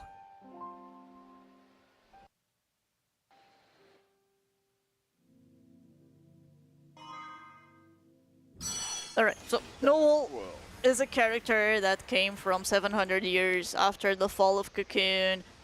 The Cocoon falls 500 years into the future. So this is 200 years after Cocoon falls completely. The world is completely covered in crystal dust.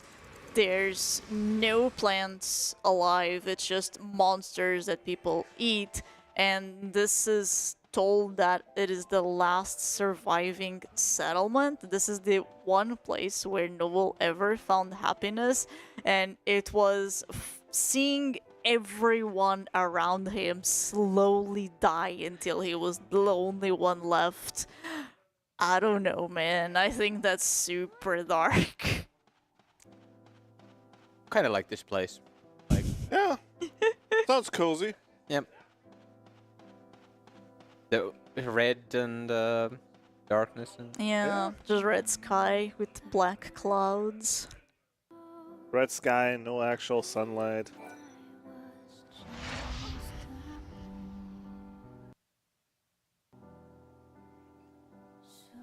It's a really sad background song as well.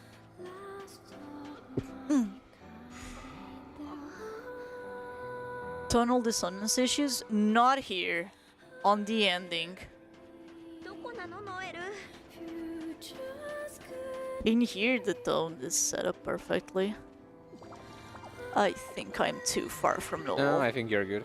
Yeah, I'm good. Okay, nice.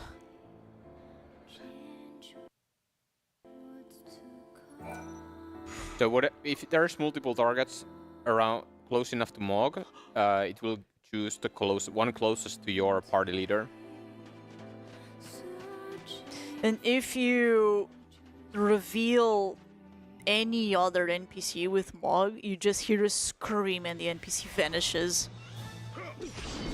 So this is the fight for which we did not. Why we didn't menu Noel in the previous Crystarium? You know, on RPG runs, there's the meme fight where you'll be like, "Oh no, this fight is so hard. Oh no, we died. Oh, what are we going to do?" This is that fight. Oh, guess we go again. Oh, guess we go again. Except no, the game doesn't care if you win or lose this fight, so we just lose because it's faster. It's much faster. On 160 fragments, you have to win because that Caius is a bestiary entry. Yes. But like, if you want to win, it's really easy to cheese that fight. Oh yeah.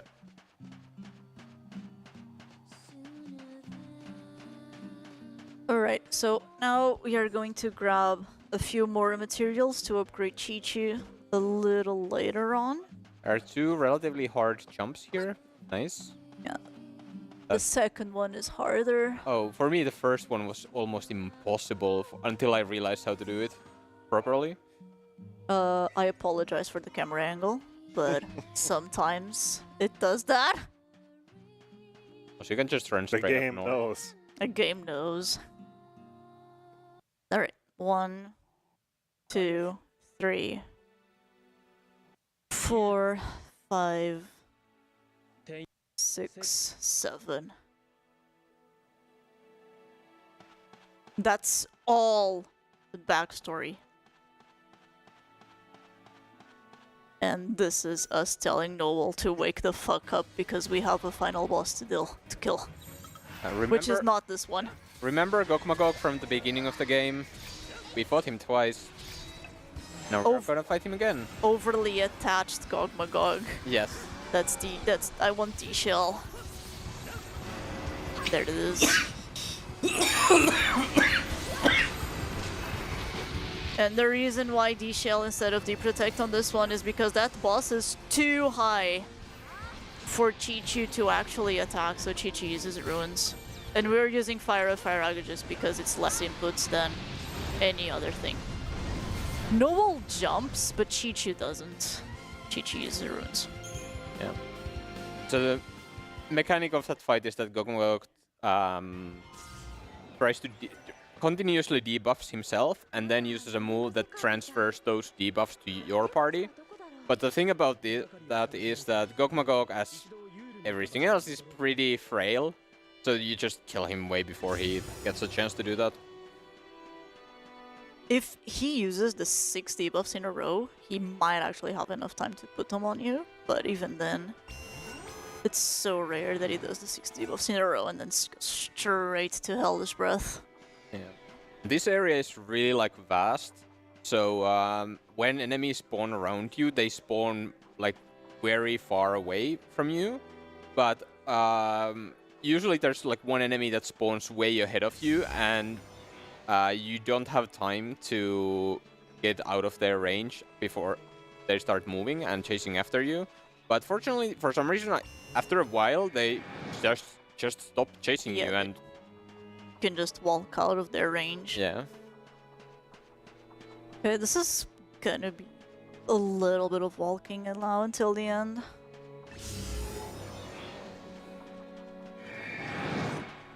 You can see that it's still a dark sky, but it's not as bad as it was before. Everyone is still dead though. So we really do want to fix this broken future so Noel actually has a future to look forward to. Where he isn't literally the last person alive. Yeah, everything is still dead. There's just a few monsters around that don't look good to eat. You have imps, which are too small and also full of magic. You have Nectons that are this big, and you have Flans, which is just big jelly. And Seath, but those are zombies and they're gross.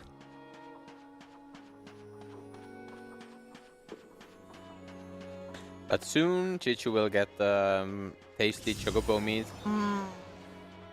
I'm getting hungry again.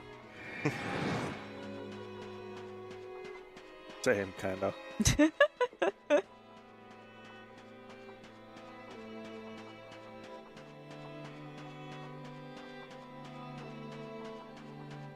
Alright, Mog gets, who is Chichu? Our Lord and Savior. Mog was disabled from Dying World up until this point. The only real consequence of that is you can't throw Mog throughout this entire part, but now we gain full functionality of it back. And we are going to use this portal to remain on the same time, but to go to a different location, which is Costa del Sol, but 700 years in the future, when everything is dead. And this is just to drive home the point of, you cannot let this happen. We need to save the world. And we are going to save the world by doing exactly what the villain wants us to do. Thanks, game. So in these cutscenes, Lightning shows up and they talk about what's the plan to stop Caius from destroying time itself. And basically you just tell us where we're supposed to go next. Because the plan does not work. Can I despawn this?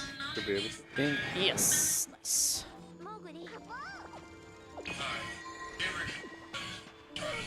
I don't really care about this because I'm just going to throw Mog at it.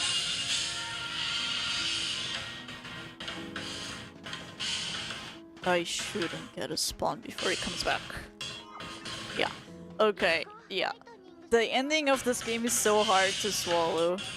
This, for me, I like this game way more than I liked 13 originally. 1, because it was easier.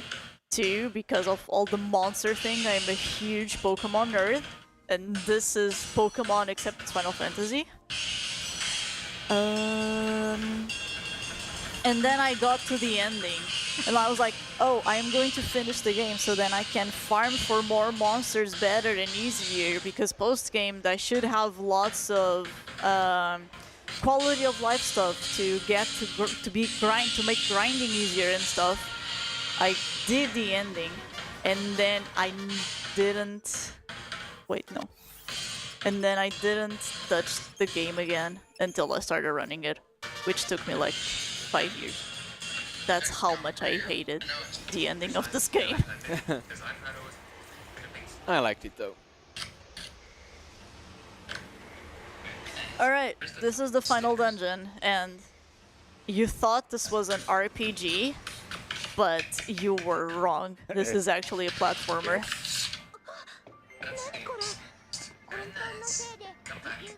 This is also a puzzle game. Can I give the controller to Matako for 15? Because that would be hilarious. Maybe 15 minutes? Hmm? You mean 15 minutes? I don't know. For any amount of time. I just want to watch Matako fall down. I still... I mean, surely you can. If chat donates. Chat donates. For the small price of Power $50, we can arrange that. Engines. That's still less than so. But I have 4 photons, so it should be fine. 12. 54. So all our money is going to be invested into leveling up Kichu here? A lot of money. But first, Null Sentinel.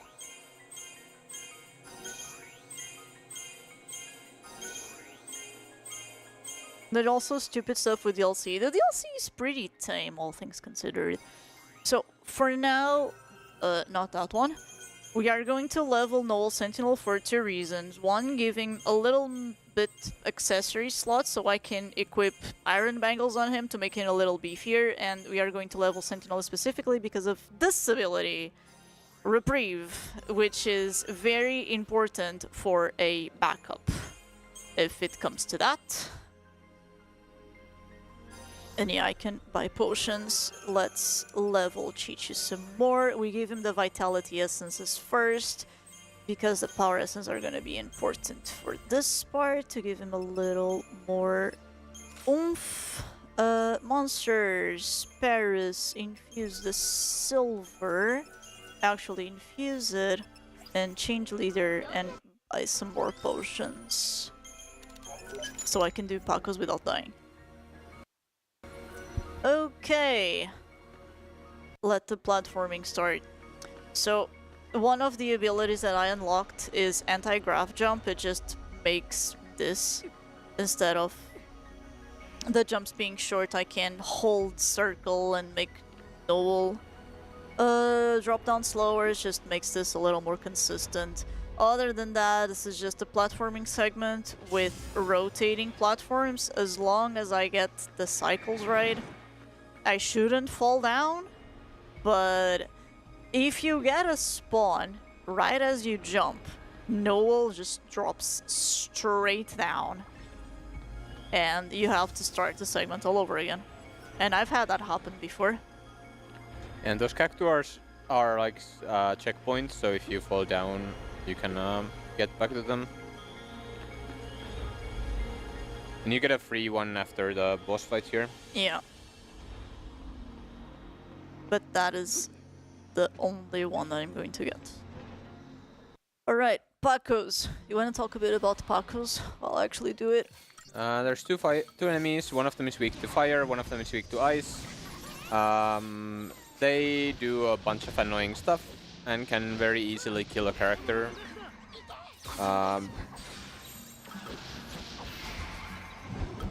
I said Goblin Fragment is the most inconsistent fight, but this is up there. Yeah.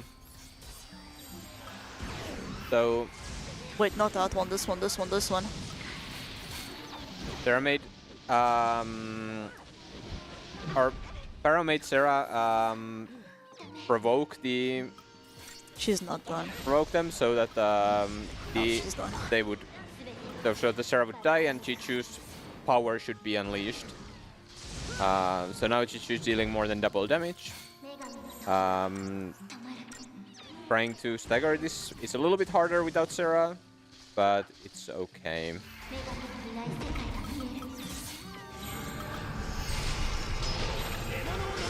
After stagger, I just want to combo for spells while Chi-Chu works on headbutting the legs. Ideally, this dies before split finishes. There we go. That was a nice fight. And we got two Scarletites. Yeah, so you have a 90% chance to get a Scarletite from each, and getting both of them is nice. You can also get a rare Platinum Ingot, which would be even better, but we take all 2 Scarletites every day. There is a donation here, $15 from Mr. Slap Happy. Metako does the jumps, please. Metako does the jumps. Taco! Taco! Metako! I'm just gonna go to the next cube, and then Taco can do the rest. We're gonna do our best to summon him. There he is. Yes. Yes! See? I know everything. Come on. Right here.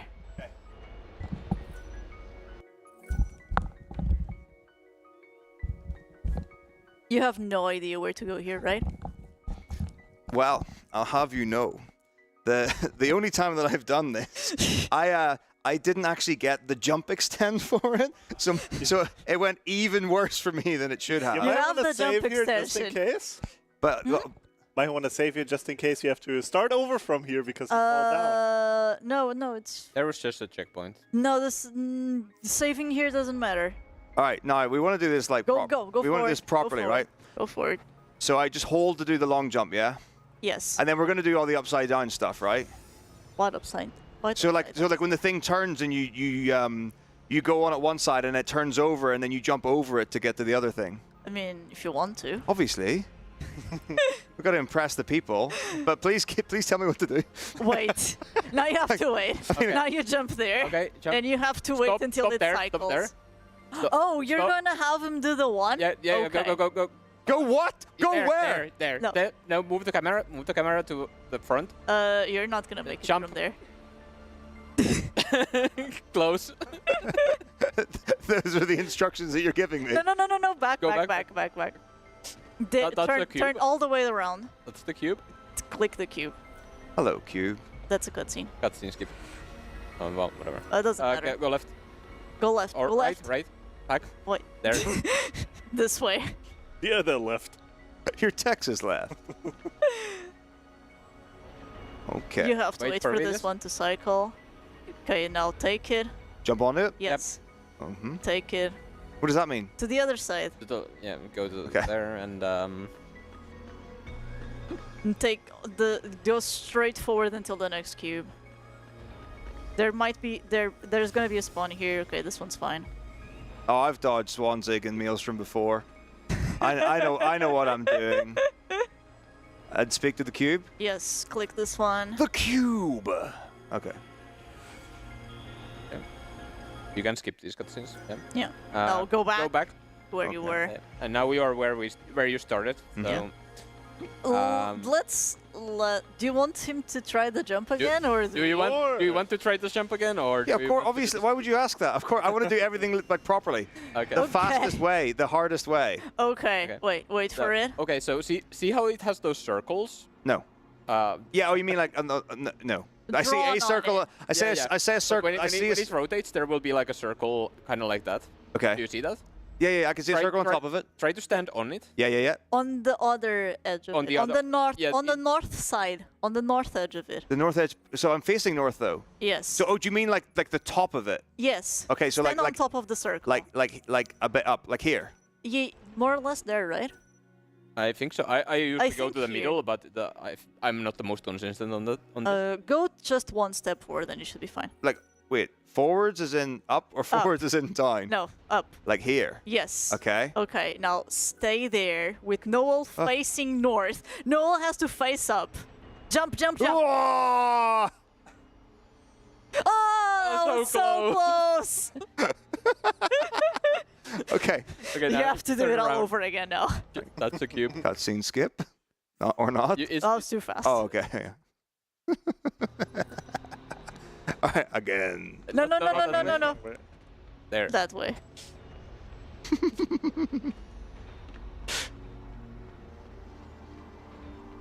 Now, if we want to have extended fun, I think we should also make Taco have. One attempt at Jet Yeah, Bahamut. What? Who? Maybe two? Maybe two. A third time's the charm?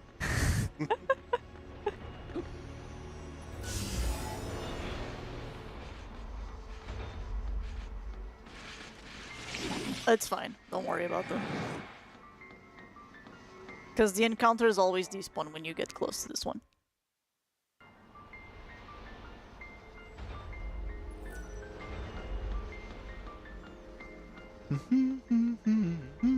And like, when you jump with Noble, you don't actually have to press forward. You just have to hold circle. And the platform will do the rest. Okay. No, when you're doing the jump, the platform will do the rest. Whoa! Okay, okay. So we just line up, and then whenever you say jump, I just hold circle. Yes. Okay. Taco did get some, indeed get some sleep during the night. So like I have proof. here? Yeah, here. That's fine. Okay.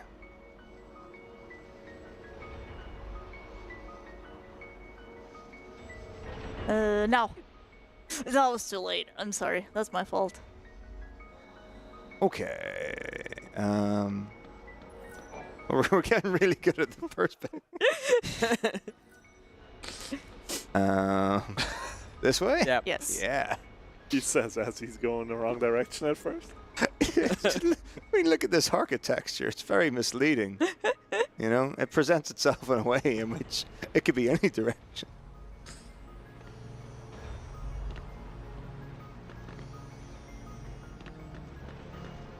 But look at him now, he's getting fancy, cutting Yeah, corners. cutting corners. Gotta save the frames. I'm playing for style. It's fine. Run away. Retry. L1 and R. Oh, wait. Start it. No, start. Which way? For yeah. the way you were facing. Yeah. Okay. It will always turn the camera that way. So just retry, and then you And run. go the way the camera is facing. Or this Or you way. can just run up the stairs. Run up the stairs. Run up the stairs. And then Okay, go and back. now go back.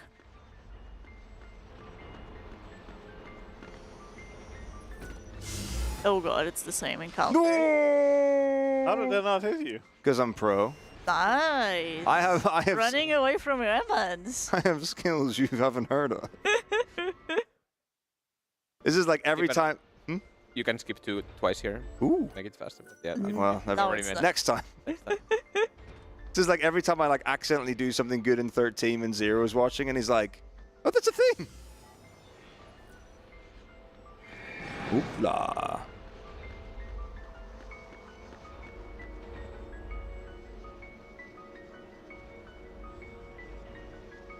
Maybe you should call the jump because I do it slightly with a slightly different camera angle. Okay, I'll try to. I can move the camera angle. Where would you like the camera, Zero? Hello. They call me Noel.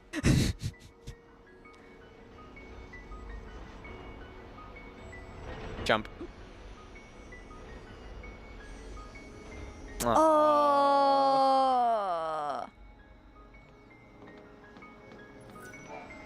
So am I getting like flicked off by the momentum of the Yeah, that's the idea. Oh, that's super rad. I love that.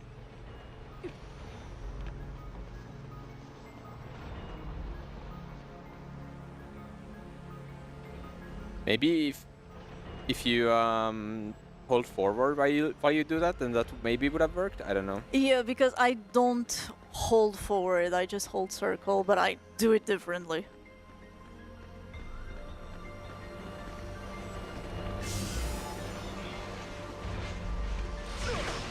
Ah, unlucky. Just retry and hold forward.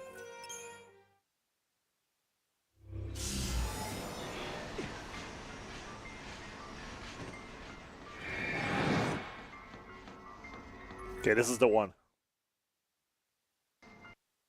We believe in you, Taco. Yeah, me too. What could possibly go wrong?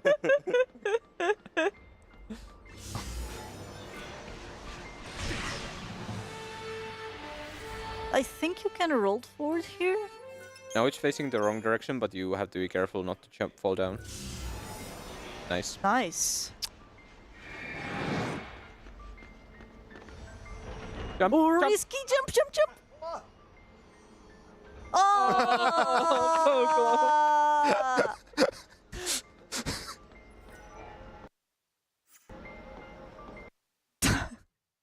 you do hibernate, right? Yeah, I'm like a bear. I get warm for the winter, and I come out for ESA.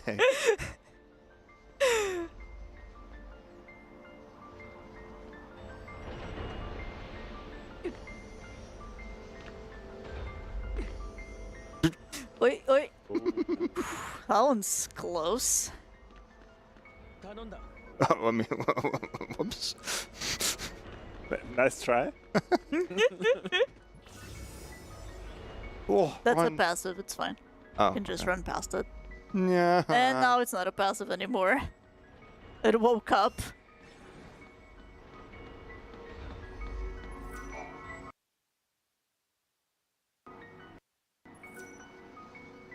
Alright, here we go. We're not messing about this time.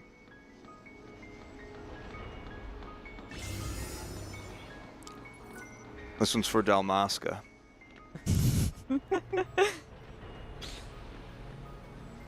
Okay, you have to wait for it to cycle.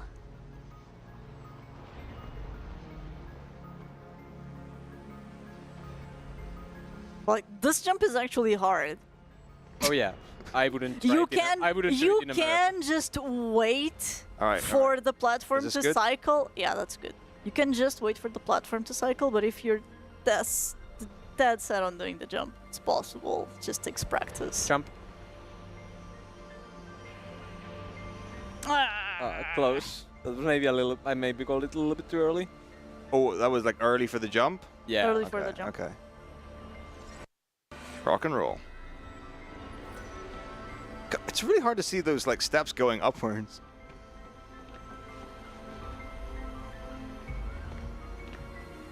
Yeah, I'm like used to being way closer to the, like literally on the circle is where I am. I mean, I do can use anyone's setup. I'm flexible like that.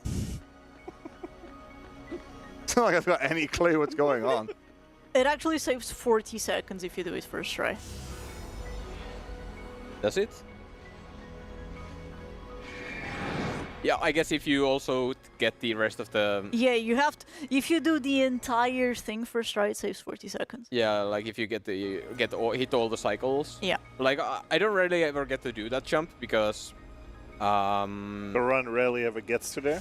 Well, no, because I have lower frame rate, so I never get to do the jump in the first place. Yeah, this is a jump that you're not going to do first try for early cycle if you don't have good frame rate. Right, so here? Yeah, be there, and then let's try that one. And you hold up?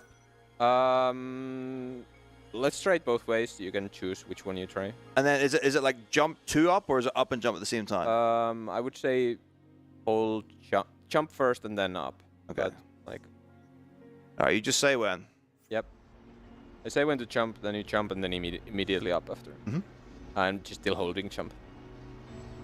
Jump. Oh, you could see the edge. Yeah, that would have been it if you hadn't hold up. So I guess let's try not holding. Okay.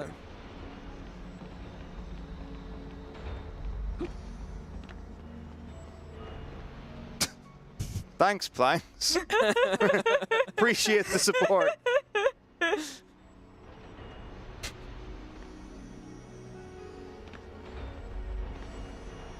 And this is just like the first part, but this is the hard. Like, we're dead set on doing this jump, so this is the hard part. Everything else is easy in comparison.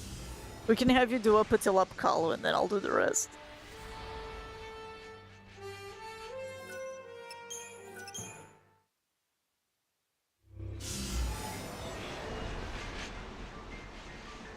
Camera tricking just to stop them from.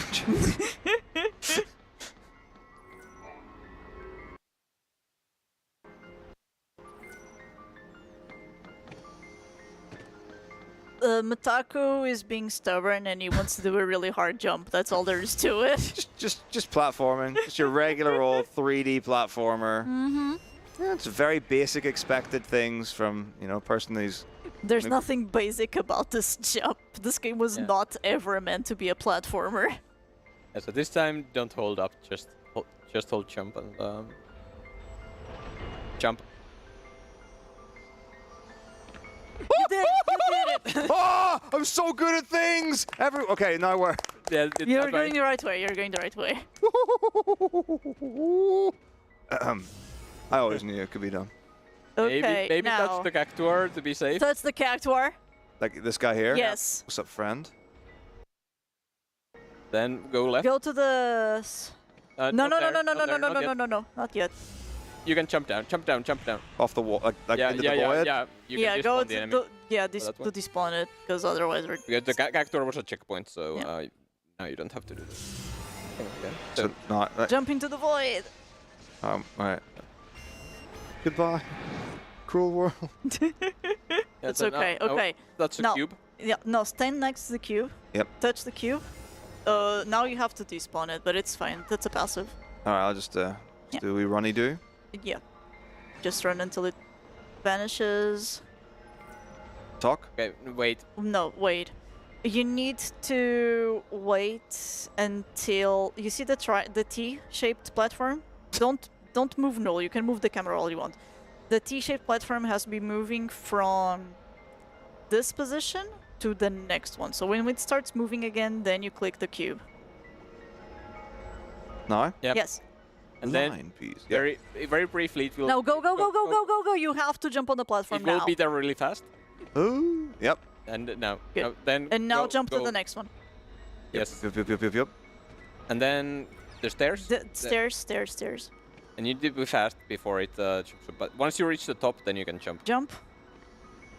Okay. Right, Now then go follow the left. path.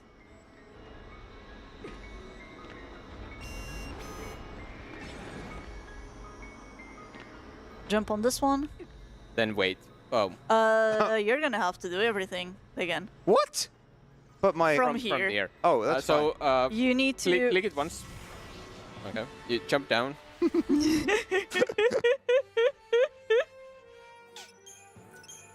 So I'm not gonna say that I got cocky with my abilities to jump. Oh, can I jump off any edge? No, Oh, it has to only be that- that, that- one. Right, if you guys can just be patient and wait, that'd be really kind. Okay. What you're going to do here is Switch to Malevolence. Switch to malevolence. And then wait. And now wait until you die. You cannot kill these. I mean, I cannot kill these. Okay. No one can kill these. Fine, okay.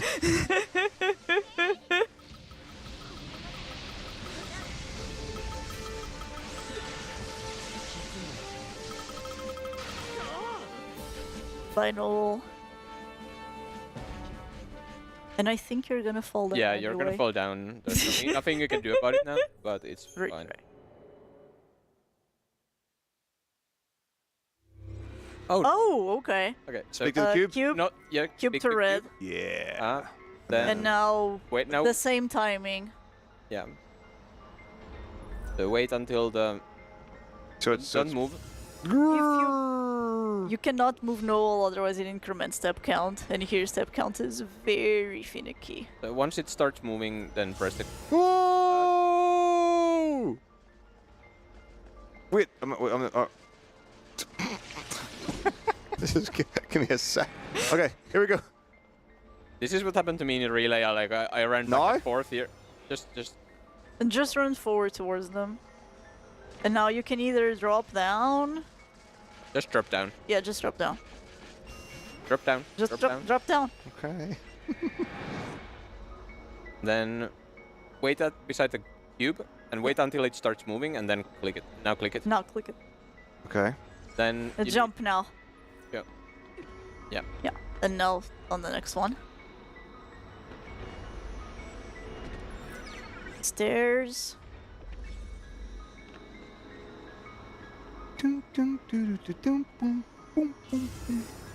To the next one. Okay, don't get cocky, Mitako. I can't make any promises, To Brent. the next one. What am I doing? Then wait. And I'll wait. You wait at the where you jump because that's where Like you go. here? Yeah, wait, because need to it's wait. going to cycle.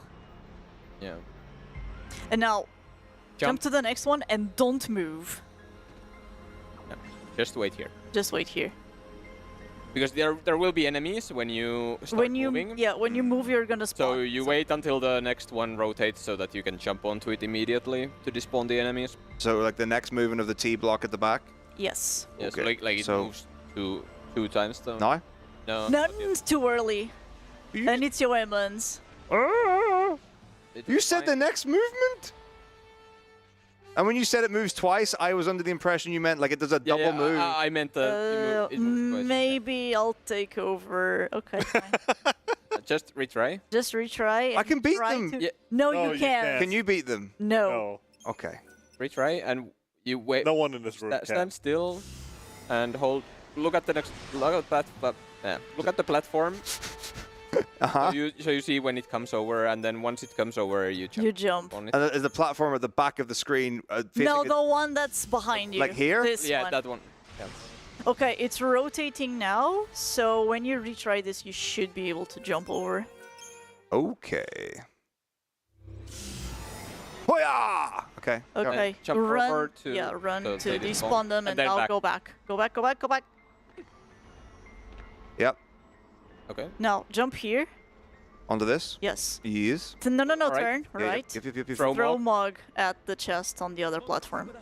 Like R2? L1. L1 L1. and R1 to Then- throw. That's Well. too short. Bye, Mog. You can I can- open menu. Change leader. Change leader. Close menu. Close menu. Now you can try again. So hold the L1, aim by going there, and then throw. There we go. Okay. do. Now go back to the platform where you were before. no, No. Yes. Yeah, Okay. now Do I we s- wait for that to come. Do I still have super jump? Yes. Okay. Not a Noel exclusive. Not an old. I got items!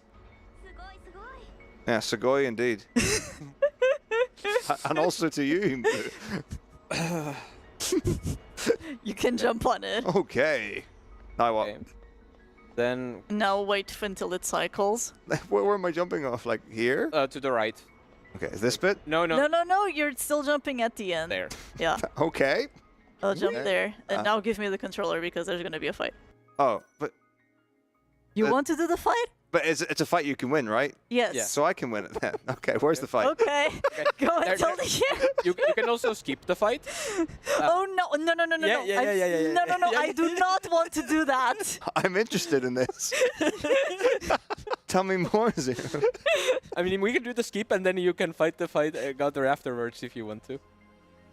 But yeah. So resume. You get one chance of skipping it. So what you do is you jump as close, or you jump to the green bit in front of you. Right. And then If you save, you have Wait, multiple green bit. chances. Okay, hang on. Wait. Right, so... Okay, explain exactly. So there's a This green platform bar here. doesn't move, so you're fine. Right, so there's a green bar here. yeah. Right. So you jump onto that, or maybe a little bit further, but it's As close to as possible. Yeah. I got you. Then you do as small jumps as possible.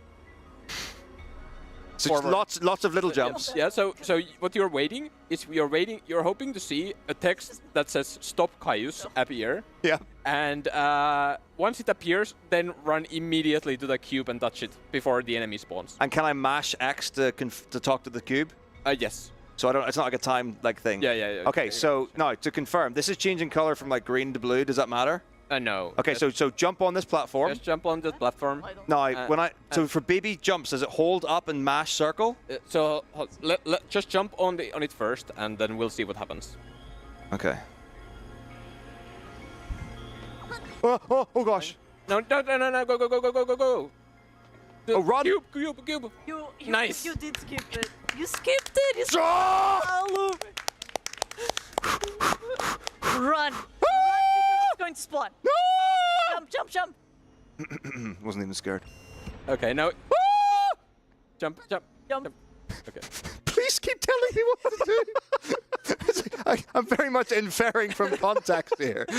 Now what? Okay. Where are we going? Well, who's next? So, do you want to do the fight? Who? I'll do it with no feral link. Okay. It's fine. Okay, that's fine. Okay, then resume. Unless someone now wanna we're- Okay, attack go back to the for the low price of $50. go to the corner. Go to the Go corner. to the corner. Of This of the cell-shaped platform. So continue to go forwards. No, you Back- go back to the corner of. Oh, like yeah, here, yeah. Maybe go a little bit to the right because I don't remember which way this turns. I don't remember each Yeah, way. so Okay. so go so that it doesn't a little bit more to forward. What does that mean? Okay, Like left, up, time, They're thinking it turns horizontal, so you want to go forward. yeah. So I want to So go more then this just way. kick you over want to to go the like left. that way. More to the left. Well, go forward like so. Yeah. Go there. Yeah. More so. A little, No, you can a slight, stay there. slight. I think it's slight. Yeah, that's fine. That's Okay. Okay, Then- now wait until the cycles. Then it will start rotating either that way or that way. I'm not sure which way, but either way, when it jumps, you or when it turns, you jump, and then you land on it. Then it will rotate, like it will keep rotating, and then you jump again. Okay.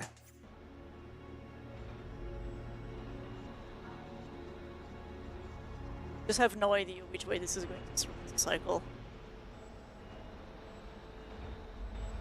Okay. Jump. Jump. And now jump Jump. again. And, There you go. And now you go. No. Now you go to like follow Towards the the L. screen? Yeah. Yeah. Okay. You can turn the camera if you want, and Yeah. then you go to the right here. Okay. And stand on top of the square shape. Or no, you can just you jump can now. jump you on. can jump now. Yeah. Mm-hmm. There. Okay. Then you wait Now, here. now you wait until the platform. This one cycles. doesn't like.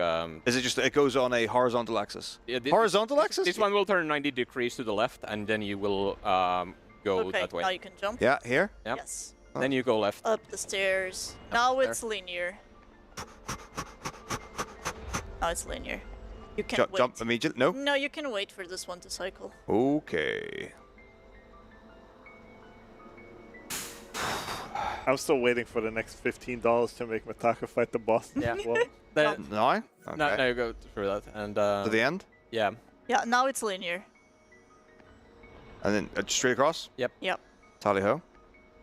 Then there's enemies in the next. Oh yeah, there's enemies that's gonna spawn. They are really here. hard to dodge, so Good luck. okay. You we need fighting? to reach the other side. No, Yeah. retry. Oh. Retry. Retry. Even if you die here, they're just going to immediately spawn again.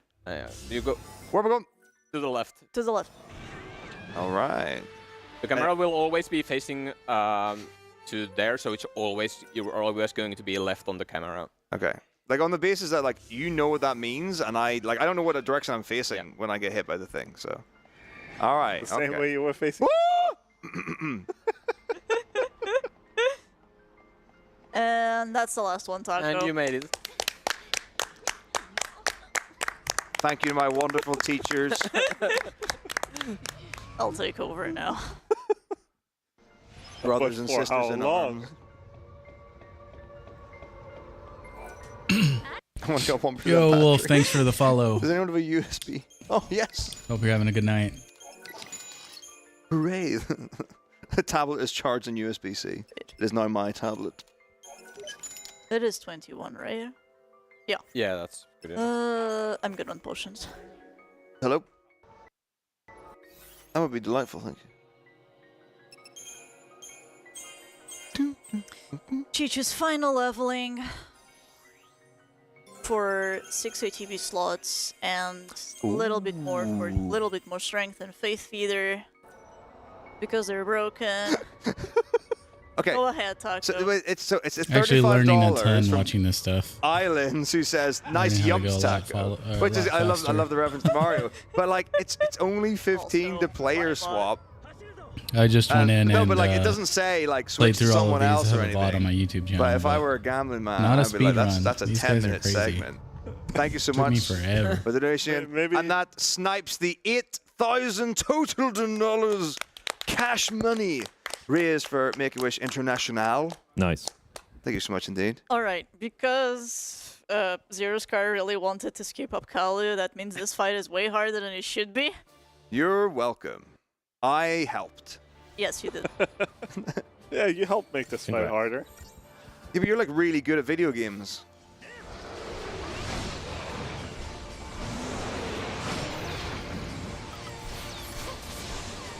So, oh, that was pretty fast.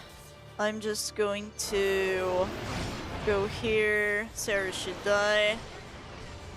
Now we can do this. Wait, that's not Wrong paradigm. That's the wrong paradigm. It's fine. You can do it at the next one. Do you want me to do the fight? No.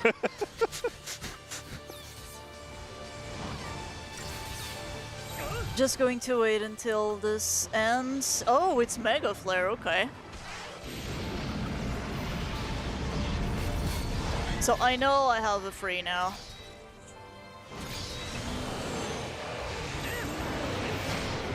Am I dead? Not yet. Oh. Not yet.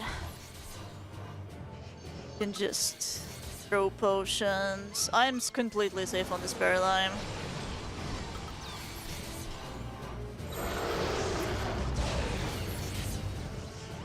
Sentinel is actually really strong. I still have enough potions.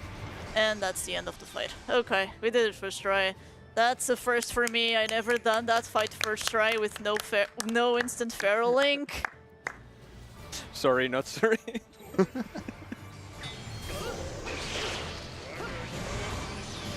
So this one, Caius always targets Sarah first, which makes it free. Chain break. And he should just get one shot here. Yep. This one's very easy. Chichu is a very balanced monster. Yes. Literal killing machine.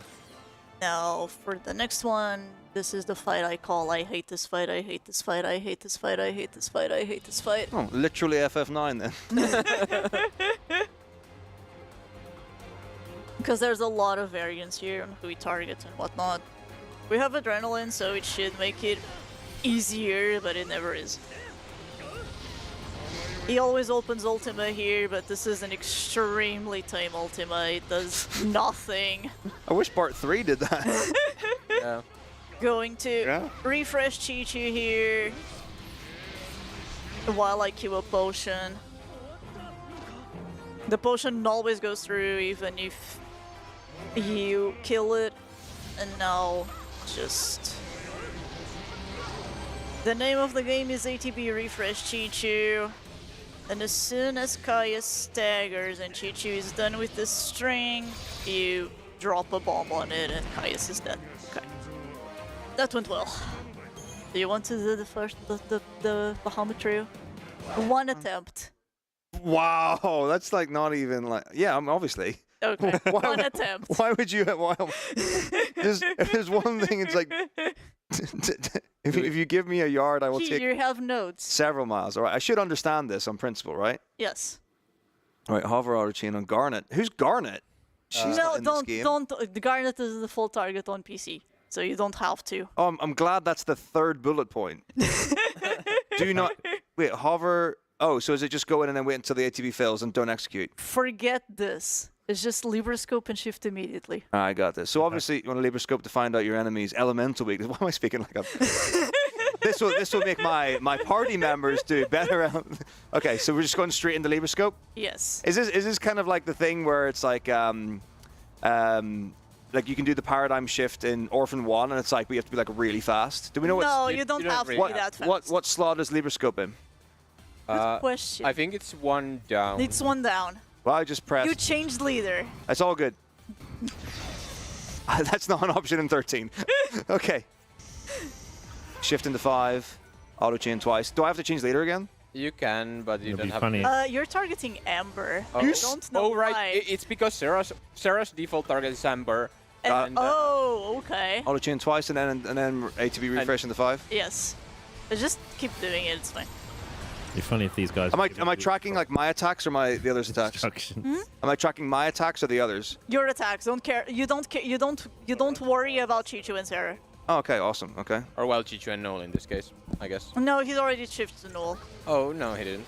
1, 2, yeah, he did. 3, Noel's leader. 4, 5. Oh, he is. All right, 8, 6. Auto chain, stagger, and potion.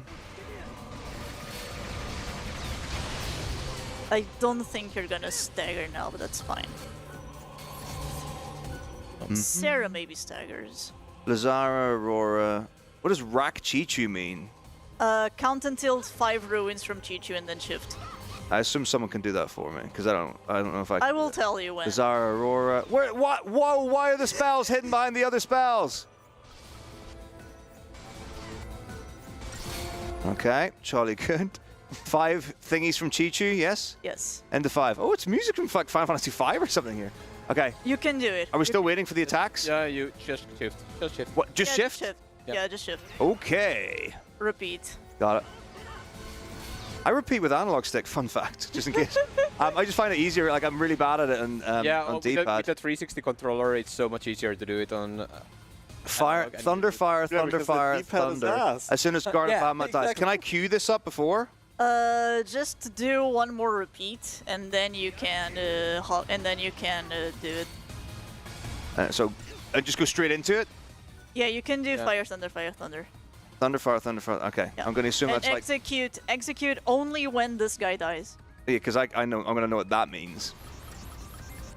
Wait, The camera is going to pan to the other Bahamut. Yeah, I mean, I've done Bart 1. I know, I know what I'm looking for. Woo! Okay, next. Do we just... So this chain run goes all the way through, yeah? Yeah. I can't see my attacks. Okay. Sarah's dead. So you can use a Phoenix down on Sarah.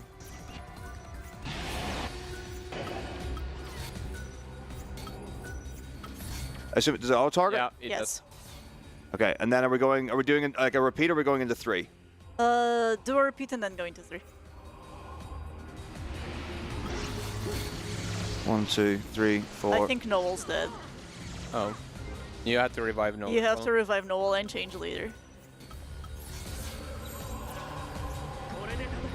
And are we going into 3 or are we doing Yes, another? go into 3. Okay. And repeat. Shift as soon as Sarah inflicts the protect into 5. It's almost dead. Yeah.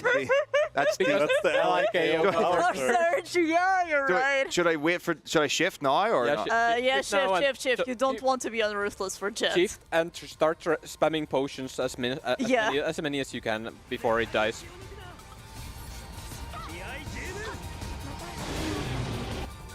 Should I do more potions? No, you have to Unicorn Horn now. Is that an item? And then, yes. Yes. And then probably throw another And potion. then throw potions. Unicorn Horn. Then potion. Shift to 2, I think. Yeah. Okay, am I now just listening to you or am I playing the gear? Like what's the strat? Auto chain and Feral Link is square. What is Feral Link? Square. Just press Oh, square. What button does he have to press afterwards? Okay, so auto chain. Auto chain. It doesn't matter. When do I square? No. Square now? Yes. And then what does circle, square, circle mean? It's just these buttons. It's just that these appear. buttons. You don't have to read. Is there timing? No, it doesn't matter. It is, but it doesn't really It matter. doesn't matter. Okay, now. Potions? Yes. Yep. Just spam or Potions. spam? Switch leader. Switch paradigm to something that's. It says here to go to That's 6. not Kahonga's, yes. Yeah. Yeah. So go to 6? Go to 6.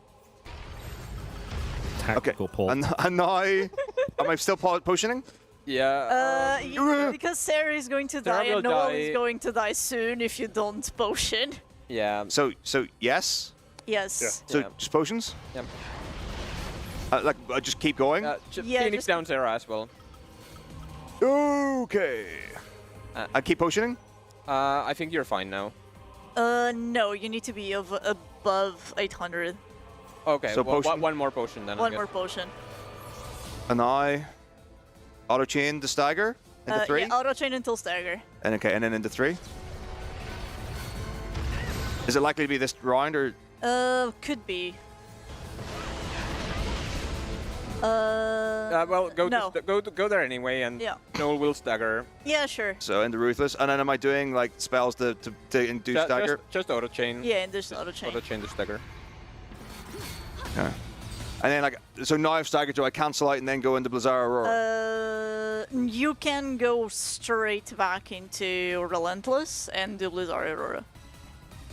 Go straight into Relentless and then what? Blizzard Aurora. Okay.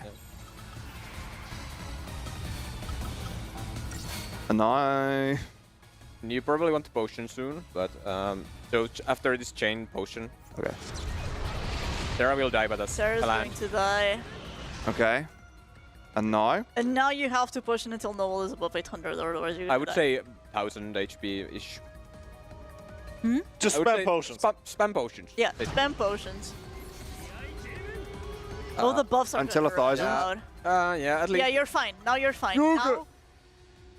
Now you're fine on HP. Blizzara, Aurora, and go from 5 to 6 until either you die or he dies. Oh, Judgment Blade. Go to Sentinel. Which is that? 4. 4, yeah. Okay. Stay here. Yeah. Do nothing. You can Mediguard if you're Mediguard fast if you're fast enough. And is that auto chain or? No, that's No, not auto chain.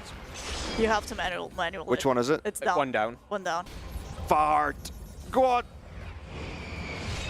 Okay. Okay, Did go you just say go. fart? Shush. Just quiet.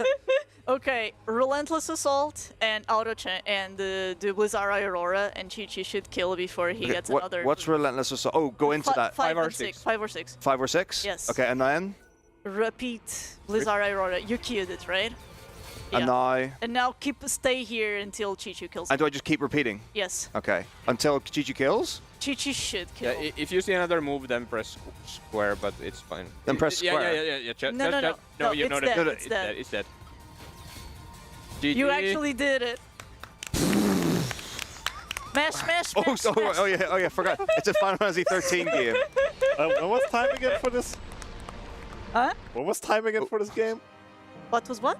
When's time again? For When this does game? When you clear this result screen. Oh. So we're Get late. ready to hit it. Or. I already did it. Oh, already you did did. it. All right, the we delay. make up the rules here. I could showcase a real fight, but I feel like that's an appropriate finish. Yeah, I mean, so honestly, like, even though I say we make the rules, right now Yida makes the rules because he's got quite a night ahead of him. So like if you want to just go straight into 15, we can rock and roll. So don't be nice to me because I am a sick abusive person when it comes to, it's like when someone's like I could do a cool fight, I'm like, what, like Gilgamesh round 2? Would it be Gilgamesh or would it be Gilgamesh or something else? No, if I was going to do the fight now, He's tempting it. How much? What was I that would just donation? load the. See, he's tempting it. I would just load the autosave and do Jet Bahamut again, but it's fine. You mean like show that? But that no, that couldn't be improved. What are you talking about? next game. Bring in the next game. Yeah, I thought you were like I'm going to show you like some no. super boss fight and like No. and like all this cool tech. It's like I feel like No, we're overestimated. Just a little bit. Taco cares. this is on brand. I could sing this if you really want me to, but I don't want. Well, I mean, we can start setting up like Yeah. 15 Start while setting up you 13. sing. No. Isn't it on PC? Yeah, That's gonna be on PC? But we Isn't can set it up set up on this exact PC. We can set it up on that PC and then switch it over. No. Go to that He one. set it up on the. It's already on one of the PCs, right? It's on this one. So It's Tom, on stop this trying to make problems when we're trying to sing here. No, it's See? Is this You're not even Japanese? singing. Yeah, it's Japanese. Yeah, Japanese. Kun tayo mano sunjai toyo At least get the lyrics. What is the song Can you called get like I mean my kanji's not terrible, but it's not. Kimi I have realized the reason why I live in this world is not true.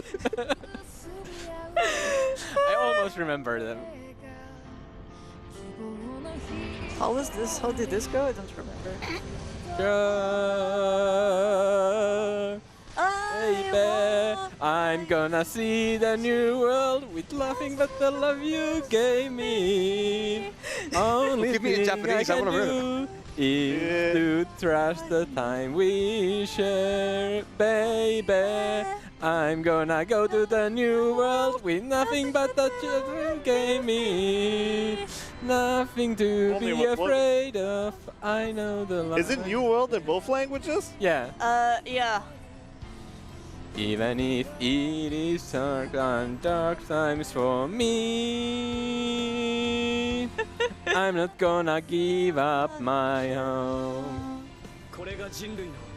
Mitaka furiously googling the lyrics on his phone. Okay. Got it. Where are we? Okay, so Wikipedia. Which bit are we? Okay, here. This one. Yeah. This one. Yes. Watashi. Can I get more sound on my headset, please? Tech.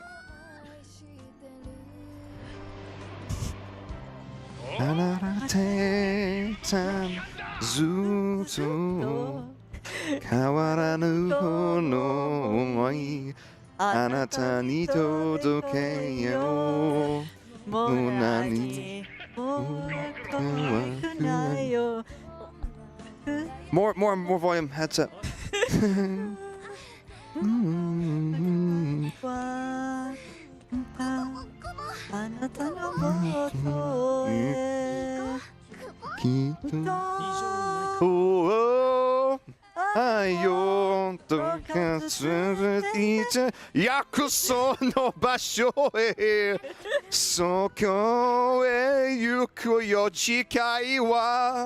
Can I also have some more volume in my headphones? I have less volume, please. More volume, less Mitako, please. Mitaka, how much sleep have you had? Enough. Enough? I noticed the tech of not giving me. I can't hear the song. I've never heard it before. I'm trying to ad lib.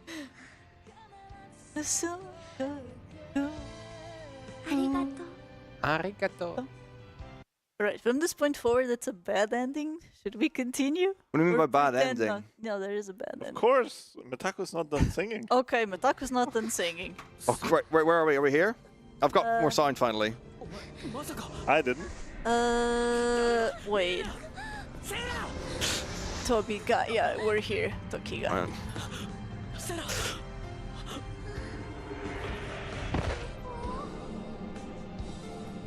No. すべてをいいすそれをただと思い今はそう風 Thanks for calling you out in chat, by the way, Mitaka. Why are you giving me your things to me?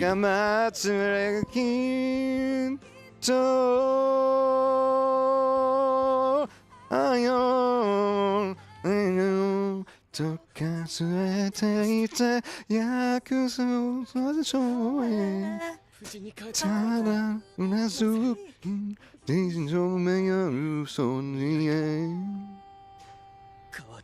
Key change? Chat, if you donate to have it stop, we can have it stop. My dude, stop.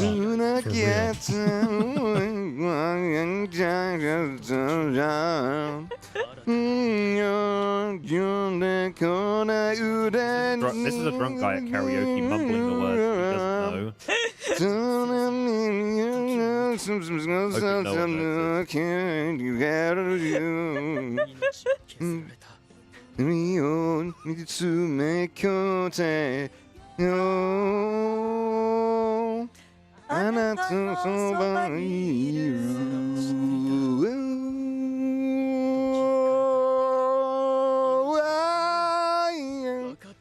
That's the end of the That's song. probably No, that's the end of the song. the worst thing I've You committed know, I was to. trying to sing along with Mitako, but I could not.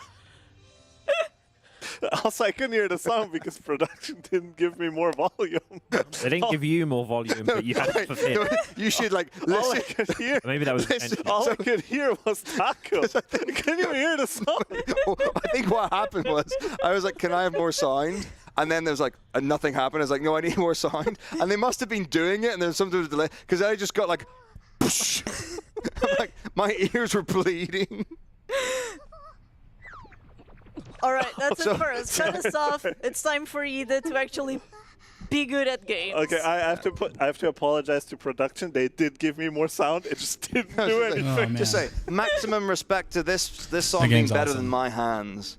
That was jolly lovely. I will learn this song and I'll sing it better for you all the time later. Have we got any? Are we good to Yeah, cruise we're on good him? too. All right. Well, Thank you. thank you so much, Pharaoh. Thank you, Nav. Thank you, Zero. Thank you, Zotan. Wonderful to have us all I here. didn't do anything, but okay. Yeah, but you're here and it's great I and we just love called you. you out.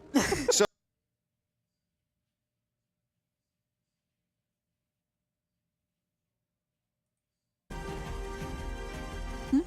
Hello, everyone. Hi, hi. All right, guys. We're gonna be doing.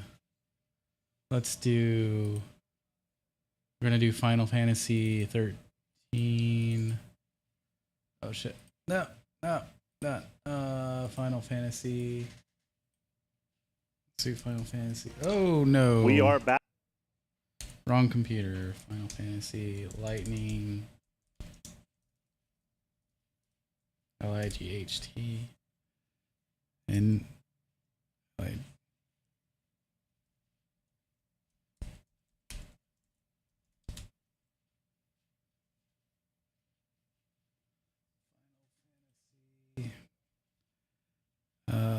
X 1 2 3 lightning return. Go. I don't know why my the confetti is going off, but okay.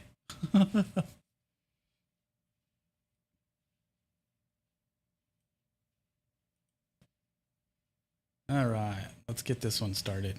I'm going to probably sleep while this is going on, but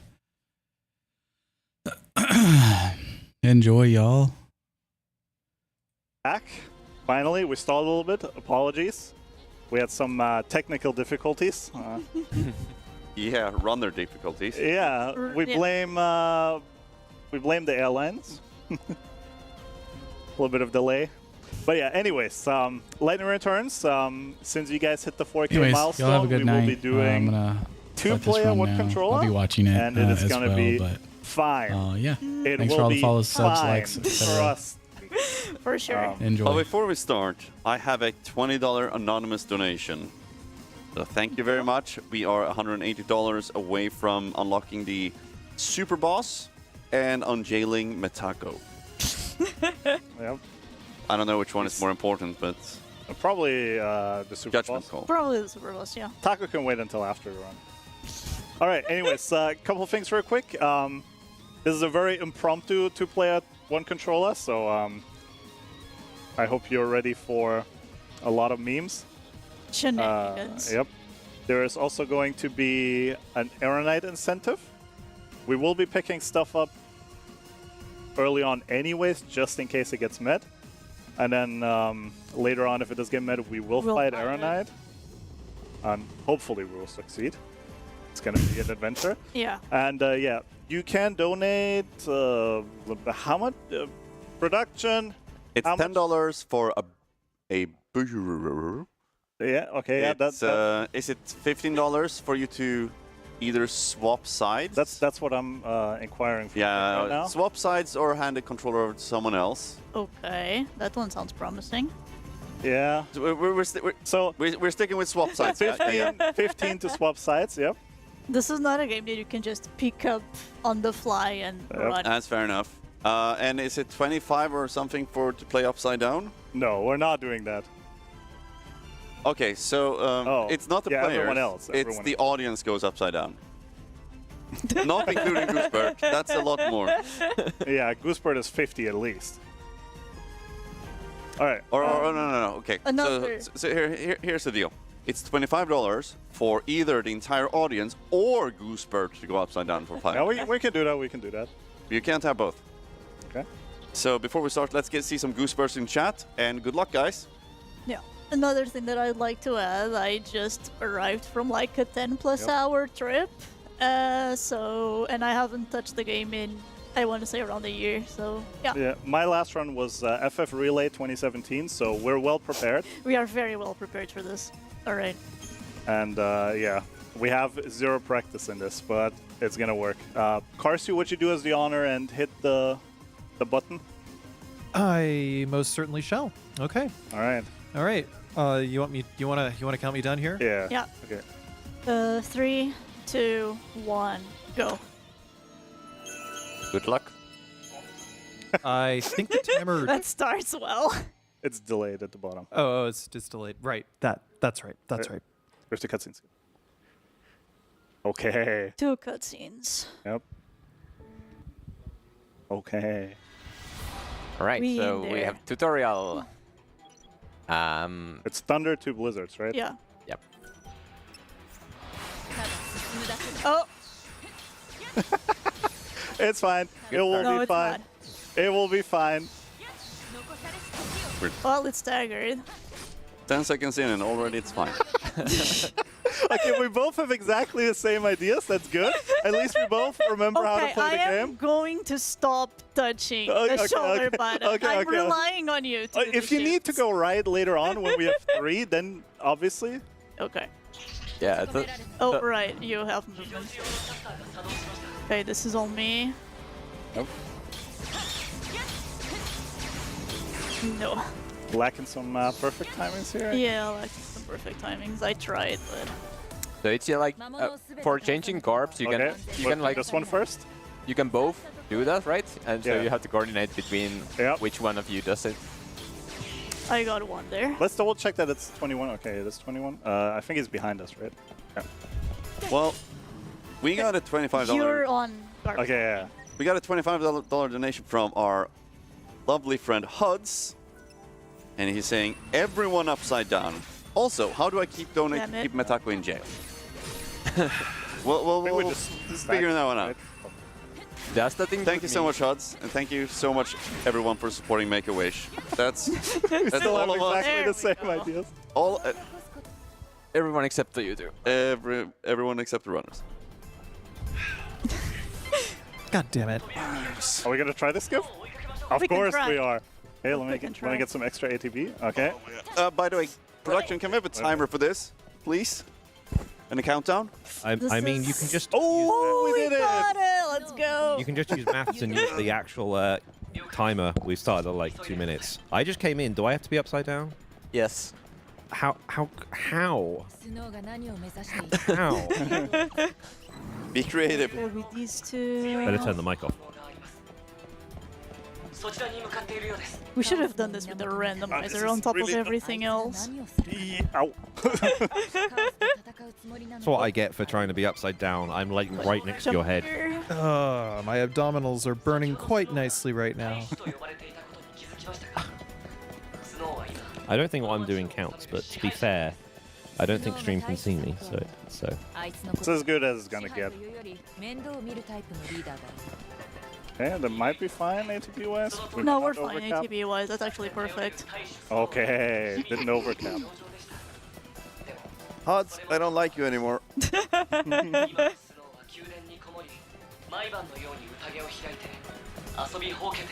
Clip it. By the way, I enabled the right side touchpad as well for start. You prefer that?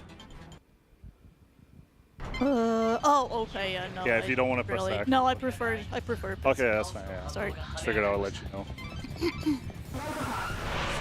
It's the same again. I will swap. Yeah, you swap.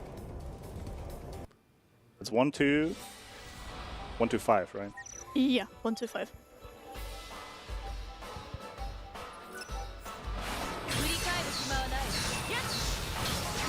Yeah, so using spells to stagger. And then Do. Yeah. attack, Overclock. kill, and overclock. Okay.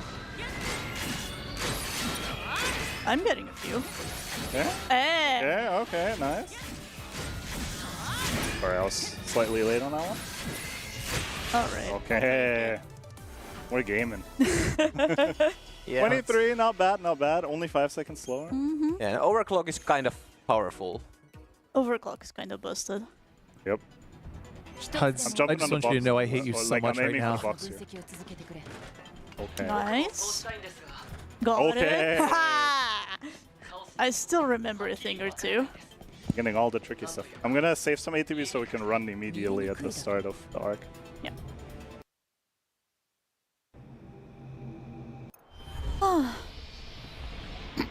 By the way, I just realized, was the donation incentive to sit upside down? Or was it just to be upside down? Because how do you sit upside down? Like this? Yep. I mean, I guess your rear is sitting on something, so yeah, but I don't know. I heard there was going another left? donation coming in, but unfortunately I can't reach the tablet. Huds, thanks for confirming that you can actually see me. I didn't even know. I was originally upside down, leaning on a box. Sorry, there's no boxes back here. This is pretty clean. To destroy a potion. I was worried Yeah, destroy a I'd break potion. it. So Skip tutorial. We're just destroying the top one, I guess. Yeah. It doesn't really matter. Yeah. Are we good production? Another minute? No, there's like another minute, yeah. Pain. Oops, jumped the sim. Hey. Now this one is a little tricky.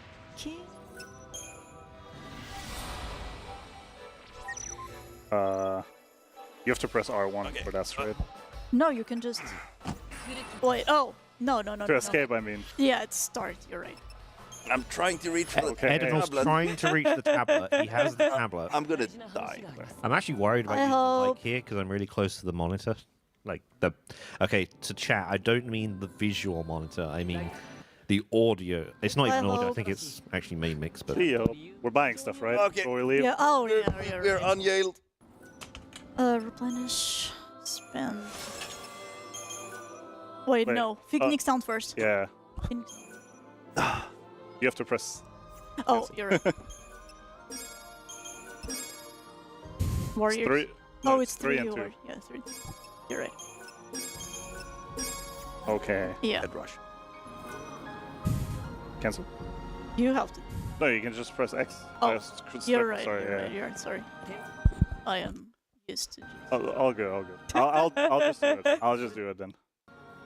Okay, so I think we have slight route differences, right? So we just fight 3 times and then We sleep, fight right? 3 times, escape, but we need the fighter's emblem. You know what? You need the fighter's Oh, okay. So, it's up on the stairs, right? Okay. So we'll grab that in the process. During Yeah, I thought I heard that. There was a very interesting noise coming from behind the stage. I have no clue what it was, but... During those 5 minutes, we got another $25 donation. Thank you very much from Polarius91, Hi, Falarius. saying good luck, Farah and Nev. Heart. Do we also have a pet at the taco incentive? We need to Otherwise, save him first. 5 more minutes for the audience. I don't think we have a pet at taco incentive, as he is jailed right now. I'll always go down twice. But we can definitely add a pet at taco incentive later. Wait, take this. So that's 5 more minutes for the audience. Oh, look at the time. I need to leave.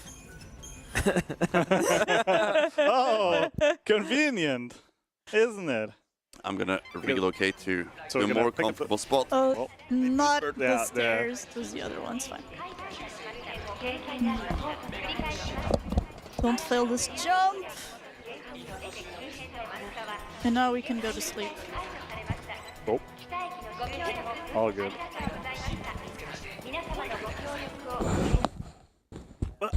It's not working.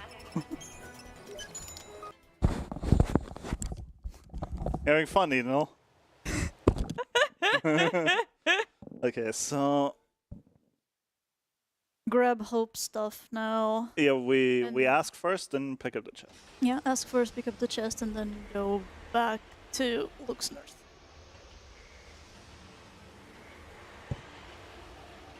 It looks north. We sleep till 1, or do we have to sleep shorter? for extra 1. stuff? 1. Extra sleep earlier is on next day. This is just Luxarian stuff. Yeah, because I know there's a small difference with the double jumps and without. Oh, okay. Got that. Or I think, anyways.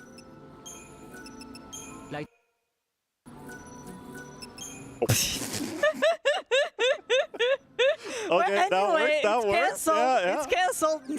That's okay. Oops, my fault.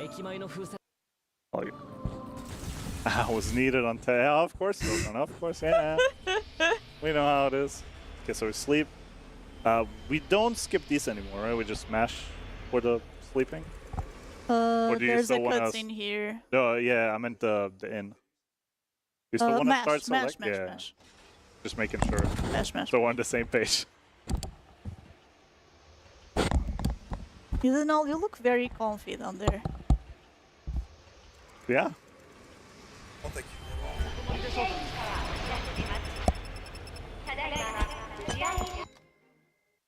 Hey. I'm holding. So far, so good. Upside Oh, down, that looks sorry. like you slept until 10 past midnight.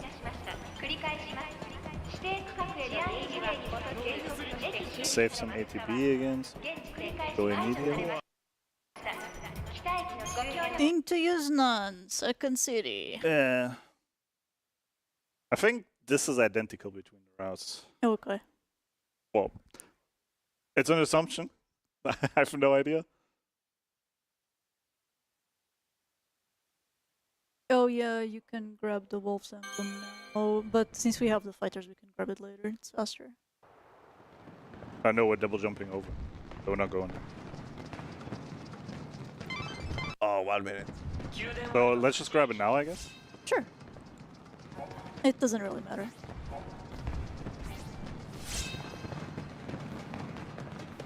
We do this again, right? Do we need extra shinies, by the way? They are better, but they're not strictly required.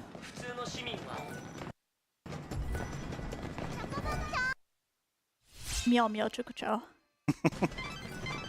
Hey, we're skipping the cutscene. Someone has to do it.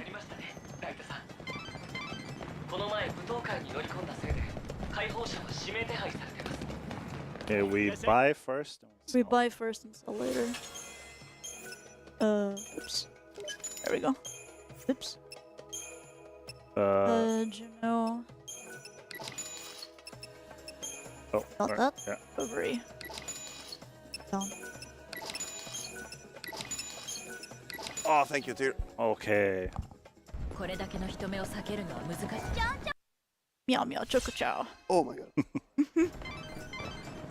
Shiny, shiny, shiny, shiny! Okay, okay, okay. We're grabbing this first and then we're going up.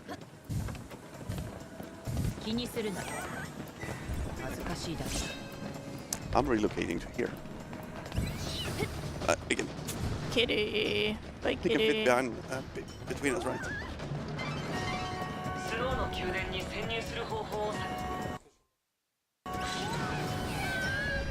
And now it's all on you. There we go. I do only live for shiny object. Glad to know I'm not the only one.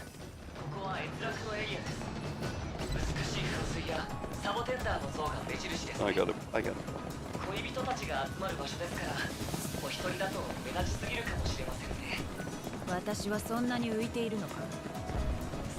Now we run here.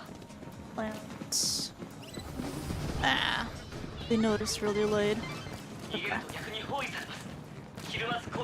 We got there, it's fine.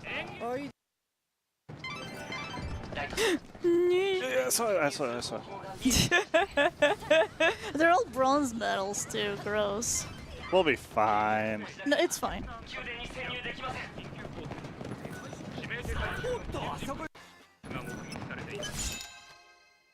We skip one more, right? Okay.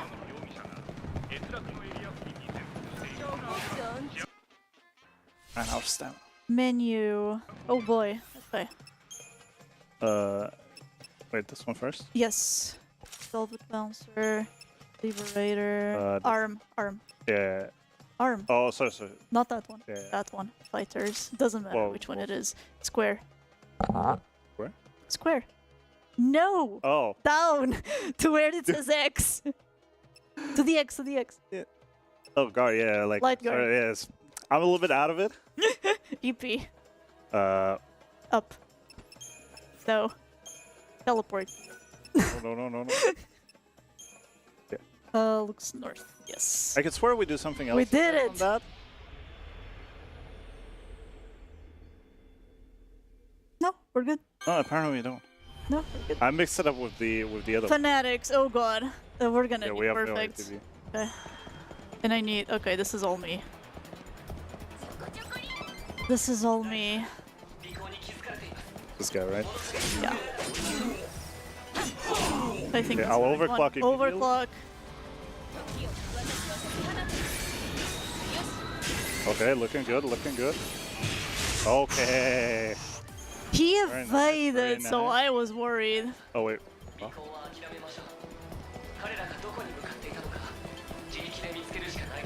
He evaded, so I was worried.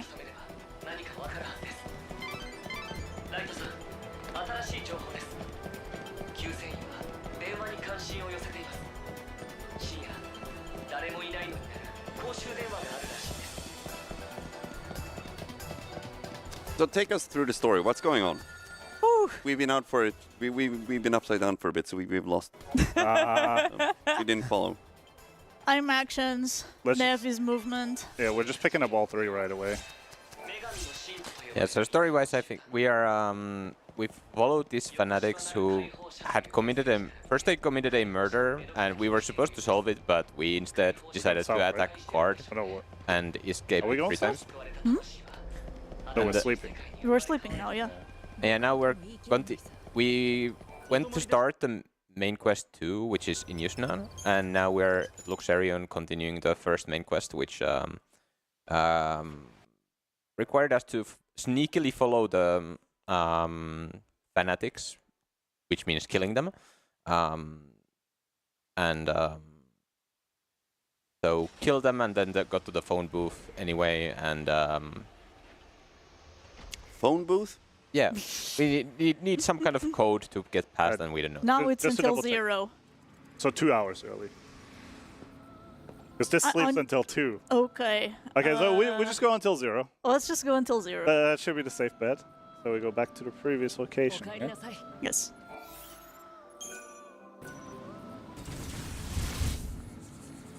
Whose idea was this? Whose idea was this? Absolutely not mine. Not mine either. So at what part of the game is the super boss fight? It's very late. It's very late. Close Like to the. With this, probably like 2.5 hours. 2.5 hours. Yeah. And we're only like normally like 140. Okay, we sleep until 0. Sleep until 0.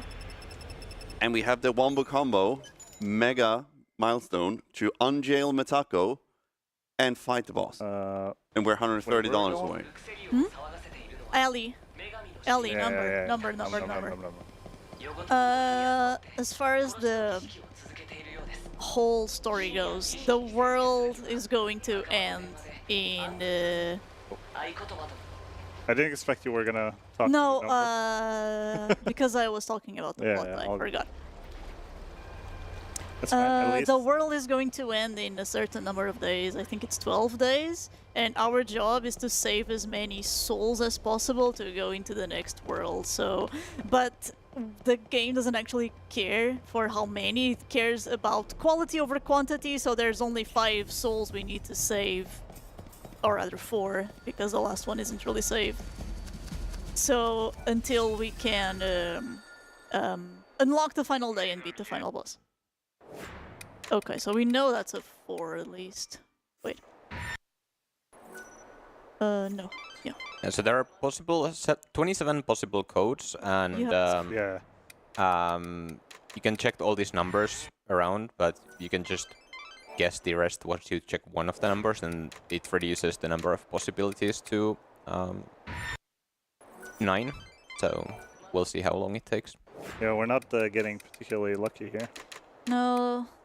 Oops, my fault. Okay. That's not bad. Fourth try is fine.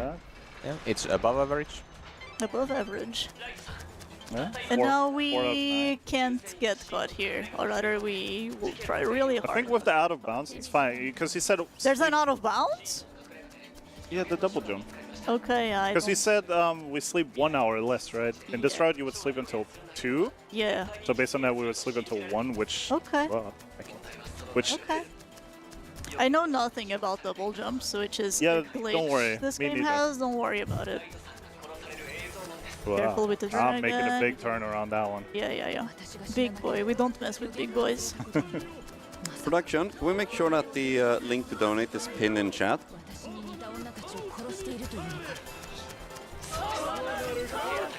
This one's fine. This one's harmless.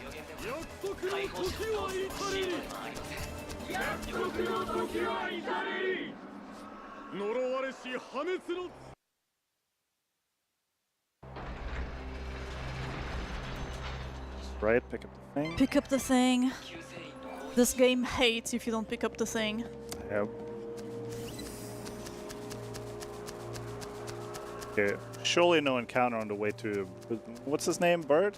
Bard? Something. I don't remember. Or do we just force one behind us? Hmm? Do we just force one behind No, it's fine. With that one over there, we're gonna be fine. Okay. We don't need to force anything, it's just going to spawn on the chaos. I call this guy Braid. I know it's not his name, but... And now pick up a Soul Seed if you find one. We can also pick up 2 if we need extra. We will pick up extra if we need on Snow Spells, because there's a million over there.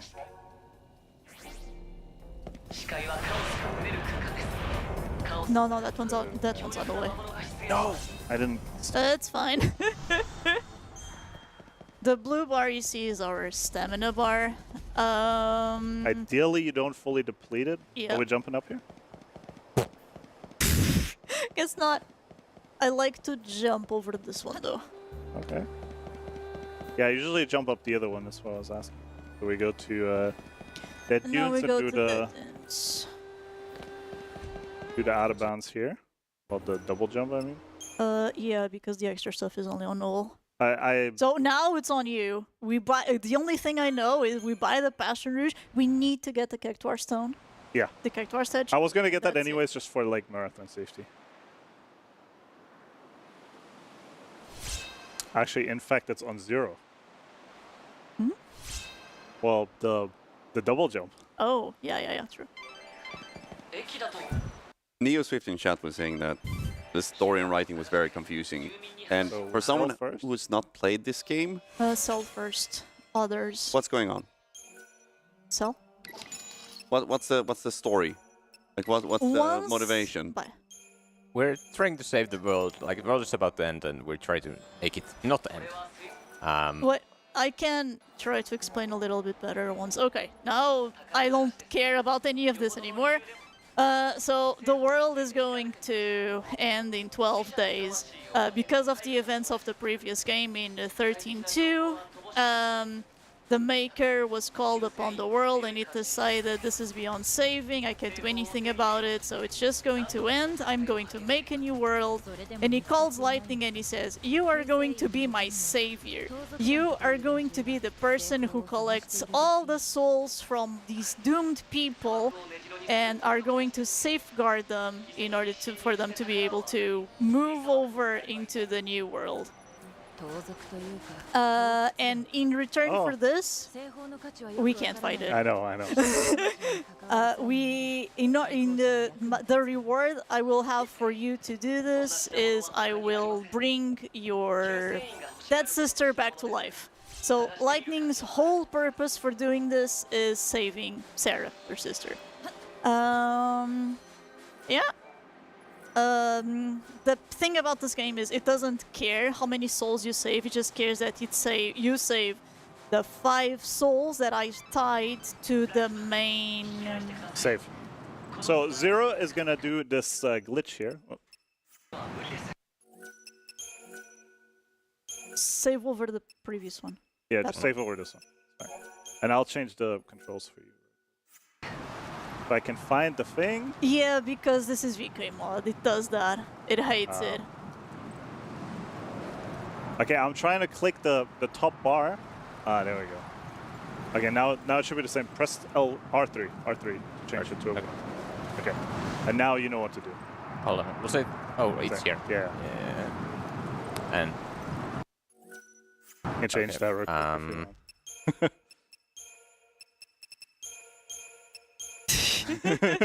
There's gonna be Alright, lots so- of settings switching around. Alright, so 0 is gonna do a glitch here called double jump. Basically what it does, it allows Lightning to jump twice, which... Shouldn't happen. Yeah, normally shouldn't happen. And that lets us clip out of bounds. Remember, stay left-ish. Further left, further left. Yeah, keep going. Yeah, okay. Remember, This- left at the rock, yeah. At the rock? Yeah, just keep going forward, but hold leftish. Yeah, okay. Okay, just keep going forward. A little bit right, and then you should be fine. Just right, left. Go left. Left? And then right. Yeah. There you go. There. Wow. You can save again for the next one. Oh, right. Yeah. That was pretty good. First try double jump. Don't expect it to be a first try every time. So the thing about the double jump is it doesn't really make any sense how or why or when it doesn't work. Oh, do we touch the? No, not yet. Okay. Just keep going, get the teleport, and. Oh right, we have the teleport. Yeah, you just need to go slowly left. Teleport. There it is. It's to the right. This one here. All right, so this one's a little bit more difficult. Save? Haven't you saved? Yeah, just save again. Oh yeah. Because we can't lose too much time. We should be fine, but. Also, remember the thing after. If you want, I can do that afterwards. I remember how to do that. Okay, don't soft lock yourself. No. I know how to get out of that. So. Oh yeah. This guy is apparently the expert of getting himself out of the soft lock. Oh, I forgot to. Yeah, you forgot to run. Yeah. So for this one, you have to also run and hold into a very specific direction, kinda, because you need to get on top of the rocks while doing this, but also get the double jump itself. It's a little bit tricky.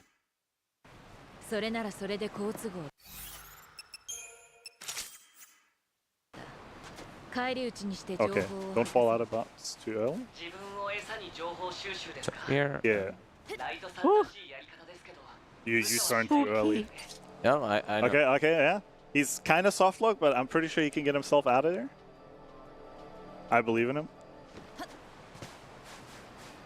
That is not what soft lock means. Not at all. Okay, Oh. there you go. Yeah, There you I was going to say that. All right, now All right. Wow, this is we'll have to gaming. We'll have to change back some settings. Okay. No. Oh, right. I'll change back the other one. It was Y, right? It was Y.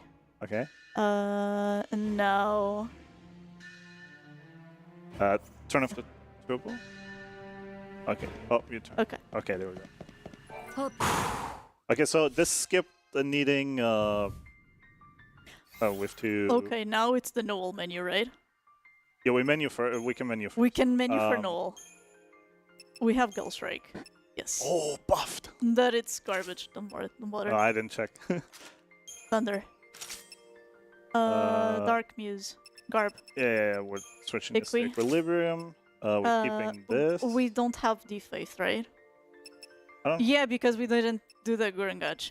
Yeah. Mist Wizard. Yeah, we put this Passion to Rouge. Passion Rouge. Crimson weapon. Blitz. Move this to. Move this, please. Here, thank you. Blizzard.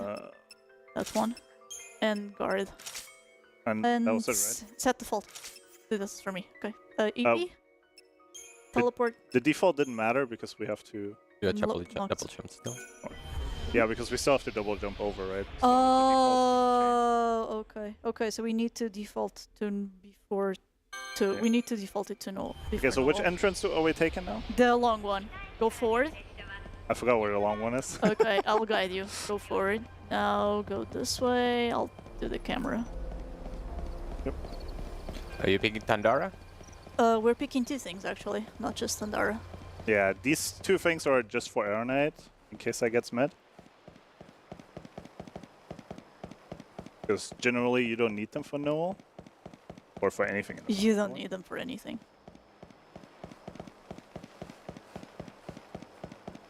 The first one is this chest. Yum.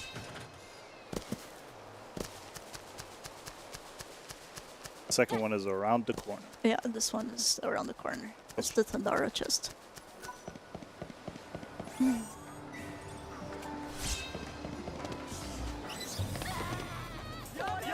Okay, now I don't know if you remember how to go, but it's basically this way. Good I'll question. guide you. I'll guide you. Don't worry about it. Yump.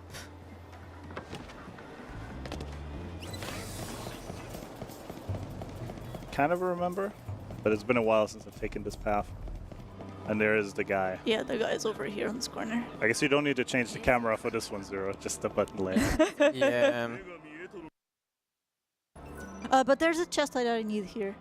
Oh. There's a chest that I need here. We're gonna have to do this. Okay, we'll do this normally. No double jump here. We can go back and do this. We need the. Oh, yeah, we can go backwards after Null. We need the battle axe of the believer. Is it closer to Null or the other way around? It's closer to Null. So if we do the double jump to Null and then go backwards, is that faster?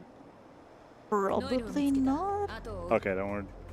Chat, also want to remind you that we have a $10 incentive. Walking normally, if I can see. To swap the color of Lightning suit. And also for $15, of The course, we have a second Pharaoh car. to Wait, no, go Wait, forward. Go controller. down, go down. Go. Okay. swap control. Oh, it wasn't here. I'm sorry.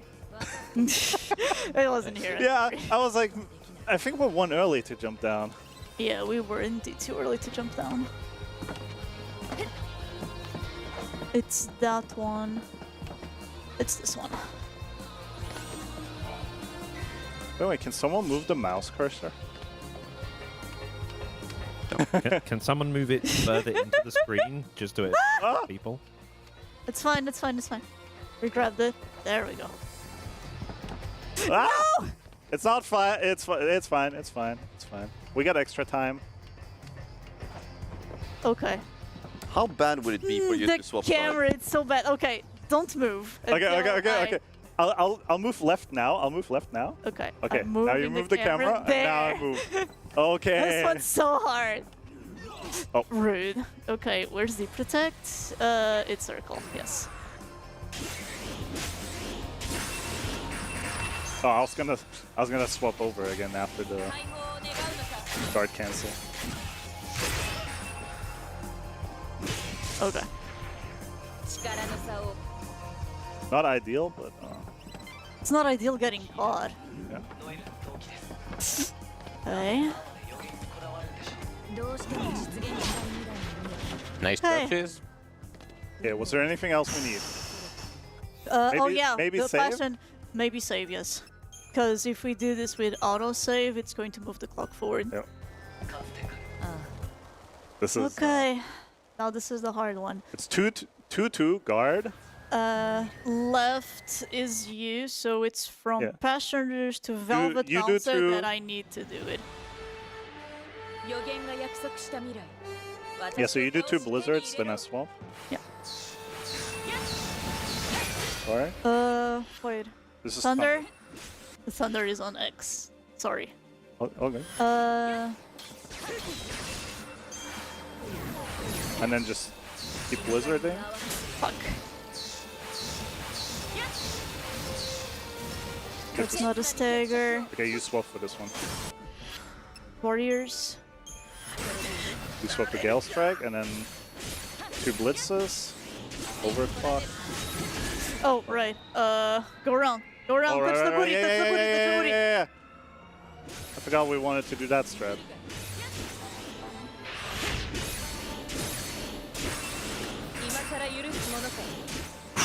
Okay. Easy every time. We talked about this literally before the run, and we already forgot about it. So there's a hidden, not a hidden, but a secret multiplier. If you're hitting an enemy from behind, you do. I think it's not quite double damage, but it is higher damage. Grab the Yeah. Shadow Hunter. We go to Dead Dunes, right? Dead Dunes. Ruffian. And then we activate the... We activate... Ruffian Cactuar. Now it's you, because we were supposed to fight Gurungach now, and it's yeah. totally not what we're gonna do. talk to this? Huh? Wait, we are fighting Gurungach. We are fighting Gurungach? Yeah. Oh, okay. Then go inside. Yeah. We need to talk to Adonis. Oh yeah, we were supposed to talk to Mal first as well. We are? We give her for now? the Soul Seed. Yeah. Do you do that now? Yeah, you do that now, and then later on you just... You do it now so you have more gil now. Okay, then go talk to her. We have time. Yeah. Chat, also want to remind you of the incentive or the milestone for the super boss coming up later in this run. The boss is going to be fought roughly 2.5 hours into the run if everything goes as planned. And we need to hit $4.2 thousand.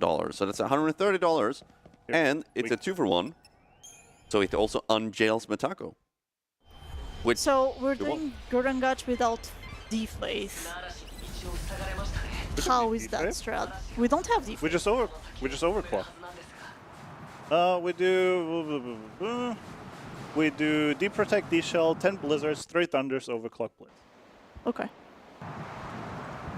Why is there a double roll? So you do the 2 things, and then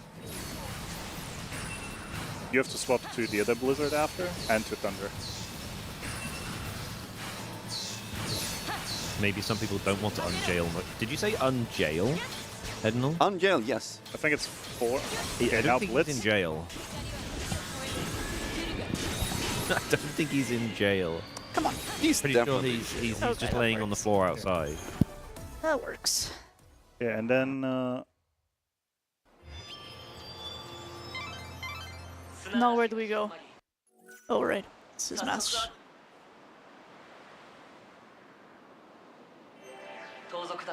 you go back. I'm going to drive Floodlands because this is. Yeah, that's where we're going.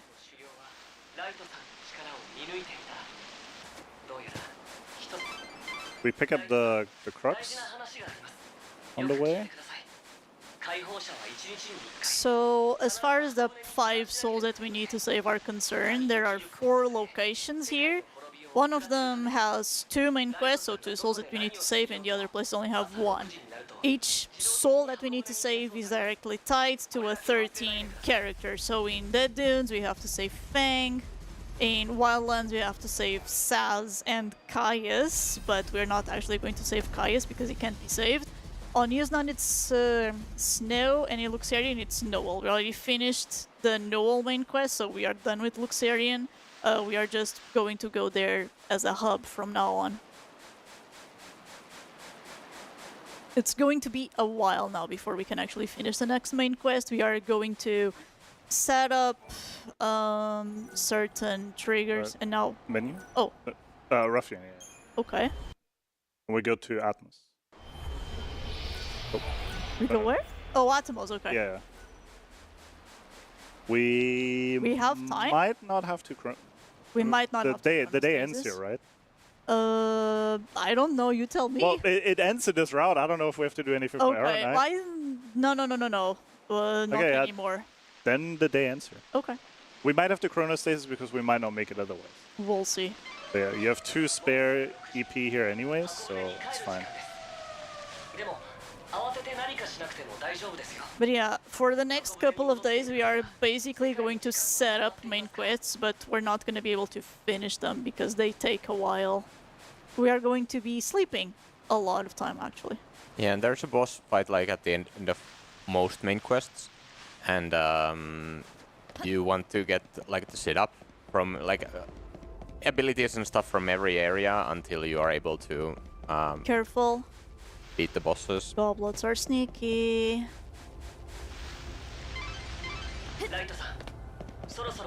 Yeah, we're not gonna have to chrono. We're on time. Yeah, should be.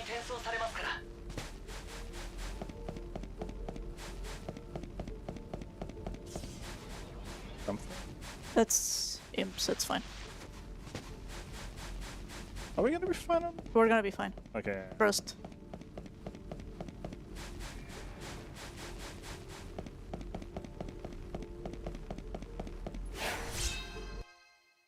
Alright, and now we just wait until the end of the day. Woohoo! Done well so far. So far, so good. What other clothes or dresses or suits do you have available? Well, technically we have everything All that of we have them. currently, We can but we put... change. We can fully change the color of the Passion Rouge as well. Yeah, we could.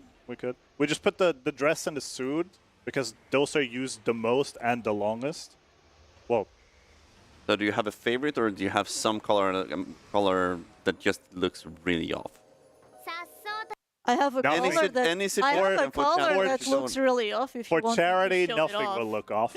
I think that's gonna cost Okay, 10 we bucks go, or 15 bucks. I don't. Ruffian. I mean, I don't know. Yeah, Ruffian. Ruffian? But we do really want to hit We that are going to incentive. do Maze and Imperil today, right? Yes. Are there double jumps on this day? No. No. Okay. So we sleep until 3, right? We sleep until 3.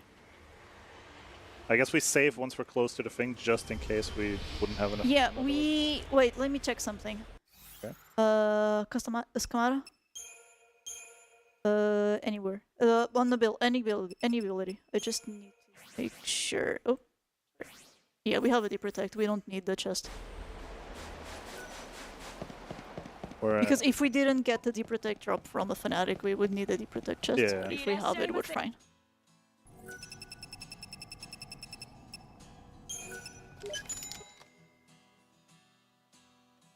Alright. And now we go to north, whatever the hell, I think. Yeah. North Ruins. Gate. I'm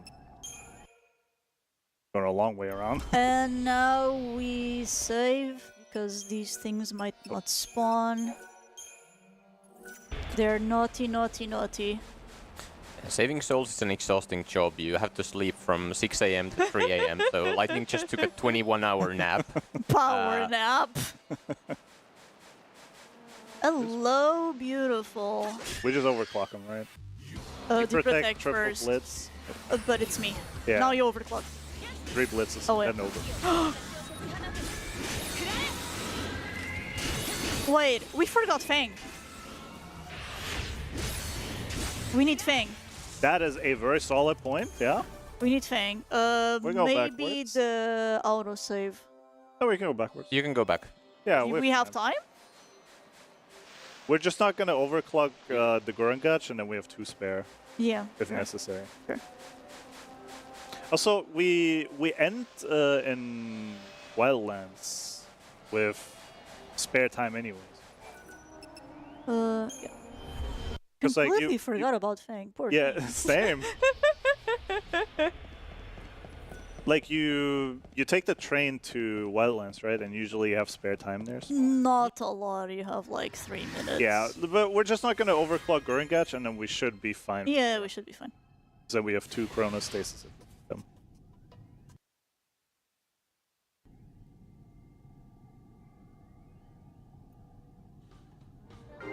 But yeah, as far as changing color goes, we can change the color of any outfit. We are going to default the Passion Rouge for a while still, so if you want to change that default, we can even change it to Actually, purple not and for yellow. long. We Not can even change it only to purple and until- yellow. Only until next The next menu, but the next menu is still going to be a while until we get there. Wildlands. Wildlands. Yeah, When we equip Vengeance. Yeah, when we buy the Vengeance, but that's Yeah. we still have to do the entirety of the maze. Yeah, true. This time with the quest. This time with Fang. Uh-huh. We do need her, otherwise we are not permitted to enter the maze.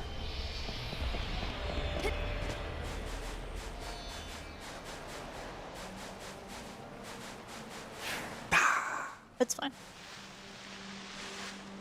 I was trying to get as close as possible. Yeah, it is optimal here because when lightning slides down the dune, she restores stamina, but still keeps her running speed.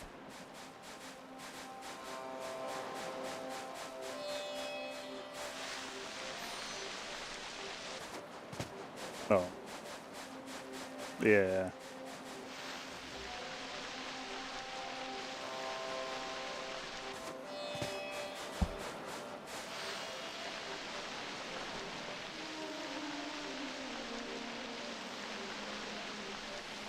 Okay, so... Yump. Oh, right, jumping is me. Jumping is you. I was like, it's movement, I don't have to do anything. Not quite like that. Not quite like that. There's another chest that we need to grab here, but it's literally on the way. It's a collector catalog, so that one's fine. Oh, yeah. I'll tell you where it I is. grabbed that by accident anyways. Okay. Then we're not grabbing it by accident. These ones are sneaky. Oh, if we get caught by skeletons, we have to fight them. Do we though? We have 2 extra It's true. We might not have to. If we don't overclock Goringach, I don't think we have to. Okay. We'll see. This is time. Yeah, this is time. Do you usually use a chronostasis here? Because you have one chronostasis available even if you overclock Goringach. Very. Oh, wait. Yeah, you do. You have 4 EP, so. I think. Oh yeah. I think you're right. I think you have one regardless. I think it basically just depends if we want to have a second one in case we need it. I don't think we're going to need to. I want to say we're not. Yeah, well, I'm not going the wrong direction this time. I'm going to the right here. Button.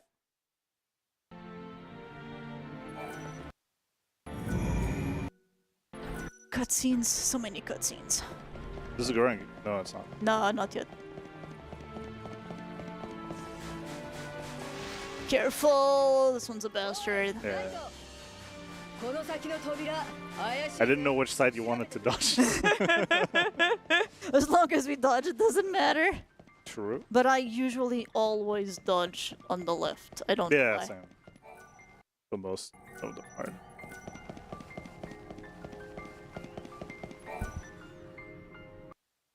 Could I request a Fanta Exotic or the couch?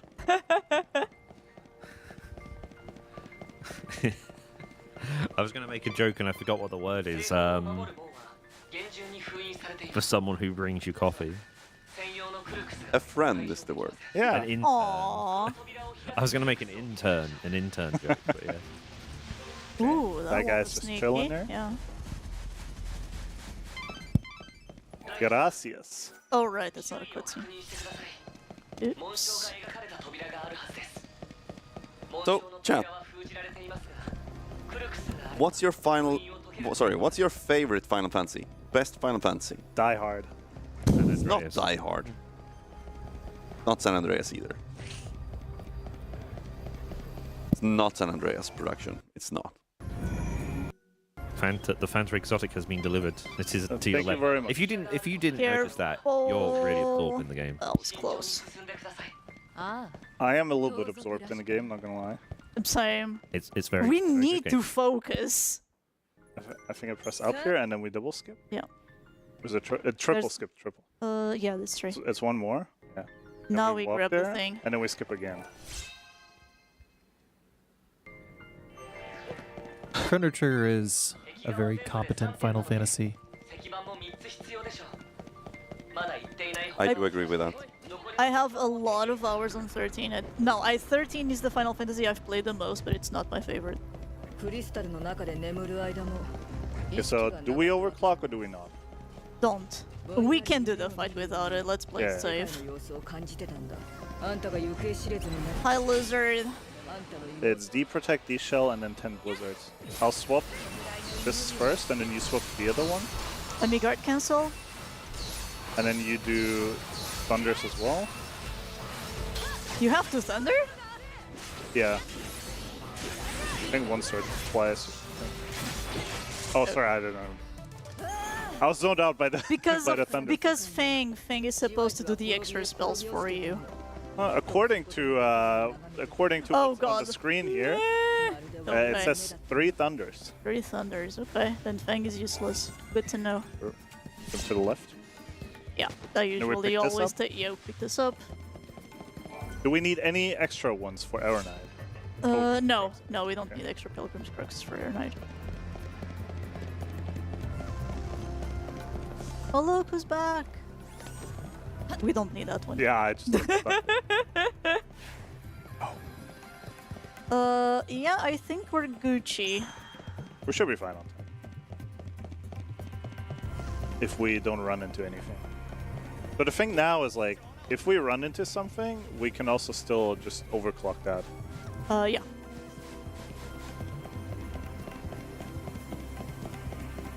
If it was the kitty cat, I would kill it.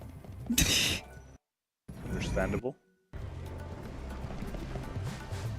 Not a goose, so. Honk. I think there's a slide down.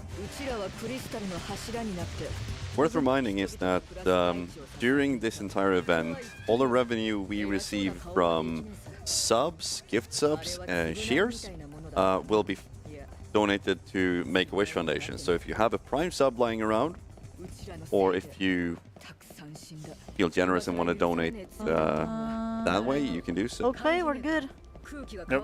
Big bonus that is if you are subscribed to the ESA Marathon channel, you don't get ads. You don't miss any honks. There's also some nice emotes. There's quite a few emotes now, right? Oh, I don't absolutely. I don't know how much Ednal knows about One the more emotes. skip, then we pick it up. Yeah. Skip again. Oh, 2 more skips. 2 more skips. Well, 3 more. Doors. This one is. Oh wait. Run. I forgot this crux. And now we. Crux piece once. Now we teleport. Dead ends. And then we go to Wildlands. And we are done with day 4. Skip the mash through this. Yeah, mash through this.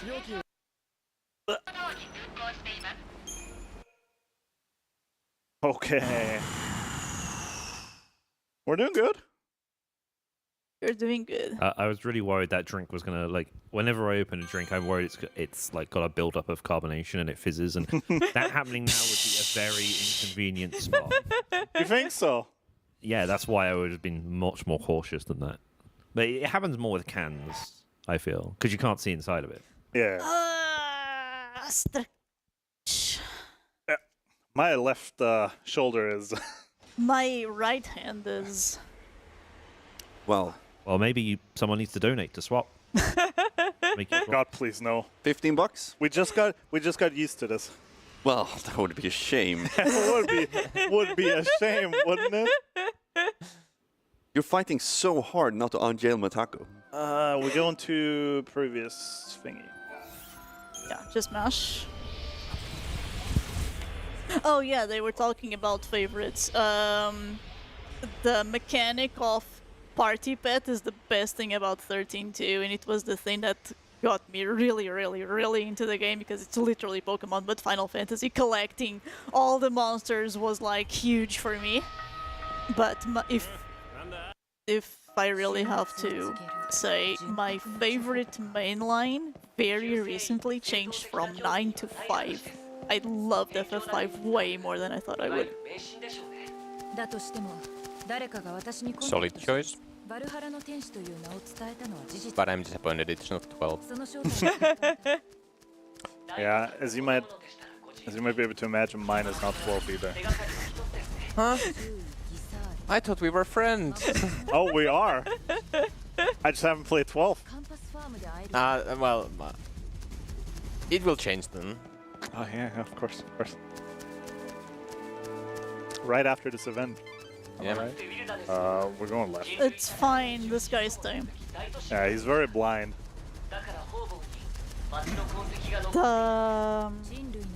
What can catch you here? I think it's Sniblets.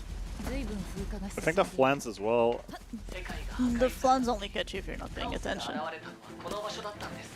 With 14, because 14 is... Yeah, it's mainline, but it also kinda cheats because it grabs bits and pieces from all the game. Yeah. I always jump over here.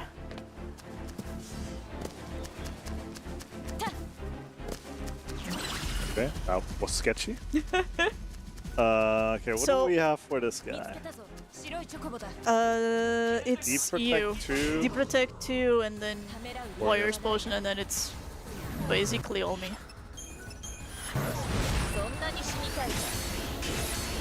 So one nice thing about using Change! Yeah, sorry. Potions is that you take way less damage when you're using a potion during the potion animation. You're gonna guard cancel on this one. Ah, close. Yeah. Alright, take it. No, we got Magnet. How did this happen? No Blizzard. So, like, we pick one up later if we need, right? First try Imperial and Magnet. Yeah, we're so good. We are gamers. Production, could we maybe have a little bit of zoom in on the controller? I'll do it. Hold on, Sotan. There's before you do it. Me and T are gonna have a fight over who. No. Before you do it, there's just been a $15 anonymous donation for a swap. Oh boy. So do the swap first, then we zoom in on the controller as a little bonus. Oh boy. And we do the swap for.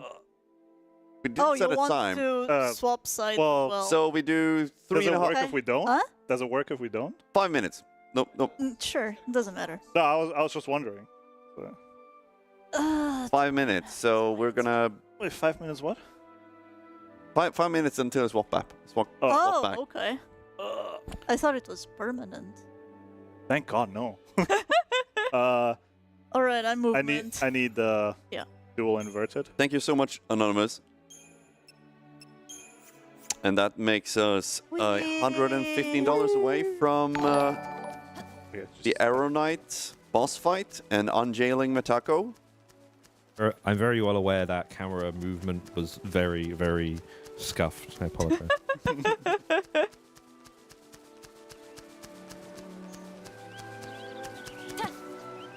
Odin!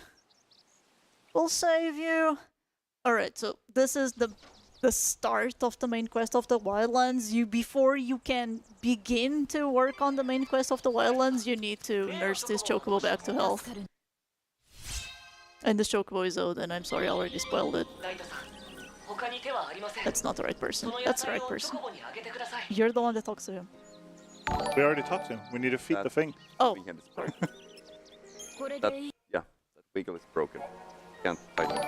Now we talk to Sarada? Sarala.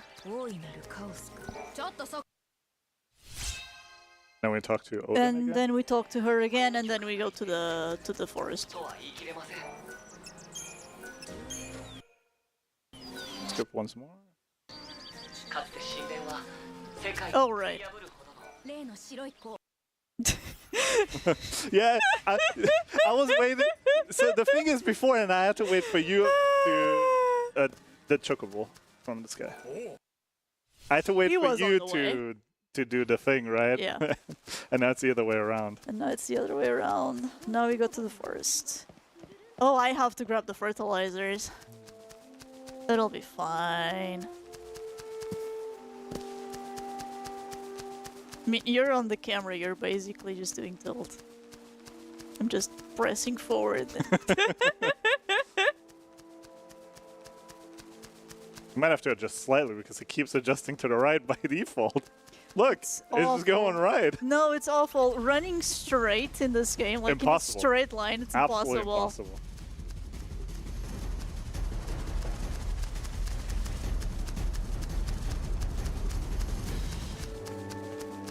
Where did our camera go? Our mini-map go, by the way? Oh, it's here. There we go. I pressed select one too many times.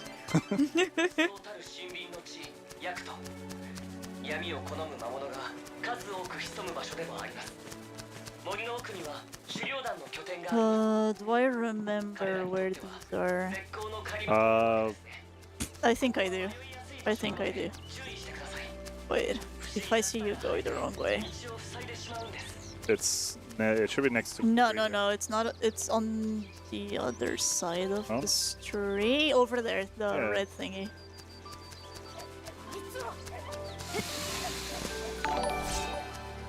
Oh boy. Oh no. Oh boy. Oh no. Yes, not for you, but for everyone else. Oh yes. Oh yes. Oh no.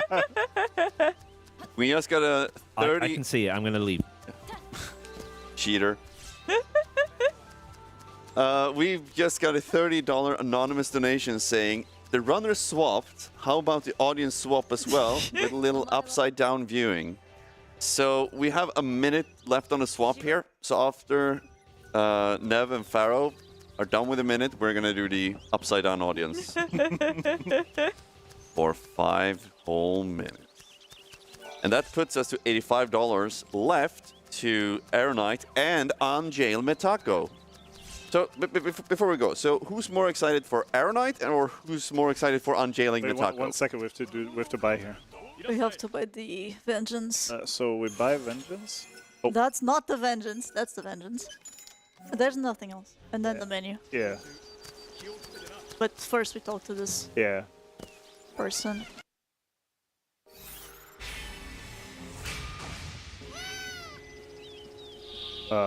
Yeah, and then we teleport back, right?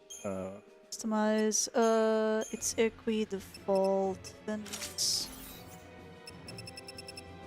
So it's time for audience to assume position. Bouncer. Yeah, and Shadow Hunter. Yep. I don't know what we do with the axe, to be honest. That was it, right? Huh? That was it, right? It Yeah. was X, yes. Wait, we have to default the thing. Oh, you didn't default it. We were in the menu, I couldn't. Yeah, because I start on equi because I put on equi, then I put a Right. square, and then this one. Cover equi, press square, Yeah. and then enter. Okay, yeah, makes sense. I think we have to swap back as well, right? Do we have to swap back?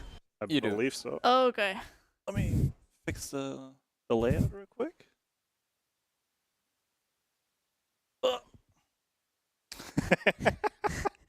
Are you guys having fun? So much fun. So much fun. Are lightning's lags that thin on 13? Good question. I have no idea. I don't think so. remember either. I don't think they are that thin on 13. She spent 500, come on, 500 years as a crystal, so I think Maybe she I got think a she little didn't get- thinner. I think she didn't get enough exercise while she was there. Yeah, true. That could be why. I could definitely see that as a reason why. FPS. Yeah, we'll do. When we deliver Sorrel. I'm pretty sure Zero can do it for us. Do Oh. Wait, Zero is a runner. He doesn't have to be upside down. Oh, I don't. That's good. Good. Saved. Get out of Saved.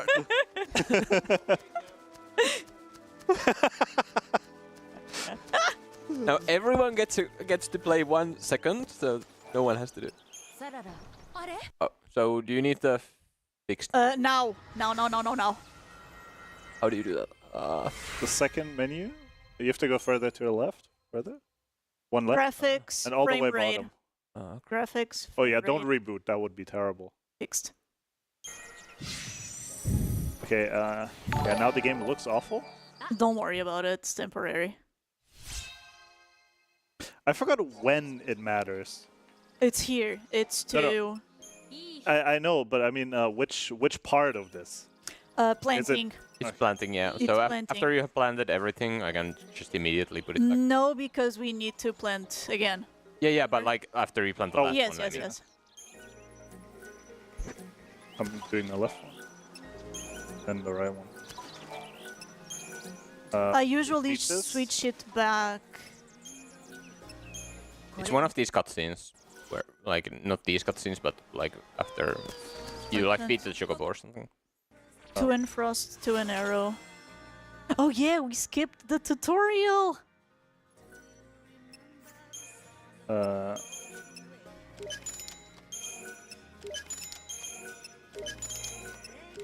Vigilance. We can rebuy that later Not with yet. Power Knight. Later. Okay. We don't have room for it now. Okay.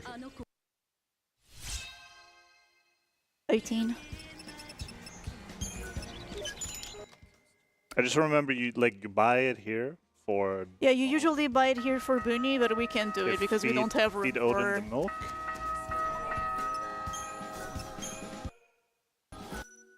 We'll grab the vigilance potion later. Yeah.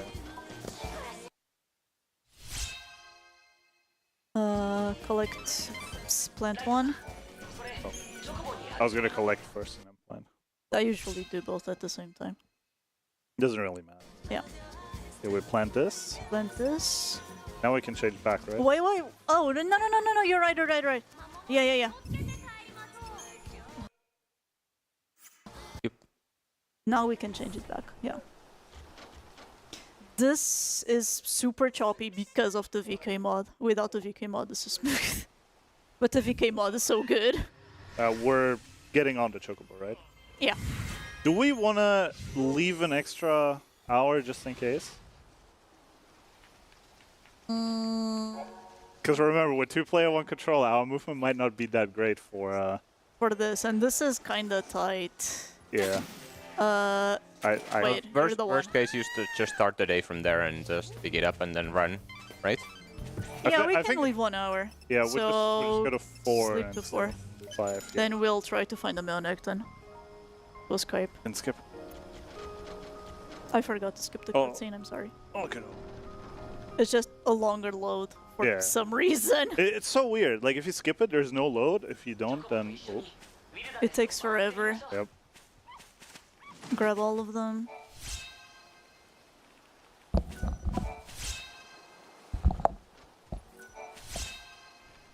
Alright, sir, it's all you now. Man, Goosebird, I don't see you putting in any work in this whole upside down thing. What do you have to say about that?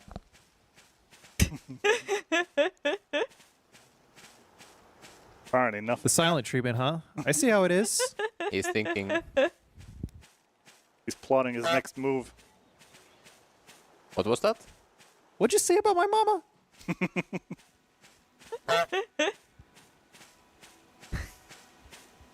Oh, Goosebird. Oh, Goosebird.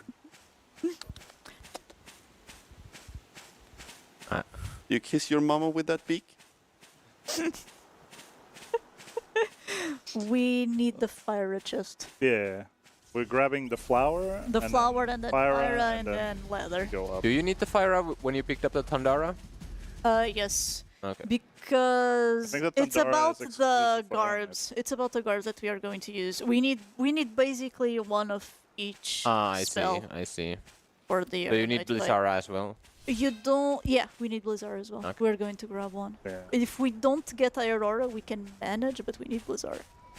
Zero Scar, I can't help but notice that you are not listed as a runner. Oops. He has participated in the run.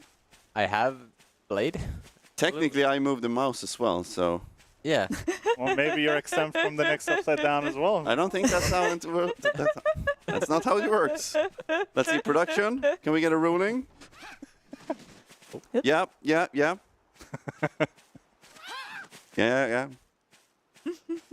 Yes, Zero Scar, you owe the audience 3 minutes of upside down.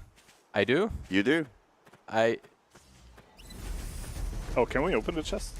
Yeah, we can. I forgot if we can open chests. On LR, you can always open chests. Yeah, it was 13-2 and 13 where you can't, right? Yeah. So 3 minutes, huh? 3 minutes, yes. We would have actually made it. We would have. Could have just escaped from us. Okay, That's so fine. We can feed in all of them. Wait, you're the one that has to dismount. Yeah, I was trying, but I couldn't. At least they have time to feed the Chocobo. Everyone likes feeding the Chocobo. It's not just me, right? I hate feeding Chocobo.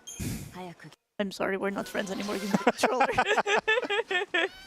Not because I don't like the Chocobo, but because it takes forever. Because you have to do it one at a time. Does this guy have no appetite? No, he's sick. Do you have appetite when you're sick? I don't know. I'm not sick that often. We just got a $10 donation from Anonymous. I think that's a dress swap, right? Sure. Sure, any color. Any color. Did it say anything? It didn't say anything. No comment. Okay, Thank you very much for the $10. Which one do we put? Eeny, Bouncer? miny, moo. I'm just gonna close my eyes and we'll pick one. Yeah, it's an empty slot. That's the problem. Okay, there we go. Okay, now close your eyes and I will do the swap. We go for... I did close my eyes Okay. and we ended on Velvet Bounce, right? Alright, Velvet Bouncer. Wait, That's no. good. Thank you very much. Custom palette.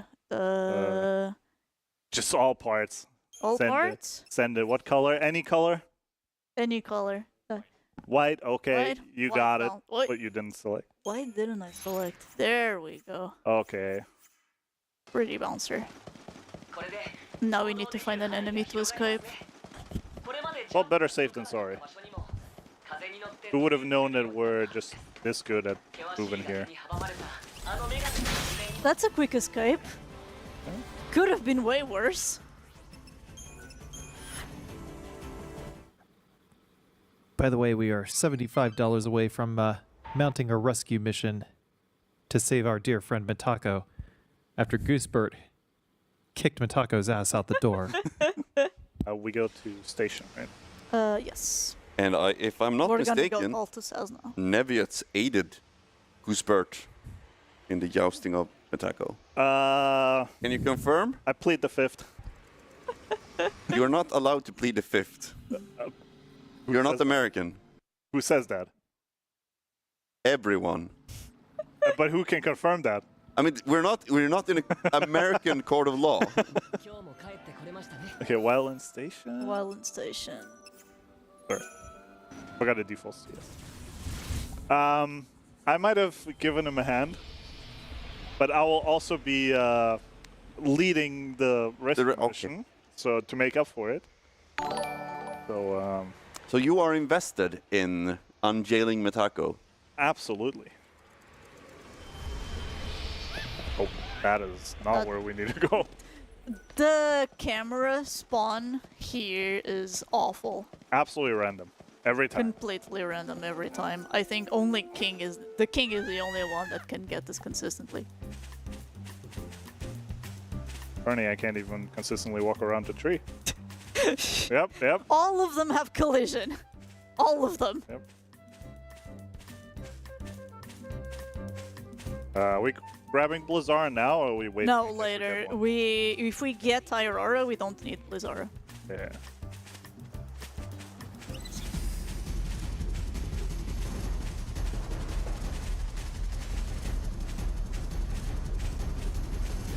We do need to grab one chest here, though. The one that's down.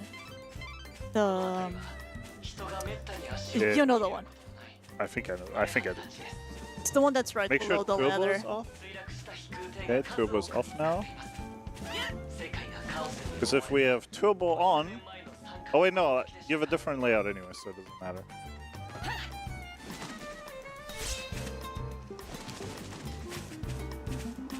Because I've had this once. I had the turbo layout still on, and I may or may not have fallen down because I couldn't fly. Oh no! Do we grab it after stats, right? No, we grab it now. Oh, we grab it now. Because, yeah. Where was it again? It's right in front of the ladder. Don't worry about it. How do we get stuck there? I don't know.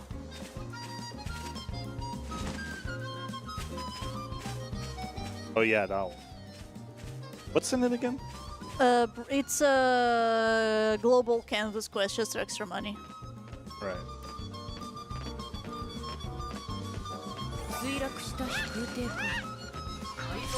Now you can dismount. Okay.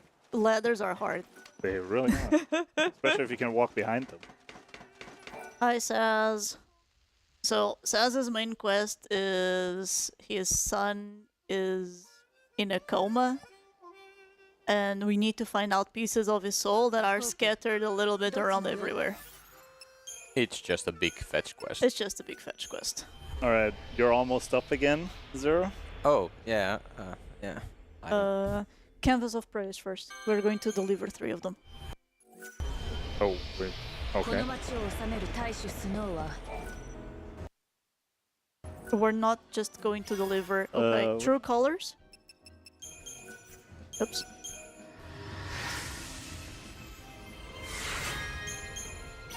Key to her heart. Anything else?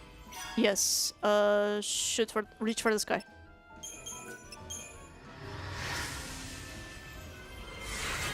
Anything else? No, we're done. And now we go to the warehouse, right? I don't know if there's No, I double mean, jumps. do we have to do anything? No, else? we don't have Okay. to do anything else. That would just be warehouse now. So Okay, I'm in your hands. A pause. Well, I guess it doesn't really matter, but I have to change the button layout for you and activate turbo. Oh no! What happened? Oh. Is it alive? Still alive. Got this, sir. Got this. Wait, what? Oh, right. Wrong button. Okay. Alright, so where do we go from here? Forward? Forward. You have to jump up there. Just on top, and then go right. You see this like line to the left on the rail? That's a rail, right? Just give me the controller. Yeah, you do Okay, that. Farah, you need to sheath the weapon. It's on circle right now. I can't sheath the weapon. Oh, right, it's circle. Do I have to jump up there, right? Yeah, we have to kind of like. Okay, we got it. And now we can change everything back. I hate it. I hate it. I hate it. Nothing else changed. Oh. Just deactivate turbo. For now. Okay, so it's just a big shortcut. Yeah. Okay. Oh. Maybe we run a big circle around so it doesn't aggro us? Talk to the guy? These are usually fine. Usually. Usually. Well, it's a niblet, so you can just kill it. And now the rest is normal, right? Yeah. I mean, we will attempt the other one as well. That doesn't save that much time, but a little bit.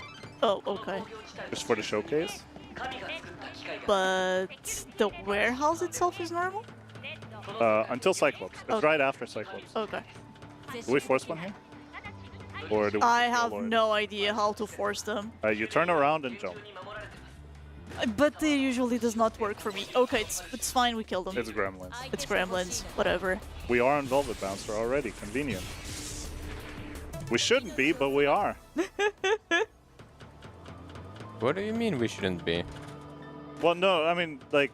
The default should be the Vengeance, and it has to be the Vengeance before the... Yeah. Root? Okay, bro. Root? Okay.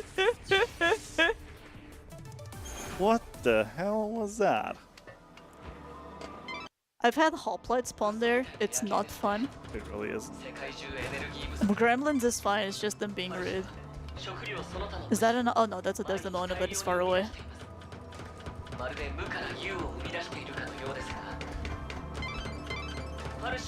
I think it was Roosta. If you can kill an enemy in 3 actions or less, it's worth fighting over escaping.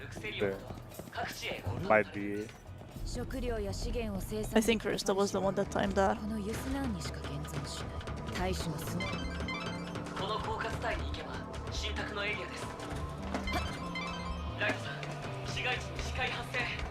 Jump? No. Okay. Okay. Wait, jump where? Oh. Just backwards so they spawn where we're facing. Oh, okay. That is the idea. Oh. So like you turn around. Yeah, and then no, you- I know how to force. That's the same principle we do on the temple. It's just I am terrible at spawning enemies here. Terrible. They always spawn on my face until they decide, okay, this isn't worth We it. We just should be brute fine. force. Yeah, we're fine. They're not gonna spawn anymore. Yeah. I mean, they do, but they despawn. Swap to Vengeance. I'm the first one that switches, and then Yes. it's you. And then yeah. Hopefully I can time the buffered one. You're the. Oh yeah, you're the one that times it. Yep. I also timed the overclock.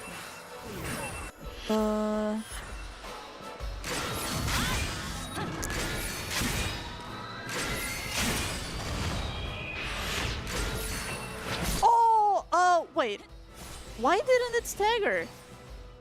Don't ask me. Why didn't it stagger? That was weird.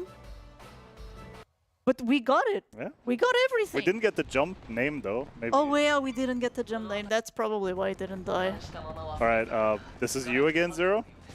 Oh, right. Yeah. Just Wait, pause real where? quick. Here. I wish there was a hotkey to change the button layout. Thank you so much for the It's sub, scary. Deltic. As a reminder, all the revenue we receive from subscriptions, gift subs, you didn't turn and on. shares Yeah, I didn't turn will be donated by us to Make-A-Wish at the end of the event.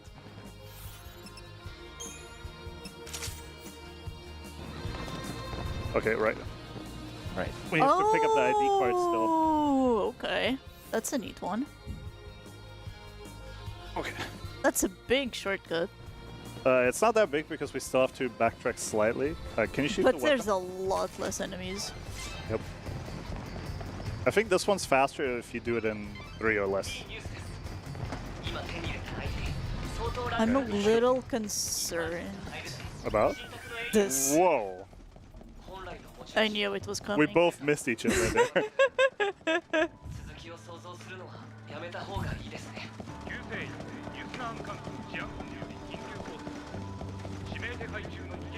It's gonna spawn another one anytime, any minute now. It's not gonna be. No, it's gonna be After after the the gate. Well, it's behind us anyway, so. it Yeah, doesn't we're matter. fine.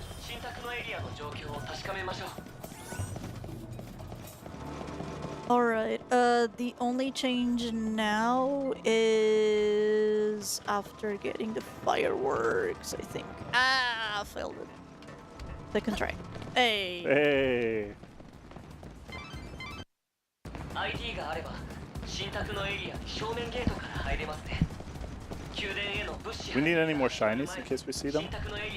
They're always nice, but only if they are in the way.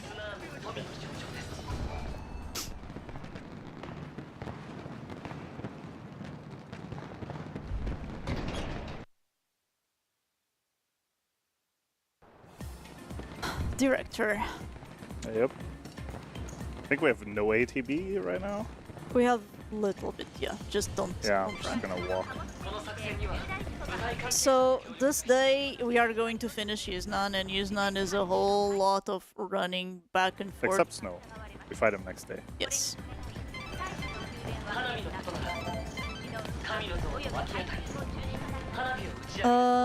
But yeah, Yuznan is just a lot of running back and forth, basically. We need to get fireworks to blow up a statue to create a bridge to Snow's Palace. And we also need a dress to be able to be on top of the statue so we can fall on Snow's Palace. So that's basically what's going to be our goal for this day. Any arena differences? No, only after we get the MOV. We need to grab a few potions. Okay.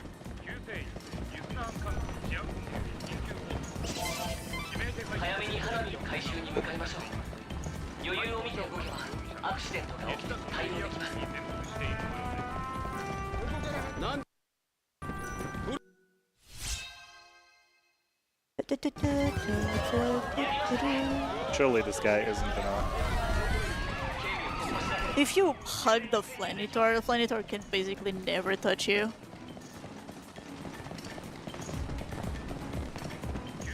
Forge. Chocobo go first, right? And then. I hate this kid. I was close. Because you do the. Oh yeah, you do the on the forge second. menu after. You're right. You're right. Oh. Oh yeah, we got the dress. Thank God we got the dress. I forgot about that. We needed that, right? We need that.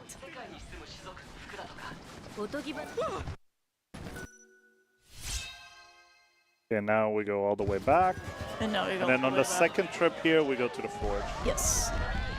So I got scared there because there's a glitch on the PC version. Sometimes the game will not give you the Mikote dress for reasons unknown, and you need to talk to all of the Choco girls until one of them decides that she has to give you the Mikote dress.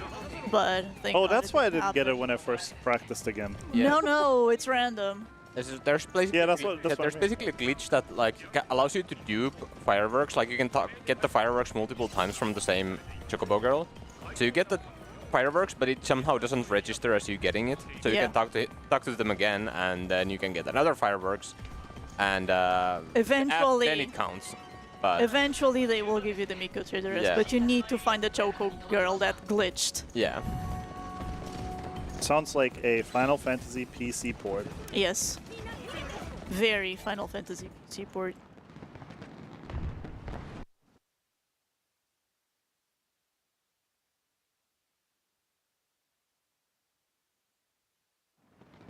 Firework. Fireworks guy first, then boss, then director. おうなんだこっちは今猫 「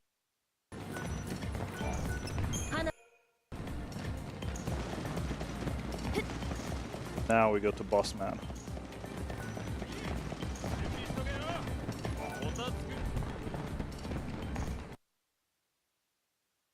Sorry. We just buy the two things at the forge, right? The Kiku. The Kiku and the Dragon Gauntlet. We are gonna need to sell stuff. Do we? Yeah, we need to sell stuff. Oh, I'm bad at the video game. Do we really? I think we have enough because we had 3 extra bronze medals, right? We are going to need to sell stuff anyway on the way back. Yeah, no, I was just thinking. I think. Okay, let's try buying. No, we don't. and Actually, then we don't can because sell we only had everything. 1 soul seed. Because I think it. Huh? How much is a bronze medal? 240, right? 240, I think. You know, We'll try buying. We need to sell anyway when we we need get 1440. If we have 14,400, then we have enough. We can sell whenever. Because after the slaughterhouse, we are gonna need to buy the White Guardian. And for that, we're gonna need Oh, we stuff. don't. Can sell that. Can sell that. Now we have enough.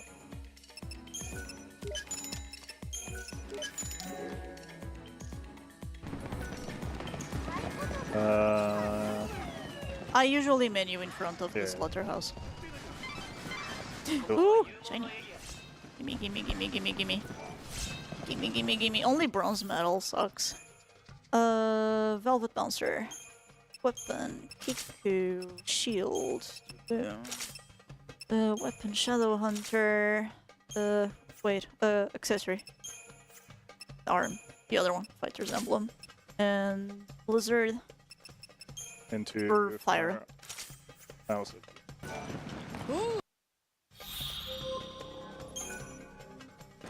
Oh, we should have equipped Magnet for this fight. Because we need it later anyways.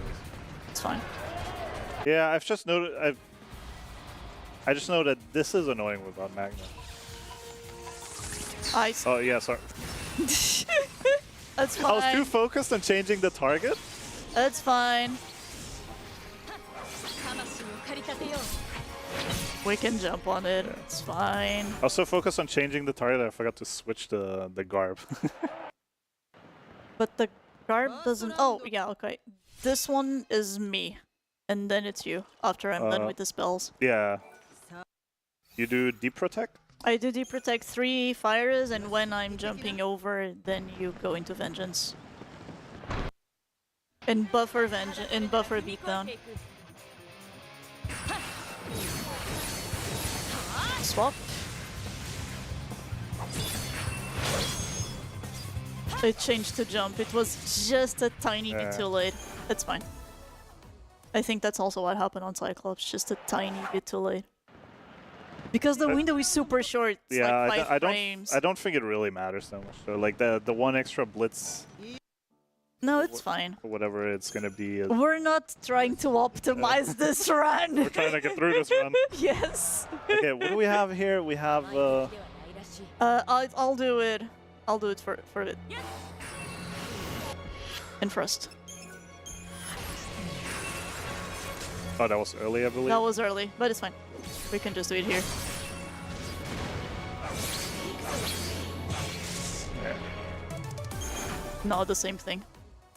Yep, yep. Da da da da da da da da da.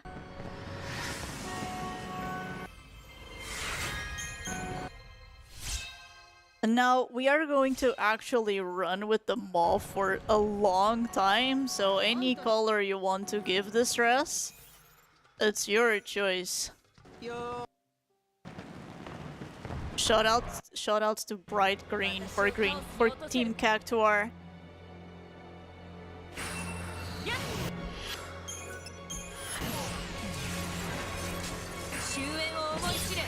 That's fine.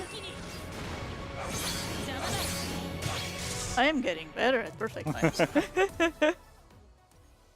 I'm getting better at remembering the fights. Woohoo! Helps when you have to do the same fight twice in a row. I know, right? It's almost like you've done it before. Oh yeah, Lumina. Chat, want to remind you that you only have about an hour to get the Air Knight boss unlocked at 4,200. Okay, outfitters. Right now. These. That person. Yeah. Sell. Others. Metals. That's not metals. Okay, buy. This one. I was a little too fast on the up. Go to the next medal. Joey.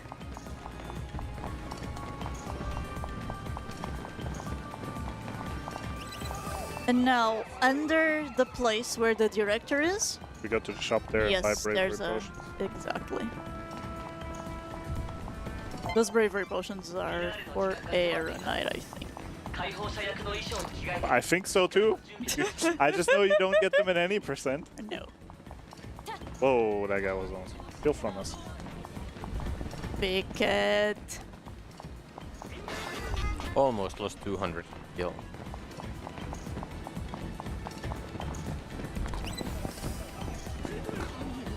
What? I don't know. That jump is weird. Greedy. There we go. I blame the ledge. That's understandable. If the ledge wasn't so weird and we jumped over it the first time, we would have been. Below. You can jump over all of this. It's usually what I do. Oh, we can run too. How many? 3. Okay. Oh fuck, I forgot the gil. How much gil do we have? 3k, okay. 3.6. This is where we are going to decide how many soul seeds we need. I think there's one more skip here, right? Yes. And then we get the weapon and we skip again. We get the Thorn of Courage. Yes. Hopefully without an encounter.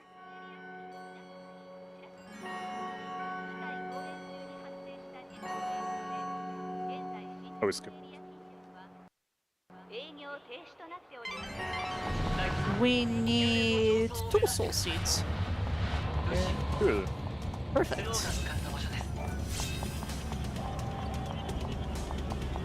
That was easy.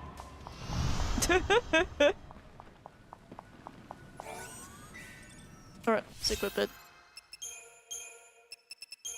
The number of times I Not get to that equip one. that. The number. I forgot we have 2 extra. Could have gotten a 3rd one. For good measure. On the way. There's gonna be. Extremely rude. The range too. Extremely rude. I didn't even see that guy, that startled me. Yeah, I didn't really see him either. Like I heard him, but I couldn't see I him. heard them. So I was like, yeah, there's no way this guy hits us, right? Surely. Psych. This just makes it more interesting. This just makes the Snow's Palace more interesting. For those of you who are just tuning in, we are live here at day 3 of ESA Legends, a new RPG-focused event, much in the style of any speedrunning marathon that you might already know. But we thought there's a room for RPG-focused event in Europe. So here we are, day 3. We're gonna go all the way up until Sunday. And we are raising money for Make-A-Wish Foundation. Oh my god, the Let's just spawn is despawn. so rare. Yeah, let's just despawn him. I wasn't gonna. That we one. weren't gonna be able to get through that one. I don't think I've ever seen him spawn there. It's very rare, but it happens. This is time. We can grab that one. Yeah. But we had the same idea. It was asking, it was beckoning us. Yep. Too shiny. Purple shiny. スノーはルシです。ルシとは神と契約したもの。特別な力を持ってます。 Everybody close your eyes. You saw nothing. This is gonna be extra bad because of this section here. That'll be fine as long as we reach a Nubai before 6. We're fine. Worst case, we just do it the day after with no overclock. It's gonna be rough. I hate that fight with no overclock.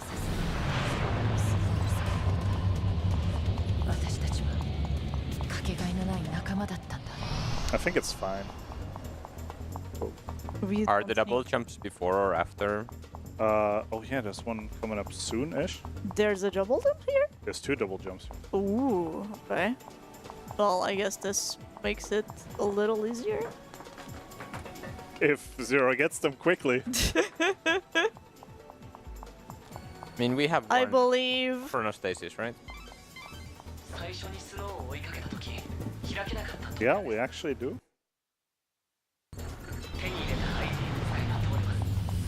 Right? We don't have to go anywhere? The cutscene trigger. Big save. Yep. I saw them hit us and I was like, ooh.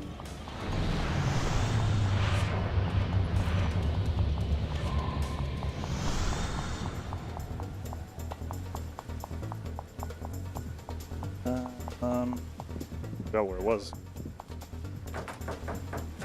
This is the normal. Ooh. This is the normal Yeah. jump? Okay, where is he going? Why is he still after us? We give. What? Okay. Okay, 3, 2, 1, go. Oh! We're just too cracked at this game. I found First that try. jump years ago on 360, and I. Okay, this is all you, Zero. Oh, it's here. Remember Turbo? Turn on turbo before you want pulse. You're on Okay, Turbo now you're on turbo. Yep. Yep.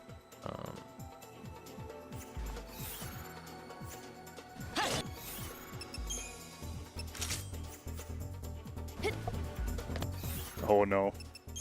It works almost every time has failed us. Uh-oh. Okay, that one should work.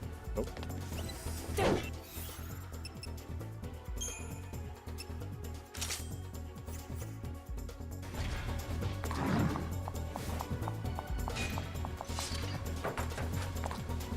Can that guy go away? Just ignore. I think you just go around now. Yeah. That's half as fun though. Okay, well. Give it here. Give it here. And use a chronostasis. And turn turbo off.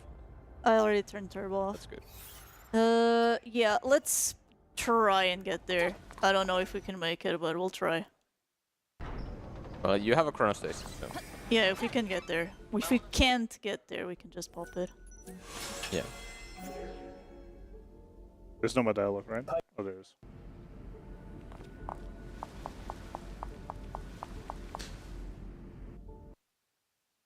It's funny because this was one of the most consistent ones we had yesterday. Wow.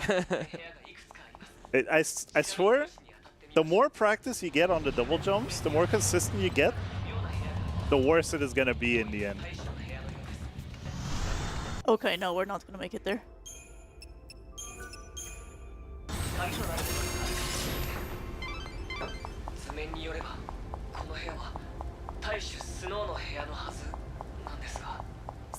There's gonna be one more here. Not this room, but actually it is this room. Switching this again. That is the worst about all this. This time I'm gonna change it because it messed you up. Turbo. Yeah. Turbo. Okay. Okay. Oh, you double jump over the door. Yep.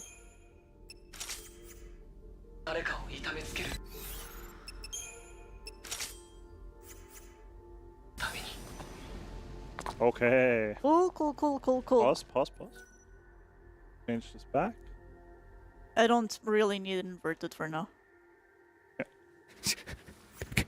Can I come in? Yeah. I don't know. Let's ask Goosebird. Hey, Goosebird, what you got to say? How was this? Just pause. I forgot how to... I remember. It's me. It's all me. It's almost all me. No, but I think we're still missing $75. Sorry. Okay, in peril. Yeah. Sorry, Imperial on Mitako. this one. You are not allowed in. And on the other one. You can overclock. Oh, okay. Try yeah. the other one. Oh, I forgot. Doesn't matter. No potion? Anymore. Well, doesn't matter. You have the bravery from the access stream. Chat, No. can't stress how much we need you right now.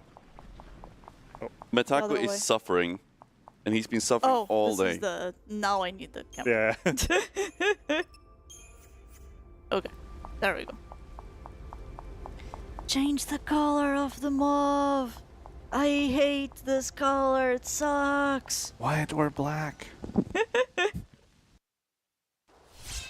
I think we skip one more. Yes. And then it's Smash. And now we can escape.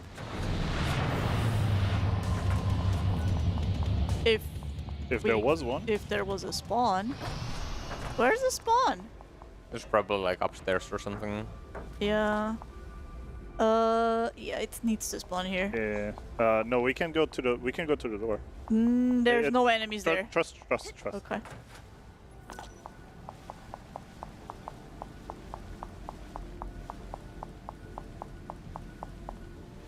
They can spawn here for sure.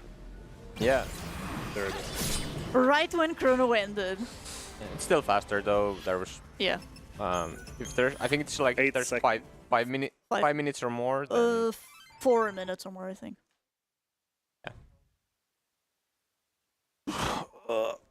And now we have snow, right? And now it's snow. Oh, I forgot what happens here. Okay, so the first three is you? Yeah, the first 3 is you. But the No, overclock. the first 3 is you. We are going to an arrow and then you overclock. Yeah, as I know. soon as- Yeah.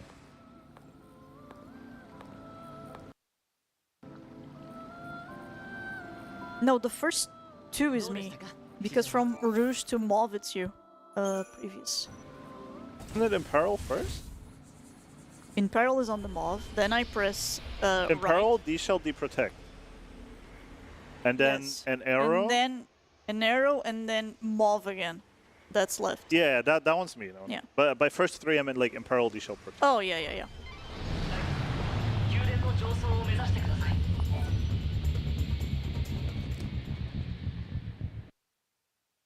Okay. Okay.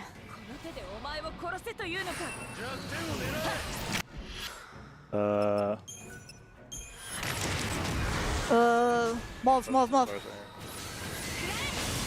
Let's... Okay. Do you want to use extras or overclock right away? I like using extras. Just one. You can overclock now. Now you can go.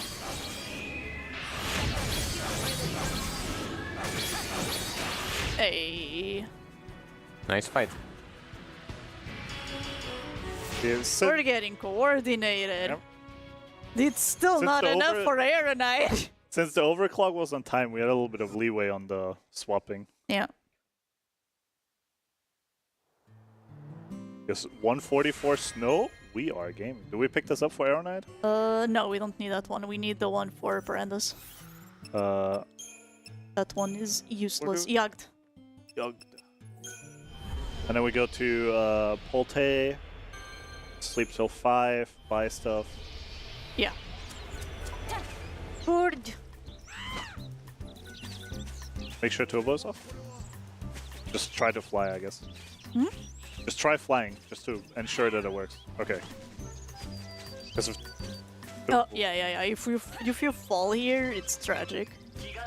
That happened to me before as well. Fun. Rude. I did not we see can that escape. We can escape. It's fine. Oh, sorry. I honestly did not see that one. I saw the first one and I jumped over it. I Yeah. didn't see the second one. The first one I saw as well, but not the second. Hi, Proto. Bye, Proto. Exo-proofing fire. Hmm. It was on the way. It's shiny.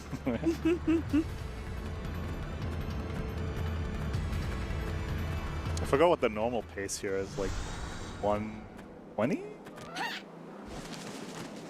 How do we get stuck there? It's fine. Don't worry about it. Do we have a Protoflorian behind us? Yeah. Straight to the inn. Sleep till 4. 5? 5? Okay. And At do we what need to time? It do doesn't anything? matter. It doesn't matter. Yeah, it As long really- as we have full EP for Caius. Yeah. Potion shop. Yeah, I know, what's his name does 5.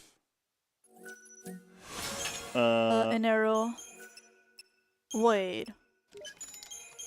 We skipped one. Wait, do we need a... No. It's fine. It's fine. Yeah, we skipped the one in the one Anubis. for sets. Yeah, we skipped the one for Anubis. Anubis, yeah, We're yeah. fine. We're fine. We just need the 3. Yeah, and I guess it doesn't matter if we have Enfrost or an arrow or whatever. Yeah. The only time...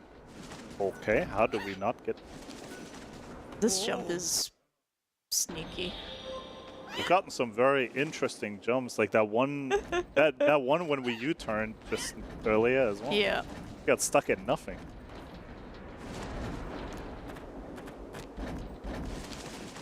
So graceful, so chocobo.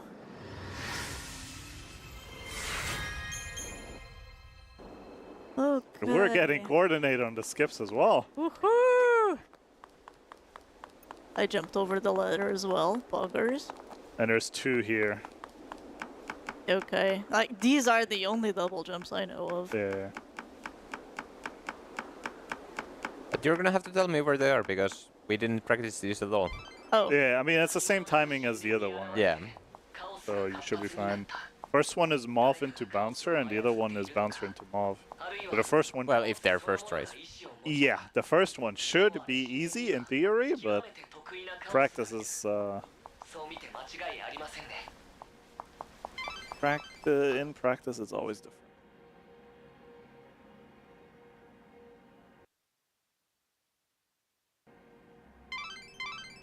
Oh yeah, 2 cutscenes here.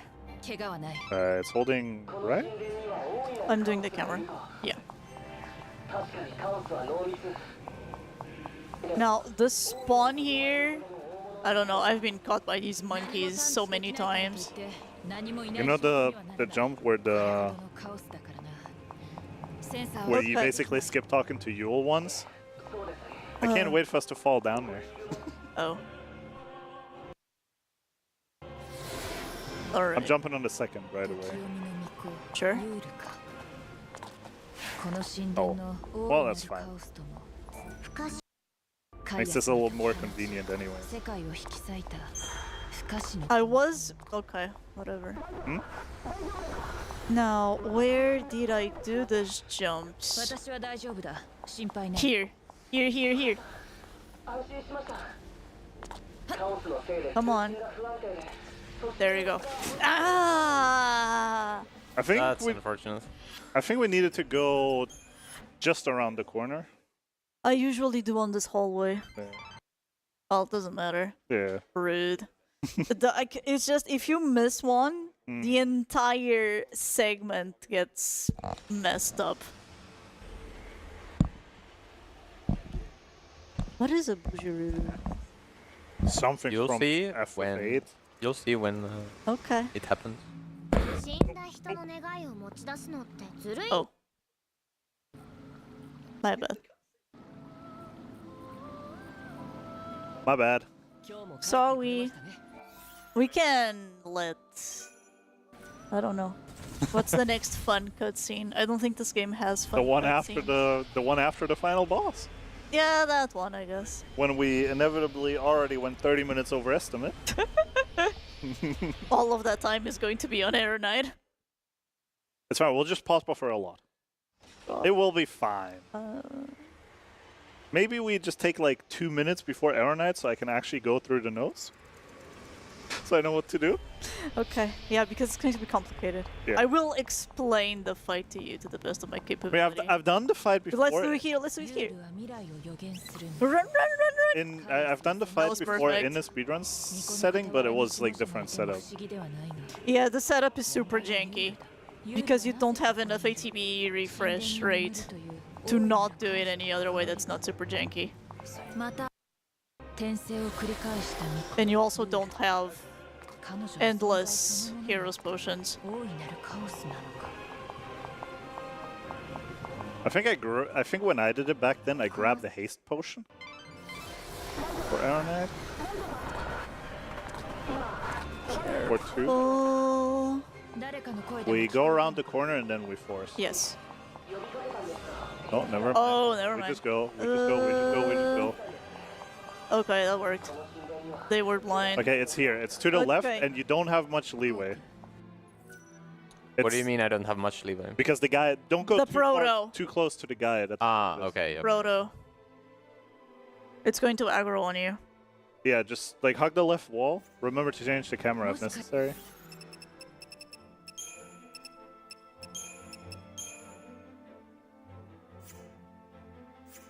Yeah, it's up there.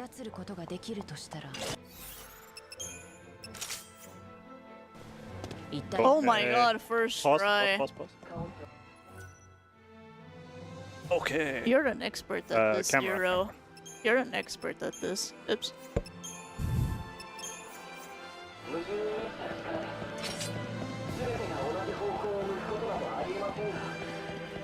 Just so Chad is aware. Yesterday. Here. Well, Yeah. actually today, Zero has done his first successful double jump. Yes. I have never done a double jump before today. And now I guess usually today. don't force any more spawns. No. Speaking of today, we just got a $10 donation. From Mr. Bob Lex. Oh, so that's what it is. Fly, Weasel Martin! Wow, a triple. Amazing. Thank you, production. That puts us at $65 to go to unjail Mitako. Wait. Okay, so this the We jump jump? I meant. We Of jump? course we jump. Okay, wait. Line up. Okay. I will take some momentum and then you jump, okay? Yeah. 3, 2, 1. Ah! Close. We have time. I think I jumped a little far to the right as well. That's the problem. This is a hard one because Oh. you need to keep on a straight line, and running on a straight line in this game is impossible. Yeah, on my controller it's a little easier because Zero saw it. It literally has like cuts at the analog stick. Oh, okay. Shit. Not Happening. intentional, but it kind of locks in very well. That makes sense. Oh boy! Oh boy! Oh boy!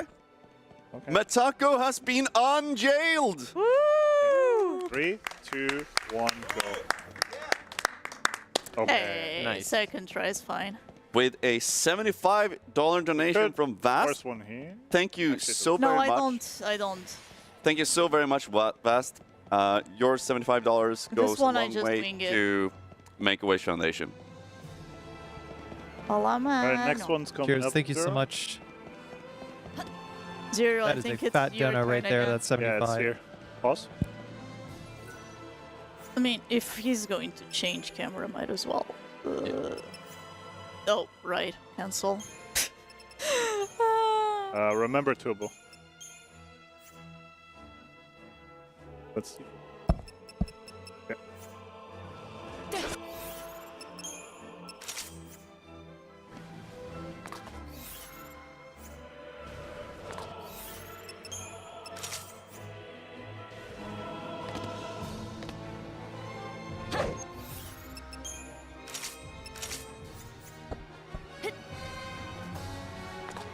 No rush. You have all the time in the world on this day.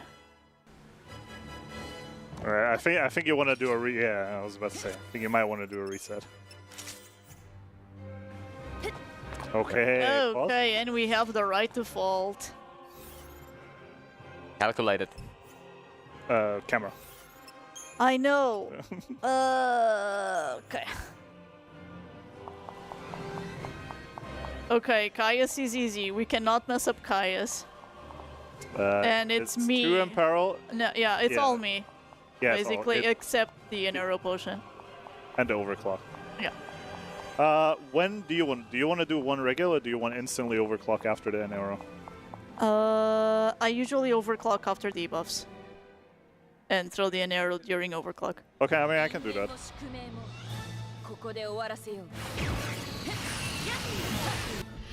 Okay, actually let's do the Enero. Yeah, and overclock now. Also, this is for everyone who has ever thought this fight is hard. My heart goes out to you. This fight is still hard if you're doing randomizer. If you're doing randomizer, this fight is god.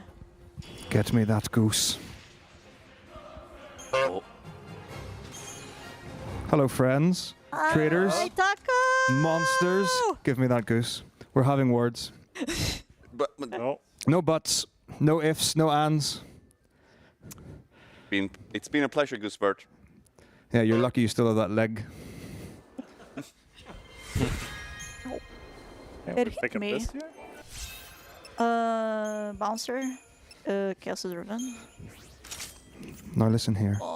I know it's not your fault. I know you're doing this against your will. I love you, really. I always have. All the It's a way good thing no one can hear any of the this. Kiku? It's okay, I'll protect you. No, no, no. You Don't worry. Oh no. All the way to circle. Yeah, Magna. All the way to circle. Sorry, I'll. Oh, right. It's a spell. Yeah. It's not a For some debuff. reason, I thought we equipped the Kiko already. That should be it, right? Yes, but we are not going to use the Kiku yet because we have to do Air Knight before we do final day. Wildland Station. Wildland Station. Now we are going to do Air Knight stuff. That's what I'm trying to say.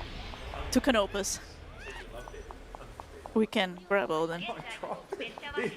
These do not give me the tactility needed to hold a goose. Yeah, from here on, I'm kind of used. Now you're in my care. Because now and until got we are stuck. done with it, now until we are done with Air Knight, we're winging it. Booney is going to be fun. I love the Booney fight. My Oh. favorite fight. Yeah, my favorite fight as well. Outfitters, do you know where they are? Yeah. They're at the very bottom. I don't know. Bye. Ordinary first? Both that are highlighted. Innkeeper until end of day. Can we go to... Innkeeper until end of day. Okay. Trust. Okay, I don't trust him. We still have to do stuff in Dead Dunes though, because we still Yes. need... Just making sure that That is accounted for. Okay.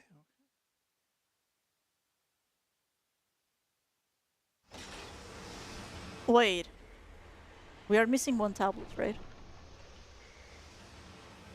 Oh, that's the problem. We can do it here, it's fine. We can grab the missing tablet now and then go back to the inn, sleep till 5 and continue from there. Are we not missing... We are only missing one tablet, right? Yeah. Yeah, then we can do it now. So where are we going? Ruffian. Then we go to Dry Floodplains? Yes. Because that's what we would be doing now anyway. I believe. Yeah, that's what we would be doing now anyway. Okay, because where I would go is go to do Mughals now. Oh no, we sleep until 5, get the thing, then go to Mughals. Oh yeah? Oh, but here I have Grave of the Colossi, you're right. But instead of Grave of the Colossi, we're doing Dried Floodlands. So it's the same? So, wait, we sleep till 5 and then we go... Do we have time to go to Dried Floodlands? Okay. Well, I'm gonna trust you. That's not the correct time though. That's not where I want to go. I'ma trust you. Skip. Yeah, so this is stuff you would do in any percent now. Okay. So, もう少しで箱舟に戻る時間です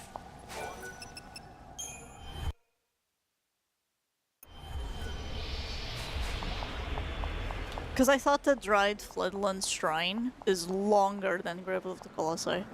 So it takes a long more to get here. you have about 3 to 4 in-game minutes.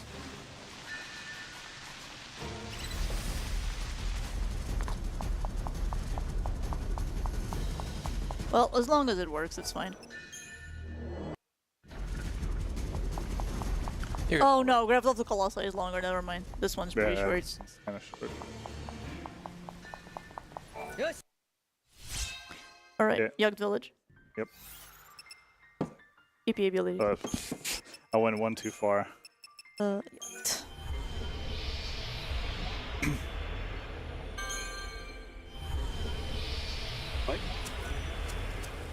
Hello? Spawn?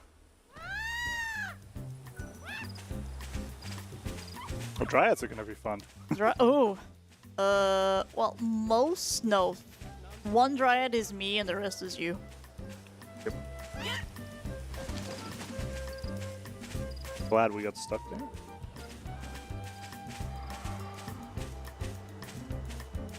Imagine if we had to do dash, we'd also have to grab mushrooms. No weird stuff. I don't even want to think about it. I like dash, I wanted to do that again. But instead I have to grind blood percent because I am smart about my choices and my chat.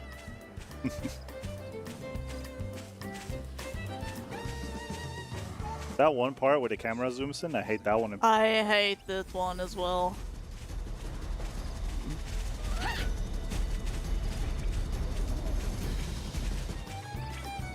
Do we get the traveling merchant?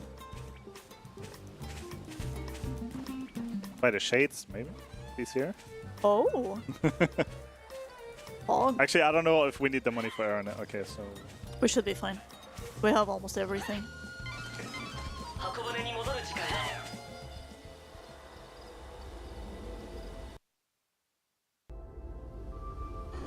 す I forgot what we do. Single you... It doesn't matter the order. No, the single one is yours. Single... That's mine. Bye.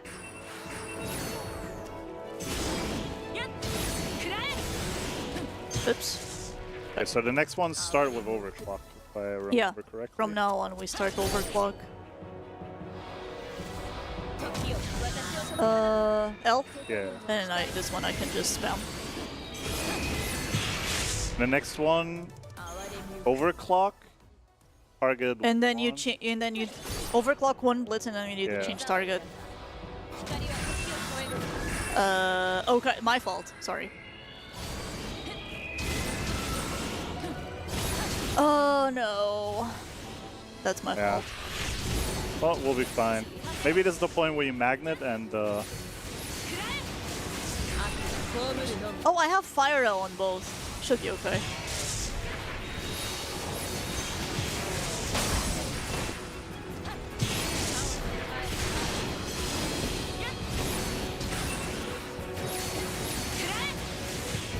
Okay, well. Having two fires helps. Yep. I can't see where the hell I'm going. And you did get the Aurora, so... We did? Yeah. Okay. Oh, from, okay, from nice. the first one. Perfect. Where's Mog?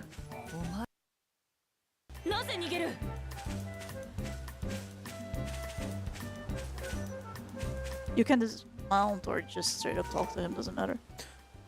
I don't think... Man, that was a fun cutscene. We shouldn't have skipped that one. Sorry, Bowie. One of my favorite things so far is when I was like, oh man, and you were like, there's no fun cutscenes in this game. And I was like, Ah, you're really selling it to me here. No, that's the best cutscene in the game. I completely forgot about that. Damn! one Well, I'll have to until- play it now. I'll have to Yeah. play it. Thanks. You should play it. I did miss it when it first came out. I was saying to Zeal actually, I recently bought it and put like a bit of time into it, but couldn't commit to it at the time. And I've been really meaning to because I love the triple ATB system. The combat's been really fun, but yeah. Are you enjoying the 2-player one controller It's been. combat? I love this this kind of stuff. It's like you're only using half your brain, and it's like. Oh god. Great. We're gonna have to use like 200% of our brains for Air Knight. Yep. Ruffian now. Half my brain is one brain cell. Ruffian. Okay, I think now we grab the Fragment of Radiance. And then we do Cactair, and then we do Saz. Yep, that is. But we also need to buy a few things.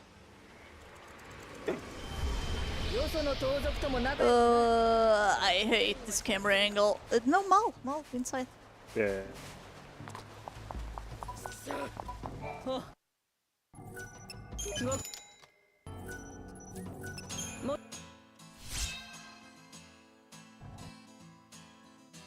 When you said we do Cactar, I completely zoned out and ran straight to the.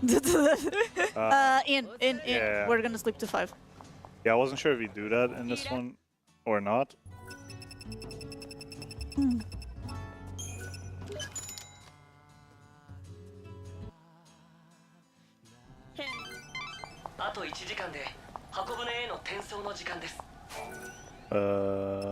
Our Floodlands? I am impressed that we haven't gotten a single wrong warp.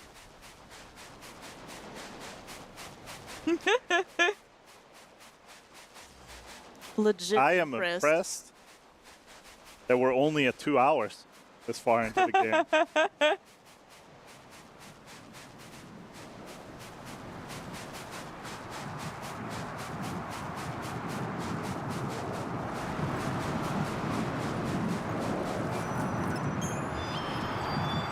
No cutscene here.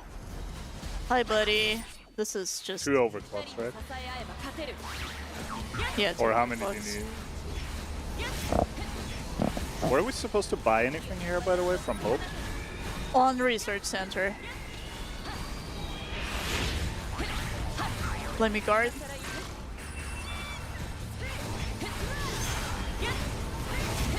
Could have just guarded on this one, right? Doesn't really matter with the. It uses the TB for Yeah. Magna, that's why I don't like guarding on this one. Yeah, I just don't think it matters that much because it's not gonna die in the overclock anyways. Okay, where do we go? Teleport Research Center. That was a long way around, but who cares?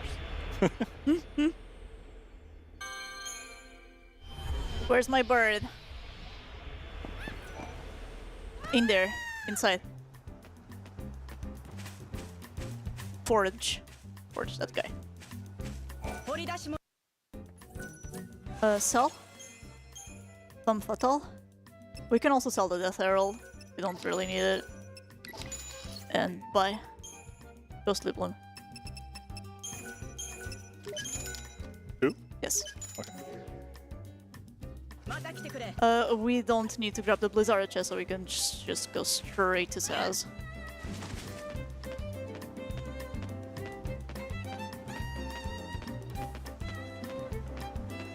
So we fight Erna next day? Hmm? Do We fight Arena tomorrow.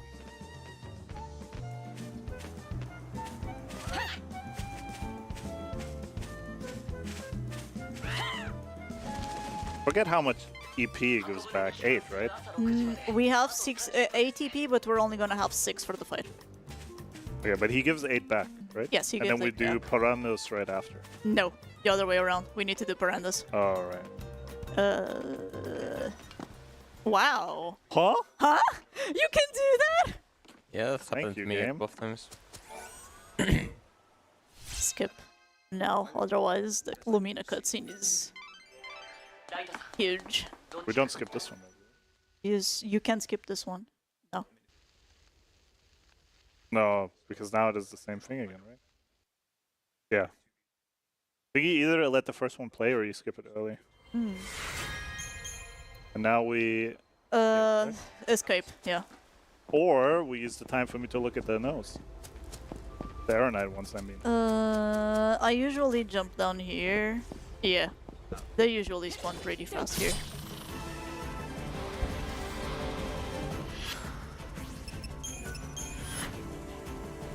Alright, talk to Hope, we need to get the heroes from him. How many? 1.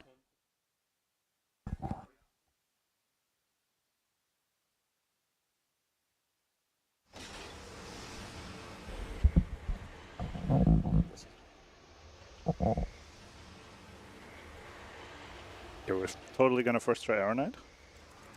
I believe. Jeez, Eden's got a big head.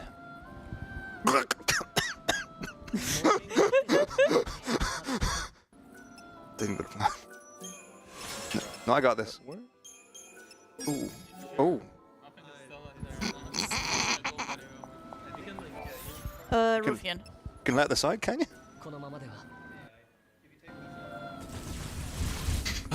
Okay. Just don't Do we have save the now, string just in under. case? Do we save now just in case, or? No, we fight Parandus first. Wait, where is it? Then we save. Skip this first. Oh, soy! So my local line. Lumin is a treasure.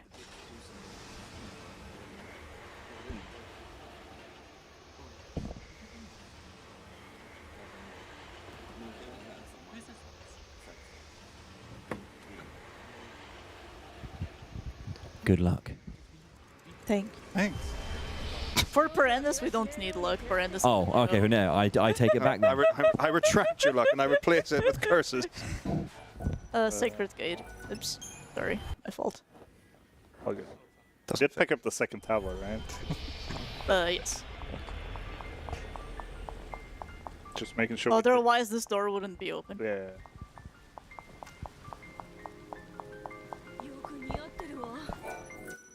Oops, my fault. Remember when you were doing this casually? This is gonna look a little different. Okay. Okay, good. I really hope it doesn't look like my casual experience. No, you didn't have one. You look like you wanted to say something. I could see you mouthing something. Oh, okay, speechless.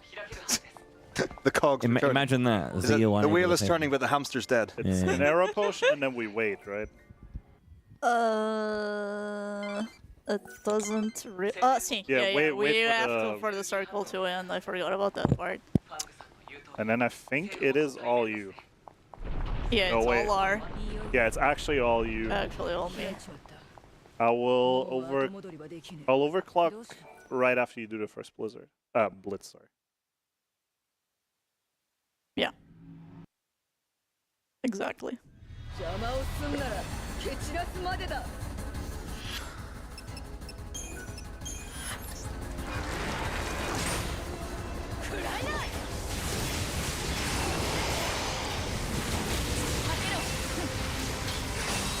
Imperial Protect.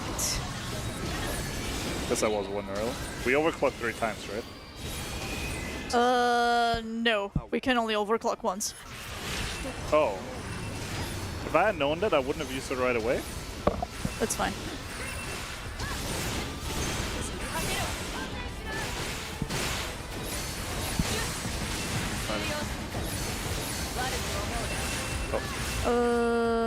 What to do? What to do? Yeah, I thought you were gonna blitz, that's why I swapped to...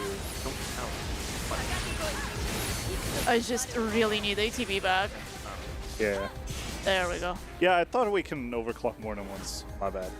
Because we have to fight for Aeronite now. Oh, actually, we have 8 ATB. Never mind. 8 AP. Never mind. Yeah, we get 5 back. And you said we have 6 for Aaron. Yeah, you're right. You're right. Okay, look at how big this is. Oh, sorry. Look how big this is. Because I've forgotten this once in Dash. And bad. I It's lost bad. 8 minutes. It's bad. Wait, we need this. We really need this. There we go.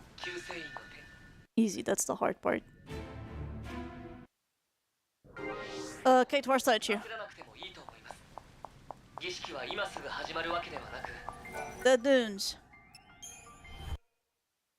Do we save now or? No. We save after the menu. Potion guy. Merchant.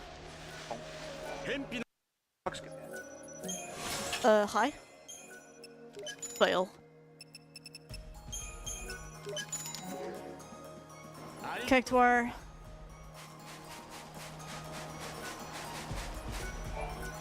Didn't we have to? No, actually no. Ruins Northgate. Would there be any advantage on having Fang? Run towards the maze. No, Fang doesn't do anything. And now it's a matter of finding it. Yeah. We're at 6:30, so it should be. Now Should it's be near a matter spawn of position. finding it.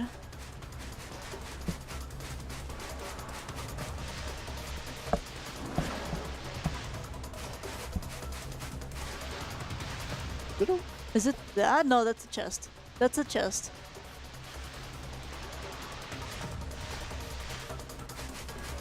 Where the hell is it? I forgot where the spawn location is. I thought it was like down. Like my notes say towards the ruins, towards the maze. Go towards the maze. Ooh.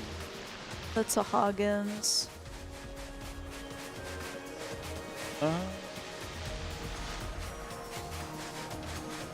I think if it was near the maze, we would have seen it. There right? it is. Oh, there it is.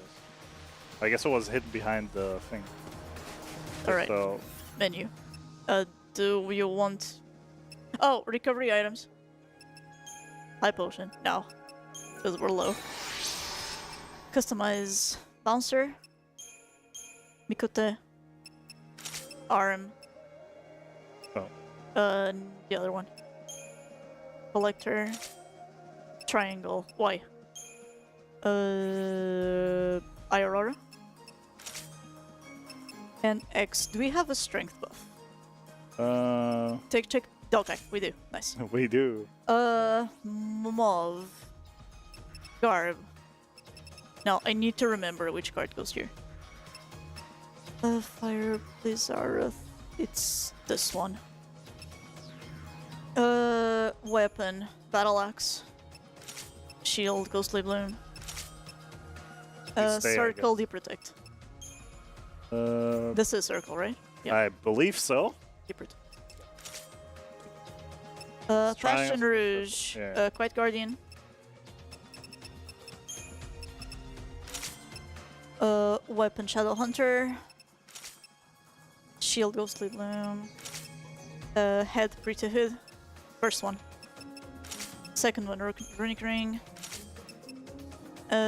Triangle Thundara.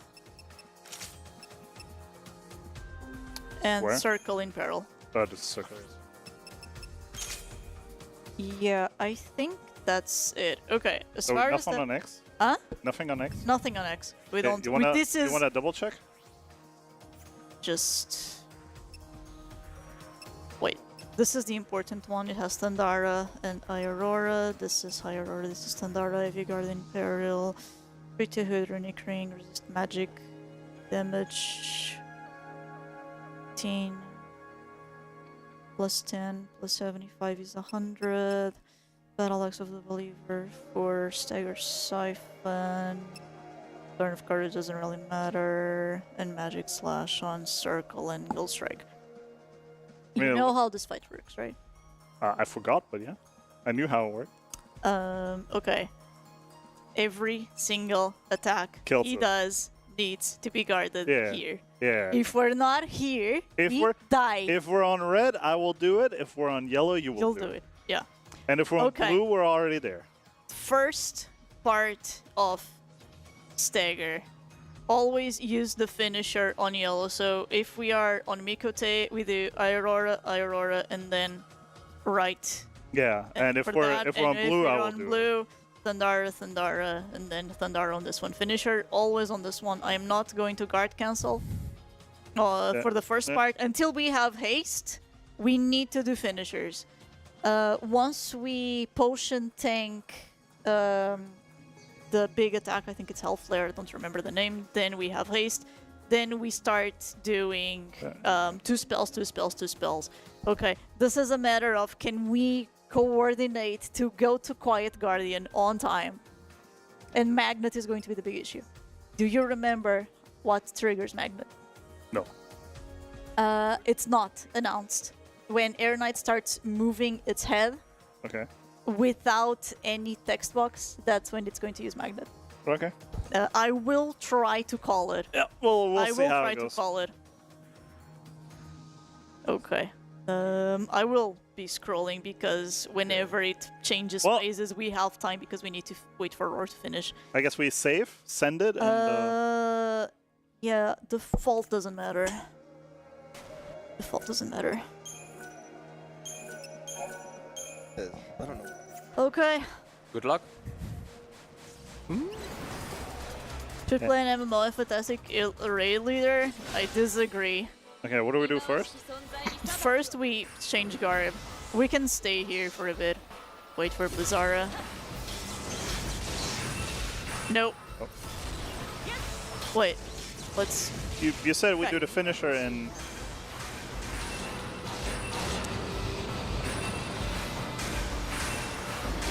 This is basically how it's going to work. That's Magnet. Okay, now I'm going to wait for 2. Okay, that was my fault.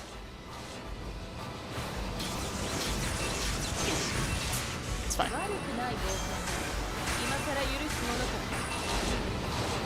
This is gonna be so hard to coordinate. That's my fault as well. Okay, well, we'll get this some way. Oh, it's gonna use Megaton.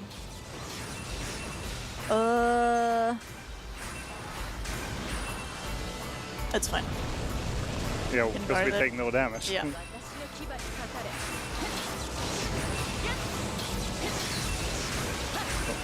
I think that was him. As long as we don't get pulled.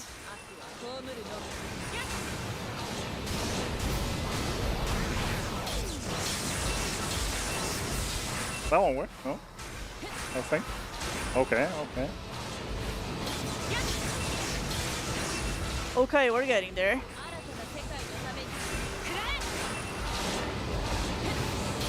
I can change because Thundara is too fast.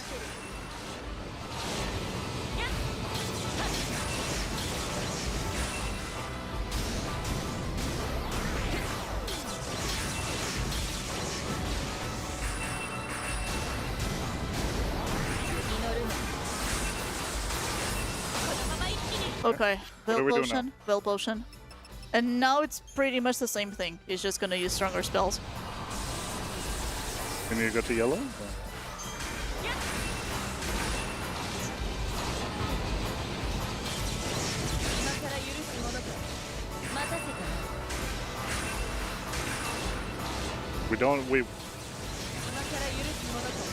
We wait until he starts flying. Okay.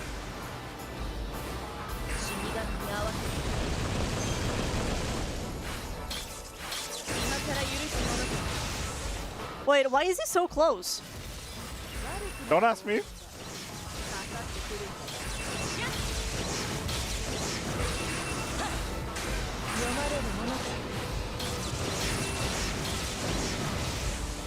I kinda want to get out of roar range. Yeah.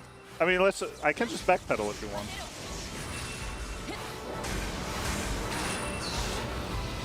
Let me just move back.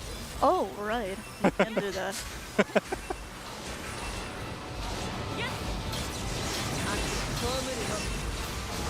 We should be fine from this distance. Yeah, we're fine from this distance.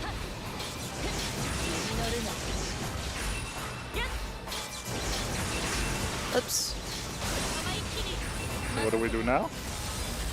Okay, now we wait for Hellflare. As soon as he does Hell Flare, when we have haste, then I am going to do 2 spells on each guard. So I'm going to do all the swapping. Okay. But he needs to do Hell Flare first. So until then, we do the 3 still, Yeah. right?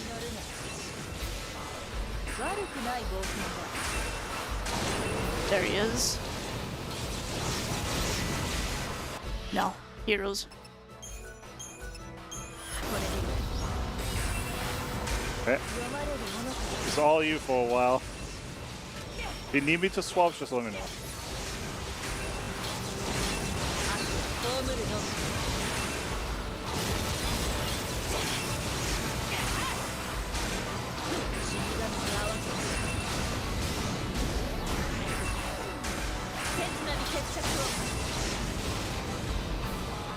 What do we do? Nothing. Same thing.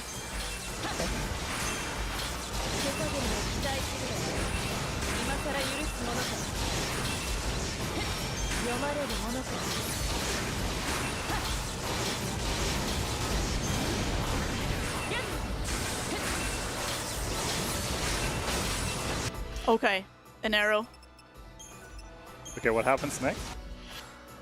An arrow. I need to go here. Imperial up. Deprotect.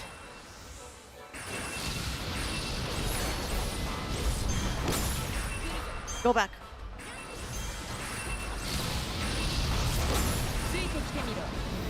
Overclock.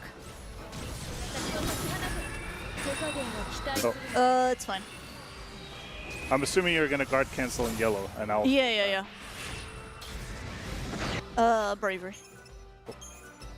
Because our hero's potion is running out.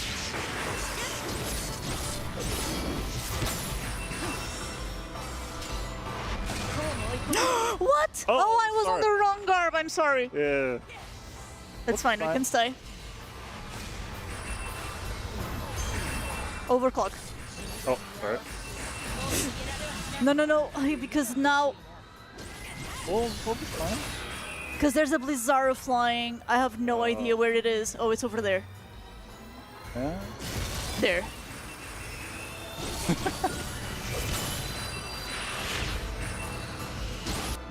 Bravery.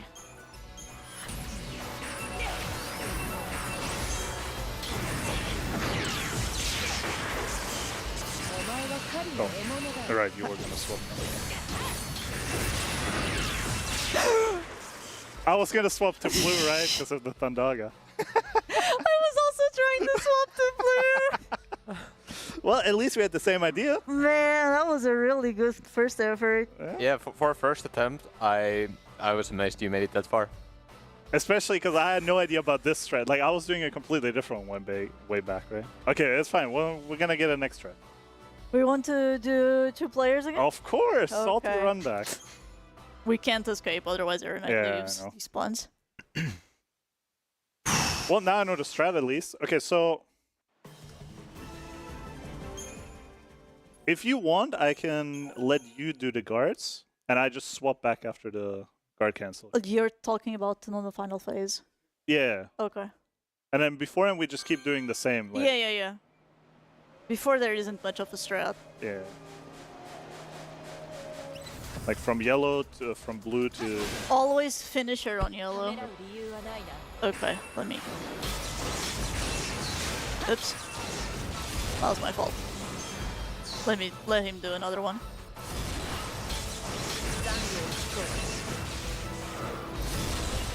Thundar is pretty fast.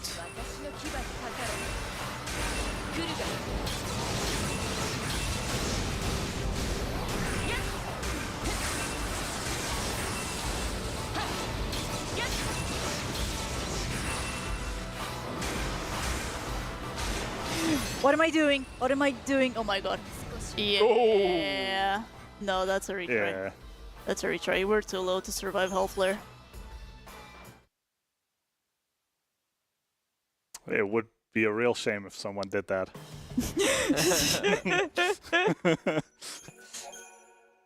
It would swap mid-fight. No pausing. Oh god. Now we just die. Yeah. We definitely just die. Just be in the Just being a quiet guardian.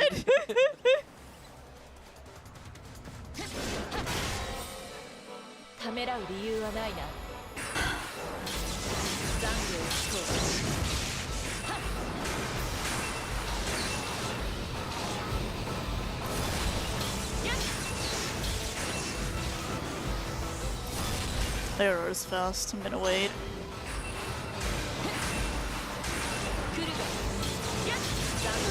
Oh, That's fine. That's fine. I guess we can take a little bit of damage. No, you can take a little bit of damage because we're gonna do the Veil Potion.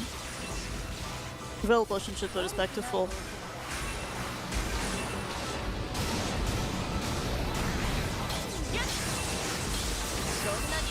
Okay, we're out of range for that one. Oh, Yeah, we're always out of range for Roar. until he decides to land right next to us.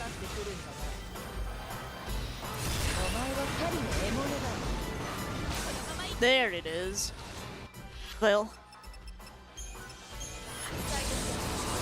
Same thing still, right? Yeah, same thing still. Just the attacks are stronger. Yeah.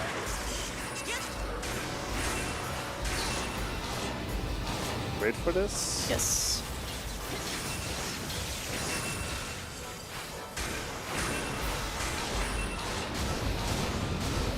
I'm gonna do 3 on this one, because that's too much ATB.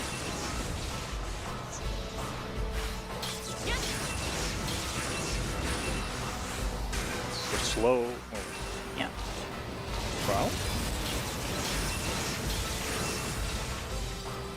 You're not gonna do anything? He's just chilling there. That's fine by me. That should stagger.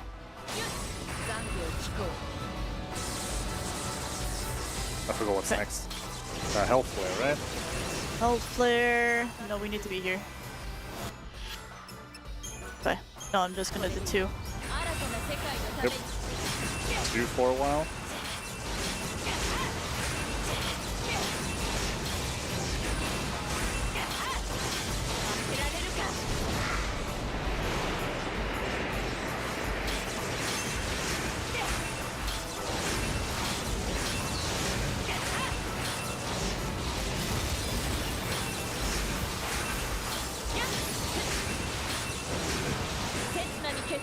Stagger. And now exactly the same thing, but he has stronger spells.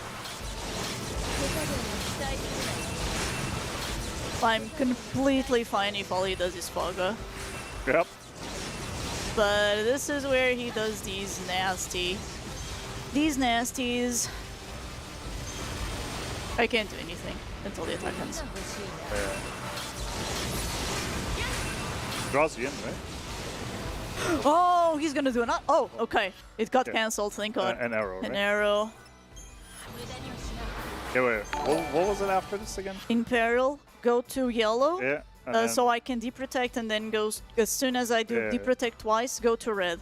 Okay. one. Oh, okay, twice. Okay. Okay, I did 2 in perils. Yep. Go to yellow. Let Yep. me do 2 deprotects and then go to red. And let me tank. Yeah, you tank. You tank.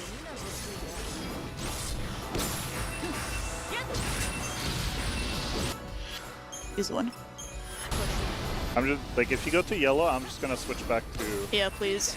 Oh wait. Okay. Go to yellow. Red. Overclock. Oh, sorry. It's fine. It's fine. It's fine. Are you gonna guard cancel on this one then? No. Let it say. Blizzaga's gonna hit.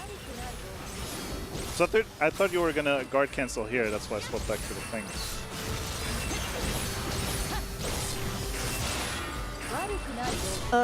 Wait. Go to yellow once this is done. We also have to re-bravery. Yeah. Overclock. Overclock because Iaroga takes ages. It's fine. You're gonna guard, right? No.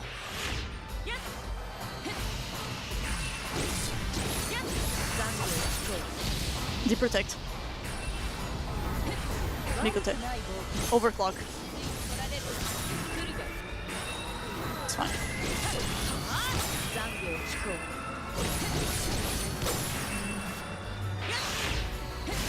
Guard, you protect. Switch. You have to re-bravery? Re-bravery. As soon as this Blizzaga lands, overclock.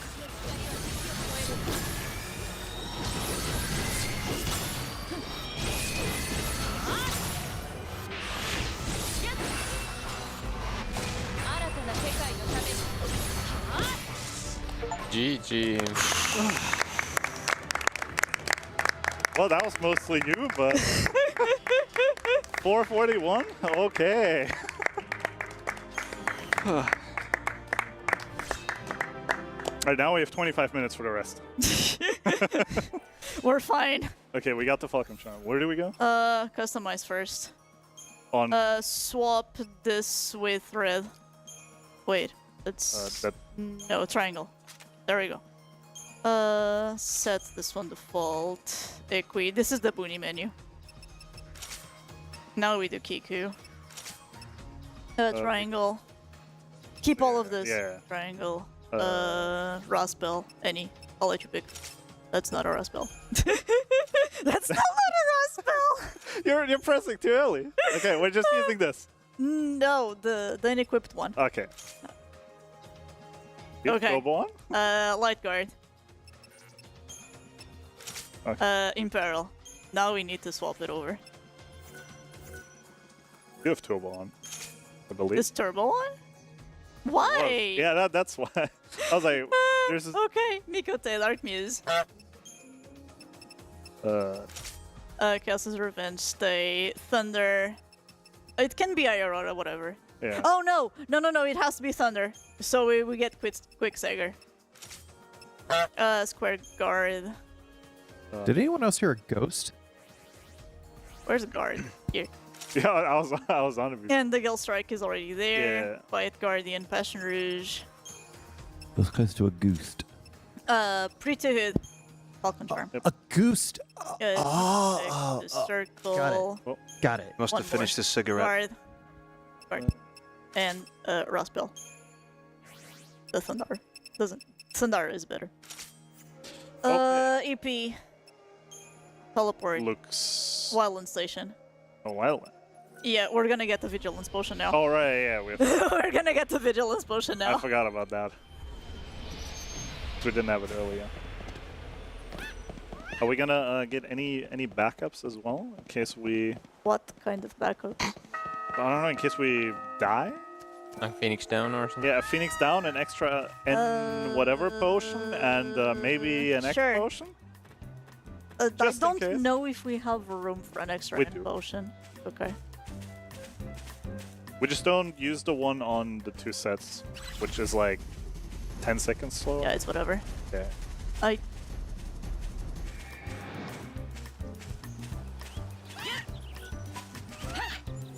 We need to sleep because the merchant isn't here yet. Till 18. No, no, 10. Oh. She spawns at 10. We don't need to go till that late. Okay, so we buy 2 of these. One Enfrost. Yep, for the Chimera, and then 1 Vigilance. And 1 Vigilance. Oh yeah, we do have room because we only need 4 heroes, but you want to buy another Enfrost. And then we can buy a 1 Phoenix Warriors. Down. We And can buy 1 Warriors potion when on the final day. No, we get the 4 heroes and we get the Phoenix Down from Mog. Yeah, but we have 1 extra slot. I was thinking about using that for the Phoenix Down. We can buy the Phoenix Down from Mog after after we empty a slot. Oh. It's basically just in case we mess up the first phase, right? Oh, runners. Yes. Yes. We have a $15 donation from Habkanen Ame. I knew it. Give Pharaoh a break on the easy controller side after that amazing performance. The easy. Easy side. Okay. Thank you so much, Hab. So, of course, our next big milestone coming up. This is gonna be weird now. This is gonna be weird now. At $4,500, we will be unlocking Final Fantasy Legends 2. Somewhat fitting for the ESA Legends brand of this particular event. Would love to see. If it gets met before the end of this run, then we're going to just throw back FF9 for a couple of hours to fit that run in. And we'll return to our regularly scheduled quality Final Fantasy content.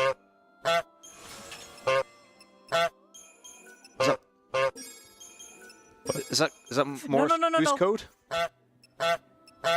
You need to press circle again. Well, cancel again. Here. Oh, 1 sec. I'm going to need a Morse translator right here. I didn't notice One that, second. There. What does a Phoenix Wing do? It revives wait, you with haste. Camera. It revives you with haste. That's I hear the screams of the planet. That doesn't sound too good. Yeah, it's here. Until 6. So. Well, I suppose next time I hear those honks, I'll certainly be on standby to start translating Morse code. The saving world is a long and tiresome process, so Lightning needs to know what's the Yeah, this is the problem of coming here to sleep. Odin gets in the way. It'll be fine. It'll be fine. We only have to do it once anyways. Okay, so how many slots do we have now? 1. So, do you want to buy a Bravery Potion, just a Warriors Potion, in case we mess up the first phase? And it doesn't die right away?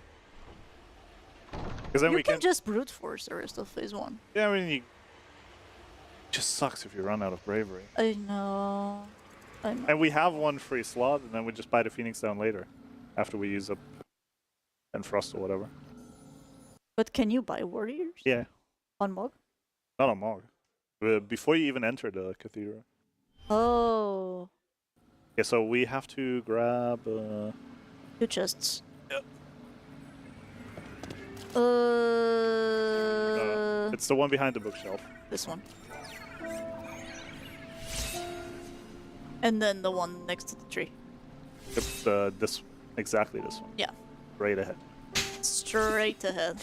Yeah, how I do it, I don't know. Skip 2 and then it's one after. Oh, runners! Oh no. We have another $15 donation. This one from Thorim. He says, runners seem to need some more movement. So I think we're switching back again. Oh yeah? Okay. Unless we want to like daisy chain this and then we just go across one so it's Nev and 0. I don't know about I'm fine with that. I can rest. I don't know about that one, Chief. I can rest. Oh god. This is gonna be a wild last day. Okay, it's gonna be the merchant guy here. Straight ahead. As long as we don't get a spawn. The general store. We got a spawn. We need to escape. It's fine. Yeah. We can escape them for free.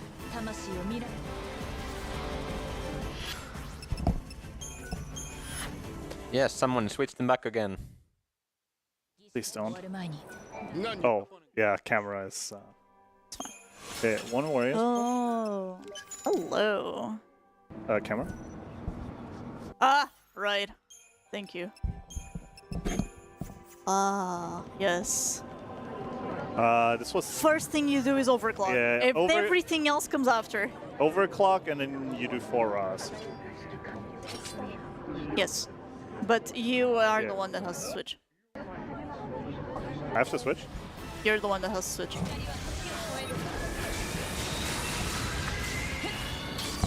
Now. Switch target. You well, do attack. protect. Oh. No, it's 2D protect. Yeah. You're right. Now. Attack. And I think I do all of this. Come on. I'm fine with this. Okay. That was close. As long as they don't call reinforcements, it's a good fight. So I'm going to need an executive decision on this one. We've got $50 from Filarius91 who says, wait, Taco's out of jail? Where's my pet the taco incentive? Otherwise pet the knight. Now, I don't know if you remember when you did 13-2 racing against Leo in your birthday, Pharaoh. Yes. And you pet my head several times during that round, if I remember It correctly. was one time. Oh, sorry. I must be misremembering. It was one time. I blush.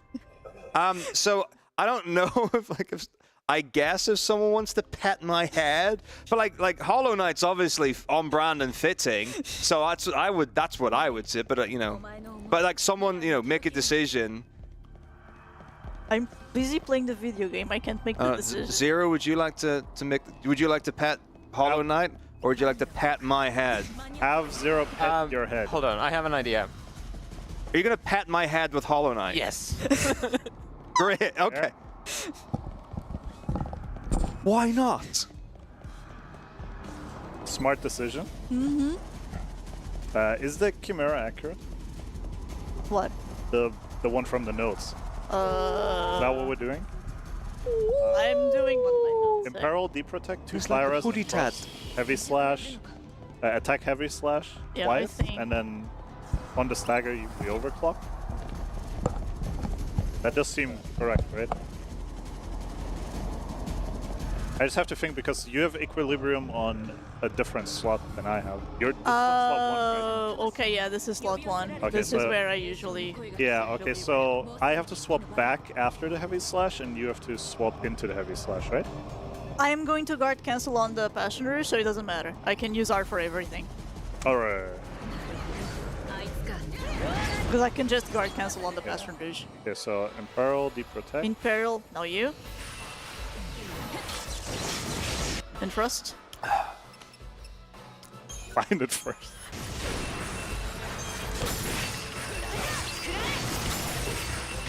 Let's overclock here.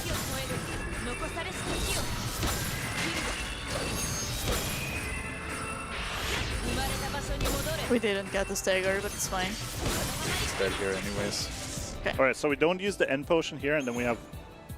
Two we have- different types. Do we? I think we bought 2 arrow potions. Oh, okay. Then if we get arrow spell, we're fucked. It will be fine. I think it's more about like if we somehow mess up or whatever, then we have 1 spare. Okay, so this is Herald, Deep Protect, and then we just send it here. Actually, we don't need the Deep Protect because we don't have...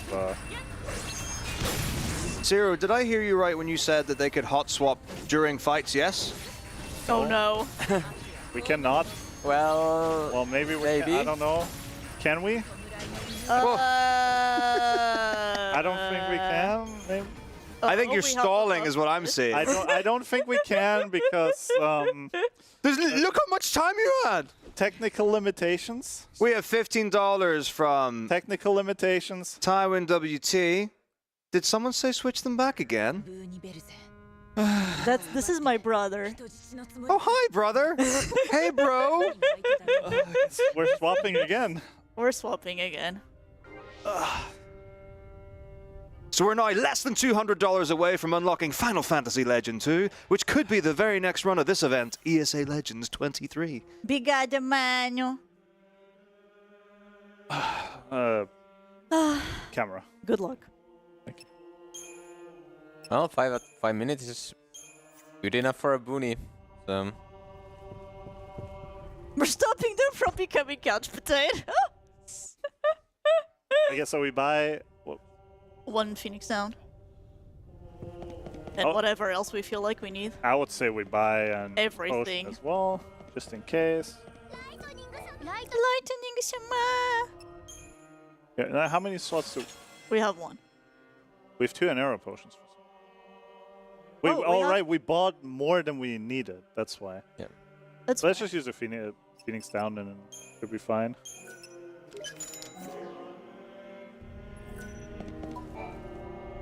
Zero, you can grab the knight and pet it if you want. Give us a skip. Oh, sorry. All good. This is gonna be a hell of a final challenge, I'm just saying. I am very bad at this fight. So, yeah. It's cutscene. We definitely saved before, just in case. It doesn't matter. Autosaves. Just in case the game crashes. It still autosaves.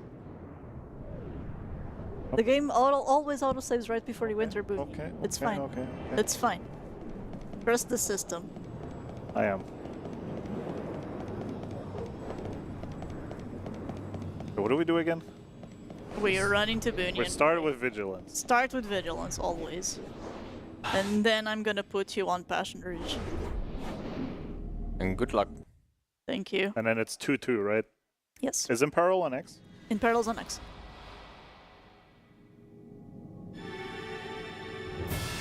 And you can card cancel on passenger if you want. Fantastic.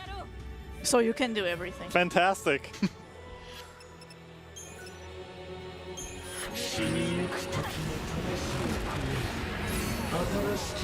It's you. It's Imperil. Yeah, but it's you. Oh, right. Yours. Right. Sorry. And then we an arrow.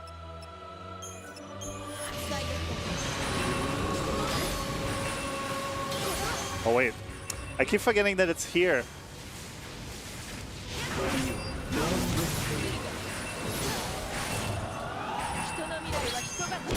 Wait, you're running out of Imperil. You're running out of everything. Yeah, that's what I meant. Like it's at different spots here. I think this is where we overclock. Now you overclock. Be brave. Oh yeah, we also did use the Warrior's Potion. I think we just go again. I have to. Okay. Wait, since I'm on the right side, I can just swap the thing to the second slot. I mean, yeah, if you want. What's that donation? Wait, what you talking about? What's that donation? I'm sorry. We've got $30 from Thorum, who says, I'd like to see the audience go upside down, please. By the way, hello from Germany. And yes, we can re-chat, and yes, we are here in Växjö, Sweden. We didn't swap. Hmm? We didn't swap. You no. The donation was for us to sit upside down. No, the guard. Okay, we're just doing it. Oh, you're talking about like game stuff. Okay. I just have to remember. Oh, that's so okay. Great, jolly good. All right, team, let's roll. Vigilance. Vigilance. Yeah, just flip your orientation. An arrow? No, an arrow.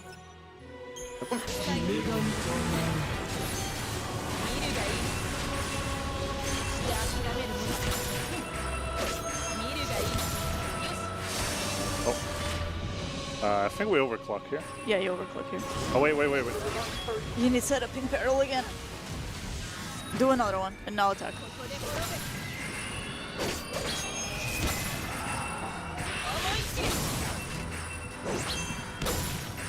Use the warriors. Yeah.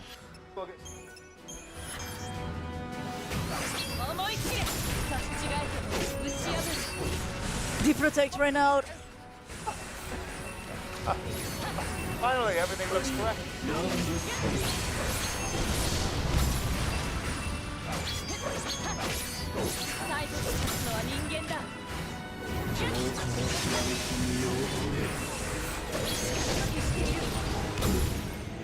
Okay.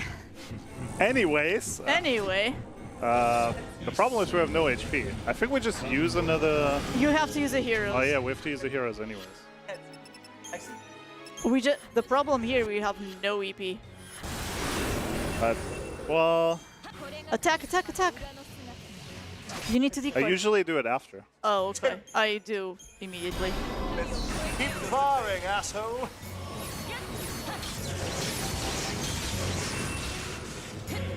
Oh, oops, it's the wrong one.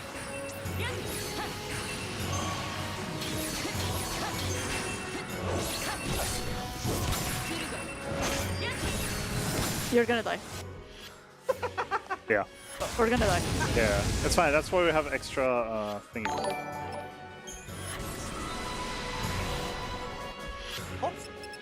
Can use. What? Yep. Then we wait for the thing. No. Okay, cool. Frost. Okay.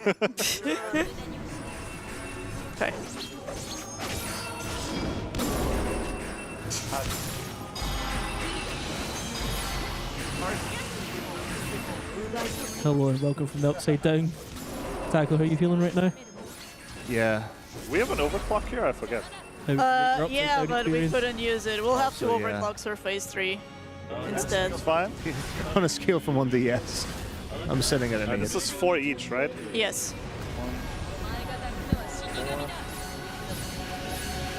Now spells.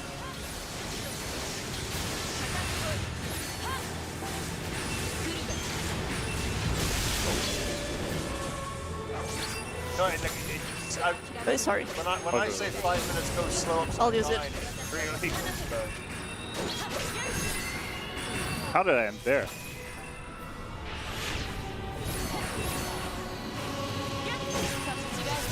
Do you want another one? Yeah, send it. I feel like I'm giving birth in reverse. Oh no.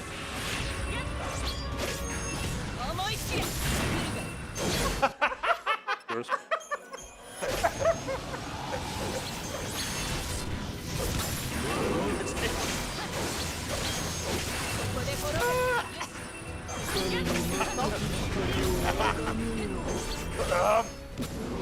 Okay. Okay, phase 4. It's just spells until stagger. Yep. Falcon Charm's gonna be popping. Yeah, Falcon Charm is gonna be popping in this phase.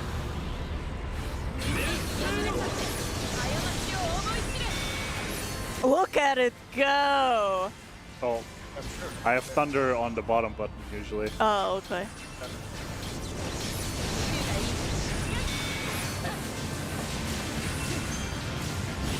It's fine. You're generating stagger anyway.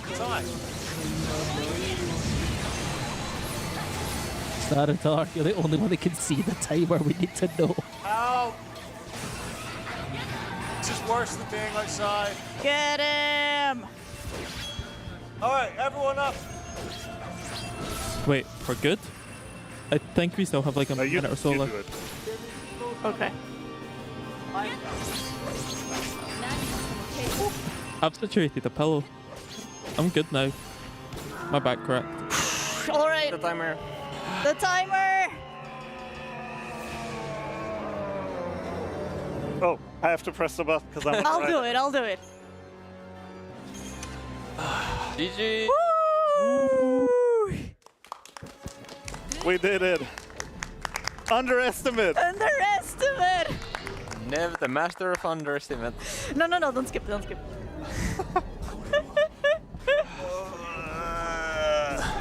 What a meme. That was the best impromptu 2-player, 1-controller, 0 practice run I've ever done. Featuring secret boss? Huh? Featuring the secret boss as well? That too. That But that was mostly Pharaoh. And They carried Booney was that. mostly you. Yeah, but Booney was not very good. Oh god.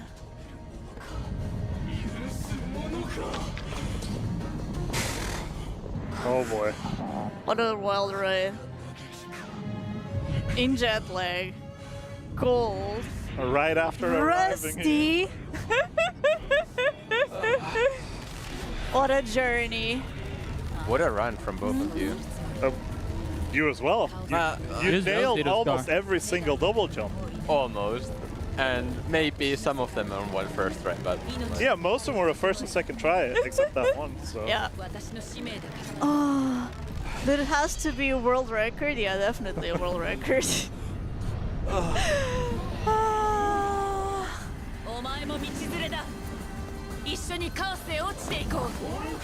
So, yeah, the world... To wrap up the story, we finish grabbing the 5 souls, but God turns out as evil and we kill him. In we stab him with a good knife. tradition, yes, we stab him with a knife. In good traditional JRPG logic, we just kill the God in the end. That's it. That's the story of LR.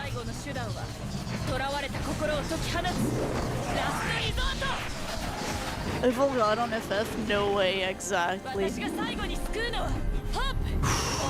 Look, with a butter knife too. Yeah. It's a pretty weak God. Dies to a butter knife to the forehead.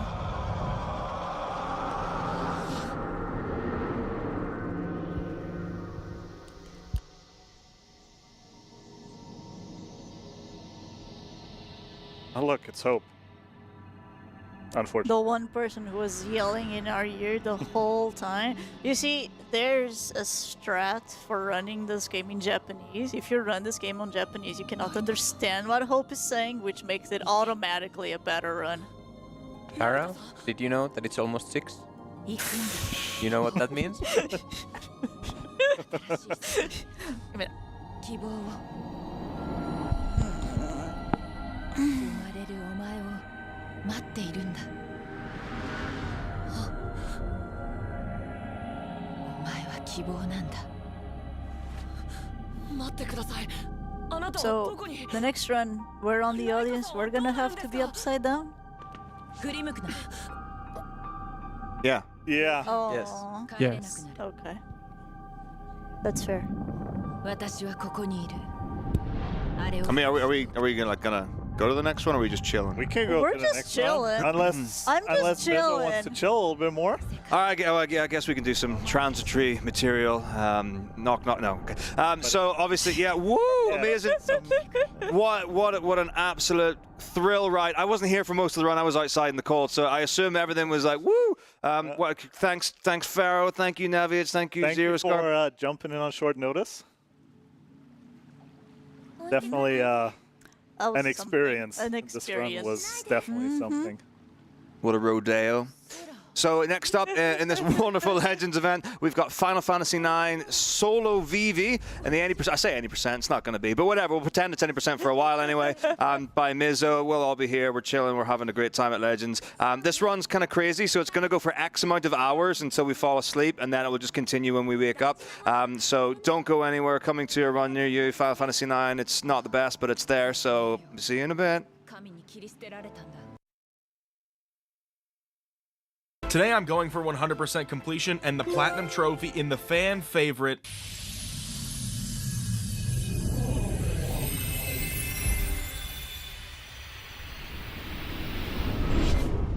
To earn 100% completion in this masterpiece of a game, I have to complete every entry in Jiminy's journal, beat the game on critical mode, and test my will by visiting foes old and new. If you watched my Kingdom Hearts 1 video, then you probably remember that I did my first playthrough of the game on beginner, and that ain't happening this time. Nope, this entire playthrough was done on critical mode, so instead of having to do 2 playthroughs, I only did it the 1. That was my biggest regret from the Kingdom Hearts 1 video, is that I didn't take the entire challenge on just on Proud alone, and I can happily say this was a lot of fun. The game starts out with me playing as a young boy called Roxas, who much like Sora happens to be able to wield the Keyblade. Roxas' world is being attacked by creatures called Nobodies, which are pretty much the opposite of the Heartless we had to deal with in Kingdom Hearts 1. Heartless are created when someone loses their heart to darkness, and Nobodies are the bodies created at the same time that sometimes choose to stick around because the person had an exceptionally strong soul and will. There are mysterious folks in black hoods that are trying to put Sora's memories back together so that he can be awakened from a sleep he was put in during the time between the events of Kingdom Hearts 1 and now. And as it turns out, the same people in the black hoods are also hunting Roxas down because he was once a part of their group